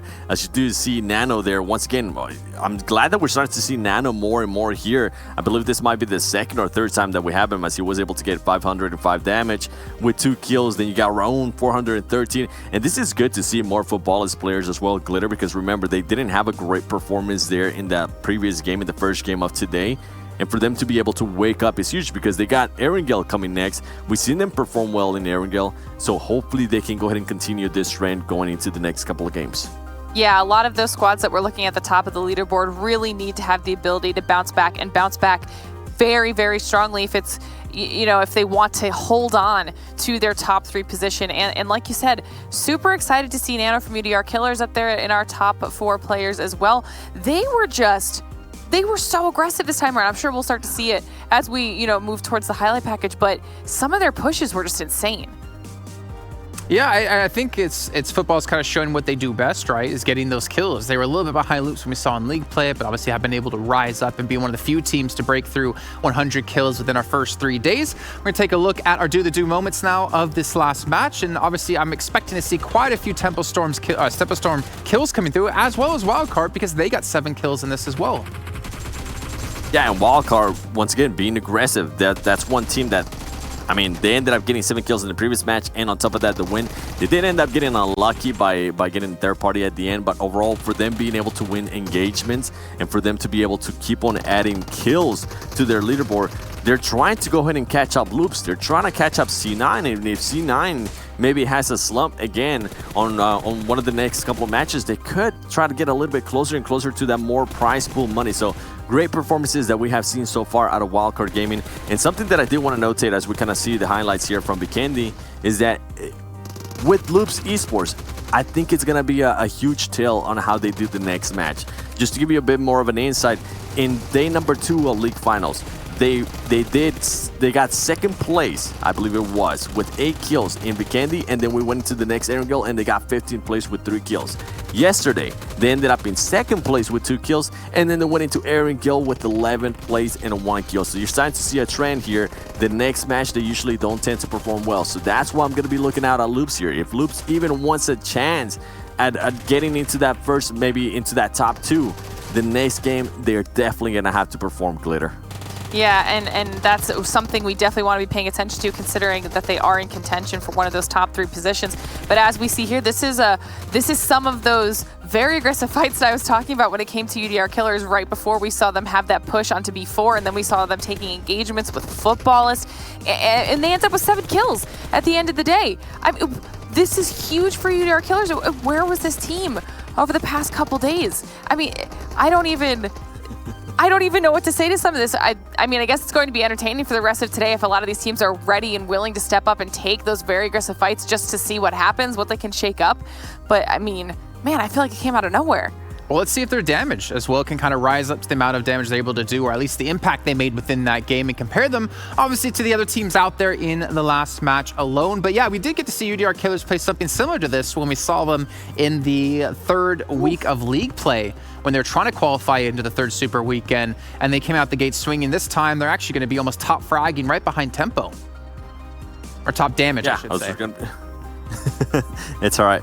But UDR Killers, as we've been mentioning, what a surprise. They're starting to, they're taking on the gatekeeper role that we had before Alpha Legends. At one point we had Yala. Well, guess what now? UDR Killers has stepped it up, and they stepped it up in a big way. And as we see Cloud9 there, 2 kills, 800 damage. I'm pretty sure they would have loved to get in a couple more kills. We see Team Unique, even though they weren't able to really get any kills or damage, they are taking more placement points, which hopefully it's going to go ahead and put them a little bit higher in the leaderboard. Maybe towards the end, they can go ahead and go for those extra prize pool points.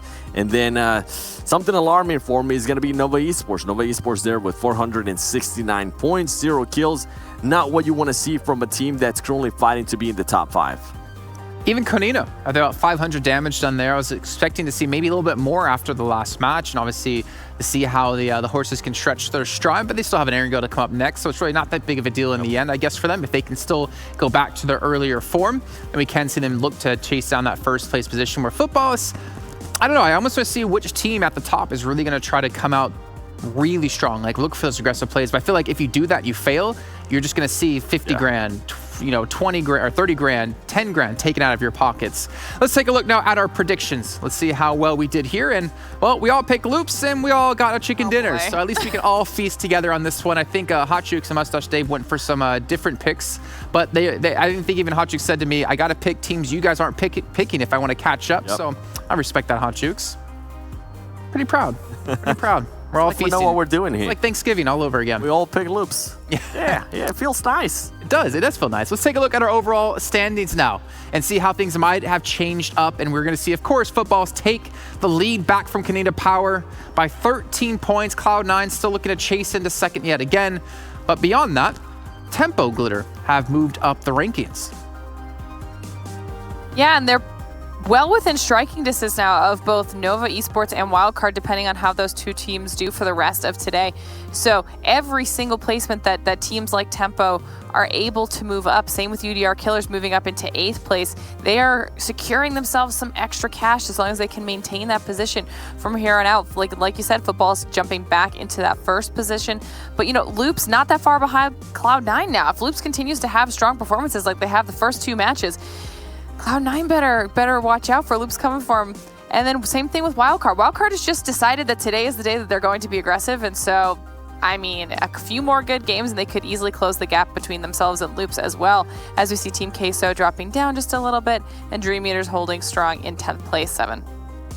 Yeah, and it's good to see Loops there kind of close that gap between first place. I think at the start of the day, we had a gap of 40 points between Loops and first place, and now they're only 25 points, and they're currently continue to, in a way, outscore some of the teams that are currently top 3. So great to see there out of Loops. As now we go towards the second page, we see nothing has really changed here, and I honestly don't expect anything to change unless one of these teams continues to have some insane performances. I want to see more out of Alpha Legends, currently with 48 points. That is just, it's not where you want to be. They're currently averaging about 2.4 points per game, and it's not the Alpha Legends that I know. It's not the Alpha Legends that we've seen throughout this whole tournament, so hopefully they can pick it up in the next couple of games and maybe get some more kills, maybe get higher placement and move up that in regards to the points, because right now 48 points, that's a yikes. I think for them, just have some fun with it, right? I mean, you don't need to be too hard on yourselves. You're not really going to move up. You can't move down any further, so you might as well just have a little bit of fun and maybe try to spoil some things for other teams. And we're going to take now a look at the MVP current standings. Remember, at the end of the day, the top player will be receiving $10,000, and we are going to see 3 players of Football still maintaining, 2 players from Queso, but we're still seeing Adder and Tixie go head-to-head here, Glitter, looking for that #1 spot. Yeah, and look at that damage coming out of Tixie. He's the first one to break the 7K mark. So he's definitely doing well for himself in that respect. But I feel like this could potentially turn into a very, very close fought battle between Tixie, Adder, and Solke, whichever Footballs player is able to step up. If Konina Power and Cloud9 have even just a few, bad games in the rest of our matches here, 7. Yeah, and I think with Tixie, I mean, as you mentioned, being able to cross that 7,000 damage mark before anybody else, that's going to be huge. On top of that, he's leading in kills. He's also leading in survival time. And you've been able to see Konina Power starting to do crazy rotations, as Cameron Davis and Verum were able to say. They're doing rotations now out of the blue, which is something that we really haven't seen them before do that. So they know they're currently trying to play pretty much for that first place, trying to save as many points and just worry towards the end, which we know they can have that fragging power. So if they continue to do this, I wouldn't be surprised if Tixie just stays there in that first place. Yeah, I actually really hope that these players aren't looking at the MVP rankings and be like, oh, I'm so close to first place, I'm going to try to pop off this game. Because yeah, you might win 10K, but you also might cost your team 50K. Yeah. I mean, you don't really need no math. Don't look at it Yeah, exactly. You kind of ignore it. Let's take a look, though, at the schedule. We got to look at this because we're about to hit the halfway point through our last day of the league finals. We're heading on over to Erangel for the second time today. We're going to find out which team can take home that chicken dinner, maybe get themselves one step closer to that $100,000. I also want to remind you guys at home, after this match, we will be showing the Between the Battlegrounds second episode, so make sure you guys stick around after the match if you want to see what's all going down. And honestly, I can tell you this, you're not going to want to miss it, so make sure you guys are here for the end of that. And now we're going to talk about our predictions as well, going into the third game. I think I went first twice in a row, so I'm going to throw things around and have Glitter maybe go first this time, and then we'll go from Glitter to 7 to me. Is that okay? Okay. Okay. Yeah. That's fair. That's fine. So we are going back to Erangel right now, and we just watched them have two very strong games so far today. So I'm actually doing an early wild card pick here for our next match. Dang. Okay. Hey, Alright, that's a solid pick. Solid pick. I think I'm gonna go with the team that's currently in contention for that first place. I'm gonna go with Kanina Power. They currently have the #1 MVP. They've been having some amazing rotations, even though it is currently out of the blue zone. So I think Kanina Power might be able to take this win here, and hopefully they can get those extra kills. I feel like Jason, who you got? I feel like you're trying to make me pick between like mom and dad here. Like if I go with mom, I choose Glitter, or I choose a wild card. If I go with dad, I go with Kanina Power. I don't know why I said that because I actually already have my decision made. I went with Kanina Power. I'm sorry, Glitter. I feel like it's time to get them out of the way now. I feel like they obviously didn't have a great game in the last match. I was going to save my wild card pick for maybe later on today since I always seem to shine up. I think the one match I didn't put anything in was the last match of the day because it obviously highly depends on where the teams are in the rankings. And also, this show highly depends on how many viewers we've got watching concurrently. 300,000 was the special number we're looking for at the exact same time for everyone in PUBG Mobile to win themselves 6 crates where you have a chance to get a permanent set. So make sure you guys are watching. Make sure you tell your friends. Make sure you tell everyone to tune in as we are approaching the final game in just a few hours time. All right, well, 7, Glitter, thank you very much for joining me. Again, like always, we'll check in with you guys when this match has finished. No hearts today from 7. I'm a little bit sad. Maybe we'll get some later on today. Maybe I'll be lucky enough, just like you guys can be lucky at home, to win in our lucky draw going on within the game, within the Esports Center, to win a limited time outfit. You still have, what, 4 matches left to go today to win something, so make sure you guys are doing that right here, right now if you want that chance. And you can also tweet to us at Esports PUBGM with the hashtag PMWL to let us know maybe if you won in the lucky draw. We'd love to hear if you guys did out there. Also, we have to now bring in our commentators, and I have to say, sadly, for the last time of the PUBG Mobile World League West Season 0, this is it, guys. This is the last chance, or last time we're going to be seeing you here in this event, here in this day. I'm going to miss you guys. Yeah, I mean, we didn't get to hang out in person, you know, just the way the world is right now, but it's certainly been a lot of fun doing this broadcast with all you guys. It's been so much fun to see how these teams have progressed. Day 1 to now, it's night and day. These aren't the same teams in the lobby. Yeah, we're seeing the stakes really show for all these teams and how much they want to win that $100,000. Cameron, moving out into our second Erangel of the day. We had Loops pick up a victory, albeit not that many kills. I'm actually curious about your opinion on something I said earlier on, that if teams like Loops want to catch up to Kanina Power, to Cloud9, to Footballists, eventually they'll have to take fate into their own hands. Eventually they might have to fight them, because you can't depend on other teams to beat them, right? You have to kind of almost do that yourself, and then you eliminate them early on so then you can build up some points and catch up. What's your thoughts? That is true. And especially when you're looking, the reason why teams are a little scared of taking those high-risk, high-reward engagements on leaderboards, because if they lose out, then they could go further down on the leaderboard than they were, and that does mean missing out on money. But when you're looking at the jump in prize pool from like 4th to 3rd, 3rd to 2nd, and 2nd to 1st, maybe that risk makes it more valuable to them. We do still have 4 games left, and there is still room for Cloud9, for Loops to continue to climb up even without pulling out those aggressive maneuvers. Once we hit Sanhok, though, or maybe even earlier on Miramar, but I think Sanhok's the prime map to start seeing shenanigans like that happen.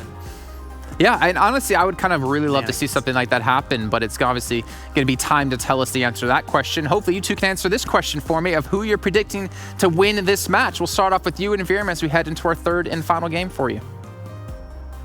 This one was a tricky one. I was really waffling between Cloud9 and Wildcard. I really like what Wildcard's been doing, really putting together, but I think given C9, I'm starting to see them climb up the ramp. Wildcard's a team that generally tends to peak at the end, so I actually am going to go with Cloud9 on this one. I know it's, maybe bit of a controversial pick, but I think it's solid. Okay, Cameron. Nothing controversial about it. We know they're so good on Erangel, and they're currently sitting in 3rd place, and they hunger for that first. We know that they want it. It was in their grasp. They thought they had it after the first weekend, so they're going to play these final games there with as much energy as they can. They cannot slip up, because if they go out early in this game, first place might be just out of reach. So they're going to go big now. Okay, so we got 2 Cloud9s coming in from you guys. We got a little bit of a mixed desk coming in with myself, Seven, and Glitter. We'll check in with them later on, but you guys need to take us away here into our 3rd game of the day. It's Erangel, our 2nd one of 3. Thank you so much, Jason. Go relax, go hang out in the back, enjoy your craft services. And he sends us pictures of the food that they have for him behind the scenes. And I have to say, guys, it's cruel. It is. I'm a little bit jealous. But you know what? At the end of the day, he's the one who should be jealous of us, Cameron, because we get to cast this game. We get to cast this pivotal Erangel match. This is our 3rd match of the day. This is the halfway point. If a team can start to build up some momentum here and now, that could be what they need to take that 1st place spot. Yeah, he's talking about it being sad. That is the last match. I ain't got time to be sad because we still have another match to cast. I'm still excited to watch every single round that we're playing. Maybe I'll be upset at the end of all this, but who knows? Because we're still going to be able to watch the remainder of this grand final. It has started off so exciting, and it is going to continue to be so.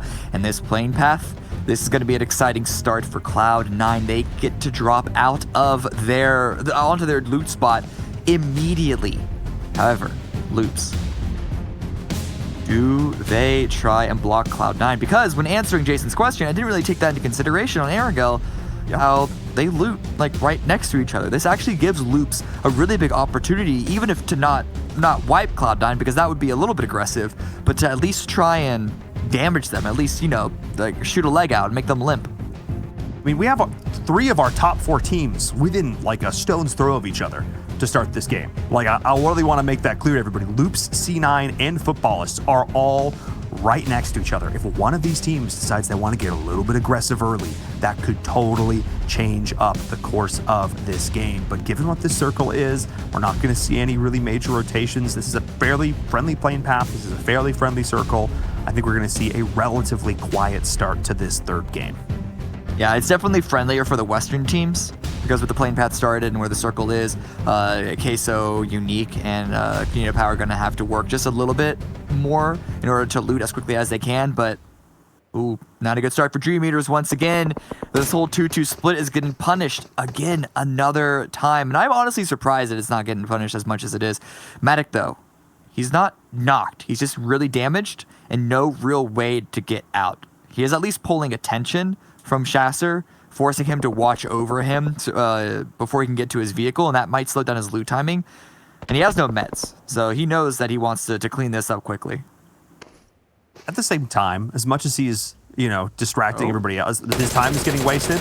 Potentially also his teammate here. We do see the pickup. The shots go in. Matic is going to drop. Oh, boy. Oh, me, oh, my.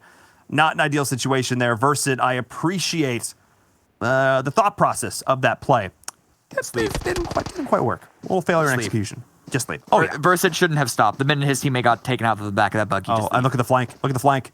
Yeah, it's gone. It's gone from bad to worse at this point, I think.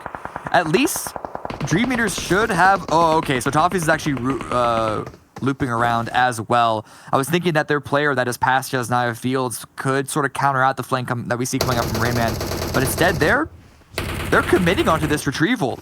This is a lot of resource using to pick one member up, and yes, keeping all 4 alive as long as you can is important, but this is going to be a pretty big cost because it's not just 2 players wrapping around. Sorry, it's not just one. It is a full 2 players trying to pinch onto Dream Eaters. It is indeed. Oh my goodness. Hang on a second with Kato now on the flank versus taking a ton of damage. We can see the shots continuing to rain on through. And oh my, we're taking some back though. None of these players really have the equipment to sustain this. I don't even know how much ammo they have, Cameron. That's the kind of point that we're at in this game right now. And I said, you know what? I think we're going to see a quiet start to this Erangel game. And then they're like, Paul, it's the grand finals. No, we want to fight. We want to contest. We want to take the fight to our opponents. We want some action.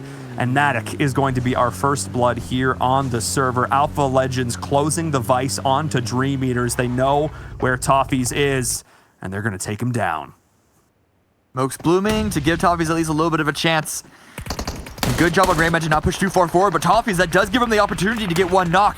That leaves it into a 1v1 if the players in the apartments don't have an angle, but the nade is going to come through. It is going to knock Toffees. So it's going to be another knock, another down against Dream Eaters and give Kaiju the opportunity to get stood back up, right back on his feet. Yeah, that was nice. Playing that 2-2, identifying his position, and then taking him down with the grenade.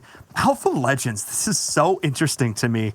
You know, again, they're the team that came in today in last place. They're still technically in last place in terms of points, but they have never let that break their spirit. They're still looking at this as a learning opportunity. They're continuing to play this like they're vying for first place. And I have to say, I respect the crap out of them for that. That is a fantastic thing to see. You know, the sportsmanship on that. They're not just, oh, lol, dropping in and having fun. They are taking this seriously because this is still an amazing learning experience to play with some of the best teams in the world. There is no better experience, no better practice, no better scrim than an actual game. Hands down. That's the statement. No other nothing else needed to follow up on that. Whoa, Donna though, Rain at range. Hang on a second, Cameron. We're talking about the idea of practice and putting in, you know, there's a team who's not here to practice. There's a team who's here to win some prize money, and that's Tempo Storm. We've seen them seriously step up. HH24 did work in that last game, and he's starting things up, actually setting things up for another team here in North America. That initial knock from Tempo Storm, PK is like, thank you very much. You're going to make him stop, and we're going to pick up all these kill points because PK themselves are looking to charge up this leaderboard. Tensa, though, trying to get on the action, picking up one of the kills onto Anas. But as I say this, they're just farming Yala Esports right now. They can do nothing. The boys from NA just looking to shut them down. I don't know if there was much that Yala could have done to keep one of their players from getting knocked in a vehicle rotation. Those are just some things that they happen in Battle Royales. They happen in PUBG. But I am really confused on the decision-making that they had to try and save that player. Maybe they didn't know that the Knights compound was free or not. But if that's the case, why are they sending it in with such gusto? So ultimately, Yala, there's a lot that they did wrong to put themselves in this situation. Yeah, I think that initial play from Lord to try and swing the vehicle around, maybe take some shots in response. I think maybe if he just kept driving, he was just afraid the vehicle was going to explode. But we'll see. He was able to get back up in the fight, reposition the vehicle. This is big. There are still 2 members alive, and we have seen Yala Esports make some clutch plays, but I mean, they're just getting stared at by 2 teams, 2 full teams. And when Tensa can hit shots like that, oh my goodness, it is so hard. What do you do against that? There is no counterplay. Just don't peek. Just don't peek. Umbra. I don't know if Umbra are rotating and trying to take advantage of this. I don't think that they are. I don't know what information they have for Yala's position, but they don't need to because Tensa's taking that play for them. Yala, these last 2 players have like a square inch they can hide behind them. They're not going to get poked out. They're not going to get their toes shot out or even their scalp.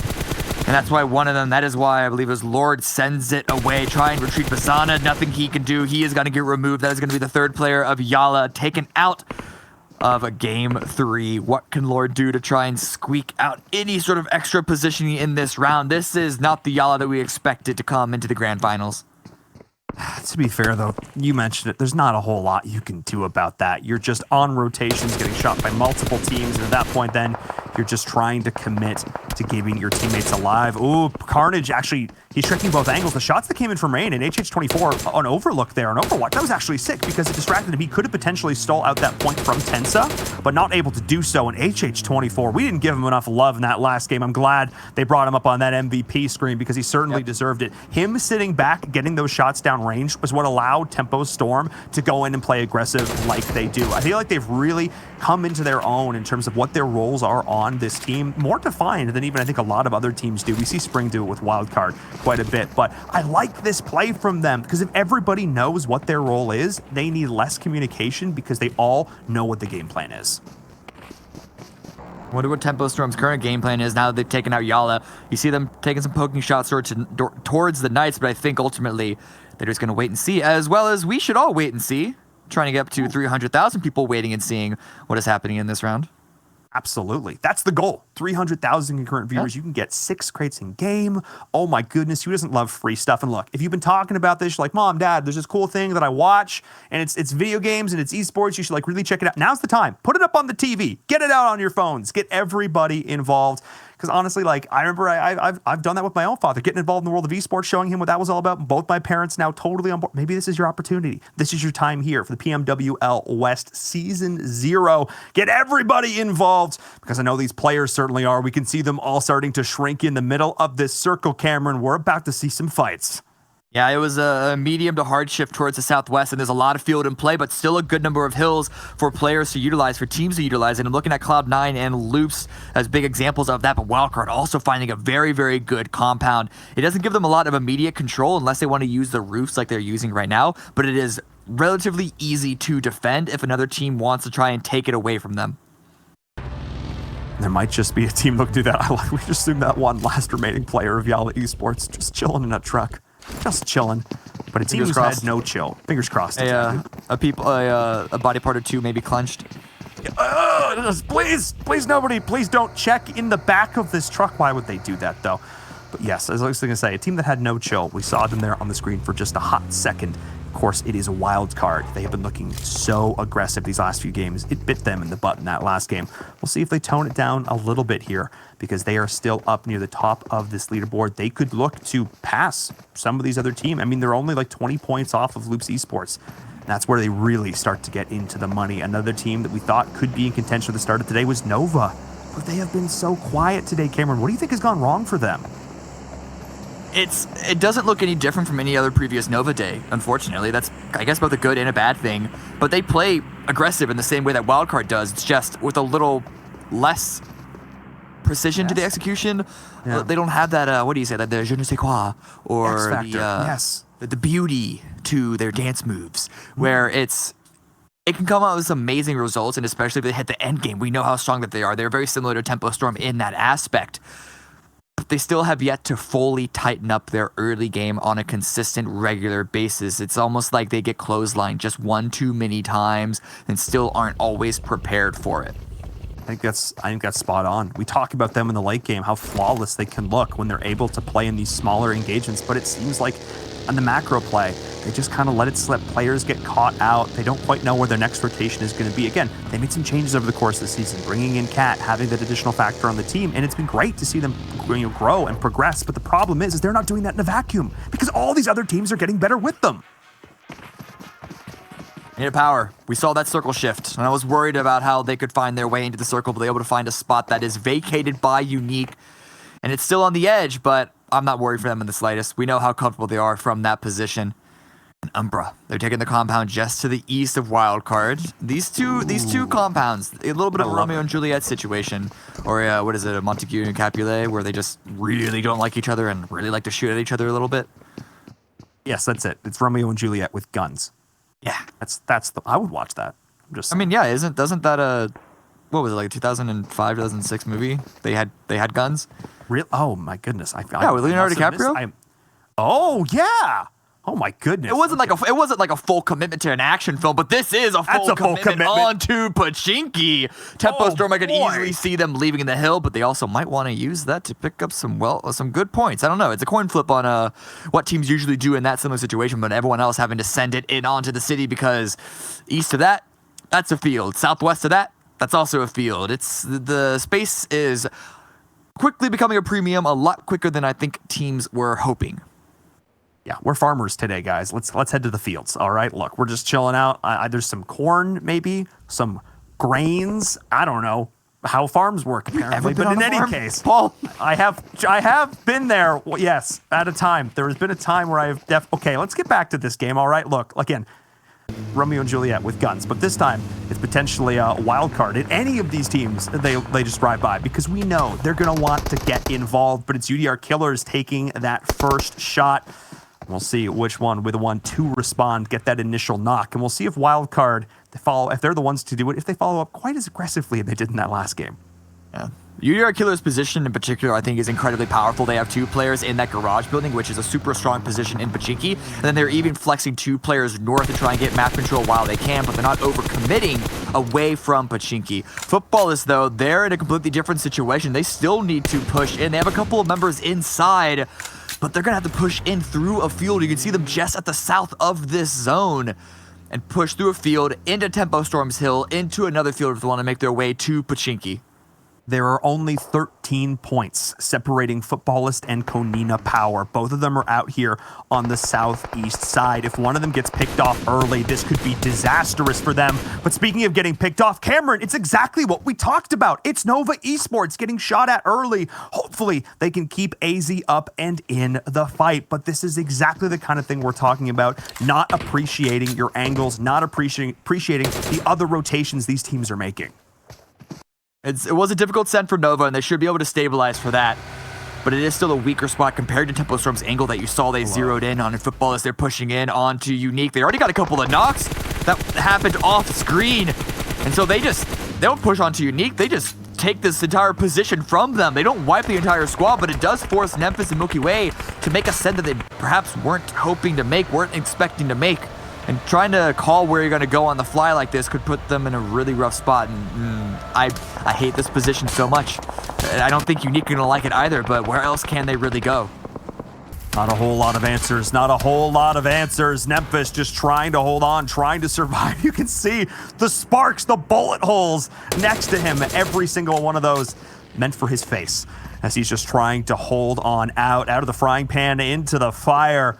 Konina Power is continuing to keep up the pressure. I believe that it was Footballist that started, or sorry, they're actually just keeping up the pressure. Oh my goodness, they have nowhere to go. Well, now they're just trying to rotate into Pachinki. They're alive for a few seconds longer. We'll see how long that lasts. His wildcard is trying to get right on in, take over a building, and this is not their usual style, Cameron. They don't tend to favor a lot of it. Compounds they're a big fan of, but we don't see them play around the center of cities too often. It hasn't had the most success for them. I mean, with a circle like this, though, they don't really have that many options, and luckily for them, Udyr kills backed off and give them this garage compound. But look, everyone is trying to send it in because there is nowhere else to play. The question is it going to stay in Pachinki or is it going to stretch to the fields? Either way, this is really the only option. It's going to be Chaos. B4 already eliminated, and I don't know if they're going to be the last. Yeah, we're seeing multiple players going down. In the kill feed, you can see it as Bayo's going to drop as well. It's Tempo Storm. They know this city like the back of their hand. This is where they drop every single game. They know every single one of these buildings inside and out. And now, certainly, there is going to be a block party. Everybody is getting in on the fight. You could not have a more... I thought last time we had a perfect Pachinki circle, Cameron. This one might be even more perfect. But now every single one of these teams is starting to take casualties. And hang on a second. Cameron, C9 and Tempo, toe-to-toe. Two teams who've been constantly fighting, vying, pushing for the #1 spot of these teams in North America. Let's see this time who can come out on top. As HH24 is looking to push in. Yeah, he wants this knock. What? That actually hit? That must have gone through the window, and now it's two members of Cloud9 going down, and he is rushing forward because he wants to secure every single kill that he can. They do not want it to be stolen, and they secure pizza. That should not have happened. Cloud9 was trying to reposition. I think it was through the open doorway. It caught him on the edge of the car. Oh my goodness, that is disastrous for Cloud9. They needed this. They are only 5 points away from third place, but if Konina Power can put up a good game, continue to keep all 4 members alive, they could continue to go on. And Loops, if Loops is still in this, they could even potentially pass them here. Cloud9 needs to stay alive, but this was not the game they needed. No, not at all. But look at football, this push up. Konina Power also pushing in as well. These teams weren't vying for Pachinki because, well, they're coming in way too late and they weren't in a good position to do so. And instead, Konina Power just trying to get what they can in points from Unique, but a knock already against Robdini. Nice. It's going to be a follow-up grenade. It's not going to find that, but that next one might. Oh, I think it might. Rob hoping it's going to be blocked by the pipe, and it was. Nerves of Steel by Robdini as Axel is going to get the return down onto Nemphis. I cannot believe these two players from Unique are still alive, as Axer is going to be able to get off the revive. This edge creep play from Konina Power is paying off for them, but Loops and Football is rotating in as well. All of these top teams, Cameron, they all had the same idea. They're like, look, we'll let the other teams fight it out over Pachinki. We don't want to deal with this right now. We are going to play the edge. We are going to send it slowly with calculated precision, and that's what they're trying to do right now. But these are all the teams up at the top. If one of them gets knocked out early in 15th place, this could be a disaster. And Levasion's already down. Loops is continuing to put the pressure up. They are trying to get up there. They are trying to pass Cloud9, and if they can take down Footballists, they can do just that.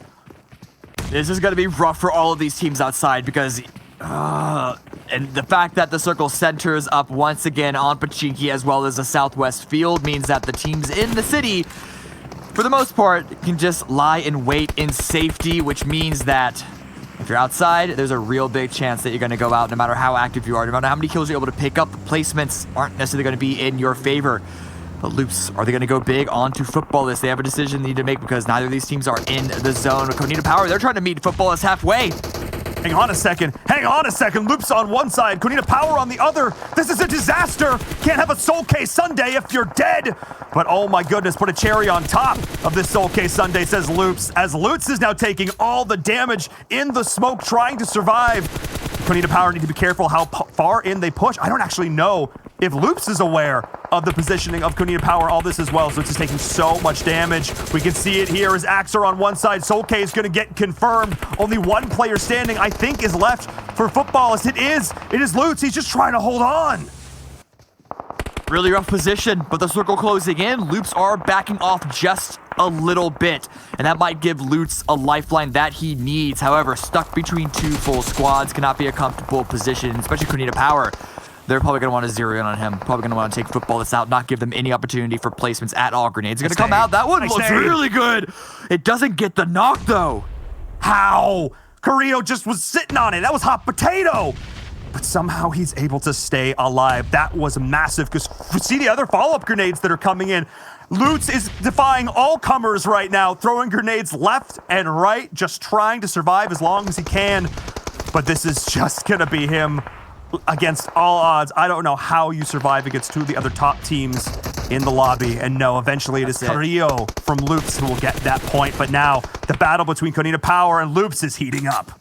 Yeah, what does Loops do from this position? Because the blue is slowly closing in.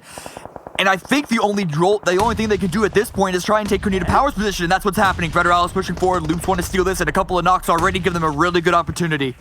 Yeah, that first down on Rubdini is the opening they needed. This is the Loops we know and love. We call them the Breachers, but what do you do when there's no compound? You just push! You just push! And it is Federal this time, not usually the player we see up at the front, but he's continuing to keep up the pressure, and that is just Loops Esports. All confidence, because they know they need to take down this competitor, and the circle is at their back. But the problem is, the way the circle is going to push them, it's up onto this exposed high ground, trying to control any bit of cover they can. Konita Power's been able to find it. This has been such a highly contested zone on the outside, and these two teams, but I can't believe I'm saying this, Cameron, this is actually a better position for Konita Power. It is for now. They have a little bit of hard cover, but where is the circle going to shift? If they have to retreat towards the west, which they do, it's bad for all these teams. It's bad for almost everyone, unless you're on that southern sliver of Pachinki, because even Queso with the compound in the field are going to have to leave. What can you do? It's just Pyra, actually, in the middle of the field, and I think he's only just barely inside, but looking between Loops and Konita Power, two of the top four teams trying to fight it out, trying to climb up. They need to finish this fight as quickly as they can, and Dadeen sneaking forward, pan out, ready to beat Konita Power in the face with it.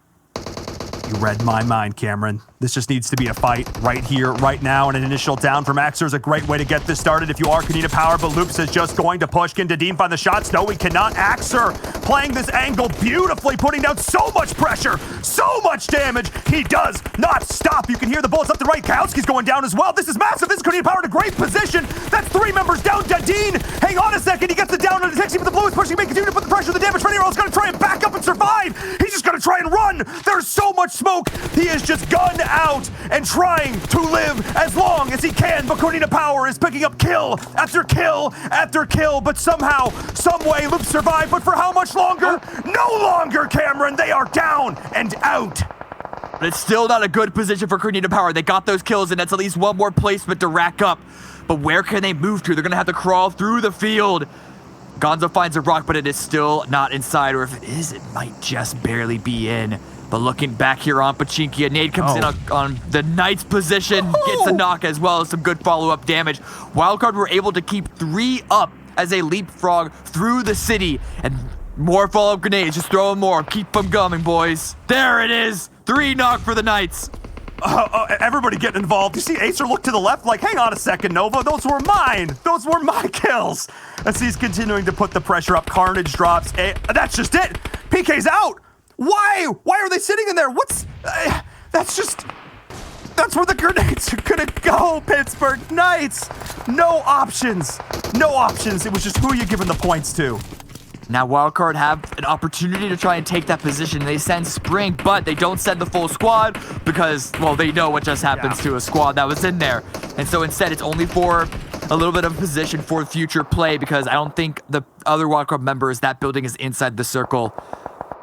Axer still alive, still crawling in.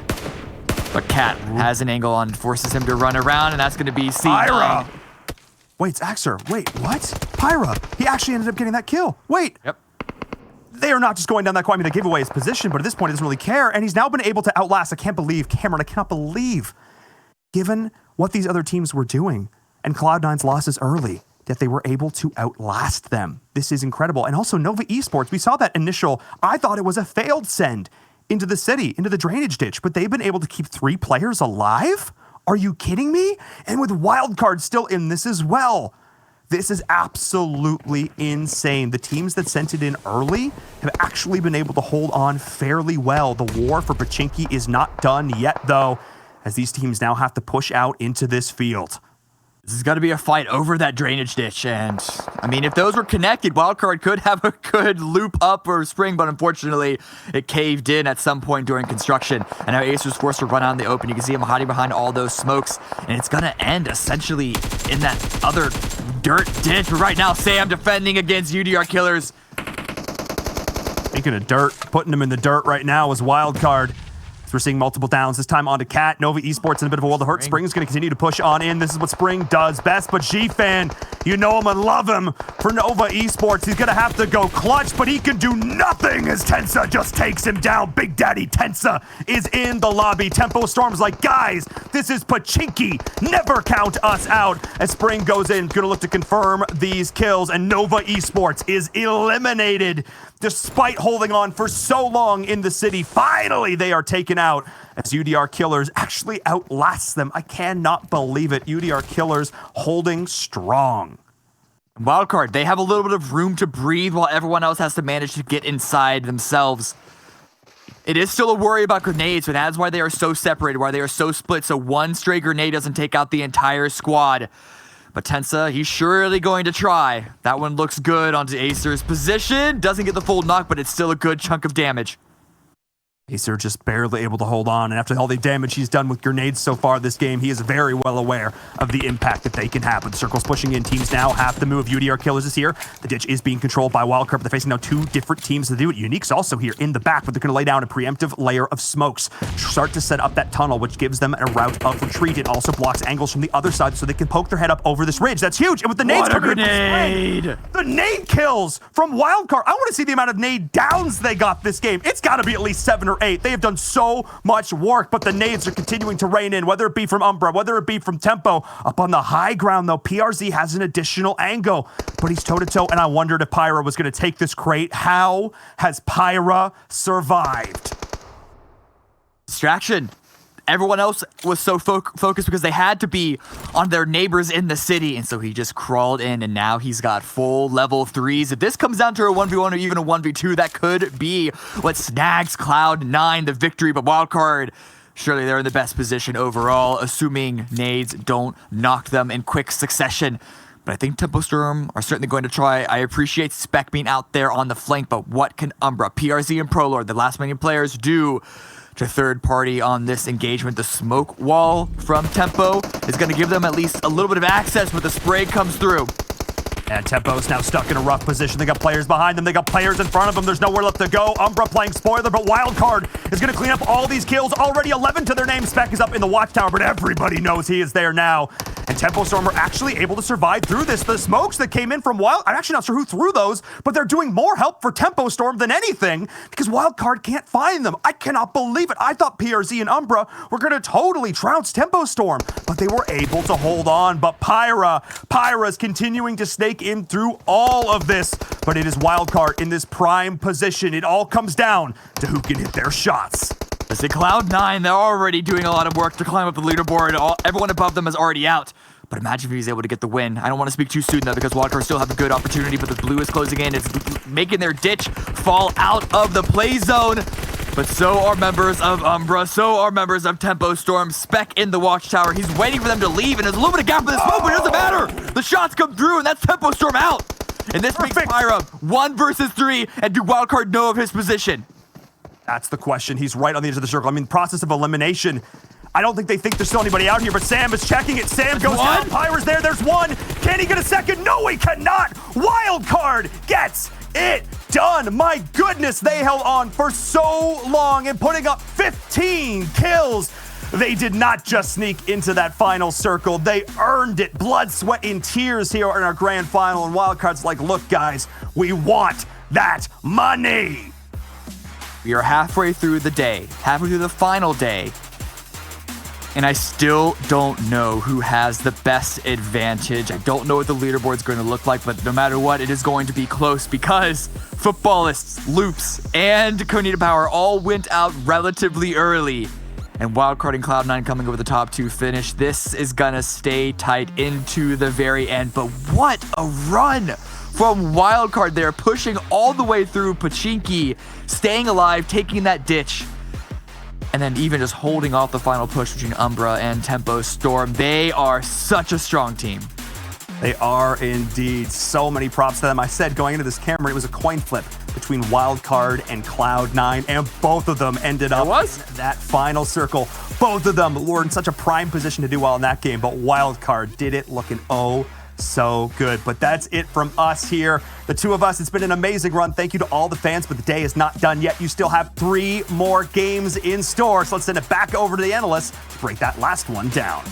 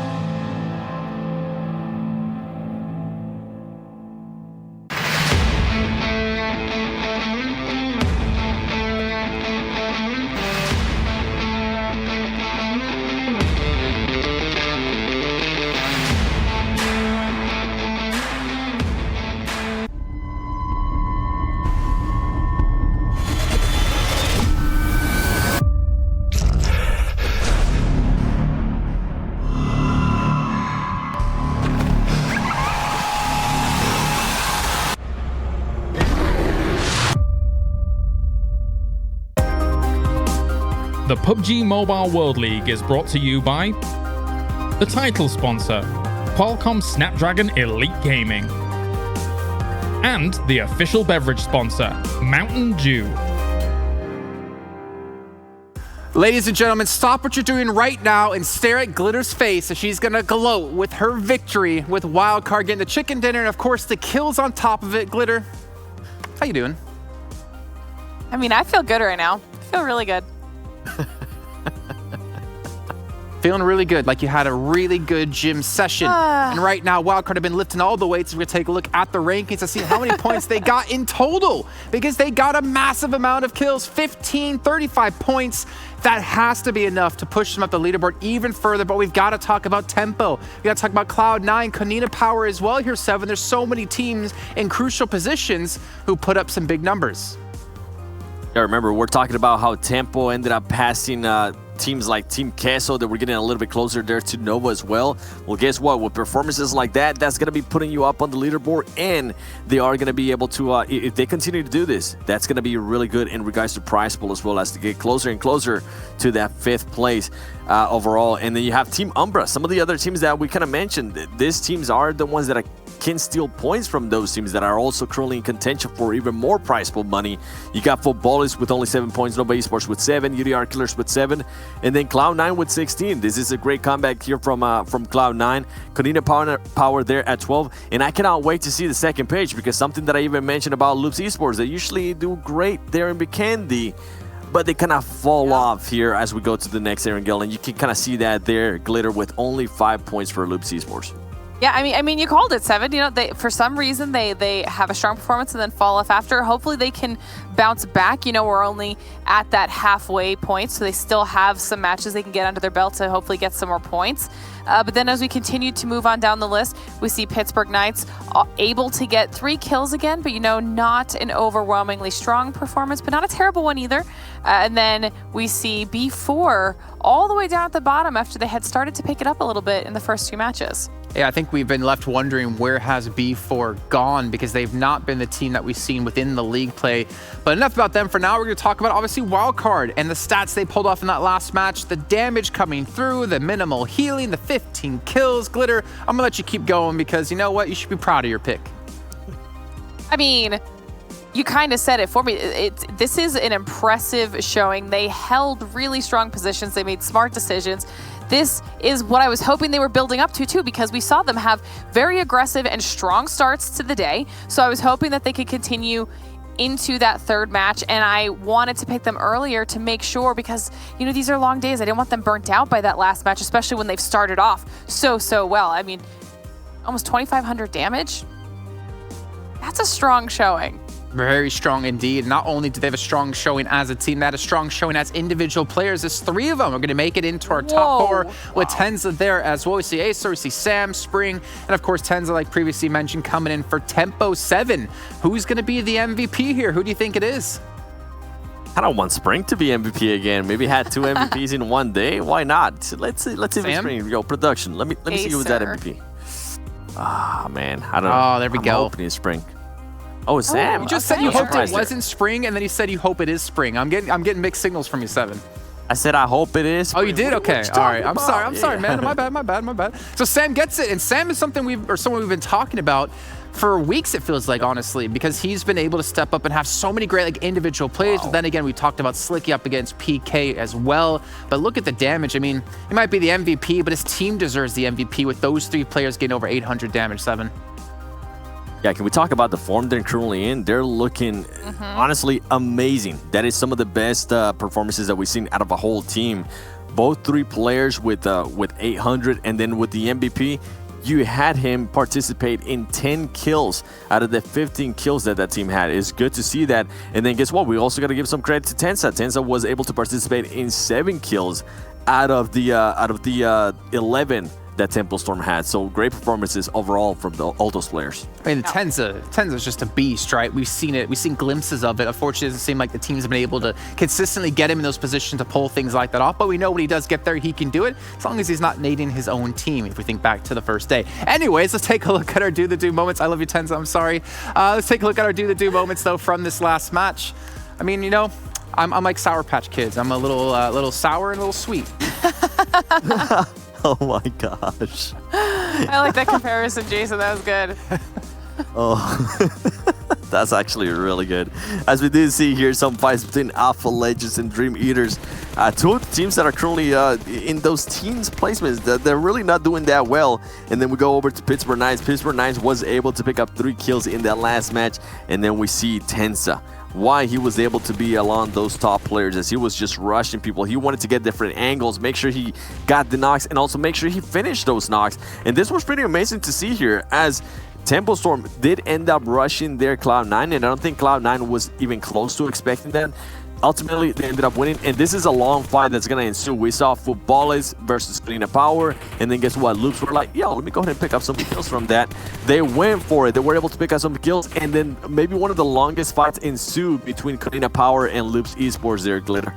Yeah, and I think that this was something we were expecting, or at least hoping to see happen, is where all of these teams that are at the top of our leaderboard have to eventually start battling it out, right? I mean, they can't all have first place. So we saw, like you said, Konina Power right now, as we're also watching on the highlights, running into Loops, taking out Loops. We saw Tempo and Wildcard going back and forth. These are some of the Acer nades onto PK when they were just in that ditch over there.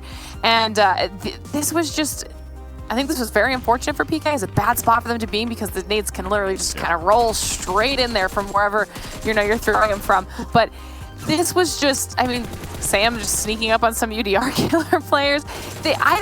This wild card is so impressive right now, but we do need to give some love to Tempo as well, because This was now, what, 11 kills in this match, 10 kills in the match before. Can they continue this momentum throughout the rest of the day?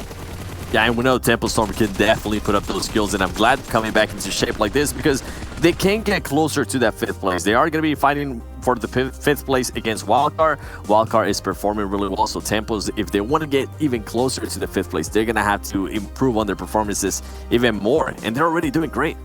I mean, I also want to give maybe a shout out to Pyra from Cloud9. I mean, some very crucial placement points he was able to get for his team, which could come into their overall stands when we get towards that point. For now, though, we're going to take a look at our total damage, and I would imagine Wildcard and Tempo probably battling for #1 position when it comes to that out of every other team within the lobby today. And, well, that's just going to be proven here as we see it now. 2,600 damage done for Tempo, only 11 kills, though. And look at Wildcard, 2,500 with the 15 kills themselves. Yeah, that's it. That's impressive. These two teams, I remember these two teams in the last Super Weekend we were saying how they were starting to get hot. They just weren't able to start the tournament, especially the league finals, the way we kind of expected them here. But it's good to see those performances out of that team. Then you had Cloud9. Cloud9 needs to stay within those top 3 to at least get some placement points. They were able to, once again, Pyra being able to stay alive. It's starting to become a thing here where Pyra is able to go ahead and clutch some extra points in regards to placement points for that team. So interesting stuff overall here. Then you have Kanina Power, you have Dream Eaters, Pittsburgh Nice 2, Team Queso. And then towards the end, you got Footballers. Even though they did end up exiting in 14th place, they were able to, in a way, save face by getting almost 1,000 damage and 6 kills. That's 7. If your Footballers here, you can't afford to be having games like this. Yes, you get 6 kills, but you get knocked out early. You can't do that, or you're going to see yourself dropping from 1st to 2nd, which I think they're already going to be doing now with Kanina Power. That's 50K loss already. Then from 2nd to 3rd, that's another 30K you could be losing out on. And let's see how our prediction scores did work, because you know what? We're not making any money off of this. We're just doing it for fun. And, you know, Glitter, go ahead. You earned it. I mean, it's just, you know, you guys did great. Oh my gosh, I can just, I can just feel the enjoyment out of that. I'm just like, yeah, you guys tried.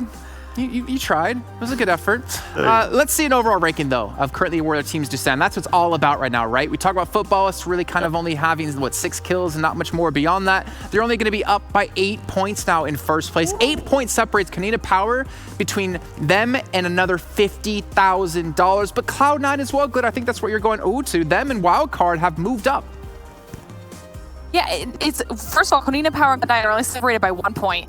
That's scary, because that's so close of a race right now. Wildcard, like you said, has jumped up, and they've now gone above Loops, which is crazy because there was a decent-sized gap that I thought might be, you know, maybe 1 or 2 just like mediocre or semi-solid games, and the Wildcard just decided that they were going to blow it out of the water with this match and completely leapfrog Loops. If they're not even that far behind Cloud9 at this point, so if they continue the strong showing and anybody falls off, who knows what's going to happen for that top 3 spot. Tempo also able to jump up the rankings after that incredibly strong performance, getting 2 points above Nova, and UDR Killers still holding on to their 1st page spot. I was gonna say, if Wildcard continues on these performances, not only are they gonna get into the top 3, if for some reason the top 3 teams can't slack off, they could go for that 1st place, as we do see here the 2nd page. Listen, I'm gonna keep on saying it over and over again. I want to see these teams go crazy. I want to see them really impact the tournament here. Maybe hot drop some of the other teams towards the top. Maybe go ahead and do something crazy that we can go ahead and highlight here during this tournament, because you got nothing to lose at this point. I think the only one that can maybe be cautious is Pittsburgh Nice, because they're getting closer to 10th and 9th. But even then, just do something crazy. Yeah, do something crazy indeed. Well, obviously, we do have to wait a little bit of time before we get to that next match, because we're into our halftime now for the day. And as we said earlier on, the Between the Battlegrounds episode 2 will be airing here live on the show after that 3rd match. And funny enough, it's after the 3rd match. You guys sit down, hope you had some popcorn, and enjoy episode 2 here of Between the Battlegrounds.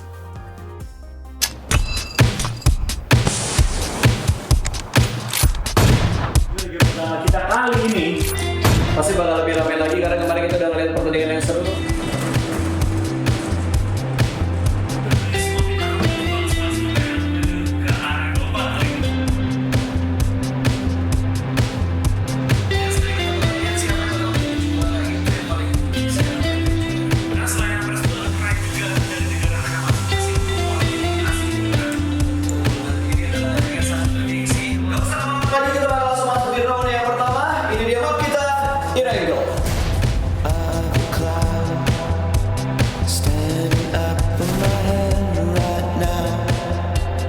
Tell me it's time to come down. Can you find me?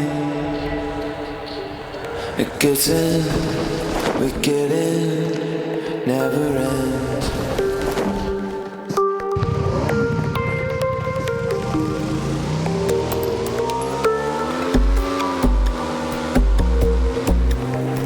It's very difficult to say what a great team is made of. It's difficult to sort of capture that lightning in a bottle. It takes work. A lot of players will fall at several hurdles. A lot of players will not be able to make it past a certain stage. They won't be able to make it to the big leagues. And that's just how it is, you know.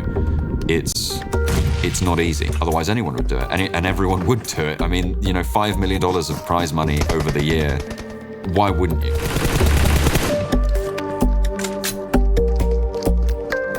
But even if you can, sometimes it's not guaranteed.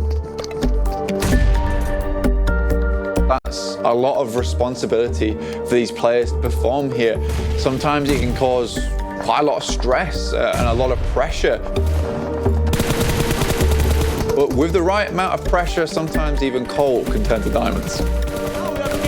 Again versus Law. Bigatron already collected 10 kills, which make them as the conqueror. JC trying to get more aggressive towards Bigatron's side, but Ryzen with already 4 kills in his pocket now is already blown out the buggy here. And more being eliminated at the 4th position. Boom Esports, I think, already being spotted. Vavel already being knocked down. I don't know where's the last Boom Esports player, and it is the Boom Esports player. And winner, chicken dinner again, like yesterday. Bigatron closed today with an outstanding performance. Winner, chicken dinner, and a lot of kills coming. Memang benar-benar berkelas yang saya lihat di situ tuh.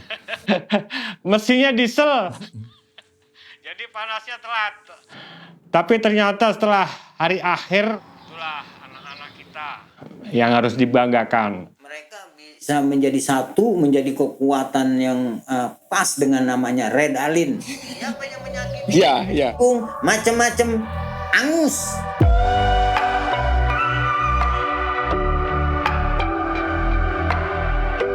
The World League, for a lot of these players, is that pedestal, right? It's that pedestal that everyone's looking to sit atop, and it's not easy to do. Any player, whilst they might aspire to be there, needs to be ready to be there as well. When they come up against other regions, when they come up against plays that they haven't seen before, will they be able to adapt and overcome? It's the ultimate expression of skill in PUBG Mobile. And your ability to get there really can prove to not only the people around you, but to yourself, that you deserve to be one of the best. And for a lot of players, that's exactly what they want, what they're pushing for, what they're driving at. Karena belum pernah ke global final, jadi aku ya belum tahu kayak gitu rasanya kayak gimana. Mob tim sendiri yang narikin playernya, ngumpulinnya kan aku. Lewat itu. Habis itu aku rundingin sama Jabrol, narik Jaxi. Aku rundingin sama Jaxi, narik Ongak. Kalau Jaxi, hal positifnya dia leader kan, dan gameplay dia, cara strategi dia yang aku pelajarin kayak gitu, banyak yang bikin kami tambah up kayak gitu. Kalau Ongak, terus dia juga yang anggapannya Terminatornya mob lah.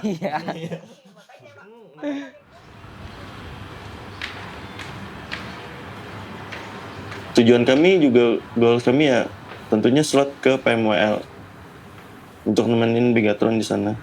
Kalau semua tim di Indonesia tuh ya memang mainnya tuh di bawah bayang-bayang better. Bigatron kan juara bukan nggak instan gitu. 1 tahun dia dibantai orang, dia level up, akhirnya dia bisa juara dunia di next seasonnya. Hai, Zuxi. Dan mereka bisa dibilang adalah duo terbaik sedunia juga. Mereka nggak bisa dipisahkan, dan menurut gue pribadi kemanapun mereka pergi, dimanapun mereka bermain, atau dengan roster manapun yang bermain dengan mereka. Nah, kalau dari tim sendiri, tim yang mungkin menyulitkan kalian untuk mendapatkan WWCD selama ini tuh siapa aja sih? Siapa? Nggak ada sih. Untuk Rensky dan juga Zabrol, mereka merupakan kakak adik juga. Mereka memiliki chemistry yang sangat baik. Niku Morp Jabrol, aku Rensky. Hai kalian berdua, congratulations untuk winner-winner chicken dinnernya ya pastinya. Habis itu kalau Jabrol tuh adikku sendiri. Jadi aku lebih kenal dia dari sebelumnya. Kayak gimana, ya mungkin dia lebih jago dari aku gitu. Terus kalau dia lebih bisa, gimana sih kalau masih muda gitu, masih bisa banyak yang diasah, masih bisa dibilangin.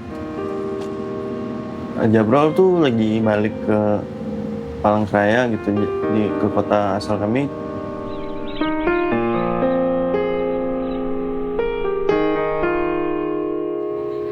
Indonesia final tuh PMWL. Jadi malamnya tuh Daya dapat kabar gitu, papa masuk rumah sakit karena jantungnya penyumbatan kayak gitu. Kalau kemarin kan tahu kabarnya tuh pas Indonesia final hari pertama kan. Berapa menit lagi Bang? Tiba-tiba di WA mama lagi main gitu. Jabrol juga. Ya tapi gimana caranya, proporsional aja gitu. Nggak bisa, masih ada tanggung jawab gitu. Kita kan cowok nih.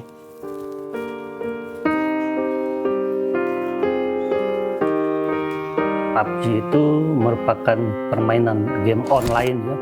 Itu bisa dimainkan oleh banyak orang, dan juga PUBG ini merupakan permainan dari bertahan hidup ya.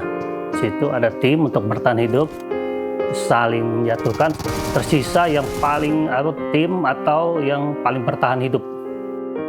Permainan bertahan hidup.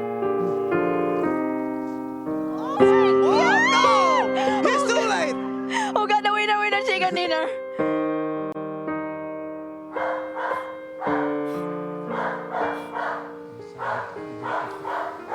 Gitu. Mama kan nggak mungkin dong 1 kali 24 jam kayak gitu. Malah dia yang bisa drop kayak gitu.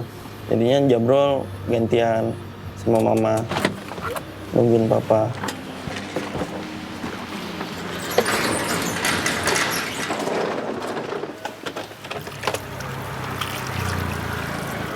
Dia harus jaga kesehatannya sampai dia bisa ke Jakarta buat operasi. Masa gini? Basah. Masuk. Di kantor juga itu anak-anaknya kan ada mengenal Jabrol ya maupun Rensky, itu malah kebanggaan ya bagi anak-anak teman-teman saya itu melihat Jabrol dan Rensky dari Palangkaraya dapat mewakili kota Palangkaraya di tingkat nasional, itu merupakan suatu kebanggaan bagi anak-anak di sini ya yang mengenal mereka. Orang situ. Saya sendiri dulu sebelum PNS itu programmer ya. Jadi programmer komputer. Jadi di samping saya membuat program, dulu saya senang bermain game. Cuma dulu belum ada pertandingan ya.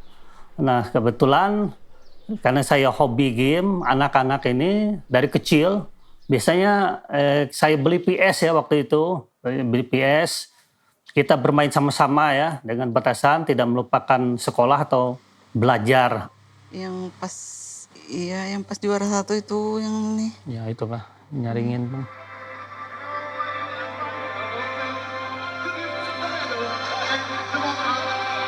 Menaikkan mampus motor depan mereka itu. Ada yang berat kan ini pialanya. Oh iya, yang Helen. Ya. Sebenarnya kalau waktu pertama kali ditelepon tahu kabar itu kan pasti kayak keganggu gitu, pikirannya kesana kemari. Tapi waktu di Indonesian Final tuh kan kita semua punya mimpi gitu. Satu tim ini punya mimpi selain itu rumah satu tuh enak juga, ada ground-groundnya. Itu kan juga bikin bangga orang tua gitu. Bikin bangga papa juga misalnya. Jadi ya kita kan disebut pro player. Jadi harus seprofesional mungkin gitu dengan kewajiban kita, ini kan kerjaan kita gitu. Kita udah kewajiban. Nice. Setelah ini semua kelar gitu, saya final kami bisa kualifikasi ke PMWL ya, mungkin aku akan balik bentar gitu, ngecek jenguk papa juga. Jadi juara 6 lah. Jeksi pasti kangen orang tuanya, enggak. Kami pasti kangen sama orang tua kami, pengen ketemu gitu, bisa bikin mereka bangga juga, jadi enggak sia-sia lah. Keras semua rata. Halo. Gimana kabar mama papa tuh, bro? Itu kan papa kemarin sakit. Gimana kabarnya? Kan sakitnya? Beraktivitas di kantor walaupun tidak full ya. Dan nanti kalau nunggu kesiapan juga pada saatnya tetap akan memasang ring. Ya, papa mama sehat-sehat sana, jangan segala sakit. Aku kan jauh, kangen, nggak bisa jenguk, nggak bisa ngurusin. Semangat ya, kami terus memantau juga, selalu berdoa. Tentunya pasti kangen lah. Pasti kangen berat. Ya, situasi kayak gini. Semoga aman-aman aja. Ya. Kamu kada kangen aku kah, bro? Kada. Enak ketemu juga. Keseharian kita biasanya bisa sebagai kayak teman gitu kan, apalagi mereka dengan ibunya biasanya curhat ke ibunya sering itu. Jabro maupun Rezki itu curhat biasanya kalau sudah hal yang agak berat, rumit baru ke saya gitu kan dalam penyelesaian masalah. Itu nggak bisa disangkut pautin sama pekerjaan kita, nggak boleh ganggu walaupun namanya manusia pasti kepikiran. Itu kan kemarin salah satu jalan yang bisa dibilang untuk kami main di World League, tapi kami lepas itu, kami buang sia-sia karena ukuran pro player itu kan main di liga tertinggi, kasta tertingginya, di situ dia diukur. Ini kayak gitu sih menurutku. Kalau dan untuk main di World League itu nggak setiap saat. Ya semoga Mob bisa wujudin mimpinya main di World League. Juaranya kan cuma satu tuh.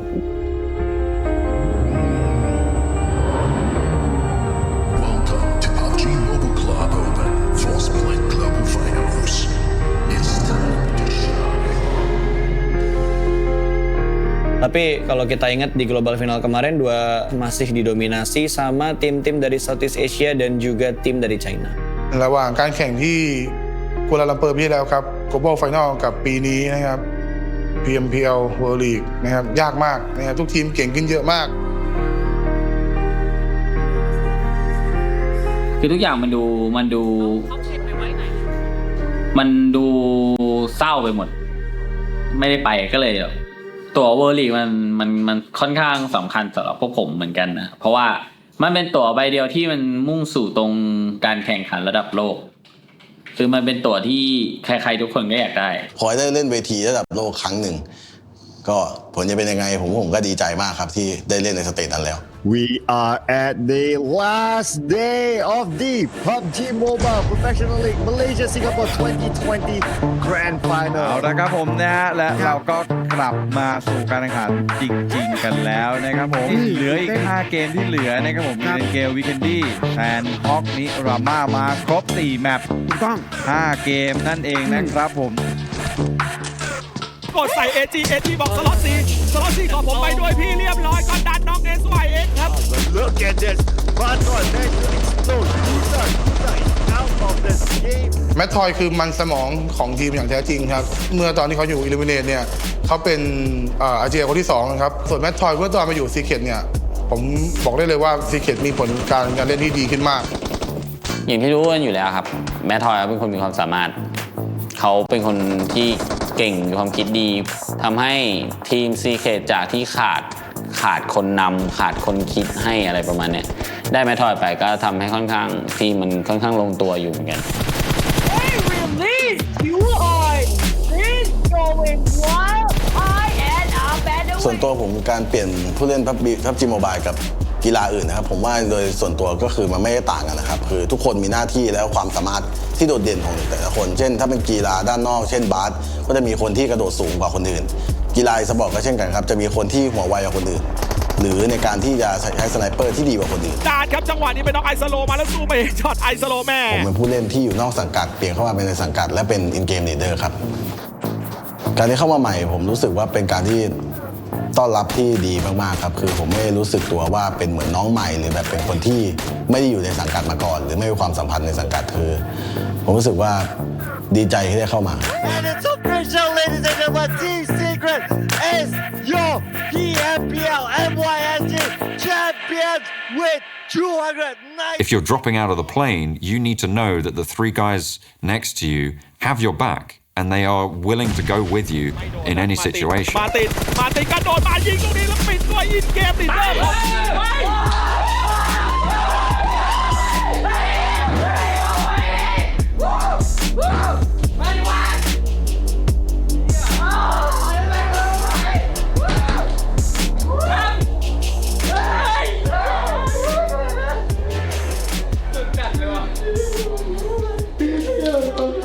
ทำได้แล้ว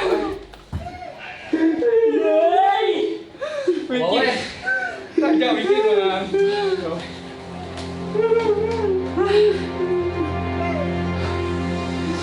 ได้แล้วเว้ยได้แล้ว ลิมิเนตครับไม่ใช่ทีมที่มีใหญ่โตมากไม่ใช่ทีมที่ใหญ่โตมากมายหรือมีแบรนดิ้งอะไรขนาดนั้นนะครับเขาใช้เวลานานมากครับการรอคอยถ้วยใบนี้นะครับตั้งแต่แข่งมาเนี่ยเขารับบทพระรองมาตลอดนะครับทุกทัวร์นาเมนต์เลยครับบางถ้วยก็พลาดด้วยนะตรงนี้ผมคิดว่าแฟนๆน่าดีใจว่าทีมเล็กๆทีมหนึ่งเนี่ยเริ่มที่จะมีถ้วยไว้ประดับบ้านบ้างทีนะฮะโอ้ได้ไปแล้วบ้านเลย500,000ที่1 500,000 Jadi ada saatnya bisa juara, ada saatnya bisa juga kalah ya. Kalah dan menang itu namanya kompetisi. Jadi yang penting bermainlah sebaik-baiknya dan semampu kalian.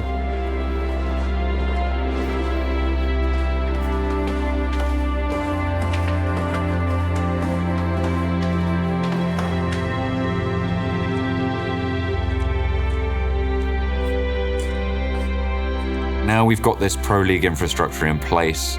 It's a case of who's going to make it to the World League, who's going to get there.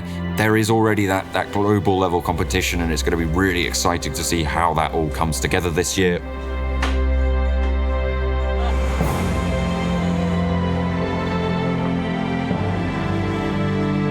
พวกเรายังมีทางอีกไกลที่ต้องเดินไปยังมีอนาคตอีกไกล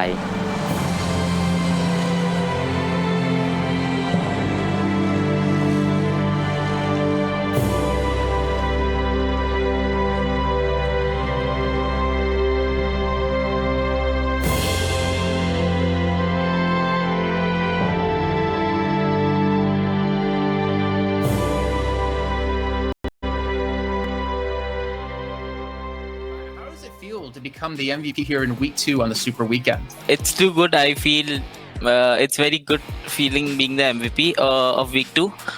My main goal is to be the MVP of the full tournament, and first and for all, we have to get the international trophy. Our main goal is that. So yeah, that's our main goal. So you're telling me that the 10 grand for the MVP in the league finals isn't on your mind at all there? Yeah. I recognize that guy. No, honestly, that was really cool to hear. I mean, the thing is, people have to realize it's really hard to play professionally, period. But then also to hear about how he had to do it with his father being sick. Like, I can't imagine the amount of things going through your head, and you have to focus on not letting yourself down, not letting your team down, not letting your family, your fans. So much to go through to be a pro player, but obviously you see the emotions that come out of them when they do qualify for the World League, when they do place well, when they get the extra money in their pockets. Really love these episodes coming out. I can't wait till episode 3. Yeah, I got chills. I got a little bit teary-eyed too when that team won and started crying. I love to see the behind the scenes, man. It's always so the passion that they're able to show, and also an insight for the fans, for people that watch these players play at this kind of stage.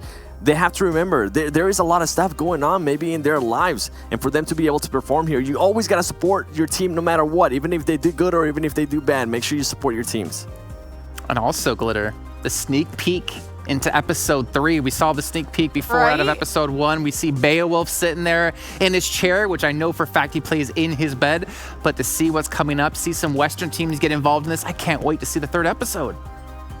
Yeah, I was really excited when it panned out of the tablet and you just see Bayo sitting there. I was like, okay, all right, I see where this is I thought you were going. going to say you like how it panned out of the tablet because you didn't want to see my face that closely on camera.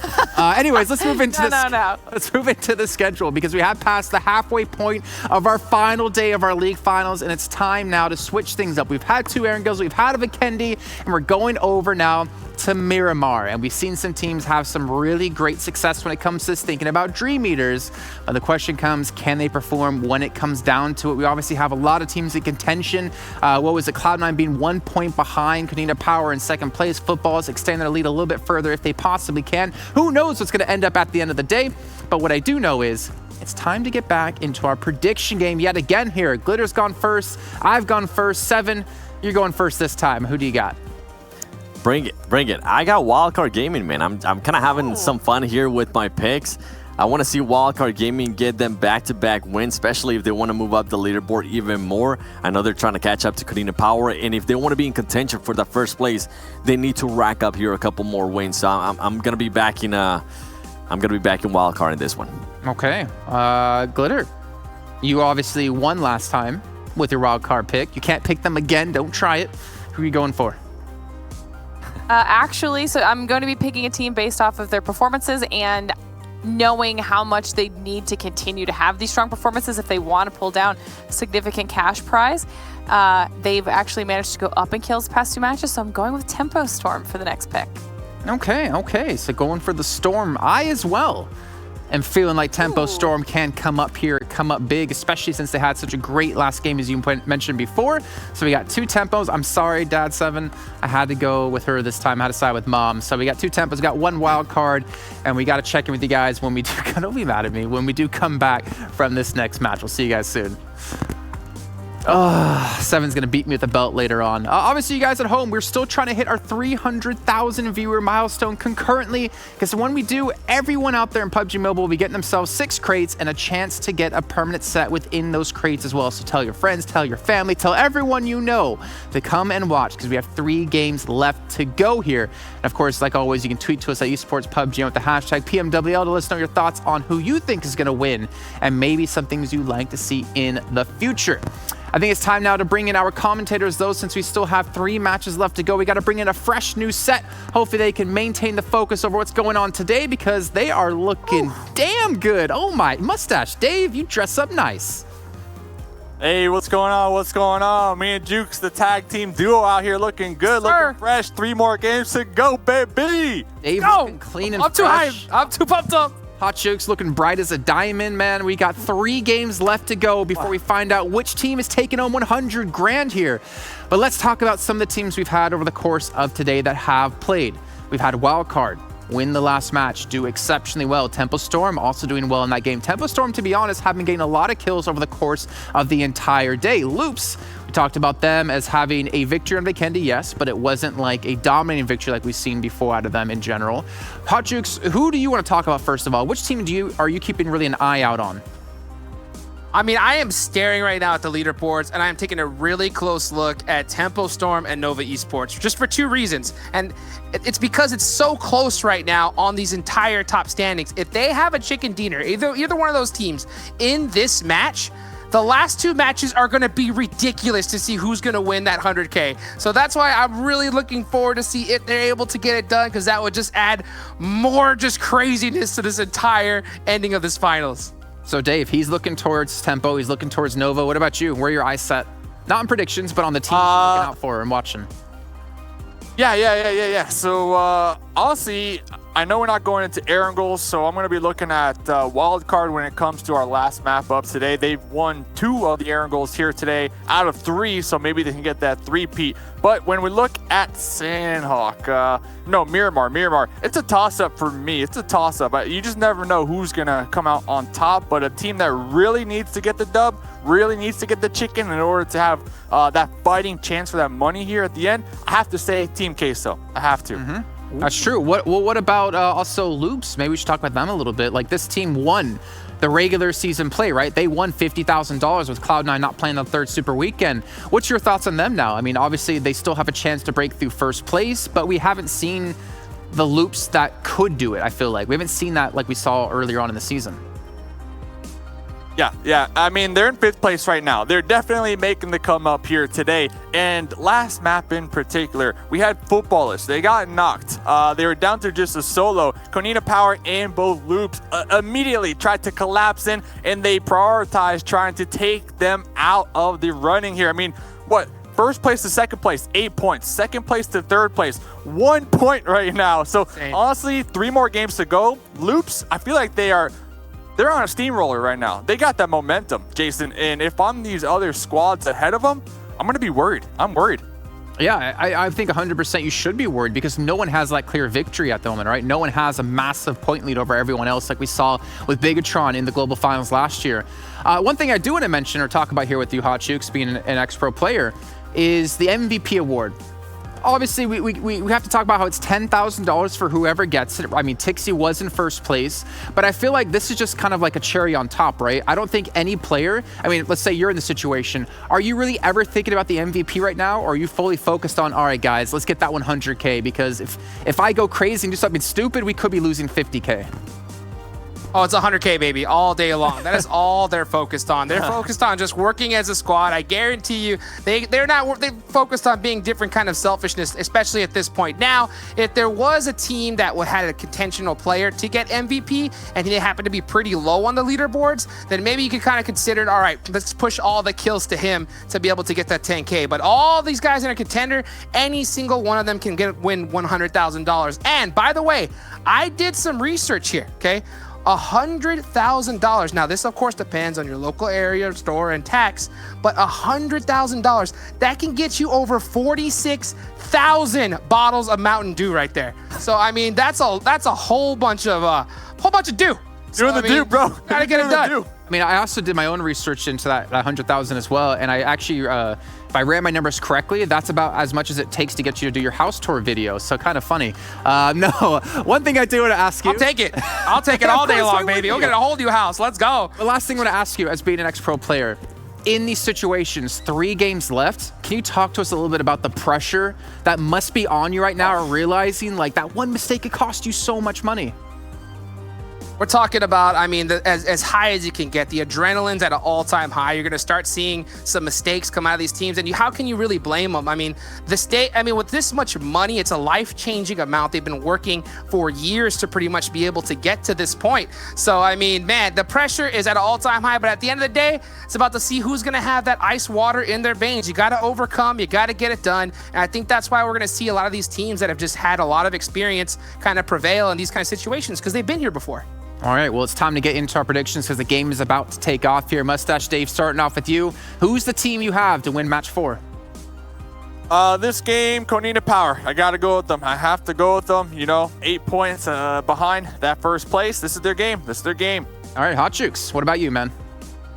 I'm going to go with Tempo Storm, baby. I want to see just an insane final right here. So if Tempo gets this chicken dinner, we're going to have a ridiculous amount of teams to be able to get this 100K. Yeah, so that's what I'm just looking for right now, and that's why I'm going for them.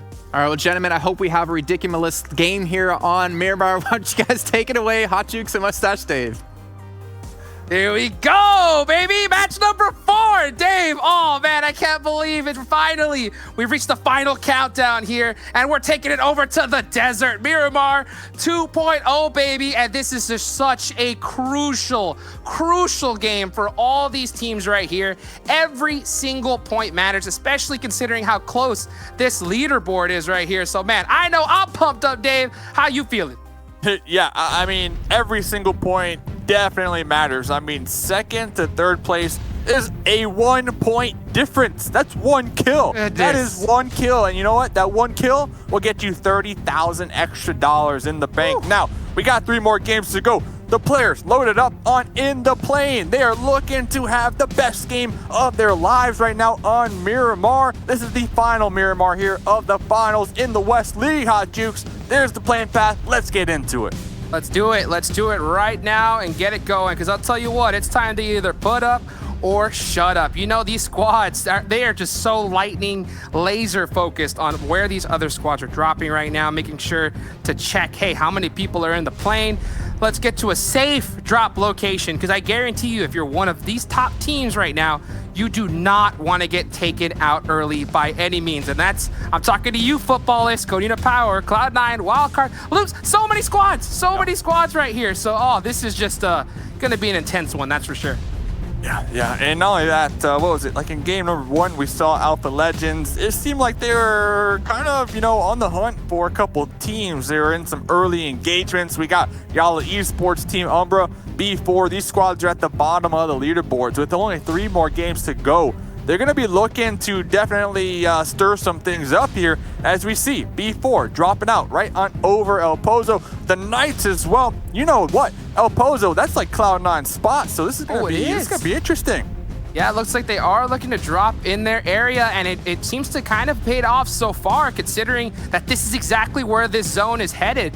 It looks like B4 is going to go ahead and just head a little bit further south. Really smart. Don't want to take on a team like that so early on. But yeah, you know what's been really interesting to see these squads that have been kind of at the bottom of the leaderboards perform so well now here in the last day. And I think that it has to do with the fact that, oh my goodness, hold on, look at this. Pro Lord and Umbra. Yeah. Oh, got it. Oh, Matic has a gun. Matic, goodbye. Yeah. The mummies returning out here. Gonna be getting that punch out onto Pro Lord. Yep, taking down 1 from Umbra. Umbra currently, right now, 14th position on the overall leaderboards. They cannot afford to lose members like this with only 3 more games to go. On the flip end of that coin, though, Dream Eaters, 10th place on the overall leaderboards. Much needed point. I mean, that's 1 point in the bank already, baby. Take it. So just a reminder for everybody watching right now, 9th through 16th place is going to take you home $2,000. Now, once you start getting to 8th, it's going to go up at $1,000 each until you get to 6th place right here. So, if you got some teams right now that are in contention, that 10th place, maybe you want to add some little extra change into your pocket. But man, I'm telling you, every single point that you get is a point you're taking away from one of these top squads right here. And like I was trying to say earlier, it's really interesting to see these, these squads that have just kind of really underperformed so far just start fragging out. And I think that just has to do with the fact that there's nothing to lose.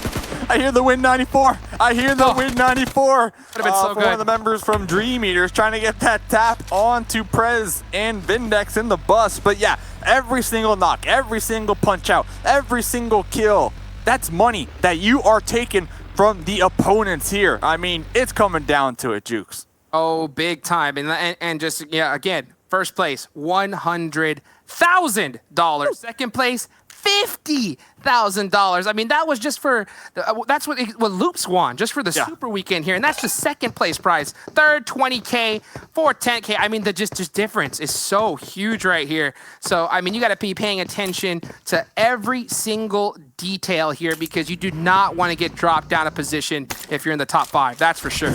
Yeah. Not only that, we saw over there in the East League, Bigatron, they said they're buying houses, they're buying new skins, they're buying new phones with their winning. So, I mean, I can only imagine, the excitement. But it comes at the end of this, all the hard work. These teams, they fought in PMCO, they fought in Opus, they fought in PMPL to make it here to the World League. Not only that, they have to be the top 16 in order to make it on into the finals. So it's all coming down to this. 3 more games to go. I cannot stress how close the leaderboard is right now after all this time. These teams, I mean, they have been putting in the work here. Oh, they've been putting in the work. And I'll tell you what, buying new houses, buying new phones. And I'll tell you what kind of phones they're going to buy. All I know is that it's going to have that Qualcomm Snapdragon processor. Got to have it. But Got to. 300K viewers. Got to have it here. It's the finals, baby. Let's get it going. Once we get that number, we're going to get 6 crates for everybody. I know I want them to be able to put into the bank here as we start seeing these squads start to rotate to this first zone. Yeah, the East League, they got their crates. Now it's time for the West Side to get their crates. Let us have it. Flying. Look at this. Yeah, look at this. Wow, all the members of Loops just straight up sending it on that ramp right there. Going to be doing a little barrel roll. And you know what? I'm done with that bus. I'm going to get on this bike. They got their license taken away. They got their license taken away right there. Revoked real quick as Loops is just trying to be able to rotate to a really safe position. They do not want to get taken out early by any means. And I mean, man, this is just going to be so intense. Looking over to Tempo Storm, they have Pecado, Sin City, baby, all to themselves right here. So they're going to be really well looted up for the rest of this game. Yeah, Miramar 2.0, you have those vending machines that do give you the option to just spam them all day long until your heart's content is done with them, and you can get anywhere from 1 to 8 energy drinks in. I mean, talk about being geared up when it comes to Miramar. That heal game is strong, and looking on over here, AZ in the mountains. Looks like they're taking some shots onto maybe Lawson all the way down there from Footballers. Definitely got an angle right now. We can just kind of see him just giving that intel to the rest of his team. You can look at Lutz. Man, he's got a bike way up here, and he's going to send it on down, trying to find a different position. And here at Crater Fields, this terrain is just brutal. So I'm really interested to see them just kind of group up and play really tight going forward. Mountain Goat Lutz out here. Mountain Goat. With that bike. Yeah, with that.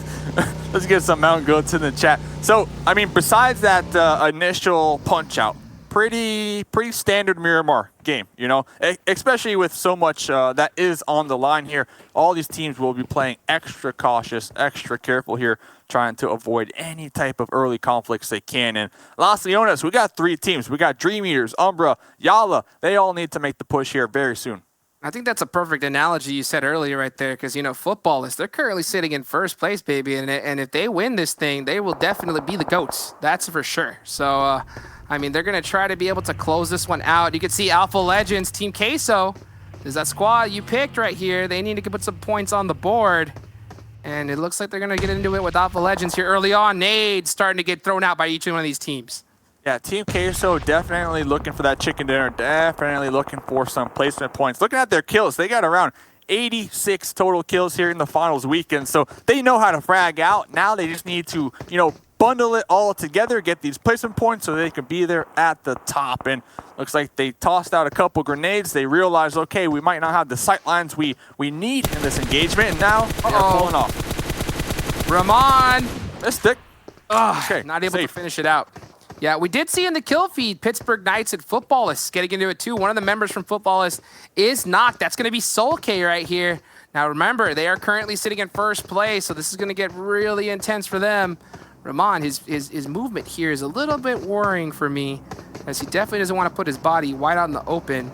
But yeah, moving right on to this fight right here between PK and Footballists. Looks like they did get that first initial knock, but ought to just kind of, hey, retreat and get everybody up and, you know, work as a team together. Yeah, the Knights looking for a comeback here on this Miramar map. We saw what happened to them last game. They were all in that little trench, and just grenades started to ring on out and ended up wiping out the whole team. The Knights yesterday, they were doing really good. They shot up from 15th, currently in 11th place right now on the leaderboard. And if I'm not mistaken, it's either the Knights or Canina Power, one of the two teams. They have the record here so far for the most kills with the chicken dinner in the finals. So they know how to get it. They know how to get it. Yeah, and, you know, unfortunately, they didn't have quite the finals that they were looking for. They're sitting with 162 points in 11th place. You know, the chance to get it first is pretty much impossible at this point. But they can still add some points. Still get money. To their leaderboards, yeah, to get some a little bit extra change in there. So if they're able to get a chicken dinner here, that's going to be helpful. But look at this. New zone heading out right in the dead center of Hacienda del Patron and San Martin. Yeah, this zone not going to be too harsh for a majority of the teams. Yeah, really familiar, pretty decent. The only teams really not in this circle are those squads that decided to stick around in Las Leonas and continue to loot on up, as we are going to be checking on with them right now. Yep, Umbra already in those vehicles. Toffee's trying to heal on up, has that bus right in front of him. Last member alive for the squad, actually. Toffee's might want to be a little careful, but is going to be cooking this grenade, not trying to go out like a chump right now. Tossing it right on top of Vindex. That's a far one. So close, so close. Vindex going to opt to just use them energy drinks. Still got some good amount of heals. Oh, but Toffee's going to throw another one. Will this be the one to connect? It's going to be a tough one. Does it? Yeah, these are always some of the most difficult nades to connect on these mountains, because if you overthrow it even a little bit, it is just going to go all the way down to the bottom. So it not only has to be perfectly thrown, but perfectly timed as well. Very, very difficult nade in that kind of situation. Yeah, and I like how Toffee's, you know, you tried to get those grenades, it didn't work out. Let's just get on out of there. You're the last person alive for the squad. You cannot afford to get taken out in 16th place. You just need to, you know, go for those placement points, turtle on up, and hopefully you can make it on out of the grasp of Umbra. Yeah, and you can see right now, you know, Wildcard just kind of holding on. It's still pretty early in this game, and I am not shocked to see these teams be playing really passive right now. I mean, there are all so many squads here that are in contention to get this money. Yep. And, yeah, they do not want to go out early by any means. And you see Toffee's all on his lonesome. Last one alive for Dream Eaters, and he is being just gate kept hard by Team Umbra.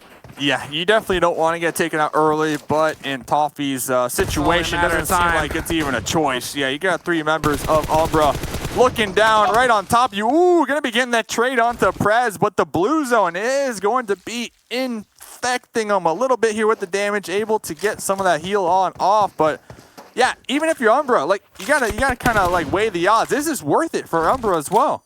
Yeah, not only are they lost a lot of damage, lost a lot of utility here trying to get this 1 point, and they are far out into the blue zone here. So I don't really think the most optimal strategy. Regardless, though, I mean, they are hungry for that kill.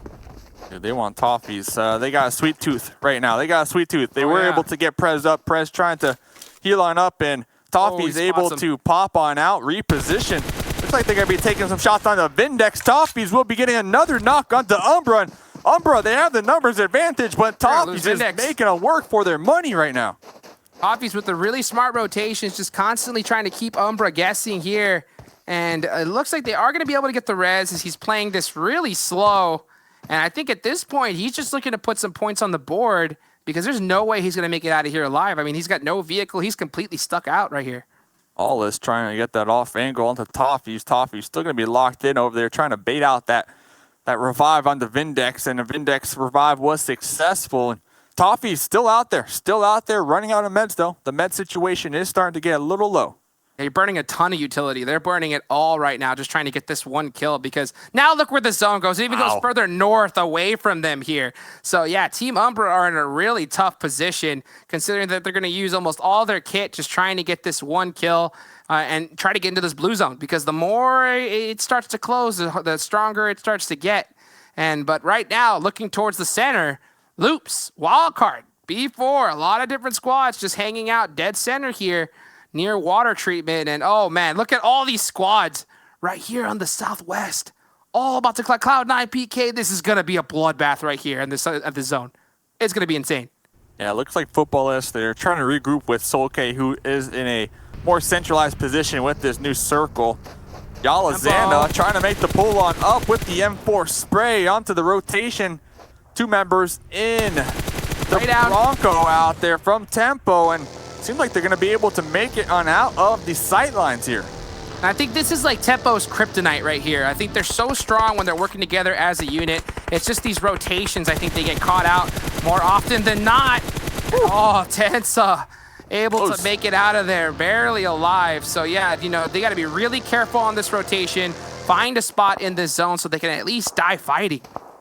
Yeah, exactly. Cloud9, they're able to make it on into the zone. They have some shacks to work with. They park their bus. It is going to be safe for the time being, keeping those tires up and at them. Alpha Legends up there in the mountains on the high ground, overlooking Cloud9.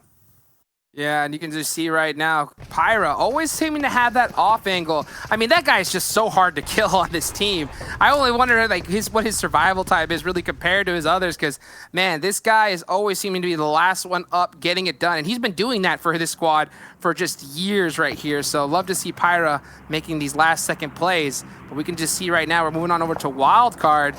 And they have an idea where this Footballist team is. And I'm not going to be surprised if they do get this knock. They want to put a little bit more pressure on them considering that they're in first place. If they do, they're going to need to be really careful. I see Loops out there in the distance. They might have some sight lines for that third-party potential. But yeah, I mean, these teams definitely hungry to topple the leaderboards. Footballist first place, Konita Power second place. I mean, the point gap is just so close. Spring on top of the mountain, just feeding the information back to the squad right now. Acer, we see them out there in the distance as well. Yeah, and this is, I mean, this has got to be the slowest start to a Miramar game I think we've ever seen. You know, and that just goes, yeah, I mean, this has to go to show you just how careful these squads are playing. But you know what that means? Slow start means insane finish, you know, and I think that that's what we're going to definitely catch here. We just saw in the kill feed, Queso getting 2 members of Umbra on the vehicle, and that is because of their late rotation, just trying to kill Toffees, and just like that, Umbra out in last place. You said it wasn't worth it? Guess what? It wasn't. And Toffees is still alive, too. Toffees is still alive, so Toffees saw it in the kill feed. I mean, talk about the smile. Talk about the smile on their face. Looking on over here, though, we do have some action. This might be one of the first team fights of this game. We're about 15 minutes into this Miramar match. Right now, Alpha Legends on the high ground, tossing down some grenades on top of Yala. Tough spot. Yeah, and I think Yala's in a really, really tough position here because if those nades just drop in that one perfect place, it's going to be all over for them. There goes Dream Eater's Toffees. Yeah, unable to make it into this circle. Didn't look like he was going to be able to in the first place. So yeah, tough break for Dream Eaters, but we're moving on. It's going to be a big fight right now. Kato, oh, he gets in the vehicle, opts for the rotate. Really interesting play right now coming from Alpha Legends. Nas tossing out a nice little grenade. Going to be exploding right there on the opposite end of the hill. Xana going to be opening up with that spray right now, taking down one of the members from Alpha Legends. We see out there in the distance, Cloud9 on their rotate. Faker, huge grenade. That's going to, even the playing field right now. Yeah, sure is, and that's going to be a huge one. You're going to start seeing some gatekeeps come out like crazy, but this zone, it's zone 4. It's starting to close right now. Cloud9, all these squads are outside of it, and they're going to be gate kept hard as they try to get into this next circle, but we're moving on over. B4 trying to take over this building right now and secure it as their own inside the circle. Yeah, B4 going for the breach right now. One of the members from UDR were camping that corner. They were taken out and immediately flush right now. Pocus not too happy about that. Trying to get the rotate right now. Trying to get close within grenade range and possibly inflict as much damage as possible onto B4. Nova in the area as well. Pedro is knocked down, bleeding out in the open field. But Cloud9 making the pull up. And guess who? It's Footballless right in front of him. It's a huge fight, and you know they want these kills so bad, knowing it's Footballless, and they're gonna press this one full send for sure, as Lavas is just trying to hold it down. Oh, Adder taken down. Oh, and uneven from a third party from Alpha Legends. Alpha Legends. Huge. They're not even in the zone. They're out there. The blue zones are going to start to collapse in very shortly. Smokes are out. Looks like Footballless, they recognize who is trying to take them out. They're trying to reposition and pull back. But here comes the push, the pull-up. Alpha Legends, they know exactly who they are up against. They want to get the squad wipe onto Cloud9. Look at the aggression right now. The toxicity, last place. Oh, the barrel, the spray down. Adder, super low. Oh, Faker, get him with the follow-up. Cloud9 taken down from Alpha Legends. Oh my goodness, right there. The dreams just getting closer. I mean, what is going on right here? Alpha Legends are just on a tear, saving Footballless from near death. Lavazin's got the nades locked and loaded. It's time for them to take on this Alpha Legends. Kato's hungry. Spraying down Solke extremely low. Able to get a lot of damage onto Solke. Alpha Legends, they destroyed the dreams of Cloud9, but they're not done. They just got a taste. They are waking up right now. They want to take out Footballless as well. I mean, could you imagine if Alpha Legends just played like this from the start? I mean, they are just full sending it on every single team. Oh, Lavazin with a great return shots. So close. Oh, but you got turned on. Sunday. You got turned on, baby. Okay, saving the day. Saving the day for Footballless. Can we get the heals? Can we regroup and reposition? Next zone does go on up. You got to bet wildcard. They heard those shots. They know who's over there. I don't mean to be toxic, but that's why Footballless is in first and Alpha Legends is in last right now. What a play right there coming from Soul. They got heart. That was gross. That was disgusting. I mean, hey, just trying to hold on to their dreams as this is getting so close. Footballless, they're completely away from this circle. Zone number 5. Oh, they're in a really tough position. Wildcard Loops still alive right now, though, trying to be able to push into this next circle, but it looks like Wildcard, they're stuck trying to do it on foot. This is so dangerous. And just to kind of rewind back to that engagement. Ooh, and Elise going to spray down on the dad. And look at that angle, by the way. That's pretty sweet. I believe Alpha Legends, I believe this is what we're going to see from them moving forward in the last 2 games. They're going to be able to kind of dictate who they want to see be shifted on that upper echelons of the leaderboard. I mean, they got the knock on Cloud9. Insta push. They knew Footballless. Insta push. Like, they are doing this. They are trying to make a statement here.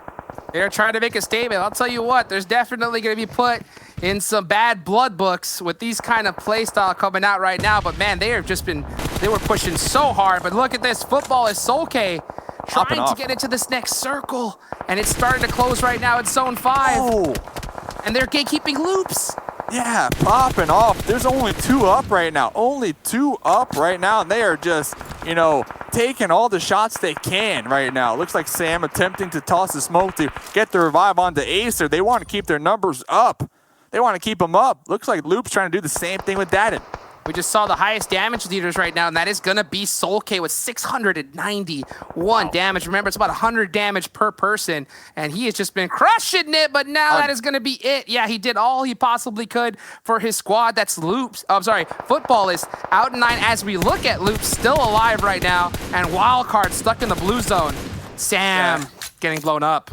And at least they got a couple kills. You know, they got taken out just a moment ago. At least they have a couple kills that should be able to keep them afloat, but we're still in this one. Konina Power still alive. We see them right there, edging ever so closer to taking over that first place spot. But a chicken dinner from Wildcard, a chicken dinner from Loops, that could change things up big time on the overall leaderboard. Right now, Wildcard, 3 kills so far. And look who they're fighting. Loops. Oh, grenade. This rivalry. It always seems to be Wildcard and Loops at the end. Ooh. And Slicky gets grenaded. Spring. Just spraying everybody down. Catches Federal. It's all up to Carrillo. The last one up. Oh, sorry. Carrillo does get knocked. There's only 1 member left from Loops.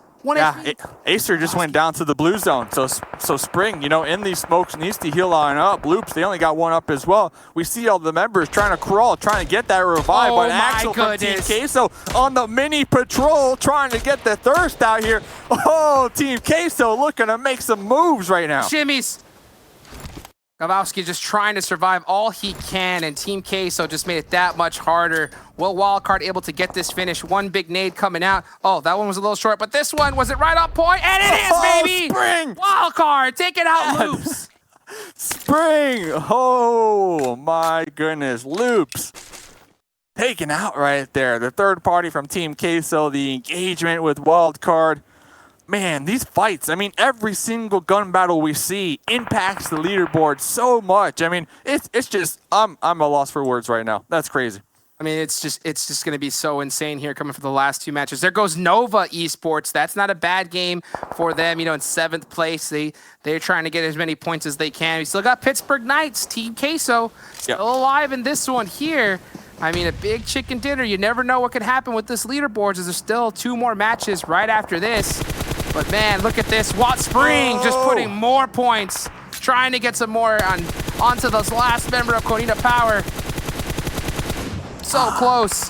The thing is, Spring is not in the zone, and Axar is in the zone. So, I mean, when it comes to being a solo member right now, I gotta say, Konina Power's in the better position. Yeah, Spring now making that push across the open field. Hopefully those shots did not give away their position. UDR right down there at the bottom in the cover. Going to be so close right now as Wildcard Springs just running for his life, trying to get into this zone. You can see UDR centering out as well. Jagger the fragger just kind of hanging out, laying down, sneaking his way up, trying to get a position. And Spring, he's trying to find a position of his own. There's just no cover. Yeah. Hitting the laydown, doing all he can right now. This is just such a tough position if you're Spring. Spring in the shadows. In the shadows right now. Saw that knock onto UDR. Wide open. Using this moment. Yeah, throw wide open. Just running across the field and just does not want to let Axar live any longer. Still going to be taking some shots, making the push across the open terrain, and Raven spotting them out right there. I mean, I think he tried to go for that preemptive fire onto Axar through the smoke. I mean, it was definitely a kind of like all risk play. Just didn't end up paying off from right there, but still add some extra points for his squad. But right now, 4 teams left alive. Really close one right now. PK are looking to possibly steal this one away, as they still have quite a few members up. Yeah, 3 up for PK, 2 up for Team Queso, 3 up for UDR. So that's coming down to it. We got 4 teams to go. 4 teams remaining here on the final Miramar map here in the West League. Oh, and this is going to be intense. Team Queso and Pittsburgh Knights. We see them go at it once. Look at Raven. Oh, Raven. Silent footsteps. Raven's going to see this grenade toss and know exactly where Marco is. Swap it on over to the Uzi. Yep, Marco going to be hitting the dirt. Raven is just ready. Is just ready.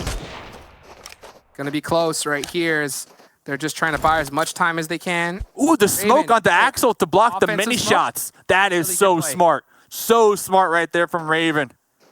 So smart. Indeed. One bad smoke onto yourself right here, blocking your own sidelines, can kill your entire team. Really smart for PK to be able to get that leverage on the rest of that squad.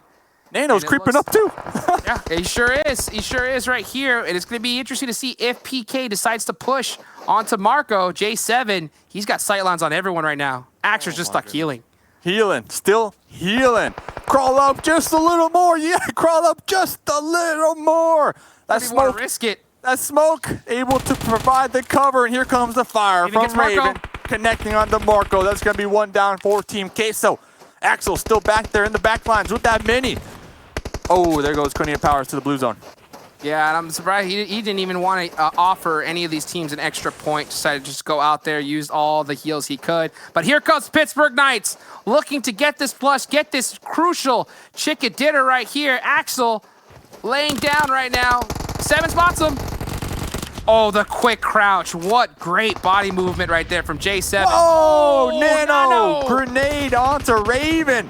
Gonna be popping on up. Oh, Poke's not the M249. The squad wiper out here. UDR, they might get the dub. J7, the last one alive right now for the Knights, trying to heal on up. Ulysses trying to get the pull up with that M4. It's a 2v1 right now. Here comes the spray down. The M249. Can they get this? J7, 1% HP. 1% HP. UDR getting the chicken dinner. That was so close, though. That was so close. The Knights, so close. I mean, man, UDR had 2 great weapons right there. They had the MK14 and the M249. And, I mean, you couldn't ask to have a better, really, setup going into the end of that match right there. But they waited for their opportunity, pushed up together as a squad, and was able to take out Pittsburgh Knights. And, man, this leaderboard, though, Dave, it's getting closer and closer here as we're about to jump into these last 2 matches. Wow, what a tournament, baby. Let's go. Not only that, like a lot of people have been sleeping on UDR. They're right now, before that win, they're in 6th place on the overall leaderboard. So one chicken dinner, whoop, that just shoots you up, whoop, shoots you up so much right there. So UDR, man, I mean, a lot of people might be sleeping on them, but they're looking to make that cash money here today. I mean, think about it, they're at 214 points. Next one up is going to be Loops with 254. I mean, if they get 2 insane chicken dinners back to back, I know it's going to be very difficult in this lobby, but man, I mean, you're right. I mean, they're absolutely right. If they're able to get it done, I mean, they could fly up this leaderboards here. I mean, this is as climactic as I think you can get for these last 2 matches. And guess what? Next map, Sanhok, baby. Sanhok. Oh, Sanhok. Oh, man, I'm looking forward to it. Oh, I'm so hyped for it. I can't wait to see how that's going to turn out. But first, let's see what the desk has to say about this last match as they wrap it all up, and we can see it right after this quick break from our sponsors.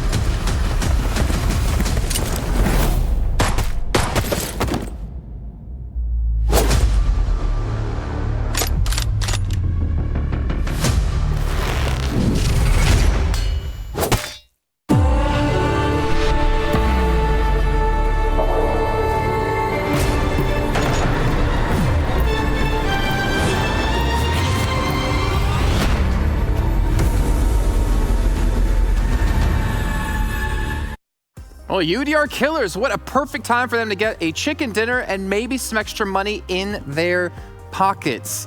as they pick themselves up a lot of points off this one. Also, Pittsburgh Knights doing a fantastic job as well. But this game, if we look beyond our top finishers, was just ridiculous. Cloud9 couldn't get a break. Footballers couldn't get a break. Alpha Legends just coming in, being dynamite in this game, just exploding everywhere onto everyone and giving the top teams a run for their money here, Seven. That's right. Hey, we told them to do something crazy, and guess what? They delivered. They went up against Cloud9. They didn't let go of the gas pedal of that accelerator, and they just kept on pushing, and they ended up knocking out Cloud9 in 14th place, and Cloud9 was only able to get 1 kill, meaning they're only gonna get 2 points this match. And that's one team that needed to get those extra points, especially, luckily for them, Footballers only ended up getting 6 points, so the difference is not going to be that much. But still, there's other teams that we've been talking about, hey, you guys need to do something crazy. They're starting to listen. Well, let's take a look at our rankings, though, from the last match and see who did get how many points in total. You can see UDR Killers getting 26, Pittsburgh Knights getting 20. But Glitter, what else are you seeing here on the leaderboard?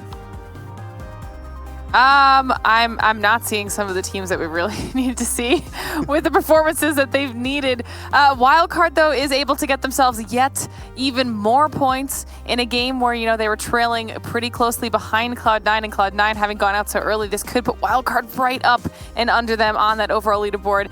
Then Konina Power able to at least, you know, chip away at some more points. 11 points for Konina Power could potentially put them also right behind Footballist. So, this is going to be really, really close, and B4 able to get, you know, another 8 points up and under their belt. Yeah. And UDR, can we get UDR some credit here? Where has this team been, man? I don't know. They've been absolutely smacking. Like, this is the team that I wanted to see from day one. But then you see Alpha Legends there with 4 points. Remember, they ended up killing 3 people there from Cloud9, and it was that could be a game changer later down the road, as we only have 2 matches left here. And then we had Nova Esports with 6 points. We had Tempo Storm. I know that's one team that I think some of you guys ended up picking. Only getting 1 point. It's not the performance you want to see there from Tempo, especially because they are trying to go ahead and move up the leaderboard rankings as well and get more prize pool money. That's the ultimate goal. Well, you see Tempo also having like the really rough game. I mean, I had them picked as my team. They had some pretty good results over the course of today, but have started to, I guess, maybe dwindle as time has gone on. Wildcard still being consistent, though. Let's take a little bit of a closer look, though, at UDR Killers and obviously the stats they had behind this last match. And again, not a ton of kills, not a ton of damage, but they get themselves at least the 20 points here at the Chicken Dinner, Glitter. Yeah, and that's massive for them because throughout the majority of the finals, we've kind of seen them towards the middle or then dropping down towards the bottom. And then today, out of nowhere, they just have kind of exploded for themselves. And that's really going to be taking advantage of teams that have fallen off a little bit, like the likes of Nova. You know, Tempo just had a rough game in that one. Cloud9's still been struggling. The more that these teams in those 6th to 8th place positions either do well or don't do well, it's going to change up so many standings from what I think we were all anticipating coming into today. And then you can even see there UDR Killers with only under 300 healing. I mean, that's a solid game for that squad. Yeah, solid game indeed. I actually wouldn't be surprised if we saw any of their players in our top 4 performers from that last match. Let's go ahead and take a look at who they were going to be. I'm expecting to see at least one player. Oh, Nano again. Of course, Nano. He's always seeming to get up there for UDR. Then we have Soul K again, the Soul K Sunday, J7, Marco making it on for the first time in, I feel like, in a decent amount of time. But Soul K is definitely one of those players who's in contention for the MVP $10,000 prize here, 7. Yeah, and just you love to see those players that are currently in contention, as I'm pretty sure we're going to end up seeing the MVP here shortly. But you love those players that are in contention to go ahead and keep on improving on those performances, keep on adding those stats, in a way, stat padding, as Solke now being able to get the MVP there. That's hopefully going to go ahead and push them up a little bit higher on that MVP ranking, and I cannot wait to see their stats, because I actually want to see. Nano ended up getting in the top players here, and we saw all the damage that that team put out, which was about 1,200. I cannot wait to see here what the damage is going to be for Nano especially. Yeah, and then even Marco on top of that. We obviously had Queso kind of sneaking by quite a bit, I'd say, so far today. But you can see 766 damage done for him, and obviously the 5 participation points he gets for the 4 kills and the 1 assist, 7. Yeah, and I mean, that's something you want to see out of those players. Now, for J7 participating in 4 of the kills for his team, I think that's huge. Remember, going back to whenever Pittsburgh Knights defeated Cloud9 to stop them from going to that 3rd Super Weekend, J7 was the one that wiped out that squad. So in a way, not surprised to see them there. And what a good match it was for Pittsburgh Knights as well. Impressive stuff. 6 kills, 20 points total. Not bad. I mean, you mentioned Cloud9. I'm getting a little bit worried for them, right? Obviously, the results they've had so far today, they need to really pick it up if they want that 100 grand, because they already lost out on about $44,000 as they went from 1st to 6th in league play. But we're taking a look at our do-the-do moments, and, you know, it wouldn't be a match here in PUBG Mobile if there wasn't some fisticuffs, Glitter.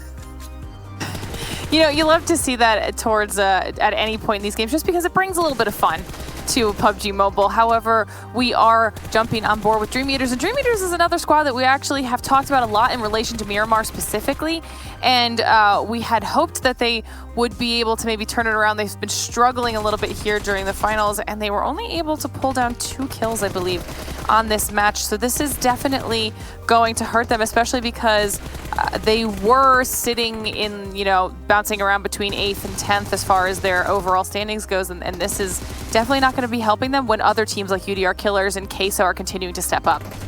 Yeah, and talking about UDR Killers, they have been just so the way they've been performing. Remember, they ended up getting a 2nd place at one point with 11 kills, and they're continuing on this trend of just being able to get kills and now starting to get even higher place in here today. I think this is good for them. Something I also want to see out of other teams is B4. We always talk about we really haven't seen B4 the way we kind of expect them to, the way maybe we saw them back in PMPL Americas. And hopefully here going into Sanhok, which is going to be they always told us that's our favorite map. Well, guess what? I want to see more out of B4. I want to see more of Team Queso. I want to see more of those teams that are currently in the middle of the pack. We always talked about those teams that are currently in 11th to 16th place. As you were mentioning, Glitter, those teams that are currently in 7th to 8th place, 7th to 10th place, need to also put good performances here, because they could go ahead and do anything to push up themselves on the leaderboard. And the ultimate prize, the prize pool money, is just going to keep on getting higher, especially once you pass 9th place. Exactly. And who doesn't want a little bit more cash at the end of all this? Take advantage of some of those squads that are struggling, as we're watching Axel's perspective from Team Queso. And as Axel actually, I believe, had 3 of the 8 kills for Queso. So some of the players are definitely starting to step it up. Like you said, we saw some stronger performances coming out of them. It was more a question of consistency for Queso that we've kind of watched them struggle with a little bit, as we watch Nano, another one of our top players, taking down Wildcard. I don't even know what to say about UDR Killers. The amount of aggression that was coming out of this team, as we're watching here the final fight with them against Pittsburgh Knights. Why did we not do this the whole time? Why? Right? Where was this? Like, Nano, where have you been, man? We've been seeing you a lot more here in regards to top players. UDR looking like a completely different team, looking like a surprise team, to be completely honest. Hopefully in the future they'll learn. Hopefully they will take this as a learning experience, and also keep on improving, because you can maybe get a little bit more money added to your wallet. Yeah, I actually like how you said that, Seven. I think, and I hope all teams who are currently stuck in some of these positions have been used this as like a training ground, right? Some, you know, an ability to take what you're learning here against the best teams in the West and use it coming into the next season. But for now, we need to take a look at our total damage here from that last match to see how the teams obviously stack up against each other, and it's pretty evenly spread across the board. I mean, we have, UDR Killers up there. We have Pittsburgh Knights up there with some massive damage, even Alpha Legends. I mean, this kind of makes me feel sad, though, for him, Glitter. 1,200 damage, but only 3 kills. That hurts. That hurts to see. Yeah, and it's funny that you point that out, because on the flip side of that, right, you see 821 damage for Queso with 8 kills. So you can see how efficient Queso was with their damage, and I appreciate the aggression coming out of Alpha Legends. I think that's very important for them. It just is unfortunate that they weren't able to turn that into more kills for them and kind of, you know, take them away from the teams above them, essentially change the rankings up a little bit. But we're also seeing Loops there with almost 1,200 damage and another 7 kills. So while these aren't stellar performances for Loops, the fact that they're being a little bit more consistent with their conservative performances is still going to continue to benefit them and chip away at the people above them when you compare that to Cloud9 in this match with under 400 damage and only 1 kill to their name. I still wonder what's going on with Loops in the sense of they're not as dominating. They're not this like immovable object that we saw, like this this whisper in the wind that you hear loops, and you're instantly like, all right, we're out of here. Like, we're not going to fight against them, right? But either way, obviously maybe we'll get to talk to them later on after we finish off the entire event. I think it's time now to take a look, if I'm not mistaken, at the overall standings. No, the prediction scores, I'm going to guess, because I want to see how we did against each other, and, I don't want to talk about it. Yeah. Was that good? Damn, y'all suck. 12 points, I'll take it, man. Hey, to be fair, though, you guys at least ended up getting 1 point. I was asking Twitch chat, Facebook chat, and YouTube chat. I asked him, yo, who's going to win this match? Whoever gets it right, the first person that gets it right is going to get a shout out. Well, guess what? Nobody's getting a shout out because nobody gets UDR Killers winning that one. Just like us, we didn't really expect UDR Killers to win that one. It was a huge surprise. But going into Sanhok, I'm really intrigued to see which team's going to perform better. It's Alpha Legends. Maybe got to go ahead and step it up as well.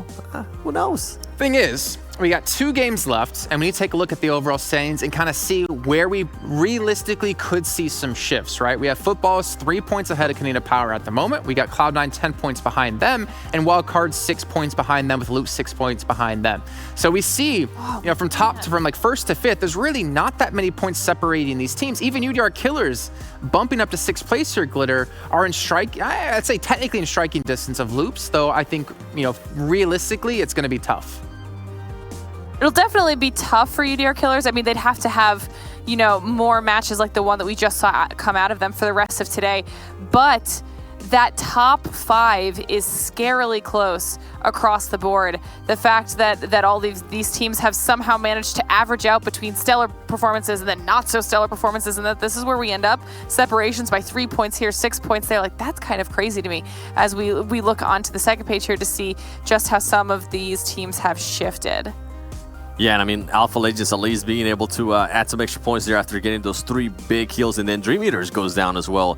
Team Unique B4, nothing really changing much here. Remember Team Umbra? What happened to Team Umbra, man? They had so great performances. Same with Yala. These teams had so great performances that they kind of just fell off. And as I was mentioning, I hope they do take this as a learning experience. Going a little bit of history real quick. Going back to Berlin in last year or the year before that, I remember Bigatron. Bigatron wasn't doing that well towards until the end of the tournament. Then they took that as a learning experience, and the next couple of tournaments they just ended up destroying. Hey, they even won the one for the East. So hopefully they can just go back and be like, hey, we can improve better. We can do this. Everybody knows. Come on now. Everybody was watching East. Well, let's take a look at the schedule now and see what we do have left. As you mentioned, Sanhok coming up next. And of course, after that will be our final match. And what a way to end things off on Erangel. But we do have to wait one more game before we can get there. And obviously our top 5 teams, separated by only 25 points, are all looking and turning their eyes towards this next match, because this is where you could make up differences between you and teams above you. You could be making yourself an extra 10 grand, an extra 30 grand, an extra 50 grand. It's all in the air and all in their hands right now. So let's take a look at our predictions. The 7 is going to be throwing me some money, albeit a little bit virtual. Maybe I can get some of the real stuff in the future. So going into this one, 7, who do you have? I actually have Footballers. I feel like if Footballers wants to have a chance, especially going into Erangel, they haven't performed that well in Erangel, I think they need to win this game. And they usually tend to perform pretty good here. A smaller map, meaning they can use more of their utilities. They're a team that's great with grenades. Footballers, that's who my money is on. You know what? Me too. I'm going with them. Put me up there for Footballers. Glitter, going into your pick, who do you got? Oh, no. I mean, I also have Footballers. I'm hoping that that they feel the pressure of how close those teams below them are, and that they can kind of perform well under that pressure and use that as motivation to have a strong game on a map where we've typically seen them do well in the past.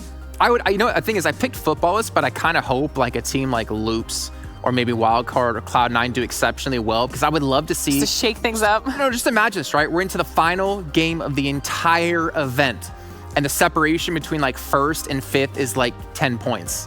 How epic of a way would that be to finish off the entirety of Season 0 of the World League? Well, we're going to be talking to you too once we do finish off this match and really kind of break down the numbers as we get into the final match after that. So see you guys in a few minutes.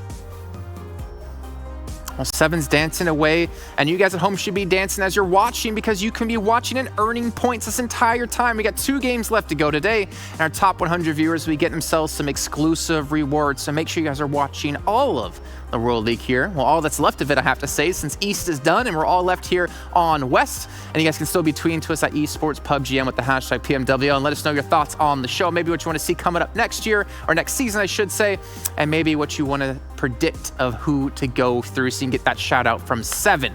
Well, we got to bring in our commentators yet again. We got Hot Jukes and Mustache Dave again, looking fly as can be. And why wouldn't you be? 2 games left to go. 25 points separating first and fifth place here, Hot Jukes. Who knows what's going to happen in these last 2 matches?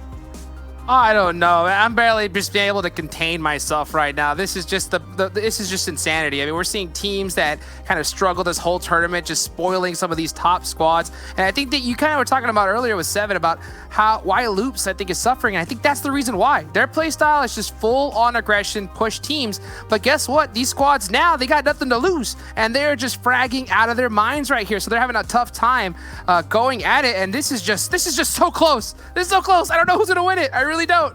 And Dave, you know, imagining if you're one of these players in one of these top 5 teams, obviously a lot of pressure on your shoulders, but what in your head is like your go-to plan here? You're going on a Sanhok. It's very difficult to win a map like this, and you have to realize you mess up one little play, it could cost your team a massive amount of points.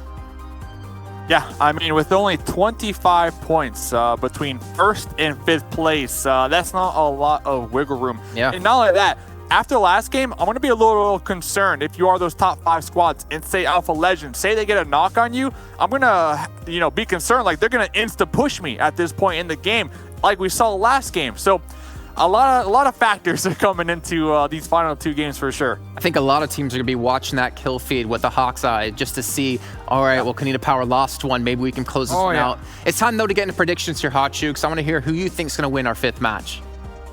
Well, I picked Kurita Power. I've already picked Cloud9 Footballist, in Loops, and they're still up for there. They're still high on the leaderboard, so I went with them. But, man, I'm going to be really looking at Cloud9, to be honest, to see if they take this one. But, okay. Yeah, Kurita Power is my pick, regardless. Kanina Power for Hot Jukes. Mustache Dave, who do you got? So I'm going to pick the team that Hot Jukes is looking at, Cloud9. All right. But you'll be keeping an eye on Kanina Power, right? Exactly. I'm keeping an eye on Kanina Power, but I'm picking Cloud9. That's a true duoship. Keep an eye on each other's teams. Well, gentlemen, why don't you take us into our 5th match of the day, the last time we're seeing Sanhok here in the World League. Let's get it going. Match number 5, taking it to the jungle, baby. Sanhok, and oh man, is this gonna be a brutal one right here. We've seen it over and over again. This is the map that anybody can win if they get the right position, they get the right players in place, and so much is on the line here. The nerves, the pressure, it is at an all-time high. But yeah, hey Dave, guess what? What's up? It's money time, baby. You gotta get it done, and you gotta get it done right now. Money time is an understatement. With 25 points between first and fifth place, I mean, these kills are going to matter. The last 2 days here in the finals, our Sanhok maps have favored the, I want to say the Northwest, more or less. Those are teams like Tempo, teams like the Knights Footballists who really like to drop in that area. Will they be blessed here today on the final Sanhok map? Well, we're going to find out in just a couple of moments, as all of the players will be jumping out right now. Yeah, and I know if you're a footballist, you're begging for this zone to go here, because that seems to be their strongest point on Sanhok. If that zone goes to that, but it doesn't. It goes to the south side island right here. So now, before Tempo, Nova, I think this is their first time in quite a long time this circle starts to head in this area. So that's going to be a big break for them, along with Loops as well, since they have dropped into boot camp. But yeah, Cloud9, Konina Power, Wildcard, all these squads that are in the top, they are going to have to work their way in, and it's not going to be easy considering all these just monster teams gatekeeping them. Dukes, hold the front door. Alpha Legends. Hold the front door. Alpha Legends in paradise with Cloud9. Cloud9 recognizing that off of the drop, seeing those parachutes, we see them. They're working together. They are so close to each other. They do not want to be surprised right now, and I don't even think they're looting this. I think they're pulling off immediately. Yeah, I'm not sure exactly what the mindset of Alpha Legends is here to even challenge them in a place like this, but Cloud9, they are on the hunt instantly. Bale with a quick spot right there. And like you said earlier, I love the fact that Cloud9 is just playing this so tight and concise. They don't want to take any risks right now. Yeah, so I believe a couple members from Cloud9 were able to acquire some weapons. Bale went on the outskirts, did see the push on out from Alpha, and that might give Cloud9 the opportunity to head back on into Paradise and finish their looting. Yeah, you know, that's gonna also just it's gonna slow their amount of time. You know, that's the really tough part. Anytime you deal with the kind of even slight early engagement, it's gonna mess with your looting strategy, your looting pattern. And considering that they're outside of the circle and have to cross a lot of teams, that's not gonna be it's not gonna be a good thing. That's for sure. So it's gonna be really interesting to see Cloud9's approach into the Sanhok match.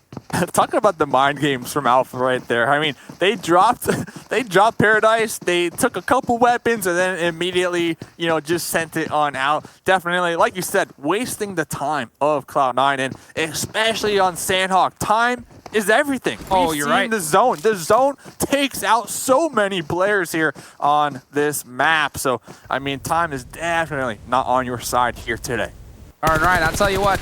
Oh, look at this. MiQ with the shots onto Mystic. You know, Team Queso loves to drop in this spot, and they were able to catch him out. And it looks like they are looking to press the issue. MiQ all on his lonesome right now, just heading straight on into this fight. Yeah, real thirsty. Marco actually in the area as well, looking to get the revive on the Mystic. MiQ gonna be pumping those brakes just a little bit because Dream Eaters, they are so separated right now that if you're MiQ, you got to kind of keep that in the back of your mind. Like, if you get knocked here, your squad mates aren't near you to get that revive. I don't know. This could be a whole bunch of different things. And just to kind of give some examples, at least at the top of my head, when you're at this point, you may have some difference in thoughts of how to approach the rest of the tournament here. And it could be that some members are like, hey, let's just play safe, let's play conservative. And some are looking at the leaderboard and saying, nah, we have to frag out. And it could be just MiQ just going on his lonesome saying, I'm just going to try to get this done on my own right here, because he is just heading straight into this fight. The 1v4. The 1v4, essentially, that revive was successful onto Mystic. MiQ looking to make the come up. Mystic with the AKM going for that spray down. Oh, he's feeling himself. MiQ with that hit fire. M4 insta thirst. Team Queso losing one real early on right here. And I gotta say, MiQ, it's paying off. It's paying off, buddy. I mean, when you just get in that mode that just, you know what, I'm just going to get it done. I'm going to have to put this whole team on my back. I'm going to do it. And it looks like, I mean, that's his kind of play style right here. He is just going super aggressive on his lonesome, no care in the world. After that kill, though, he knows that, hey, you know what, I'm pretty good, but running out this open hill is probably not the play. So he's just going to kind of hold it on right there. But yeah, it's really interesting to see these kind of mind games play out here at the end of this tournament. So funny. They even took shots. They even took some shots. They're jumping up there. Like, you want some of this? Come and get me. Come and get me. Right. But Team Queso, they're not going for the bait. The bait. They're not going for the bait. They sure aren't right here. I mean, because you got to think about it. I mean, they are at 179 points. I don't really blame MiQ, because if he wants to go ahead and get into 9th, 8th place and add some money onto the leaderboards, Dream Eaters has to have a monster game. They got to put up some kills and a solid placement right here. So definitely not surprised to see this Dream Eaters team play more aggressive. Not only that, Team Queso, they are in 9th place on the overall leaderboards as well. And with only this game and one more to go, they really have to be confident in their fights when it comes to the information game. And on Sanhok, you take one engagement, well, guess what? Another squad is looking right on top of you, so you can't risk that third-party potential. Does seem like you mentioned, Dream Eaters, though, they're not going to have really the biggest care in the world, because it's all or nothing right now for this squad.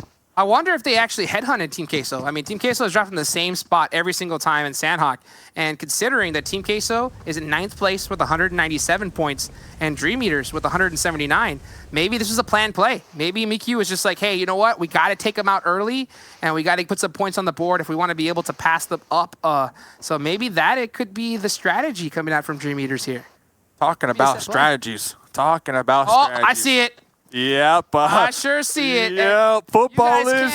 You can't see it in the chat, but we're looking at the map, and you go ahead, Dave. Tell the people. Football is taking a page from the Sanhok Umbra. Going to be using a boat. They are currently in first place by only 3 points, and they are going to be avoiding all these squads on these rotates. And they're all in a boat right now. They're in a boat. They are having a good time. They are making their way down here, and they should dock here very shortly. But yeah, I mean, the West League, I gotta say, very impressed with the amount of boat tates that we've seen here on Sanhok. And the funny thing is, every single one of them has worked. I mean, everyone I think I've seen, for the most part, of course, we've seen a couple of boat battles as well in Sanhok, not working out for one team, but usually for the most part, they work pretty well, especially when it comes to these type of zones. So yeah, football is able to get a great rotation and relatively safely inside the circle, end up working out for them. Very safe. I mean, they only have 3 points ahead of Konita Power. So, I mean, to be able to successfully pull off that boat tate, I mean, all the power to them. And they have a nice buffer zone. Talking about buffer zone, though. Ayala, Team Queso spotting out Toffees. Toffees was able to carry the torch last game and pretty much try to survive as long as possible. Is going to be immediately taken down. Matic right on top of him should be able to get that revive, but this is a 4v3 at the end of the day. It sure is. You can see Marco got that nade locked and loaded. Throwing it, doesn't connect. It looks like they are able to get Toffees right back on up here as they just kind of wait and hold angles. Brissit's holding this angle real hard right now, trying to catch Marco slipping, but it looks like he's not having any of it. Yeah, and I like how Dream Eaters, they got the little 3-1 going right now. The 3-1 split, meanwhile, Team Queso kind of all separated, looking over one another, making sure to cover each other's angles. And yeah, looking at HZL from Nova, looking a little paranoid out here, making sure to check every single tree before making that rotate. And you know what? This could be a reason, I think, why we're seeing, teams like Loops not really do too well, at least compared, of course, to how they've been performing in the past. I mean, these teams are just playing so passive. They're not rotating stupidly. They're being really careful. They're looking at every single corner and every angle here. So Loops, they don't get those opportunities in that early mid game to kind of just, fight out a certain team 1v1. No, like they're having to wait to the end, and it's just an all-out brawl to see who comes on top. And it looks like we might have some of the same here, especially depending on where this next circle goes, as it's about to pop right now. And yeah, centers out right onto the southern island. Yeah, and just to kind of go along with your point, you can tell how safe teams are at least attempting to rotate. We see Wildcard up there to the north. They were trying to wrap around. We see UDR down there in the boats as well. Everybody just trying to avoid one another. The only team that isn't trying to avoid people right now this game, Dream Eaters. Just one team out the whole lobby.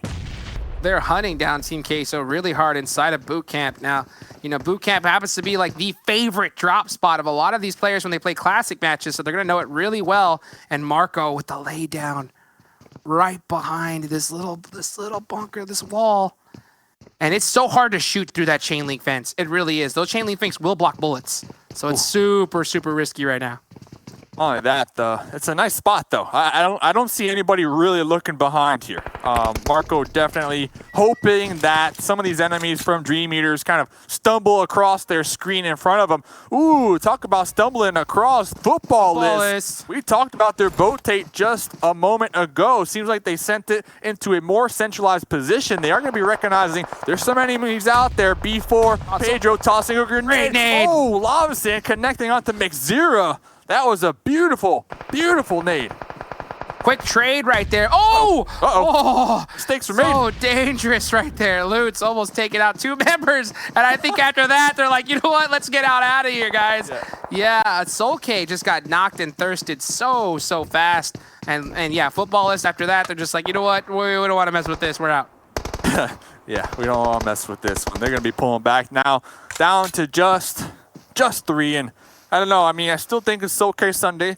Solke currently sitting there at the top with 42 kills, and right behind him, Carrillo from Loops Esports with 35. So definitely bragging out here in the finals, and they are looking to get some more points underneath their belt. Currently, no kills so far for Footballists. Yeah, and you know what? I can't really blame them, especially for this disengage, considering that they're center zone. I mean, they are sitting pretty right now. So they just said, you know what? It's quarantine, baby. We're going to lock ourselves down at this house. We're not going anywhere unless the zone pushes us out. And I do not blame them. But this zone, oh, look at this. We're starting to see these rotations come out. Dream Eaters, yeah, being able to make it away from Ayala. But yeah, Marco, I don't think he's going to make it out alive. Ooh, Ayala trying to go for that spray down with that M4. And both these squads, they need to push out just a little bit. You know, boot camp no longer in this next circle. And That's what Marco found out firsthand, and I do not believe Team Queso. I don't think they're going to send in the rescue party. Miku, once again, in the front lines, just straight up pushing. And he is just pushing this hard right now. And he's feeling himself. He has to be right now, as he is just sending. It's almost like he's playing this like a classic match. Oh, gets caught in the 1v1 though. Yeah, getting caught in that 1v1, but their squad mates right behind them, able to provide that support and at least put a stop to the instant thirst. Axel wrap around this rock, going for that pre-fire with the AKM, trying to get that hit fire. Ooh, connecting onto first set, will be connecting onto another one. Matic on the rocks. Oh, Axel trying to go for that reload, but Matic able to connect. Now it's up to Ayala, already getting this grenade prepped, ready to go. 3 members, 4 Dream Eaters are down, currently bleeding on out. This is a 1v1, Jukes. Ayala with the huge play there at the last second. Oh, and Toffee's, he's got the nade. Ayala, does he hear the pin pull? I don't think he heard it. That's good, that's good. Oh, one HP onto Ayala. Getting that first aid. How was he alive? How was he alive, able to get it off? And it looks like he was going to go straight for the res here. And it looks like this is going to be a full reset. Wow, that was so close. Can't believe Ayala survived that one. He just ate it. Hey, it tasted good. It tasted good, but you know what's not going to taste good? We got Alpha Legends. Alpha Legends right behind us trying to get the pinch, and they will take down Dream Eaters.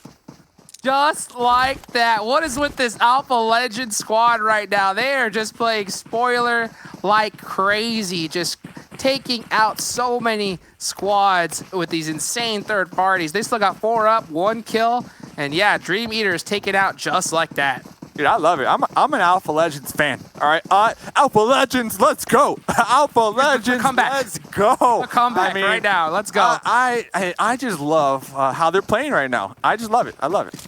I mean, this is what we've been hoping to kind of see from them, at least here at the end. I mean, this squad deserves to be here. I mean, just to even make it, you have to be one of the best on the planet. Just having a tough go at the start. But now, man, just talk about picking up the pace. This is going to definitely give them, I think, some big ideas going into their possible next tournament. Oh, for sure, for sure. You know, they should definitely be proud. You know, they got this game, 1 more to go, and I like how every time they hear a gunshot, they don't run away from it. They run towards it. They are just running into danger. But Team Queso definitely lucking out right there because they had Dream Eaters hot on their case since like the drop. So they definitely lucked out with Alpha Legends in the backlines right there. I wonder how that's going to help their gameplay as well, because, you know, if Alpha Legends are just kind of fighting start to finish of these matches, they're going to be warmed up. They're going to be ready for these flicks while the rest of these teams have been kind of camping it out. But looks like Bayo not going to be camping that long for. Oh, gets Pro Lord sees him. Ooh, yeah, that was tough. Yeah, that was tough. We have Umbra on the low ground of this one. Bayo had that nice giant boulder. Third party. Really nowhere to go, and here comes the grenades from Prez trying to get the confirms, and like you said, the third party from Cornita Power out there in the distance. Cloud9, they're down to 3. Bayo was instantly thirsted, and Adar trying to make the pull up, trying to get some points on the board right now. You know, if there's anybody you want to take out from Cloud9, it's Bayo. Their IGL, also one of the top fraggers in this tournament. That's going to be a huge loss for them. Still have 3 alive, though. It's going to be a lot of work, though, as Sanhok, just one of those maps where, you know, even losing one person is so huge. Uneven, taking a big knock onto Vindex. Yeah, taking them out, teaching them a lesson. Umbra down to just 1, and you know what, Cloud9, they know exactly where Prez is. They saw Prez kind of bolt on into that window, and Prez just going to be camping it out for the time being, waiting for that next zone to pop. Yeah, and you can see this next zone is about to go. Where will it go, though? Will it go ahead and shift? Will it be the same place? It goes on over to Pi9, and Loops have it locked down. They are sitting right in it, and there's not a lot of time on this clock. All these squads know it. It's going to be a bloodbath trying to get into this next zone. Loops, I mean, they needed this zone. They needed this zone. They need 25 points to get that first place on the overall leaderboards. They will be right in the middle. Cornita Power trying to make their way on in, opening up the shots. Gonzo connecting onto Nano from UDR. Look at all these teams. All these teams need to make the push, and they do not have time. They have no time. No time at all. I mean, they are just having to run out in the open. Great shots from Sandra with that QBU. Just tap it away as Cornita Power is just trying to do anything they can to get in this circle. 5 seconds left. Oh, is that a pre-nade? Oh, that would be so huge. Waiting for it. Oh, that was so close. So close. That was nice. Yeah, Pocus on the outskirts right here. Looks like Rob Deeney going to be going for that pre-fire with the M4, but Pocus on the outskirts. Gonzo, surprise! Konina Power able to remain alive, but they still need to push uphill. Smokes out right now. Grenades just being thrown, tossed right on top of their heads. Konina Power, they have nowhere to go.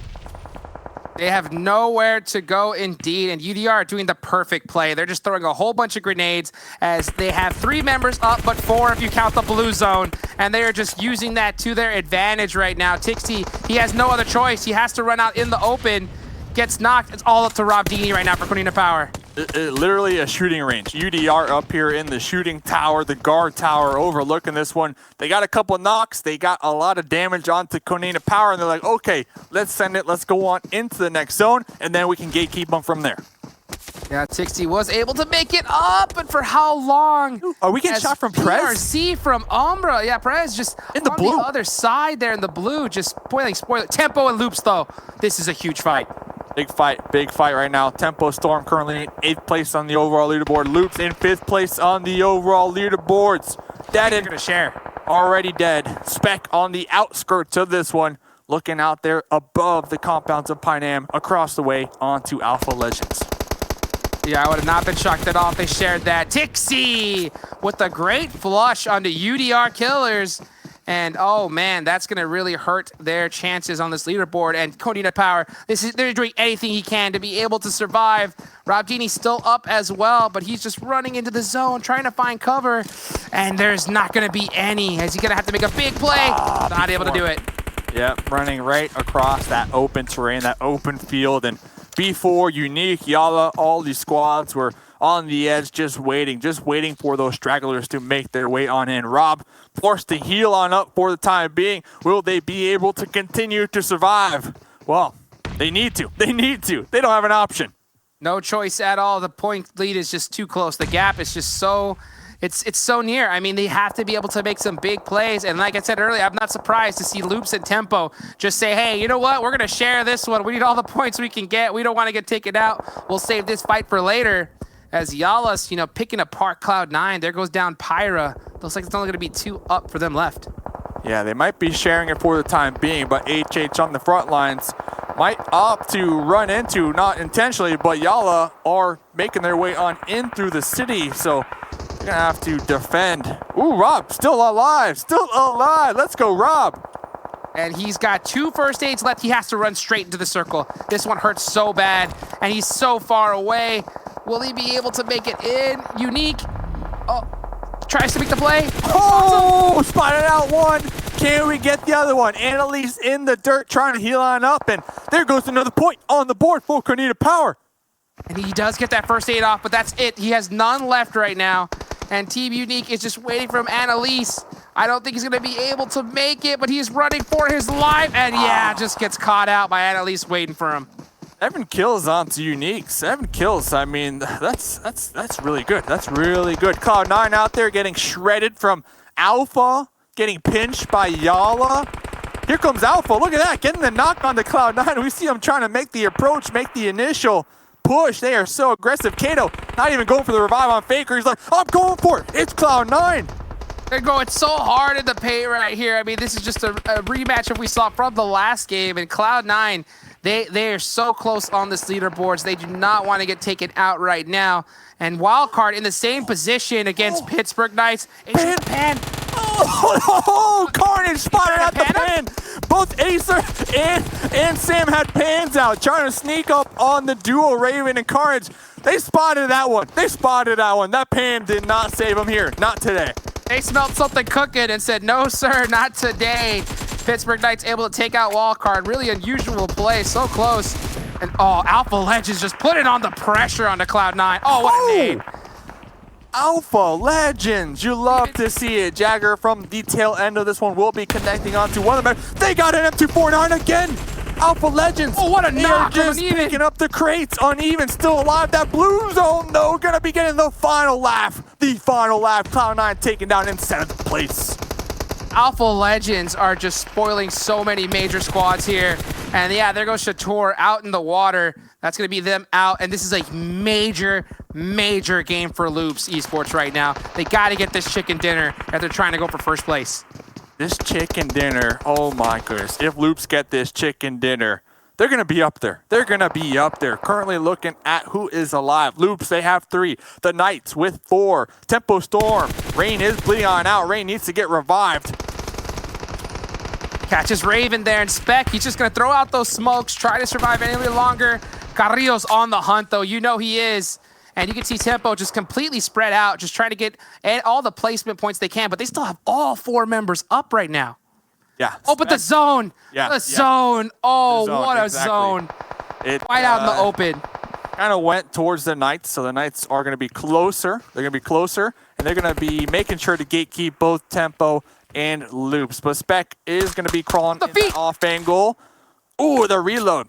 The reload. Rain does recognize that there are some enemies. Carrillo trying to go for that jump, trying to avoid the shots from the M4. And it's coming down to it. There's only 3 teams left. And you can just see right now, Loops working as a squad. Oh, able to take out Spec. There goes PK. Wow. The Knights. And that's all over. Tempo Storm wins it. Tempo Storm winning that game. The Sanhok, the final Sanhok. Loops 2nd place. Knights 3rd place. I mean, it came down to it right there at the end. Sanhok, that was crazy. That the last one did not disappoint by any means, and it was just so close. That last circle right there, just going out wide in the open, so tough. You can just see Pittsburgh. They had the position, but they were just getting, it from both sides. They had Tempo and both Loops just looking straight at them, and at the end, Tempo able to just get it done. And this is a huge chicken dinner for them. That's going to definitely add some major points to the scoreboard. But man, one match left to go, Dave. One match left to go. I can't believe it's this close between all these squads. Only that, Alpha Legends, they were applying the pressure to a lot of these teams here at the end. They were taking shots with the M249. They were breaching compounds. They were swimming across the channel, taking shots. Alpha Legends, they just do not have a care. They are on a tear right now. So I'm wondering how that will play a role in our final game here. I'll tell you what right now. I know Cloud9 is Alpha Legends is definitely not in Cloud9's good list right here, because this has just been an insane past couple of matches. But hey, one more match left to go, ladies and gentlemen. Let's go ahead and get to the desk as they wrap up this insane match number 5.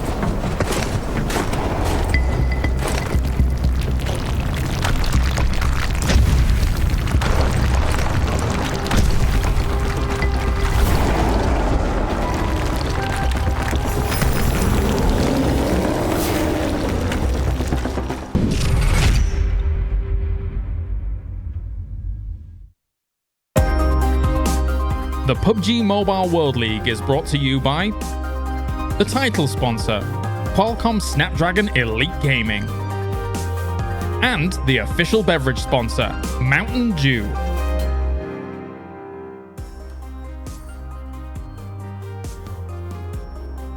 Ladies and gentlemen, we're going to return you to your regularly scheduled programming here in just a few minutes' time. I have been informed we have a major announcement to make for you all at home, and it's all to do with the next season of PMCO, PMWL, PMPL, everything coming up within our next season alone. We had over 80,000 teams register for PMCO coming up in the fall split. We talked about on the show so many times, and we hit a monumental amount of teams, 80K in total. I honestly cannot believe we've had that many sign up because obviously 4 players each on the team. That's a lot of people participating here in PMCO. But also to update you guys on the anti-cheating team, as 531 teams have been banned or disqualified. So if you're out there trying to qualify for PMCO or participate, don't be cheating. It doesn't pay to cheat. It pays to learn and it pays to play to try to get up into this one. But obviously with our announcement of what's coming up in the next season, we need to take a look at some of the dates that'll be coming your way here so you know when you're going to be playing. So we start things off obviously with North America in August 11th through 30th. So pretty much we finish here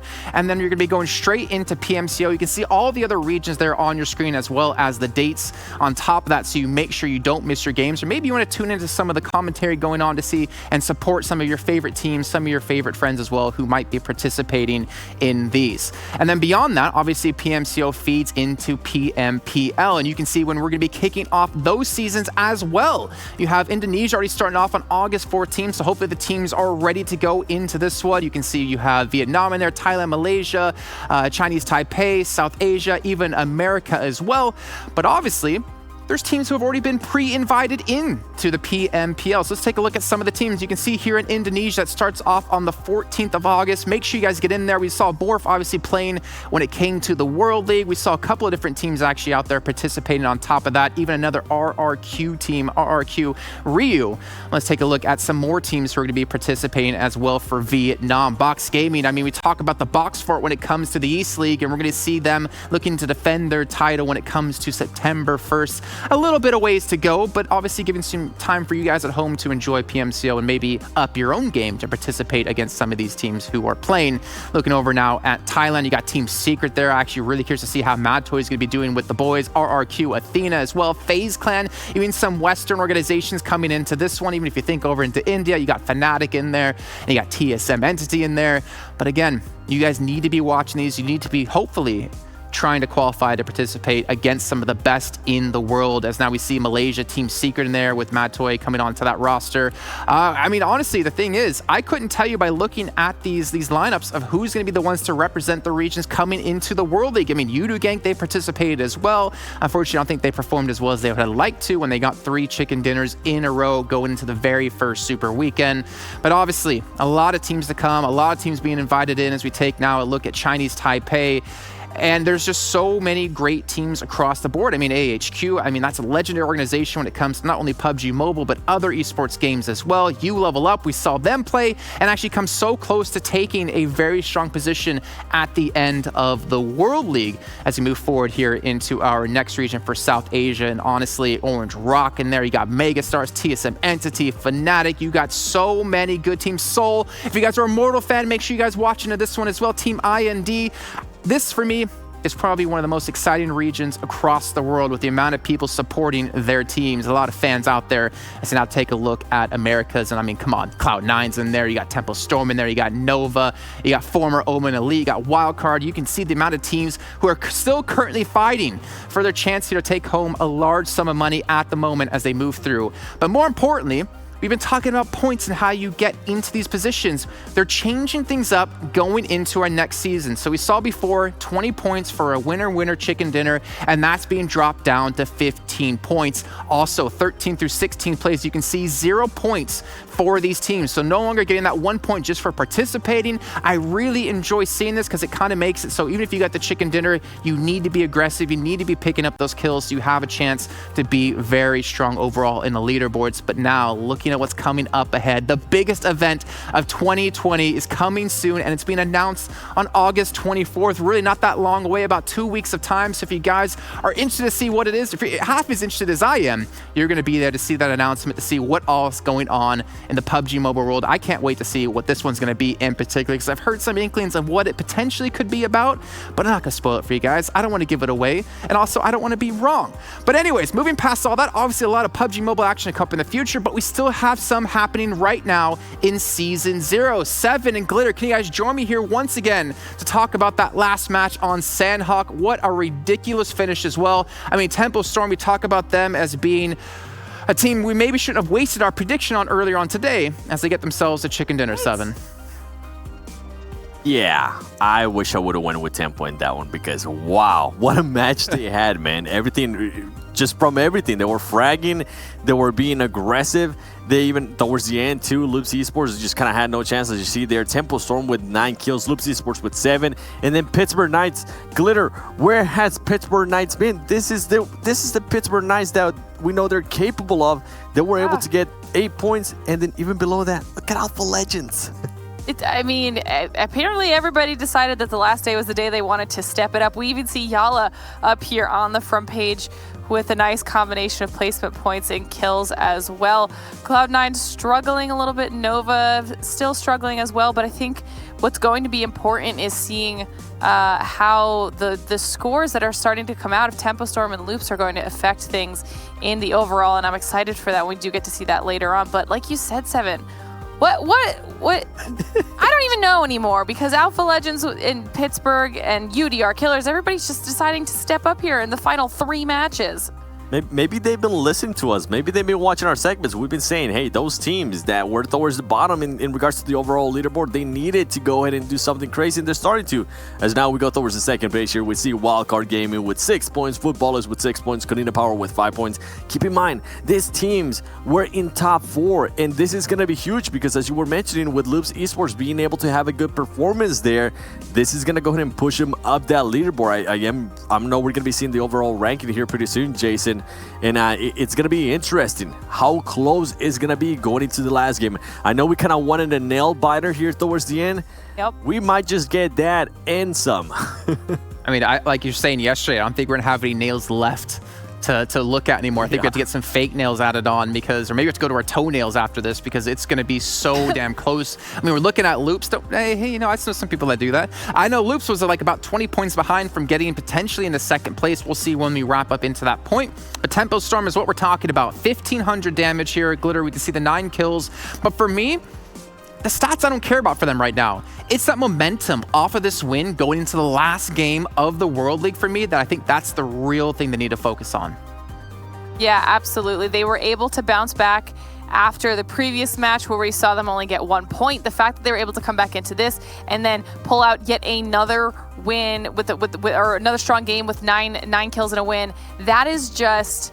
that's how they need to close out the day, because we've watched them be in that anywhere from 8th to 5th place pretty much the entire time. And to close out all of finals with a 10 kill game, an 11 kill game, a 9 kill game, this is going to be jumping them up the standings a lot. Yeah, and obviously they can't get wins like that without some players on their roster. We're going to see Spec in there as our top 4 players. Rahman, we're seeing Carnage, we're seeing Carrillo, and again, Carrillo is in contention for being potentially the #1 position. Seven, what you look like you just smelled something really bad. I look like I saw a ghost. My boy Carnage is in top players? Yo, hell yeah, let's go, baby. And then you see some of the teams. So surprised. From Alpha Legends? Yeah. Hey, I am. We haven't really heard much from Pittsburgh Knights, so it's good to see them here. Hey, and this is good too, going after the, in a way, a little off season for these teams, because there could be a lot of changes. So make sure you guys follow everyone down 7 here. Oh, and he got MVP too. Yo, let's go, big guy. That's what's up. That is cool to see, man. That actually makes me really happy. Well, for Carrillo, I mean, I think he's going to be really upset right now, because he needs these points desperately to maybe pull down that extra 10K for his team. But like you said, 581 damage, 5 kills, 1 assist. But let's start to talk about maybe Glitter Rahman, because he is someone we haven't seen in our top 4 players. Alpha Legends is a team we haven't seen really be much towards the top at all here when it's come to the finals. Yeah, it was literally, took the words right out of my mouth. It was the first thing I noticed, is the fact that we have an Alpha Legends player up here. This is the type of gameplay that they needed to have pretty much the entire time. They needed this through all of their super weekends, because, you know, they did end up having to sit out the final one. They needed this through all the finals. I'm hoping that moving forward, they can kind of take the good from the performances that they're having here today and really start to try replicating that, so that moving into the next season, they're able to improve. Let's take a look at our Do the Do moments, and I think we're going to have quite a few clips coming in for Alpha Legends, maybe some PK in there as well, and maybe some Tempo players, which we should definitely be seeing. Again, Tempo, and we talked to HH24, and he was saying he was having, you know, some internet problems when it came to like the first week, but they've definitely bounced back. And honestly, I'm really just curious to see, Seven, how far or how much the rankings might have changed with that victory coming through. Yeah, and not only that victory, but just as we were mentioning, some of the top 4 teams ended up in the second page for the rankings for that last match. So it's gonna be interesting to see how close it is. Trying to do some math in my head, it's gonna be. I know we were saying we kind of wanted it to be like 10 points away from each other. We might end up actually getting that. So I'm more than happy as we do see some of the highlights here from Canadian Power. Unique to one of those teams that just was super quiet. They ended up with 7 kills. You got to give them some credit. 7 kills there in Sanhok. A good way to kind of end the game, end the tournament here. And in this next game, honestly, I kind of expect mayhem. I'm just going to go ahead and let the highlights run there. I want to talk about what's going to be coming in the future, because this next game is going to be the last game for the whole tournament, East and West. Yes. So what are some of those teams towards the bottom, Glitter, gonna go ahead and do? What are some of those teams towards the top are gonna go ahead and do? We seen Alpha Legends trying to hot drop in a way Cloud9. Could that happen today in that final game? Anything can happen, and I'm just so hyped for it. Yeah, and we were even talking about it while we were watching the last match, saying, you know, it's almost like the top 4 teams got to match 4 or 5-ish and just got so scared about potentially losing points that it may have affected the successful aggression that we saw in the first few matches of the day that kind of put them there. And then on the flip side of that, we're seeing all those bottom teams really start to kind of ramp up their aggression and see if they can throw off those top teams. And it's just creating this weird mixture that we weren't prepared for. So like you said, I'm prepared for mayhem here in this last match because, you know, it's leave it all on the floor at that point. Well, we're going to see what our damage was from that last match before we can even get into the next one, because I agree with you guys. Mayhem is definitely going to be coming out, as well as I think some very careful play out of quite a few teams. So we'll get to that here in a few moments as we take a look at Tempo, not even doing the most damage, as it's actually going to be Pittsburgh Knights to pull it through with the 1,584 for themselves. And again, Loops, we've seen them do more damage. We've seen them obviously do less damage, but still getting a consistent 7 kills here, 7. Yeah, this is good for them, man. This is the kind of shape that we wanted to see Loops going into that last game. Remember, the past couple of days, they did good in the first couple of matches, and then they just kind of die off. They don't really do anything in regards to kills, damage, or anything, because they just end up getting kicked so early. We even saw some performances that you were mentioning with 0 kills, but it's good to see that this team's Loops Esports that is in contention, starting to hopefully carry that momentum over. And then you have some of the other teams, some of the teams that were kind of favorite coming into this tournament with Team Queso B4. What are they gonna do? I'm pretty sure it does not feel good to be in the position they are right now, and they are within striking distance of maybe moving up the leaderboard a little bit more, getting some more money in their pockets. So that's why I cannot wait to see the overall leaderboard. Well, you know what? You got to keep waiting right now, because I have that power, right? I have the ability to throw up the overall. No, I'm just kidding. We're looking at prediction scores right now and see how the last match went for us before we get into that. And yeah, not a great pick out of all of us, to be honest. I mean, 5 points for Canadian Power, 6 points for Footballers, 7 for Cloud9. Definitely should have used our tempo pick here. I don't know who told us all to do tempo before. I don't know. That was bad. We really don't do good whenever we all pick the same team, man. I mean, to be fair, I think it's so hard. I mean, yeah, everyone got the Loops, right? I think it's so hard to predict like a proper team right now, because we don't know how teams are going to play in these matches. And right now, 7, if you clap twice, I'll throw up the overall standings for you. Ooh. If you clap twice. All right, I have a delay. Ready? You almost did 3. He almost went for 3 claps there, but there we go. We can see the standings. Loops Esports have taken 3rd place. And look at the difference between 1st and 4th right now. 12 points. No. 12 points? Oh my goodness. I'm gonna need to go. Wow, I'm gonna need like a paper bag to breathe in, because this is gonna be insane going into the last match. You got Loops Esports now there in 3rd place. Canadian Power within striking distance. Footballers hasn't really been performing to what we expect them to, but you know they can show up. You know they can get that fragging power. On top of that, you got Cloud9 that was just destroying on the first day, and they kind of fell off a little bit. But we know they're also another team that can put up the numbers. And if all fails here, let's just say maybe some of those teams end up dying early here, Glitter, Wildcard could end up winning, and they could make an unlikely push from 5th place to 1st place. So anything can happen here. Absolutely. And even if they don't get into first place, they're so close to second through fourth that if they have another strong performance like we've been seeing them do all day, they can easily continue to jump back up from where Loops just bumped them. This is going to be a nail biter of a last match. And I'm hoping that all of these teams kind of saved a little bit in the tank so that they can do one final push in our last match of the day. I mean, we need to remind them. I'm going to be looking at? Yeah, I was going to say, I'm going to be looking at Awful Legends. They got nothing to lose. Listen, even if they ended up getting an insane win with an insane amount of kills, right, they're still going to end up in 16th place. So just go crazy here. Yeah. Go like how you've been going the past couple of matches. Maybe be that party pooper to some of the other teams, because this is going to be exciting. Thing is, we need to remind everyone at home, first place, 100 grand. Second place, 50 grand. Third place, 20 grand. Fourth place, 10 grand. Just going one rank higher can give you over double the amount of prize money. So a lot on the line here for these teams. We take a look at the schedule for the last time here for Season 0 for the entirety of it, not just West, East as well. And of course, we're going to end off where we started things on Erangel as our final match of the day. Honestly, I mean, we could probably talk for like half an hour about what are the top teams going to do, right? Oh, yeah. Will they play safe? Will they get aggressive? Will any of the bottom teams hunt them? Will they play for placements? I mean, if you're wildcard, you kind of have to play for placements to get the 20 points you need to potentially cross the first place threshold. There's so many scenarios going on that you also know if you're Cloud9, if you're Footballs, if you're Kanina, if you're Loops, if you're wildcard, you make one mistake. If you die and you leave your team on 3 people, you might just cost your team 50 grand, 30 grand, 10 grand, who knows? Yeah. I was going to say, you better believe those teams are also going to be keeping a close eye on the kill feed.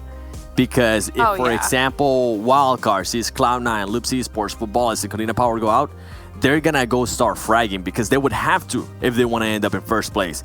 And vice versa, if you see Cloud9 off, then you in Loops Esports, you kind of get to calm down a little bit more. Or could we finally see that fight, depending on what the playing pad's going to be, could we finally see that fight between Loops Esports and Cloud9? Remember what Beowulf told us in an interview on the first day of League Finals?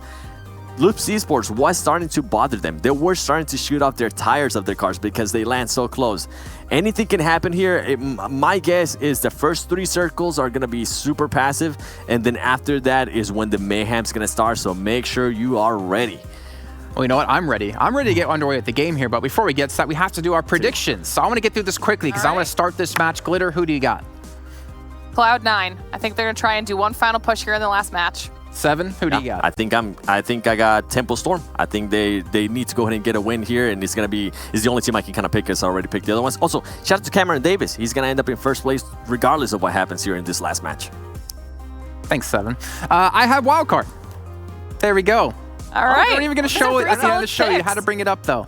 I'm going for Wildcard. You know what? If Wildcard get a chicken dinner, if they get like 5 to 10 kills, they could take that first place. And what a way to do it as well in the final game to bounce up 5 different rankings. But you know what, 7 and Glitter, go sit down, go watch this match. I'll be joining you in a few minutes as we get this one underway. So we'll talk to you guys in a little bit of time. As again, you guys at home, last game. You're watching this entire time and earning points. Make sure you're sticking around to do it right here, right now, considering the top 100 viewers will get themselves exclusive rewards if you're watching within the game, within the Esports Center. Also, you guys can be tweeting to us at Esports PUBG with the hashtag PMWL. Maybe give us your thoughts about next season, the point changes, 15 points for a chicken dinner instead of the 20. I think that's going to be a really interesting topic to discuss when we get to it down the line. But for now, we need to bring in our commentators one last time. Hot Jukes and Mustache Dave, I summon you guys here to the stage because we're about to get underway with it. It's all on this, right? Hot Jukes. Oh my goodness. Can you even contain the excitement going on inside of you? I can barely contain it. I can't believe this is the last match here of the PUBG Mobile World League West League Play Season 0. I mean, this has just been an insane tournament so far, and I don't think we could have asked for like a better ending here because there's so many teams that are in contention to get first place. I mean, this is just insanity. It's just I don't know what to say. I mean, I'm lost for words. I just can't wait to see the game, to be honest. Dave, I mean, 5 teams in contention for this first place. Yeah. What the hell is going through their minds right now? Well, like honestly, dude, Don't choke. Don't choke. I can't don't die. Make sure your battery is charged on your phone. Everything is going through their minds. I mean, first to fifth place, 19 points. That's $100,000. That's $100,000. Insane. I can't believe it. I can't believe it, Jason. One chicken dinner. I mean, this is what I'd love to have, right? So many teams in contention. We saw the global finals last year over in Malaysia and Bigatron. Like, there was no way they were going to lose that lead. But to have it happen now in East being so close, to have it happen now in West being so close, that just shows, I think, in general, Hot Jukes, how close everyone is in terms of skill level when it comes to PUBG Mobile. Absolutely. I mean, these teams have just developed just tremendously over the years. I mean, the amount of practice hours every single one of these players puts in, and the synergy that they're showing out here, I mean, it's just phenomenal. This is the peak gameplay that I think that we've seen so far. And man, I'm just so excited. I'm so excited. I can't wait for the last game. Okay, well, before we get into the last game, we got to get predictions, obviously. So, Hot Jukes, let's start off with you. Hey, gotta go with wild card gaming, baby. I mean, I picked all the other teams that I thought were gonna win it, so I gotta go with them here in the last one. But this is just gonna be insane. Honestly, I don't care. I just want to see anybody. I don't know. I don't know what to say. I'm just pumped up. All right, well, Dave, up to you now. Who's your prediction?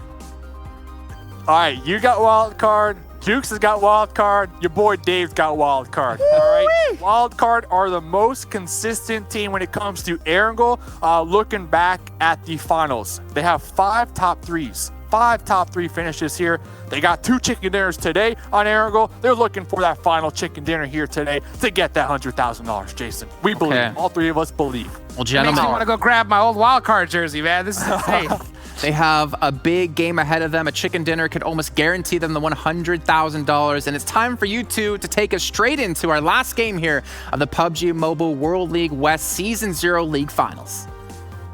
Thank you so much, Jason Kaplan. Let's get it going. The last match of the evening, baby. Match number 5, and we're going to none other than Erangel. This is where it's going to be settled. The battlefield, the players, they're in the plane. They're ready to go. You know their hands got to be shaking. They got to be pumped up here. It all comes down to this, Dave. Yes. Match 24, League Finals, West League. Teams are looking for the come up.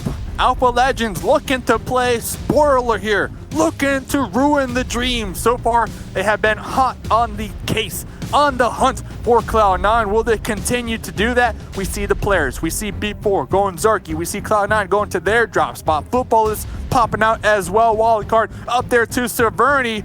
Man, we got about 25 minutes left. 25 minutes in this game, and it is going to be changing some players' lives here today. Oh, absolutely. I mean, there's so much. That's just a life-changing amount of money to be able to win here. And these squads, they've been practicing for just diligently, just for this moment right here. I mean, talk about, you couldn't get from anything more climactic. I mean, this is fourth quarter, last second left, got to be able to make the shot, and it's time to do it now or never. And you can just see, look at the west side of the map. You got Loops, Cloud9, and Football is all there, and that's exactly where the zone's going. Here we get it going. I mean, man, wow. I mean, whew, this is so close.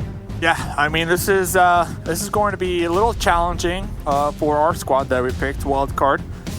You know, Severny obviously is their spot, but the zone will not favor that one. Yeah, I mean, before today, I was looking at the results on Erangel, and wildcard, pretty consistent when it comes to getting that top 3 finish, and that is exactly what they're looking for here today. And right behind them, Konina Power, also really consistent when it comes to Erangel. Oh, hold up, Shator, Alpha Legends. We were talking about them. We were talking about Alpha Legends. What are they going to do this game? Well, Shator looking to get a kill on Thematic.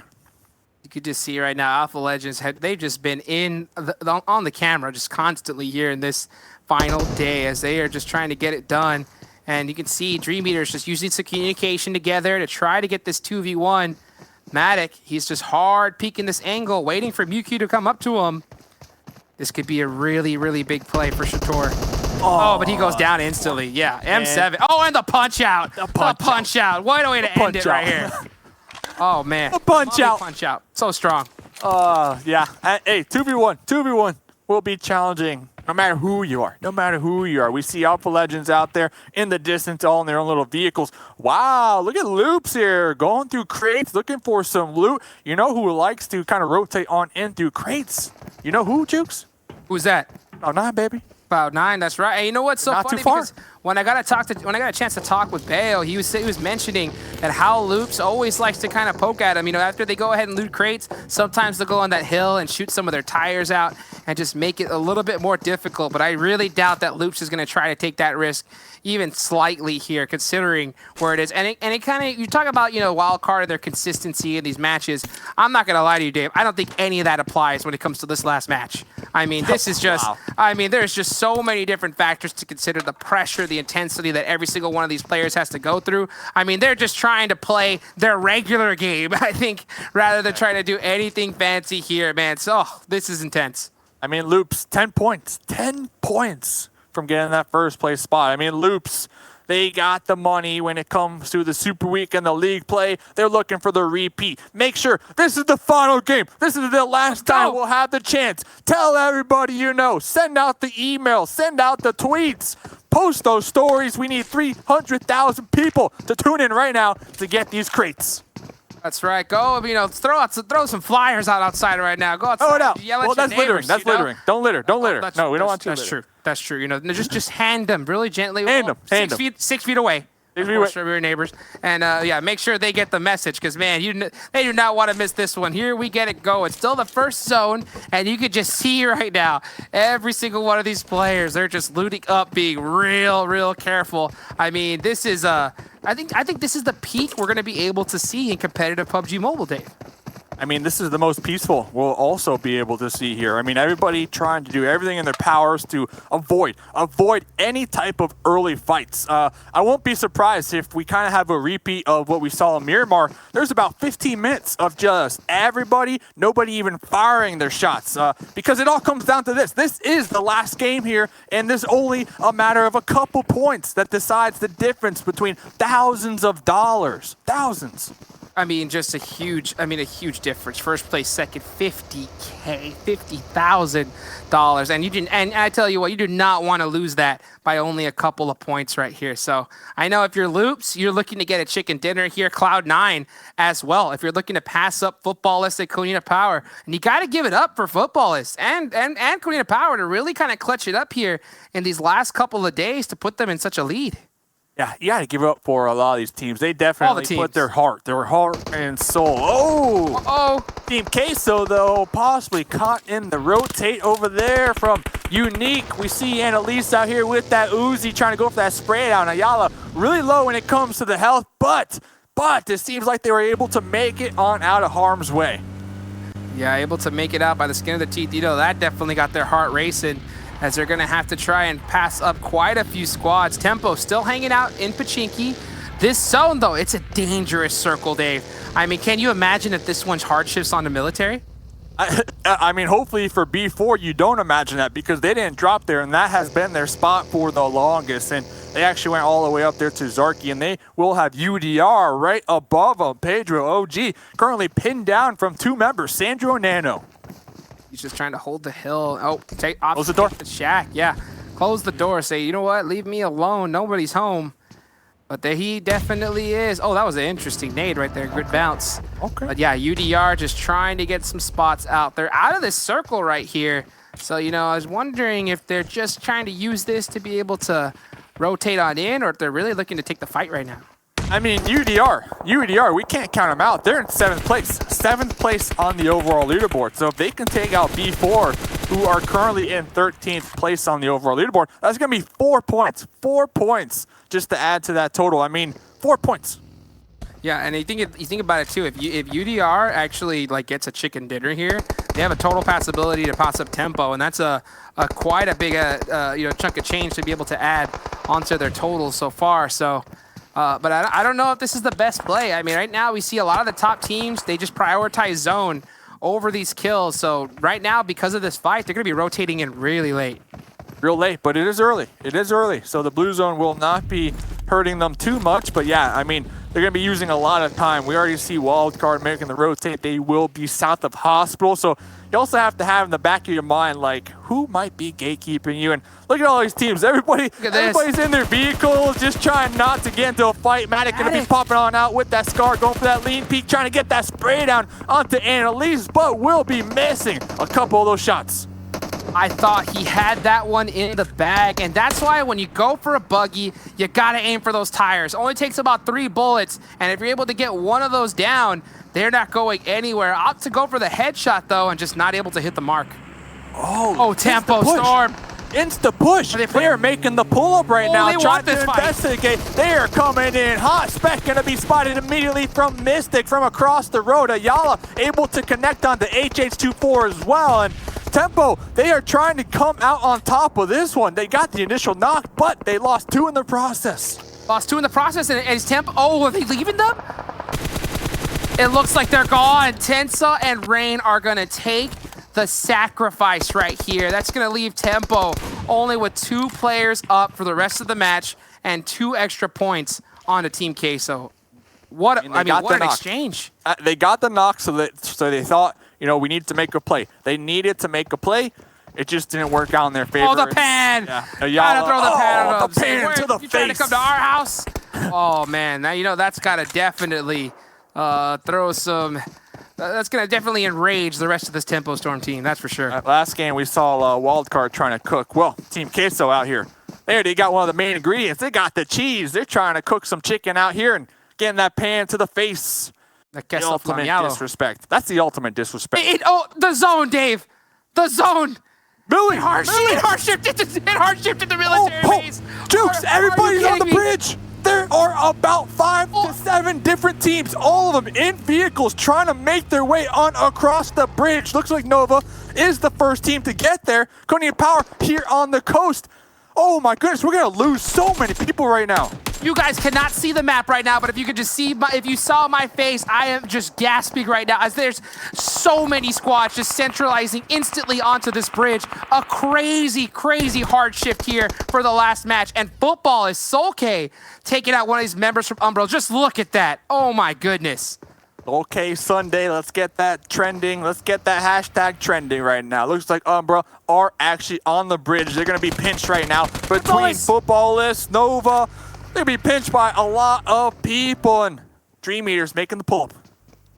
Got it, and you can see right here, Dream Eaters just trying to hold it down. Loots, with the AK, half health. Tries to get a split, but no sir, Uzi's too strong here. This is Dream Eaters making the pull-up over here. We'll be taking down 1 from Footballist, and Footballist across the way. Lawson hitting that reverse, trying to get on into cover behind that bridge. Last match of the evening, so much pressure. You know you're going to start seeing some different plays come out of these squads, some miscommunications. All that is going to go down as it is just so intense right now, especially you add on top of this insane hard shift right here. It just, the plot has thickened, Dave. The plot has thickened. Plot has definitely thickened. This hard shift, nobody could have predicted this. Unique, they used that east bridge to make it on into the circle safely. Wildcard just north of Pachinki. They got UDR hunting them down. Looks like Cloud9 are in Primorsk right now, trying to hunt down a boat to use that to cross the way. You can see Acer getting caught out on this rotation. Oh man, this is just so difficult for all these teams, especially ones that landed north. And that is going to be Wildcard as they normally land in Severny. They are going to be late into this next zone right here. I really like how Team Unique decided to go into the blue and head into the open bridge right there. Super, super smart. Konina Power often do a real similar strategy, just crossing through the water here as, man, all the tricks are going to have to be coming out of the bag if you want to win this one, that's for sure. Arum from Footballists on the roof right now, trying to get additional sight lines. Looks like they're going to be fine with being neighbors right now from Dream Eaters. Umbra underneath that bridge on the military base currently residing. Everybody seems to have found their spot for the time being, just awaiting to see where this next circle takes them. To see Raul, man, just holding it down. Where's this next circle going to go? Because, man, this is going to just be insanity as it's about to pop. Will it go on over to military? It hits right down the center on the bridge. Oh, man, all these teams now that are on the military base island, they have to cross right back. I'm looking at Konita Power. I wonder if they're just going to opt to kind of swim right back up into this one because, this is so tough. And look at Cloud9. Look at Cloud9 in the water. They had to do a quick retreat right back up into the north, and B4's gatekeeping Ferry Pier. Yeah, I mean, at least they're in the water. You know, they didn't make it to the military base yet, so they had the opportunity to kind of, pull back just a little bit. B4, they were trying to do the same thing. But yeah, everybody going back to the mainland. Nova still on across the bridge on that military base side. So it's gonna be a dicey one to see them cross it once again. I mean, you couldn't have asked for a more insane circle here to end the PMWL World League West matches. I mean, this is just insanity. I mean, all these squads right now, you could just see just the confusion and just trying to make anything out of their situation. Dream Eaters really fortunate to get such a position early on. Look at Cloud9. Cloud9 versus Loops as they are heading up this bridge in a straight line together. This is a massive fight coming up. Does Loops, are they aware? Loops currently in 3rd place, Cloud9 right behind them in 4th place. And that's a 2-point difference. They are currently 2 points away from one another on the overall leaderboard. Looks like Cloud9 are able to make it on to the land. They do have some nice cover to work with, and they are in this next zone.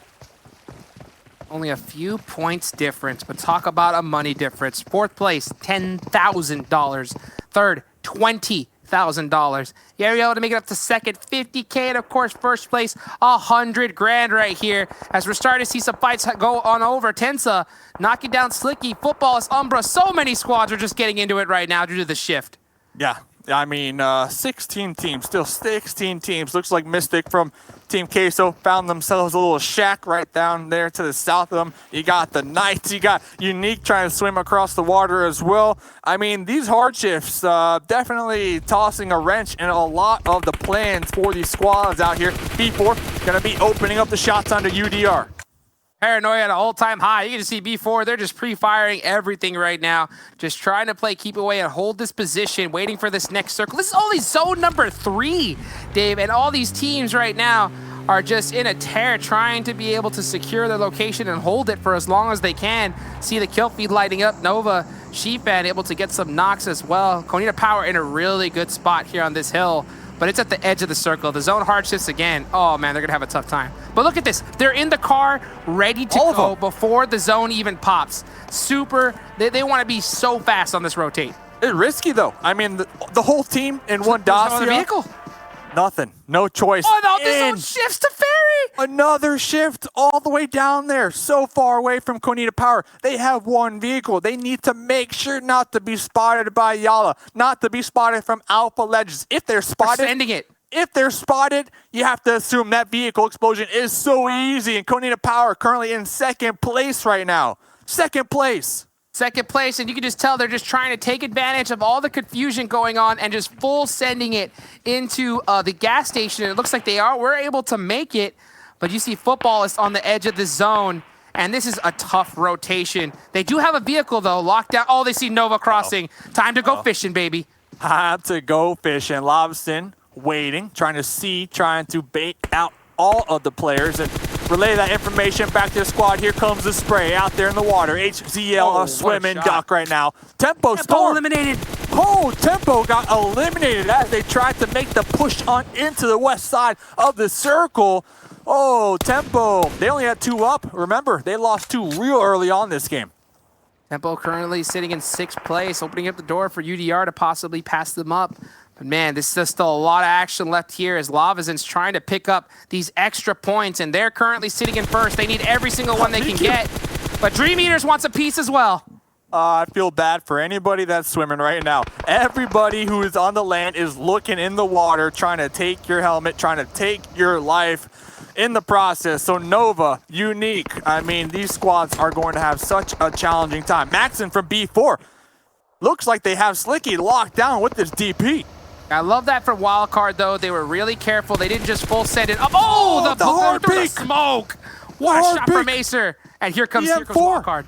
Yeah, that was actually big. That's going to open this one up. Now we see the push from Wildcard. They're still trying to make their way on into this next zone. They're trying to get a foothold right now. And that one knock, grenade, that was huge. Sam tossing out a grenade right there. Mix0 going for that spray and that retreat. Touched him a little bit. They were able to pepper him up as they're trying to secure the edge of this circle right now. B4 fighting for their tournament life. I have a couple members down, and Mix0 in the buggy, full sending it, but where's he gonna go? There's teams all over the place in this zone. Yeah, Mix0, Pedro, OG on their own little solo missions right now to get as many placement points as possible. Looks like they're going to be sending it into a more centralized position. Wildcard, 1 kill so far. Looking for that chicken dinner. Yala making the pull-up right now onto Dream Eaters. Matic on the roof, extremely low. Xana was knocked down in the process. Lord trying to toss out some smokes, trying to get their revive, but Anas with the Uzi has something to say. Going to be making the breach. Matic on full-on retreat mode right now, trying to get back on into the safety to their squad mates, and Toffee's on the first floor, bleeding on out. 1 HP, he just go in and jump on out, and he's going for the res. Revive. Rather than getting any health, but he does have that angle covered from his teammate right there, so that's going to be really huge. I wonder if Anas, okay, he's going to try to nade him. Doesn't look like it connects, but oh, he does get MiQ in the process. Wow. Nade. What a nade, and they Look are at this fighting. map. Yeah, they are fighting for any type of hard cover they can right now. This zone, very pure. There's still water in play. There's still water in play. I mean, talk about the madness in these zones. Center's out, and it's just centered out right on top of PK right here. And Dream Eater's taking it out right here. Alpha Legends just throwing it down onto Konina Power. This could be devastating for this squad. They're so high up on the leaderboards right now, and they're already down 2 members. Oh, they're not leaving the shack. Not for a minute. Let's see, that shack is not in the zone either. That shack is not in the zone. So you got Yala, you got Alpha Legends. We already see shots going on into that door. Konina Power, they are just stuck like Chuck right now. Stuck like Chuck indeed. And I wonder if they're going to try to low toss some smokes, try to make some plays here. But I mean, this is the worst case scenario. You got 2 major teams just gatekeeping the heck out of you, and you're fighting for your tournament life. Cloud9 able to actually survive the boat plays. Yeah, instantly knocked. Only 1 member up left for Konina Power. Alpha Legends, they just don't want to let that one go. They don't want to let Konina Power make it on into this next zone. We see Cloud9 in the west, not in the zone either. They are right behind Wildcard. Wildcard trying to toss some grenades on the loops, and Cloud9 looking for that backstab. Maybe, just maybe, 2 kills onto Wildcard. They still got 4. Looking on into the open field right now on the beach. Footballists, they are looking to get as many points as possible. Currently in first place, they got 4 kills. They got the zone, but nowhere to go. Huge fights going all over the place. You see another member of Alpha Legends taking out Rob GD from Konina Power. I mean, Alpha Legends have nothing to lose, but Konina Power has everything to lose right here as they are taken out in 13th place. Oh, this is going to be... So they got to be feeling the pain right now on the leaderboards here, but there's still a lot of game left to be played as Cloud9's about to take on Lutz. Another 2 Titans going at it right now to try to win some big money. Yeah, Konina Power getting taken out. That opens it up right now for Loops. That opens it up for Cloud9. Opens it up for Wildcard. So all these teams looking to come out on top. The grenade, though! The grenade! Cloud9 are done! Wildcard done! 2 teams! Loops at the top! And Footballists, they only have a couple members up. It looks like they are going to be able to try and pick up Raum here as Lavas is throwing his smokes. It looks like it might be a battle between Footballists and Loops. 278 points right now for Loops Esports. They could pass up Konina Power and win $50,000. Can Loops get it done? Loops looking to clock into work here for the final game. Annalise, Unique, Milky Way trying to keep them at bay. Federal tossing some grenades right on over that ledge. Loops, they have 4 up. I see B4 out there in the distance. Loops trying to capitalize on this one, trying to get this engagement done and over with because they need to make the move. Federal crawling on up. Annalise, extremely low. Milky Way trying to get the off angle. Gonna be recognizing one of them. What an angle. That pre-fire will be taking down Carrillo to about 20% HP right there. Carrillo's refusing to die right now. He knows what is on the line. They're healing up, smoking themselves out, and trying to push their way in as Yala's taken out, eliminated right here as well. Next zone, centers out in favor of Loops and against Footballists. They have to cross the open field to get into this next zone. Oh, look at this gatekeep, though. The Gatekeep is real. Unique, they have 4 up as well. They got the whole team. They got the whole team. Oh, trying to make the pop up. Federal able to take down Milky Way. Milky Way has just been poking the bear for a couple minutes now. Football is on the opposite end of this fight, on the opposite end of this circle. They made the pull up. They are right on top of the Knights right now. They have a wall for cover. They're tossing those smokes, and they're in the zone. 5 more points. That is all Loops needs to be able to pass up Konina Power for second, and then they got to do Alpha Legends. Here they go. On Footballist. This is huge. Dano going for that spray ball. I said no, sir. Once again. Alpha Legends trying to play spoiler out here. Again on the Footballist, and Footballist denied them back to back. And Solke trying to get some extra points so he can secure this MVP as well. Oh, Mystic running up. What is going on? Everybody wants a piece of Footballist. Mystic able to use his smoke, able to get right on into the mix. And Solke's like, there's an enemy right here. Marco trying to crawl on up. Solke between these 2 burning vehicles in the wall, trying to use it for cover. Looks like they might be able to get the revive, but everybody trying to take out Footballist right now. Footballist just trying to survive all they possibly can right now. They want this $100,000. There's the second nade. Doesn't get the confirm as Rom is able to kind of hold himself in that little place. Right. But 7. J7. What the bounce. Gets it so done. Oh, here they come. They're making the push. Okay. All 3 members of the Knights will be pushing on out. They know it is Footballist. They want to clean this one up. The ricochet, the grenade on into the closet. That's it. Footballist done. J7. Oh, taking them out. Oh. They almost got taken out themselves right there, but Jagger able to kind of be the last one up. He's going to try to get these pickups. Now, it's all on Loops to get it done here. If they get the chicken dinner and these kills, there's a chance they could win first place. They can win first place. And oh my goodness. They started from that mid-pack yesterday. Currently coming into this game 3rd place, but Footballist, Konina Power, they're out. They are out. Unique trying to do everything in their power right now to gatekeep Loops. Up there to the north, you got B4. You got the Knights getting that reset as well. 5 teams remaining. The final game here in the West. Let's get it. Last match right here, and Loops just trying to survive on this edge. Milky Way, 1 HP, looking to play spoiler, has the angle. Federal looks like he's just boosting his way up to try and get some full health. Loops the only last team with 4 alive, but they do not have the blue zone as it shifts on over to B4.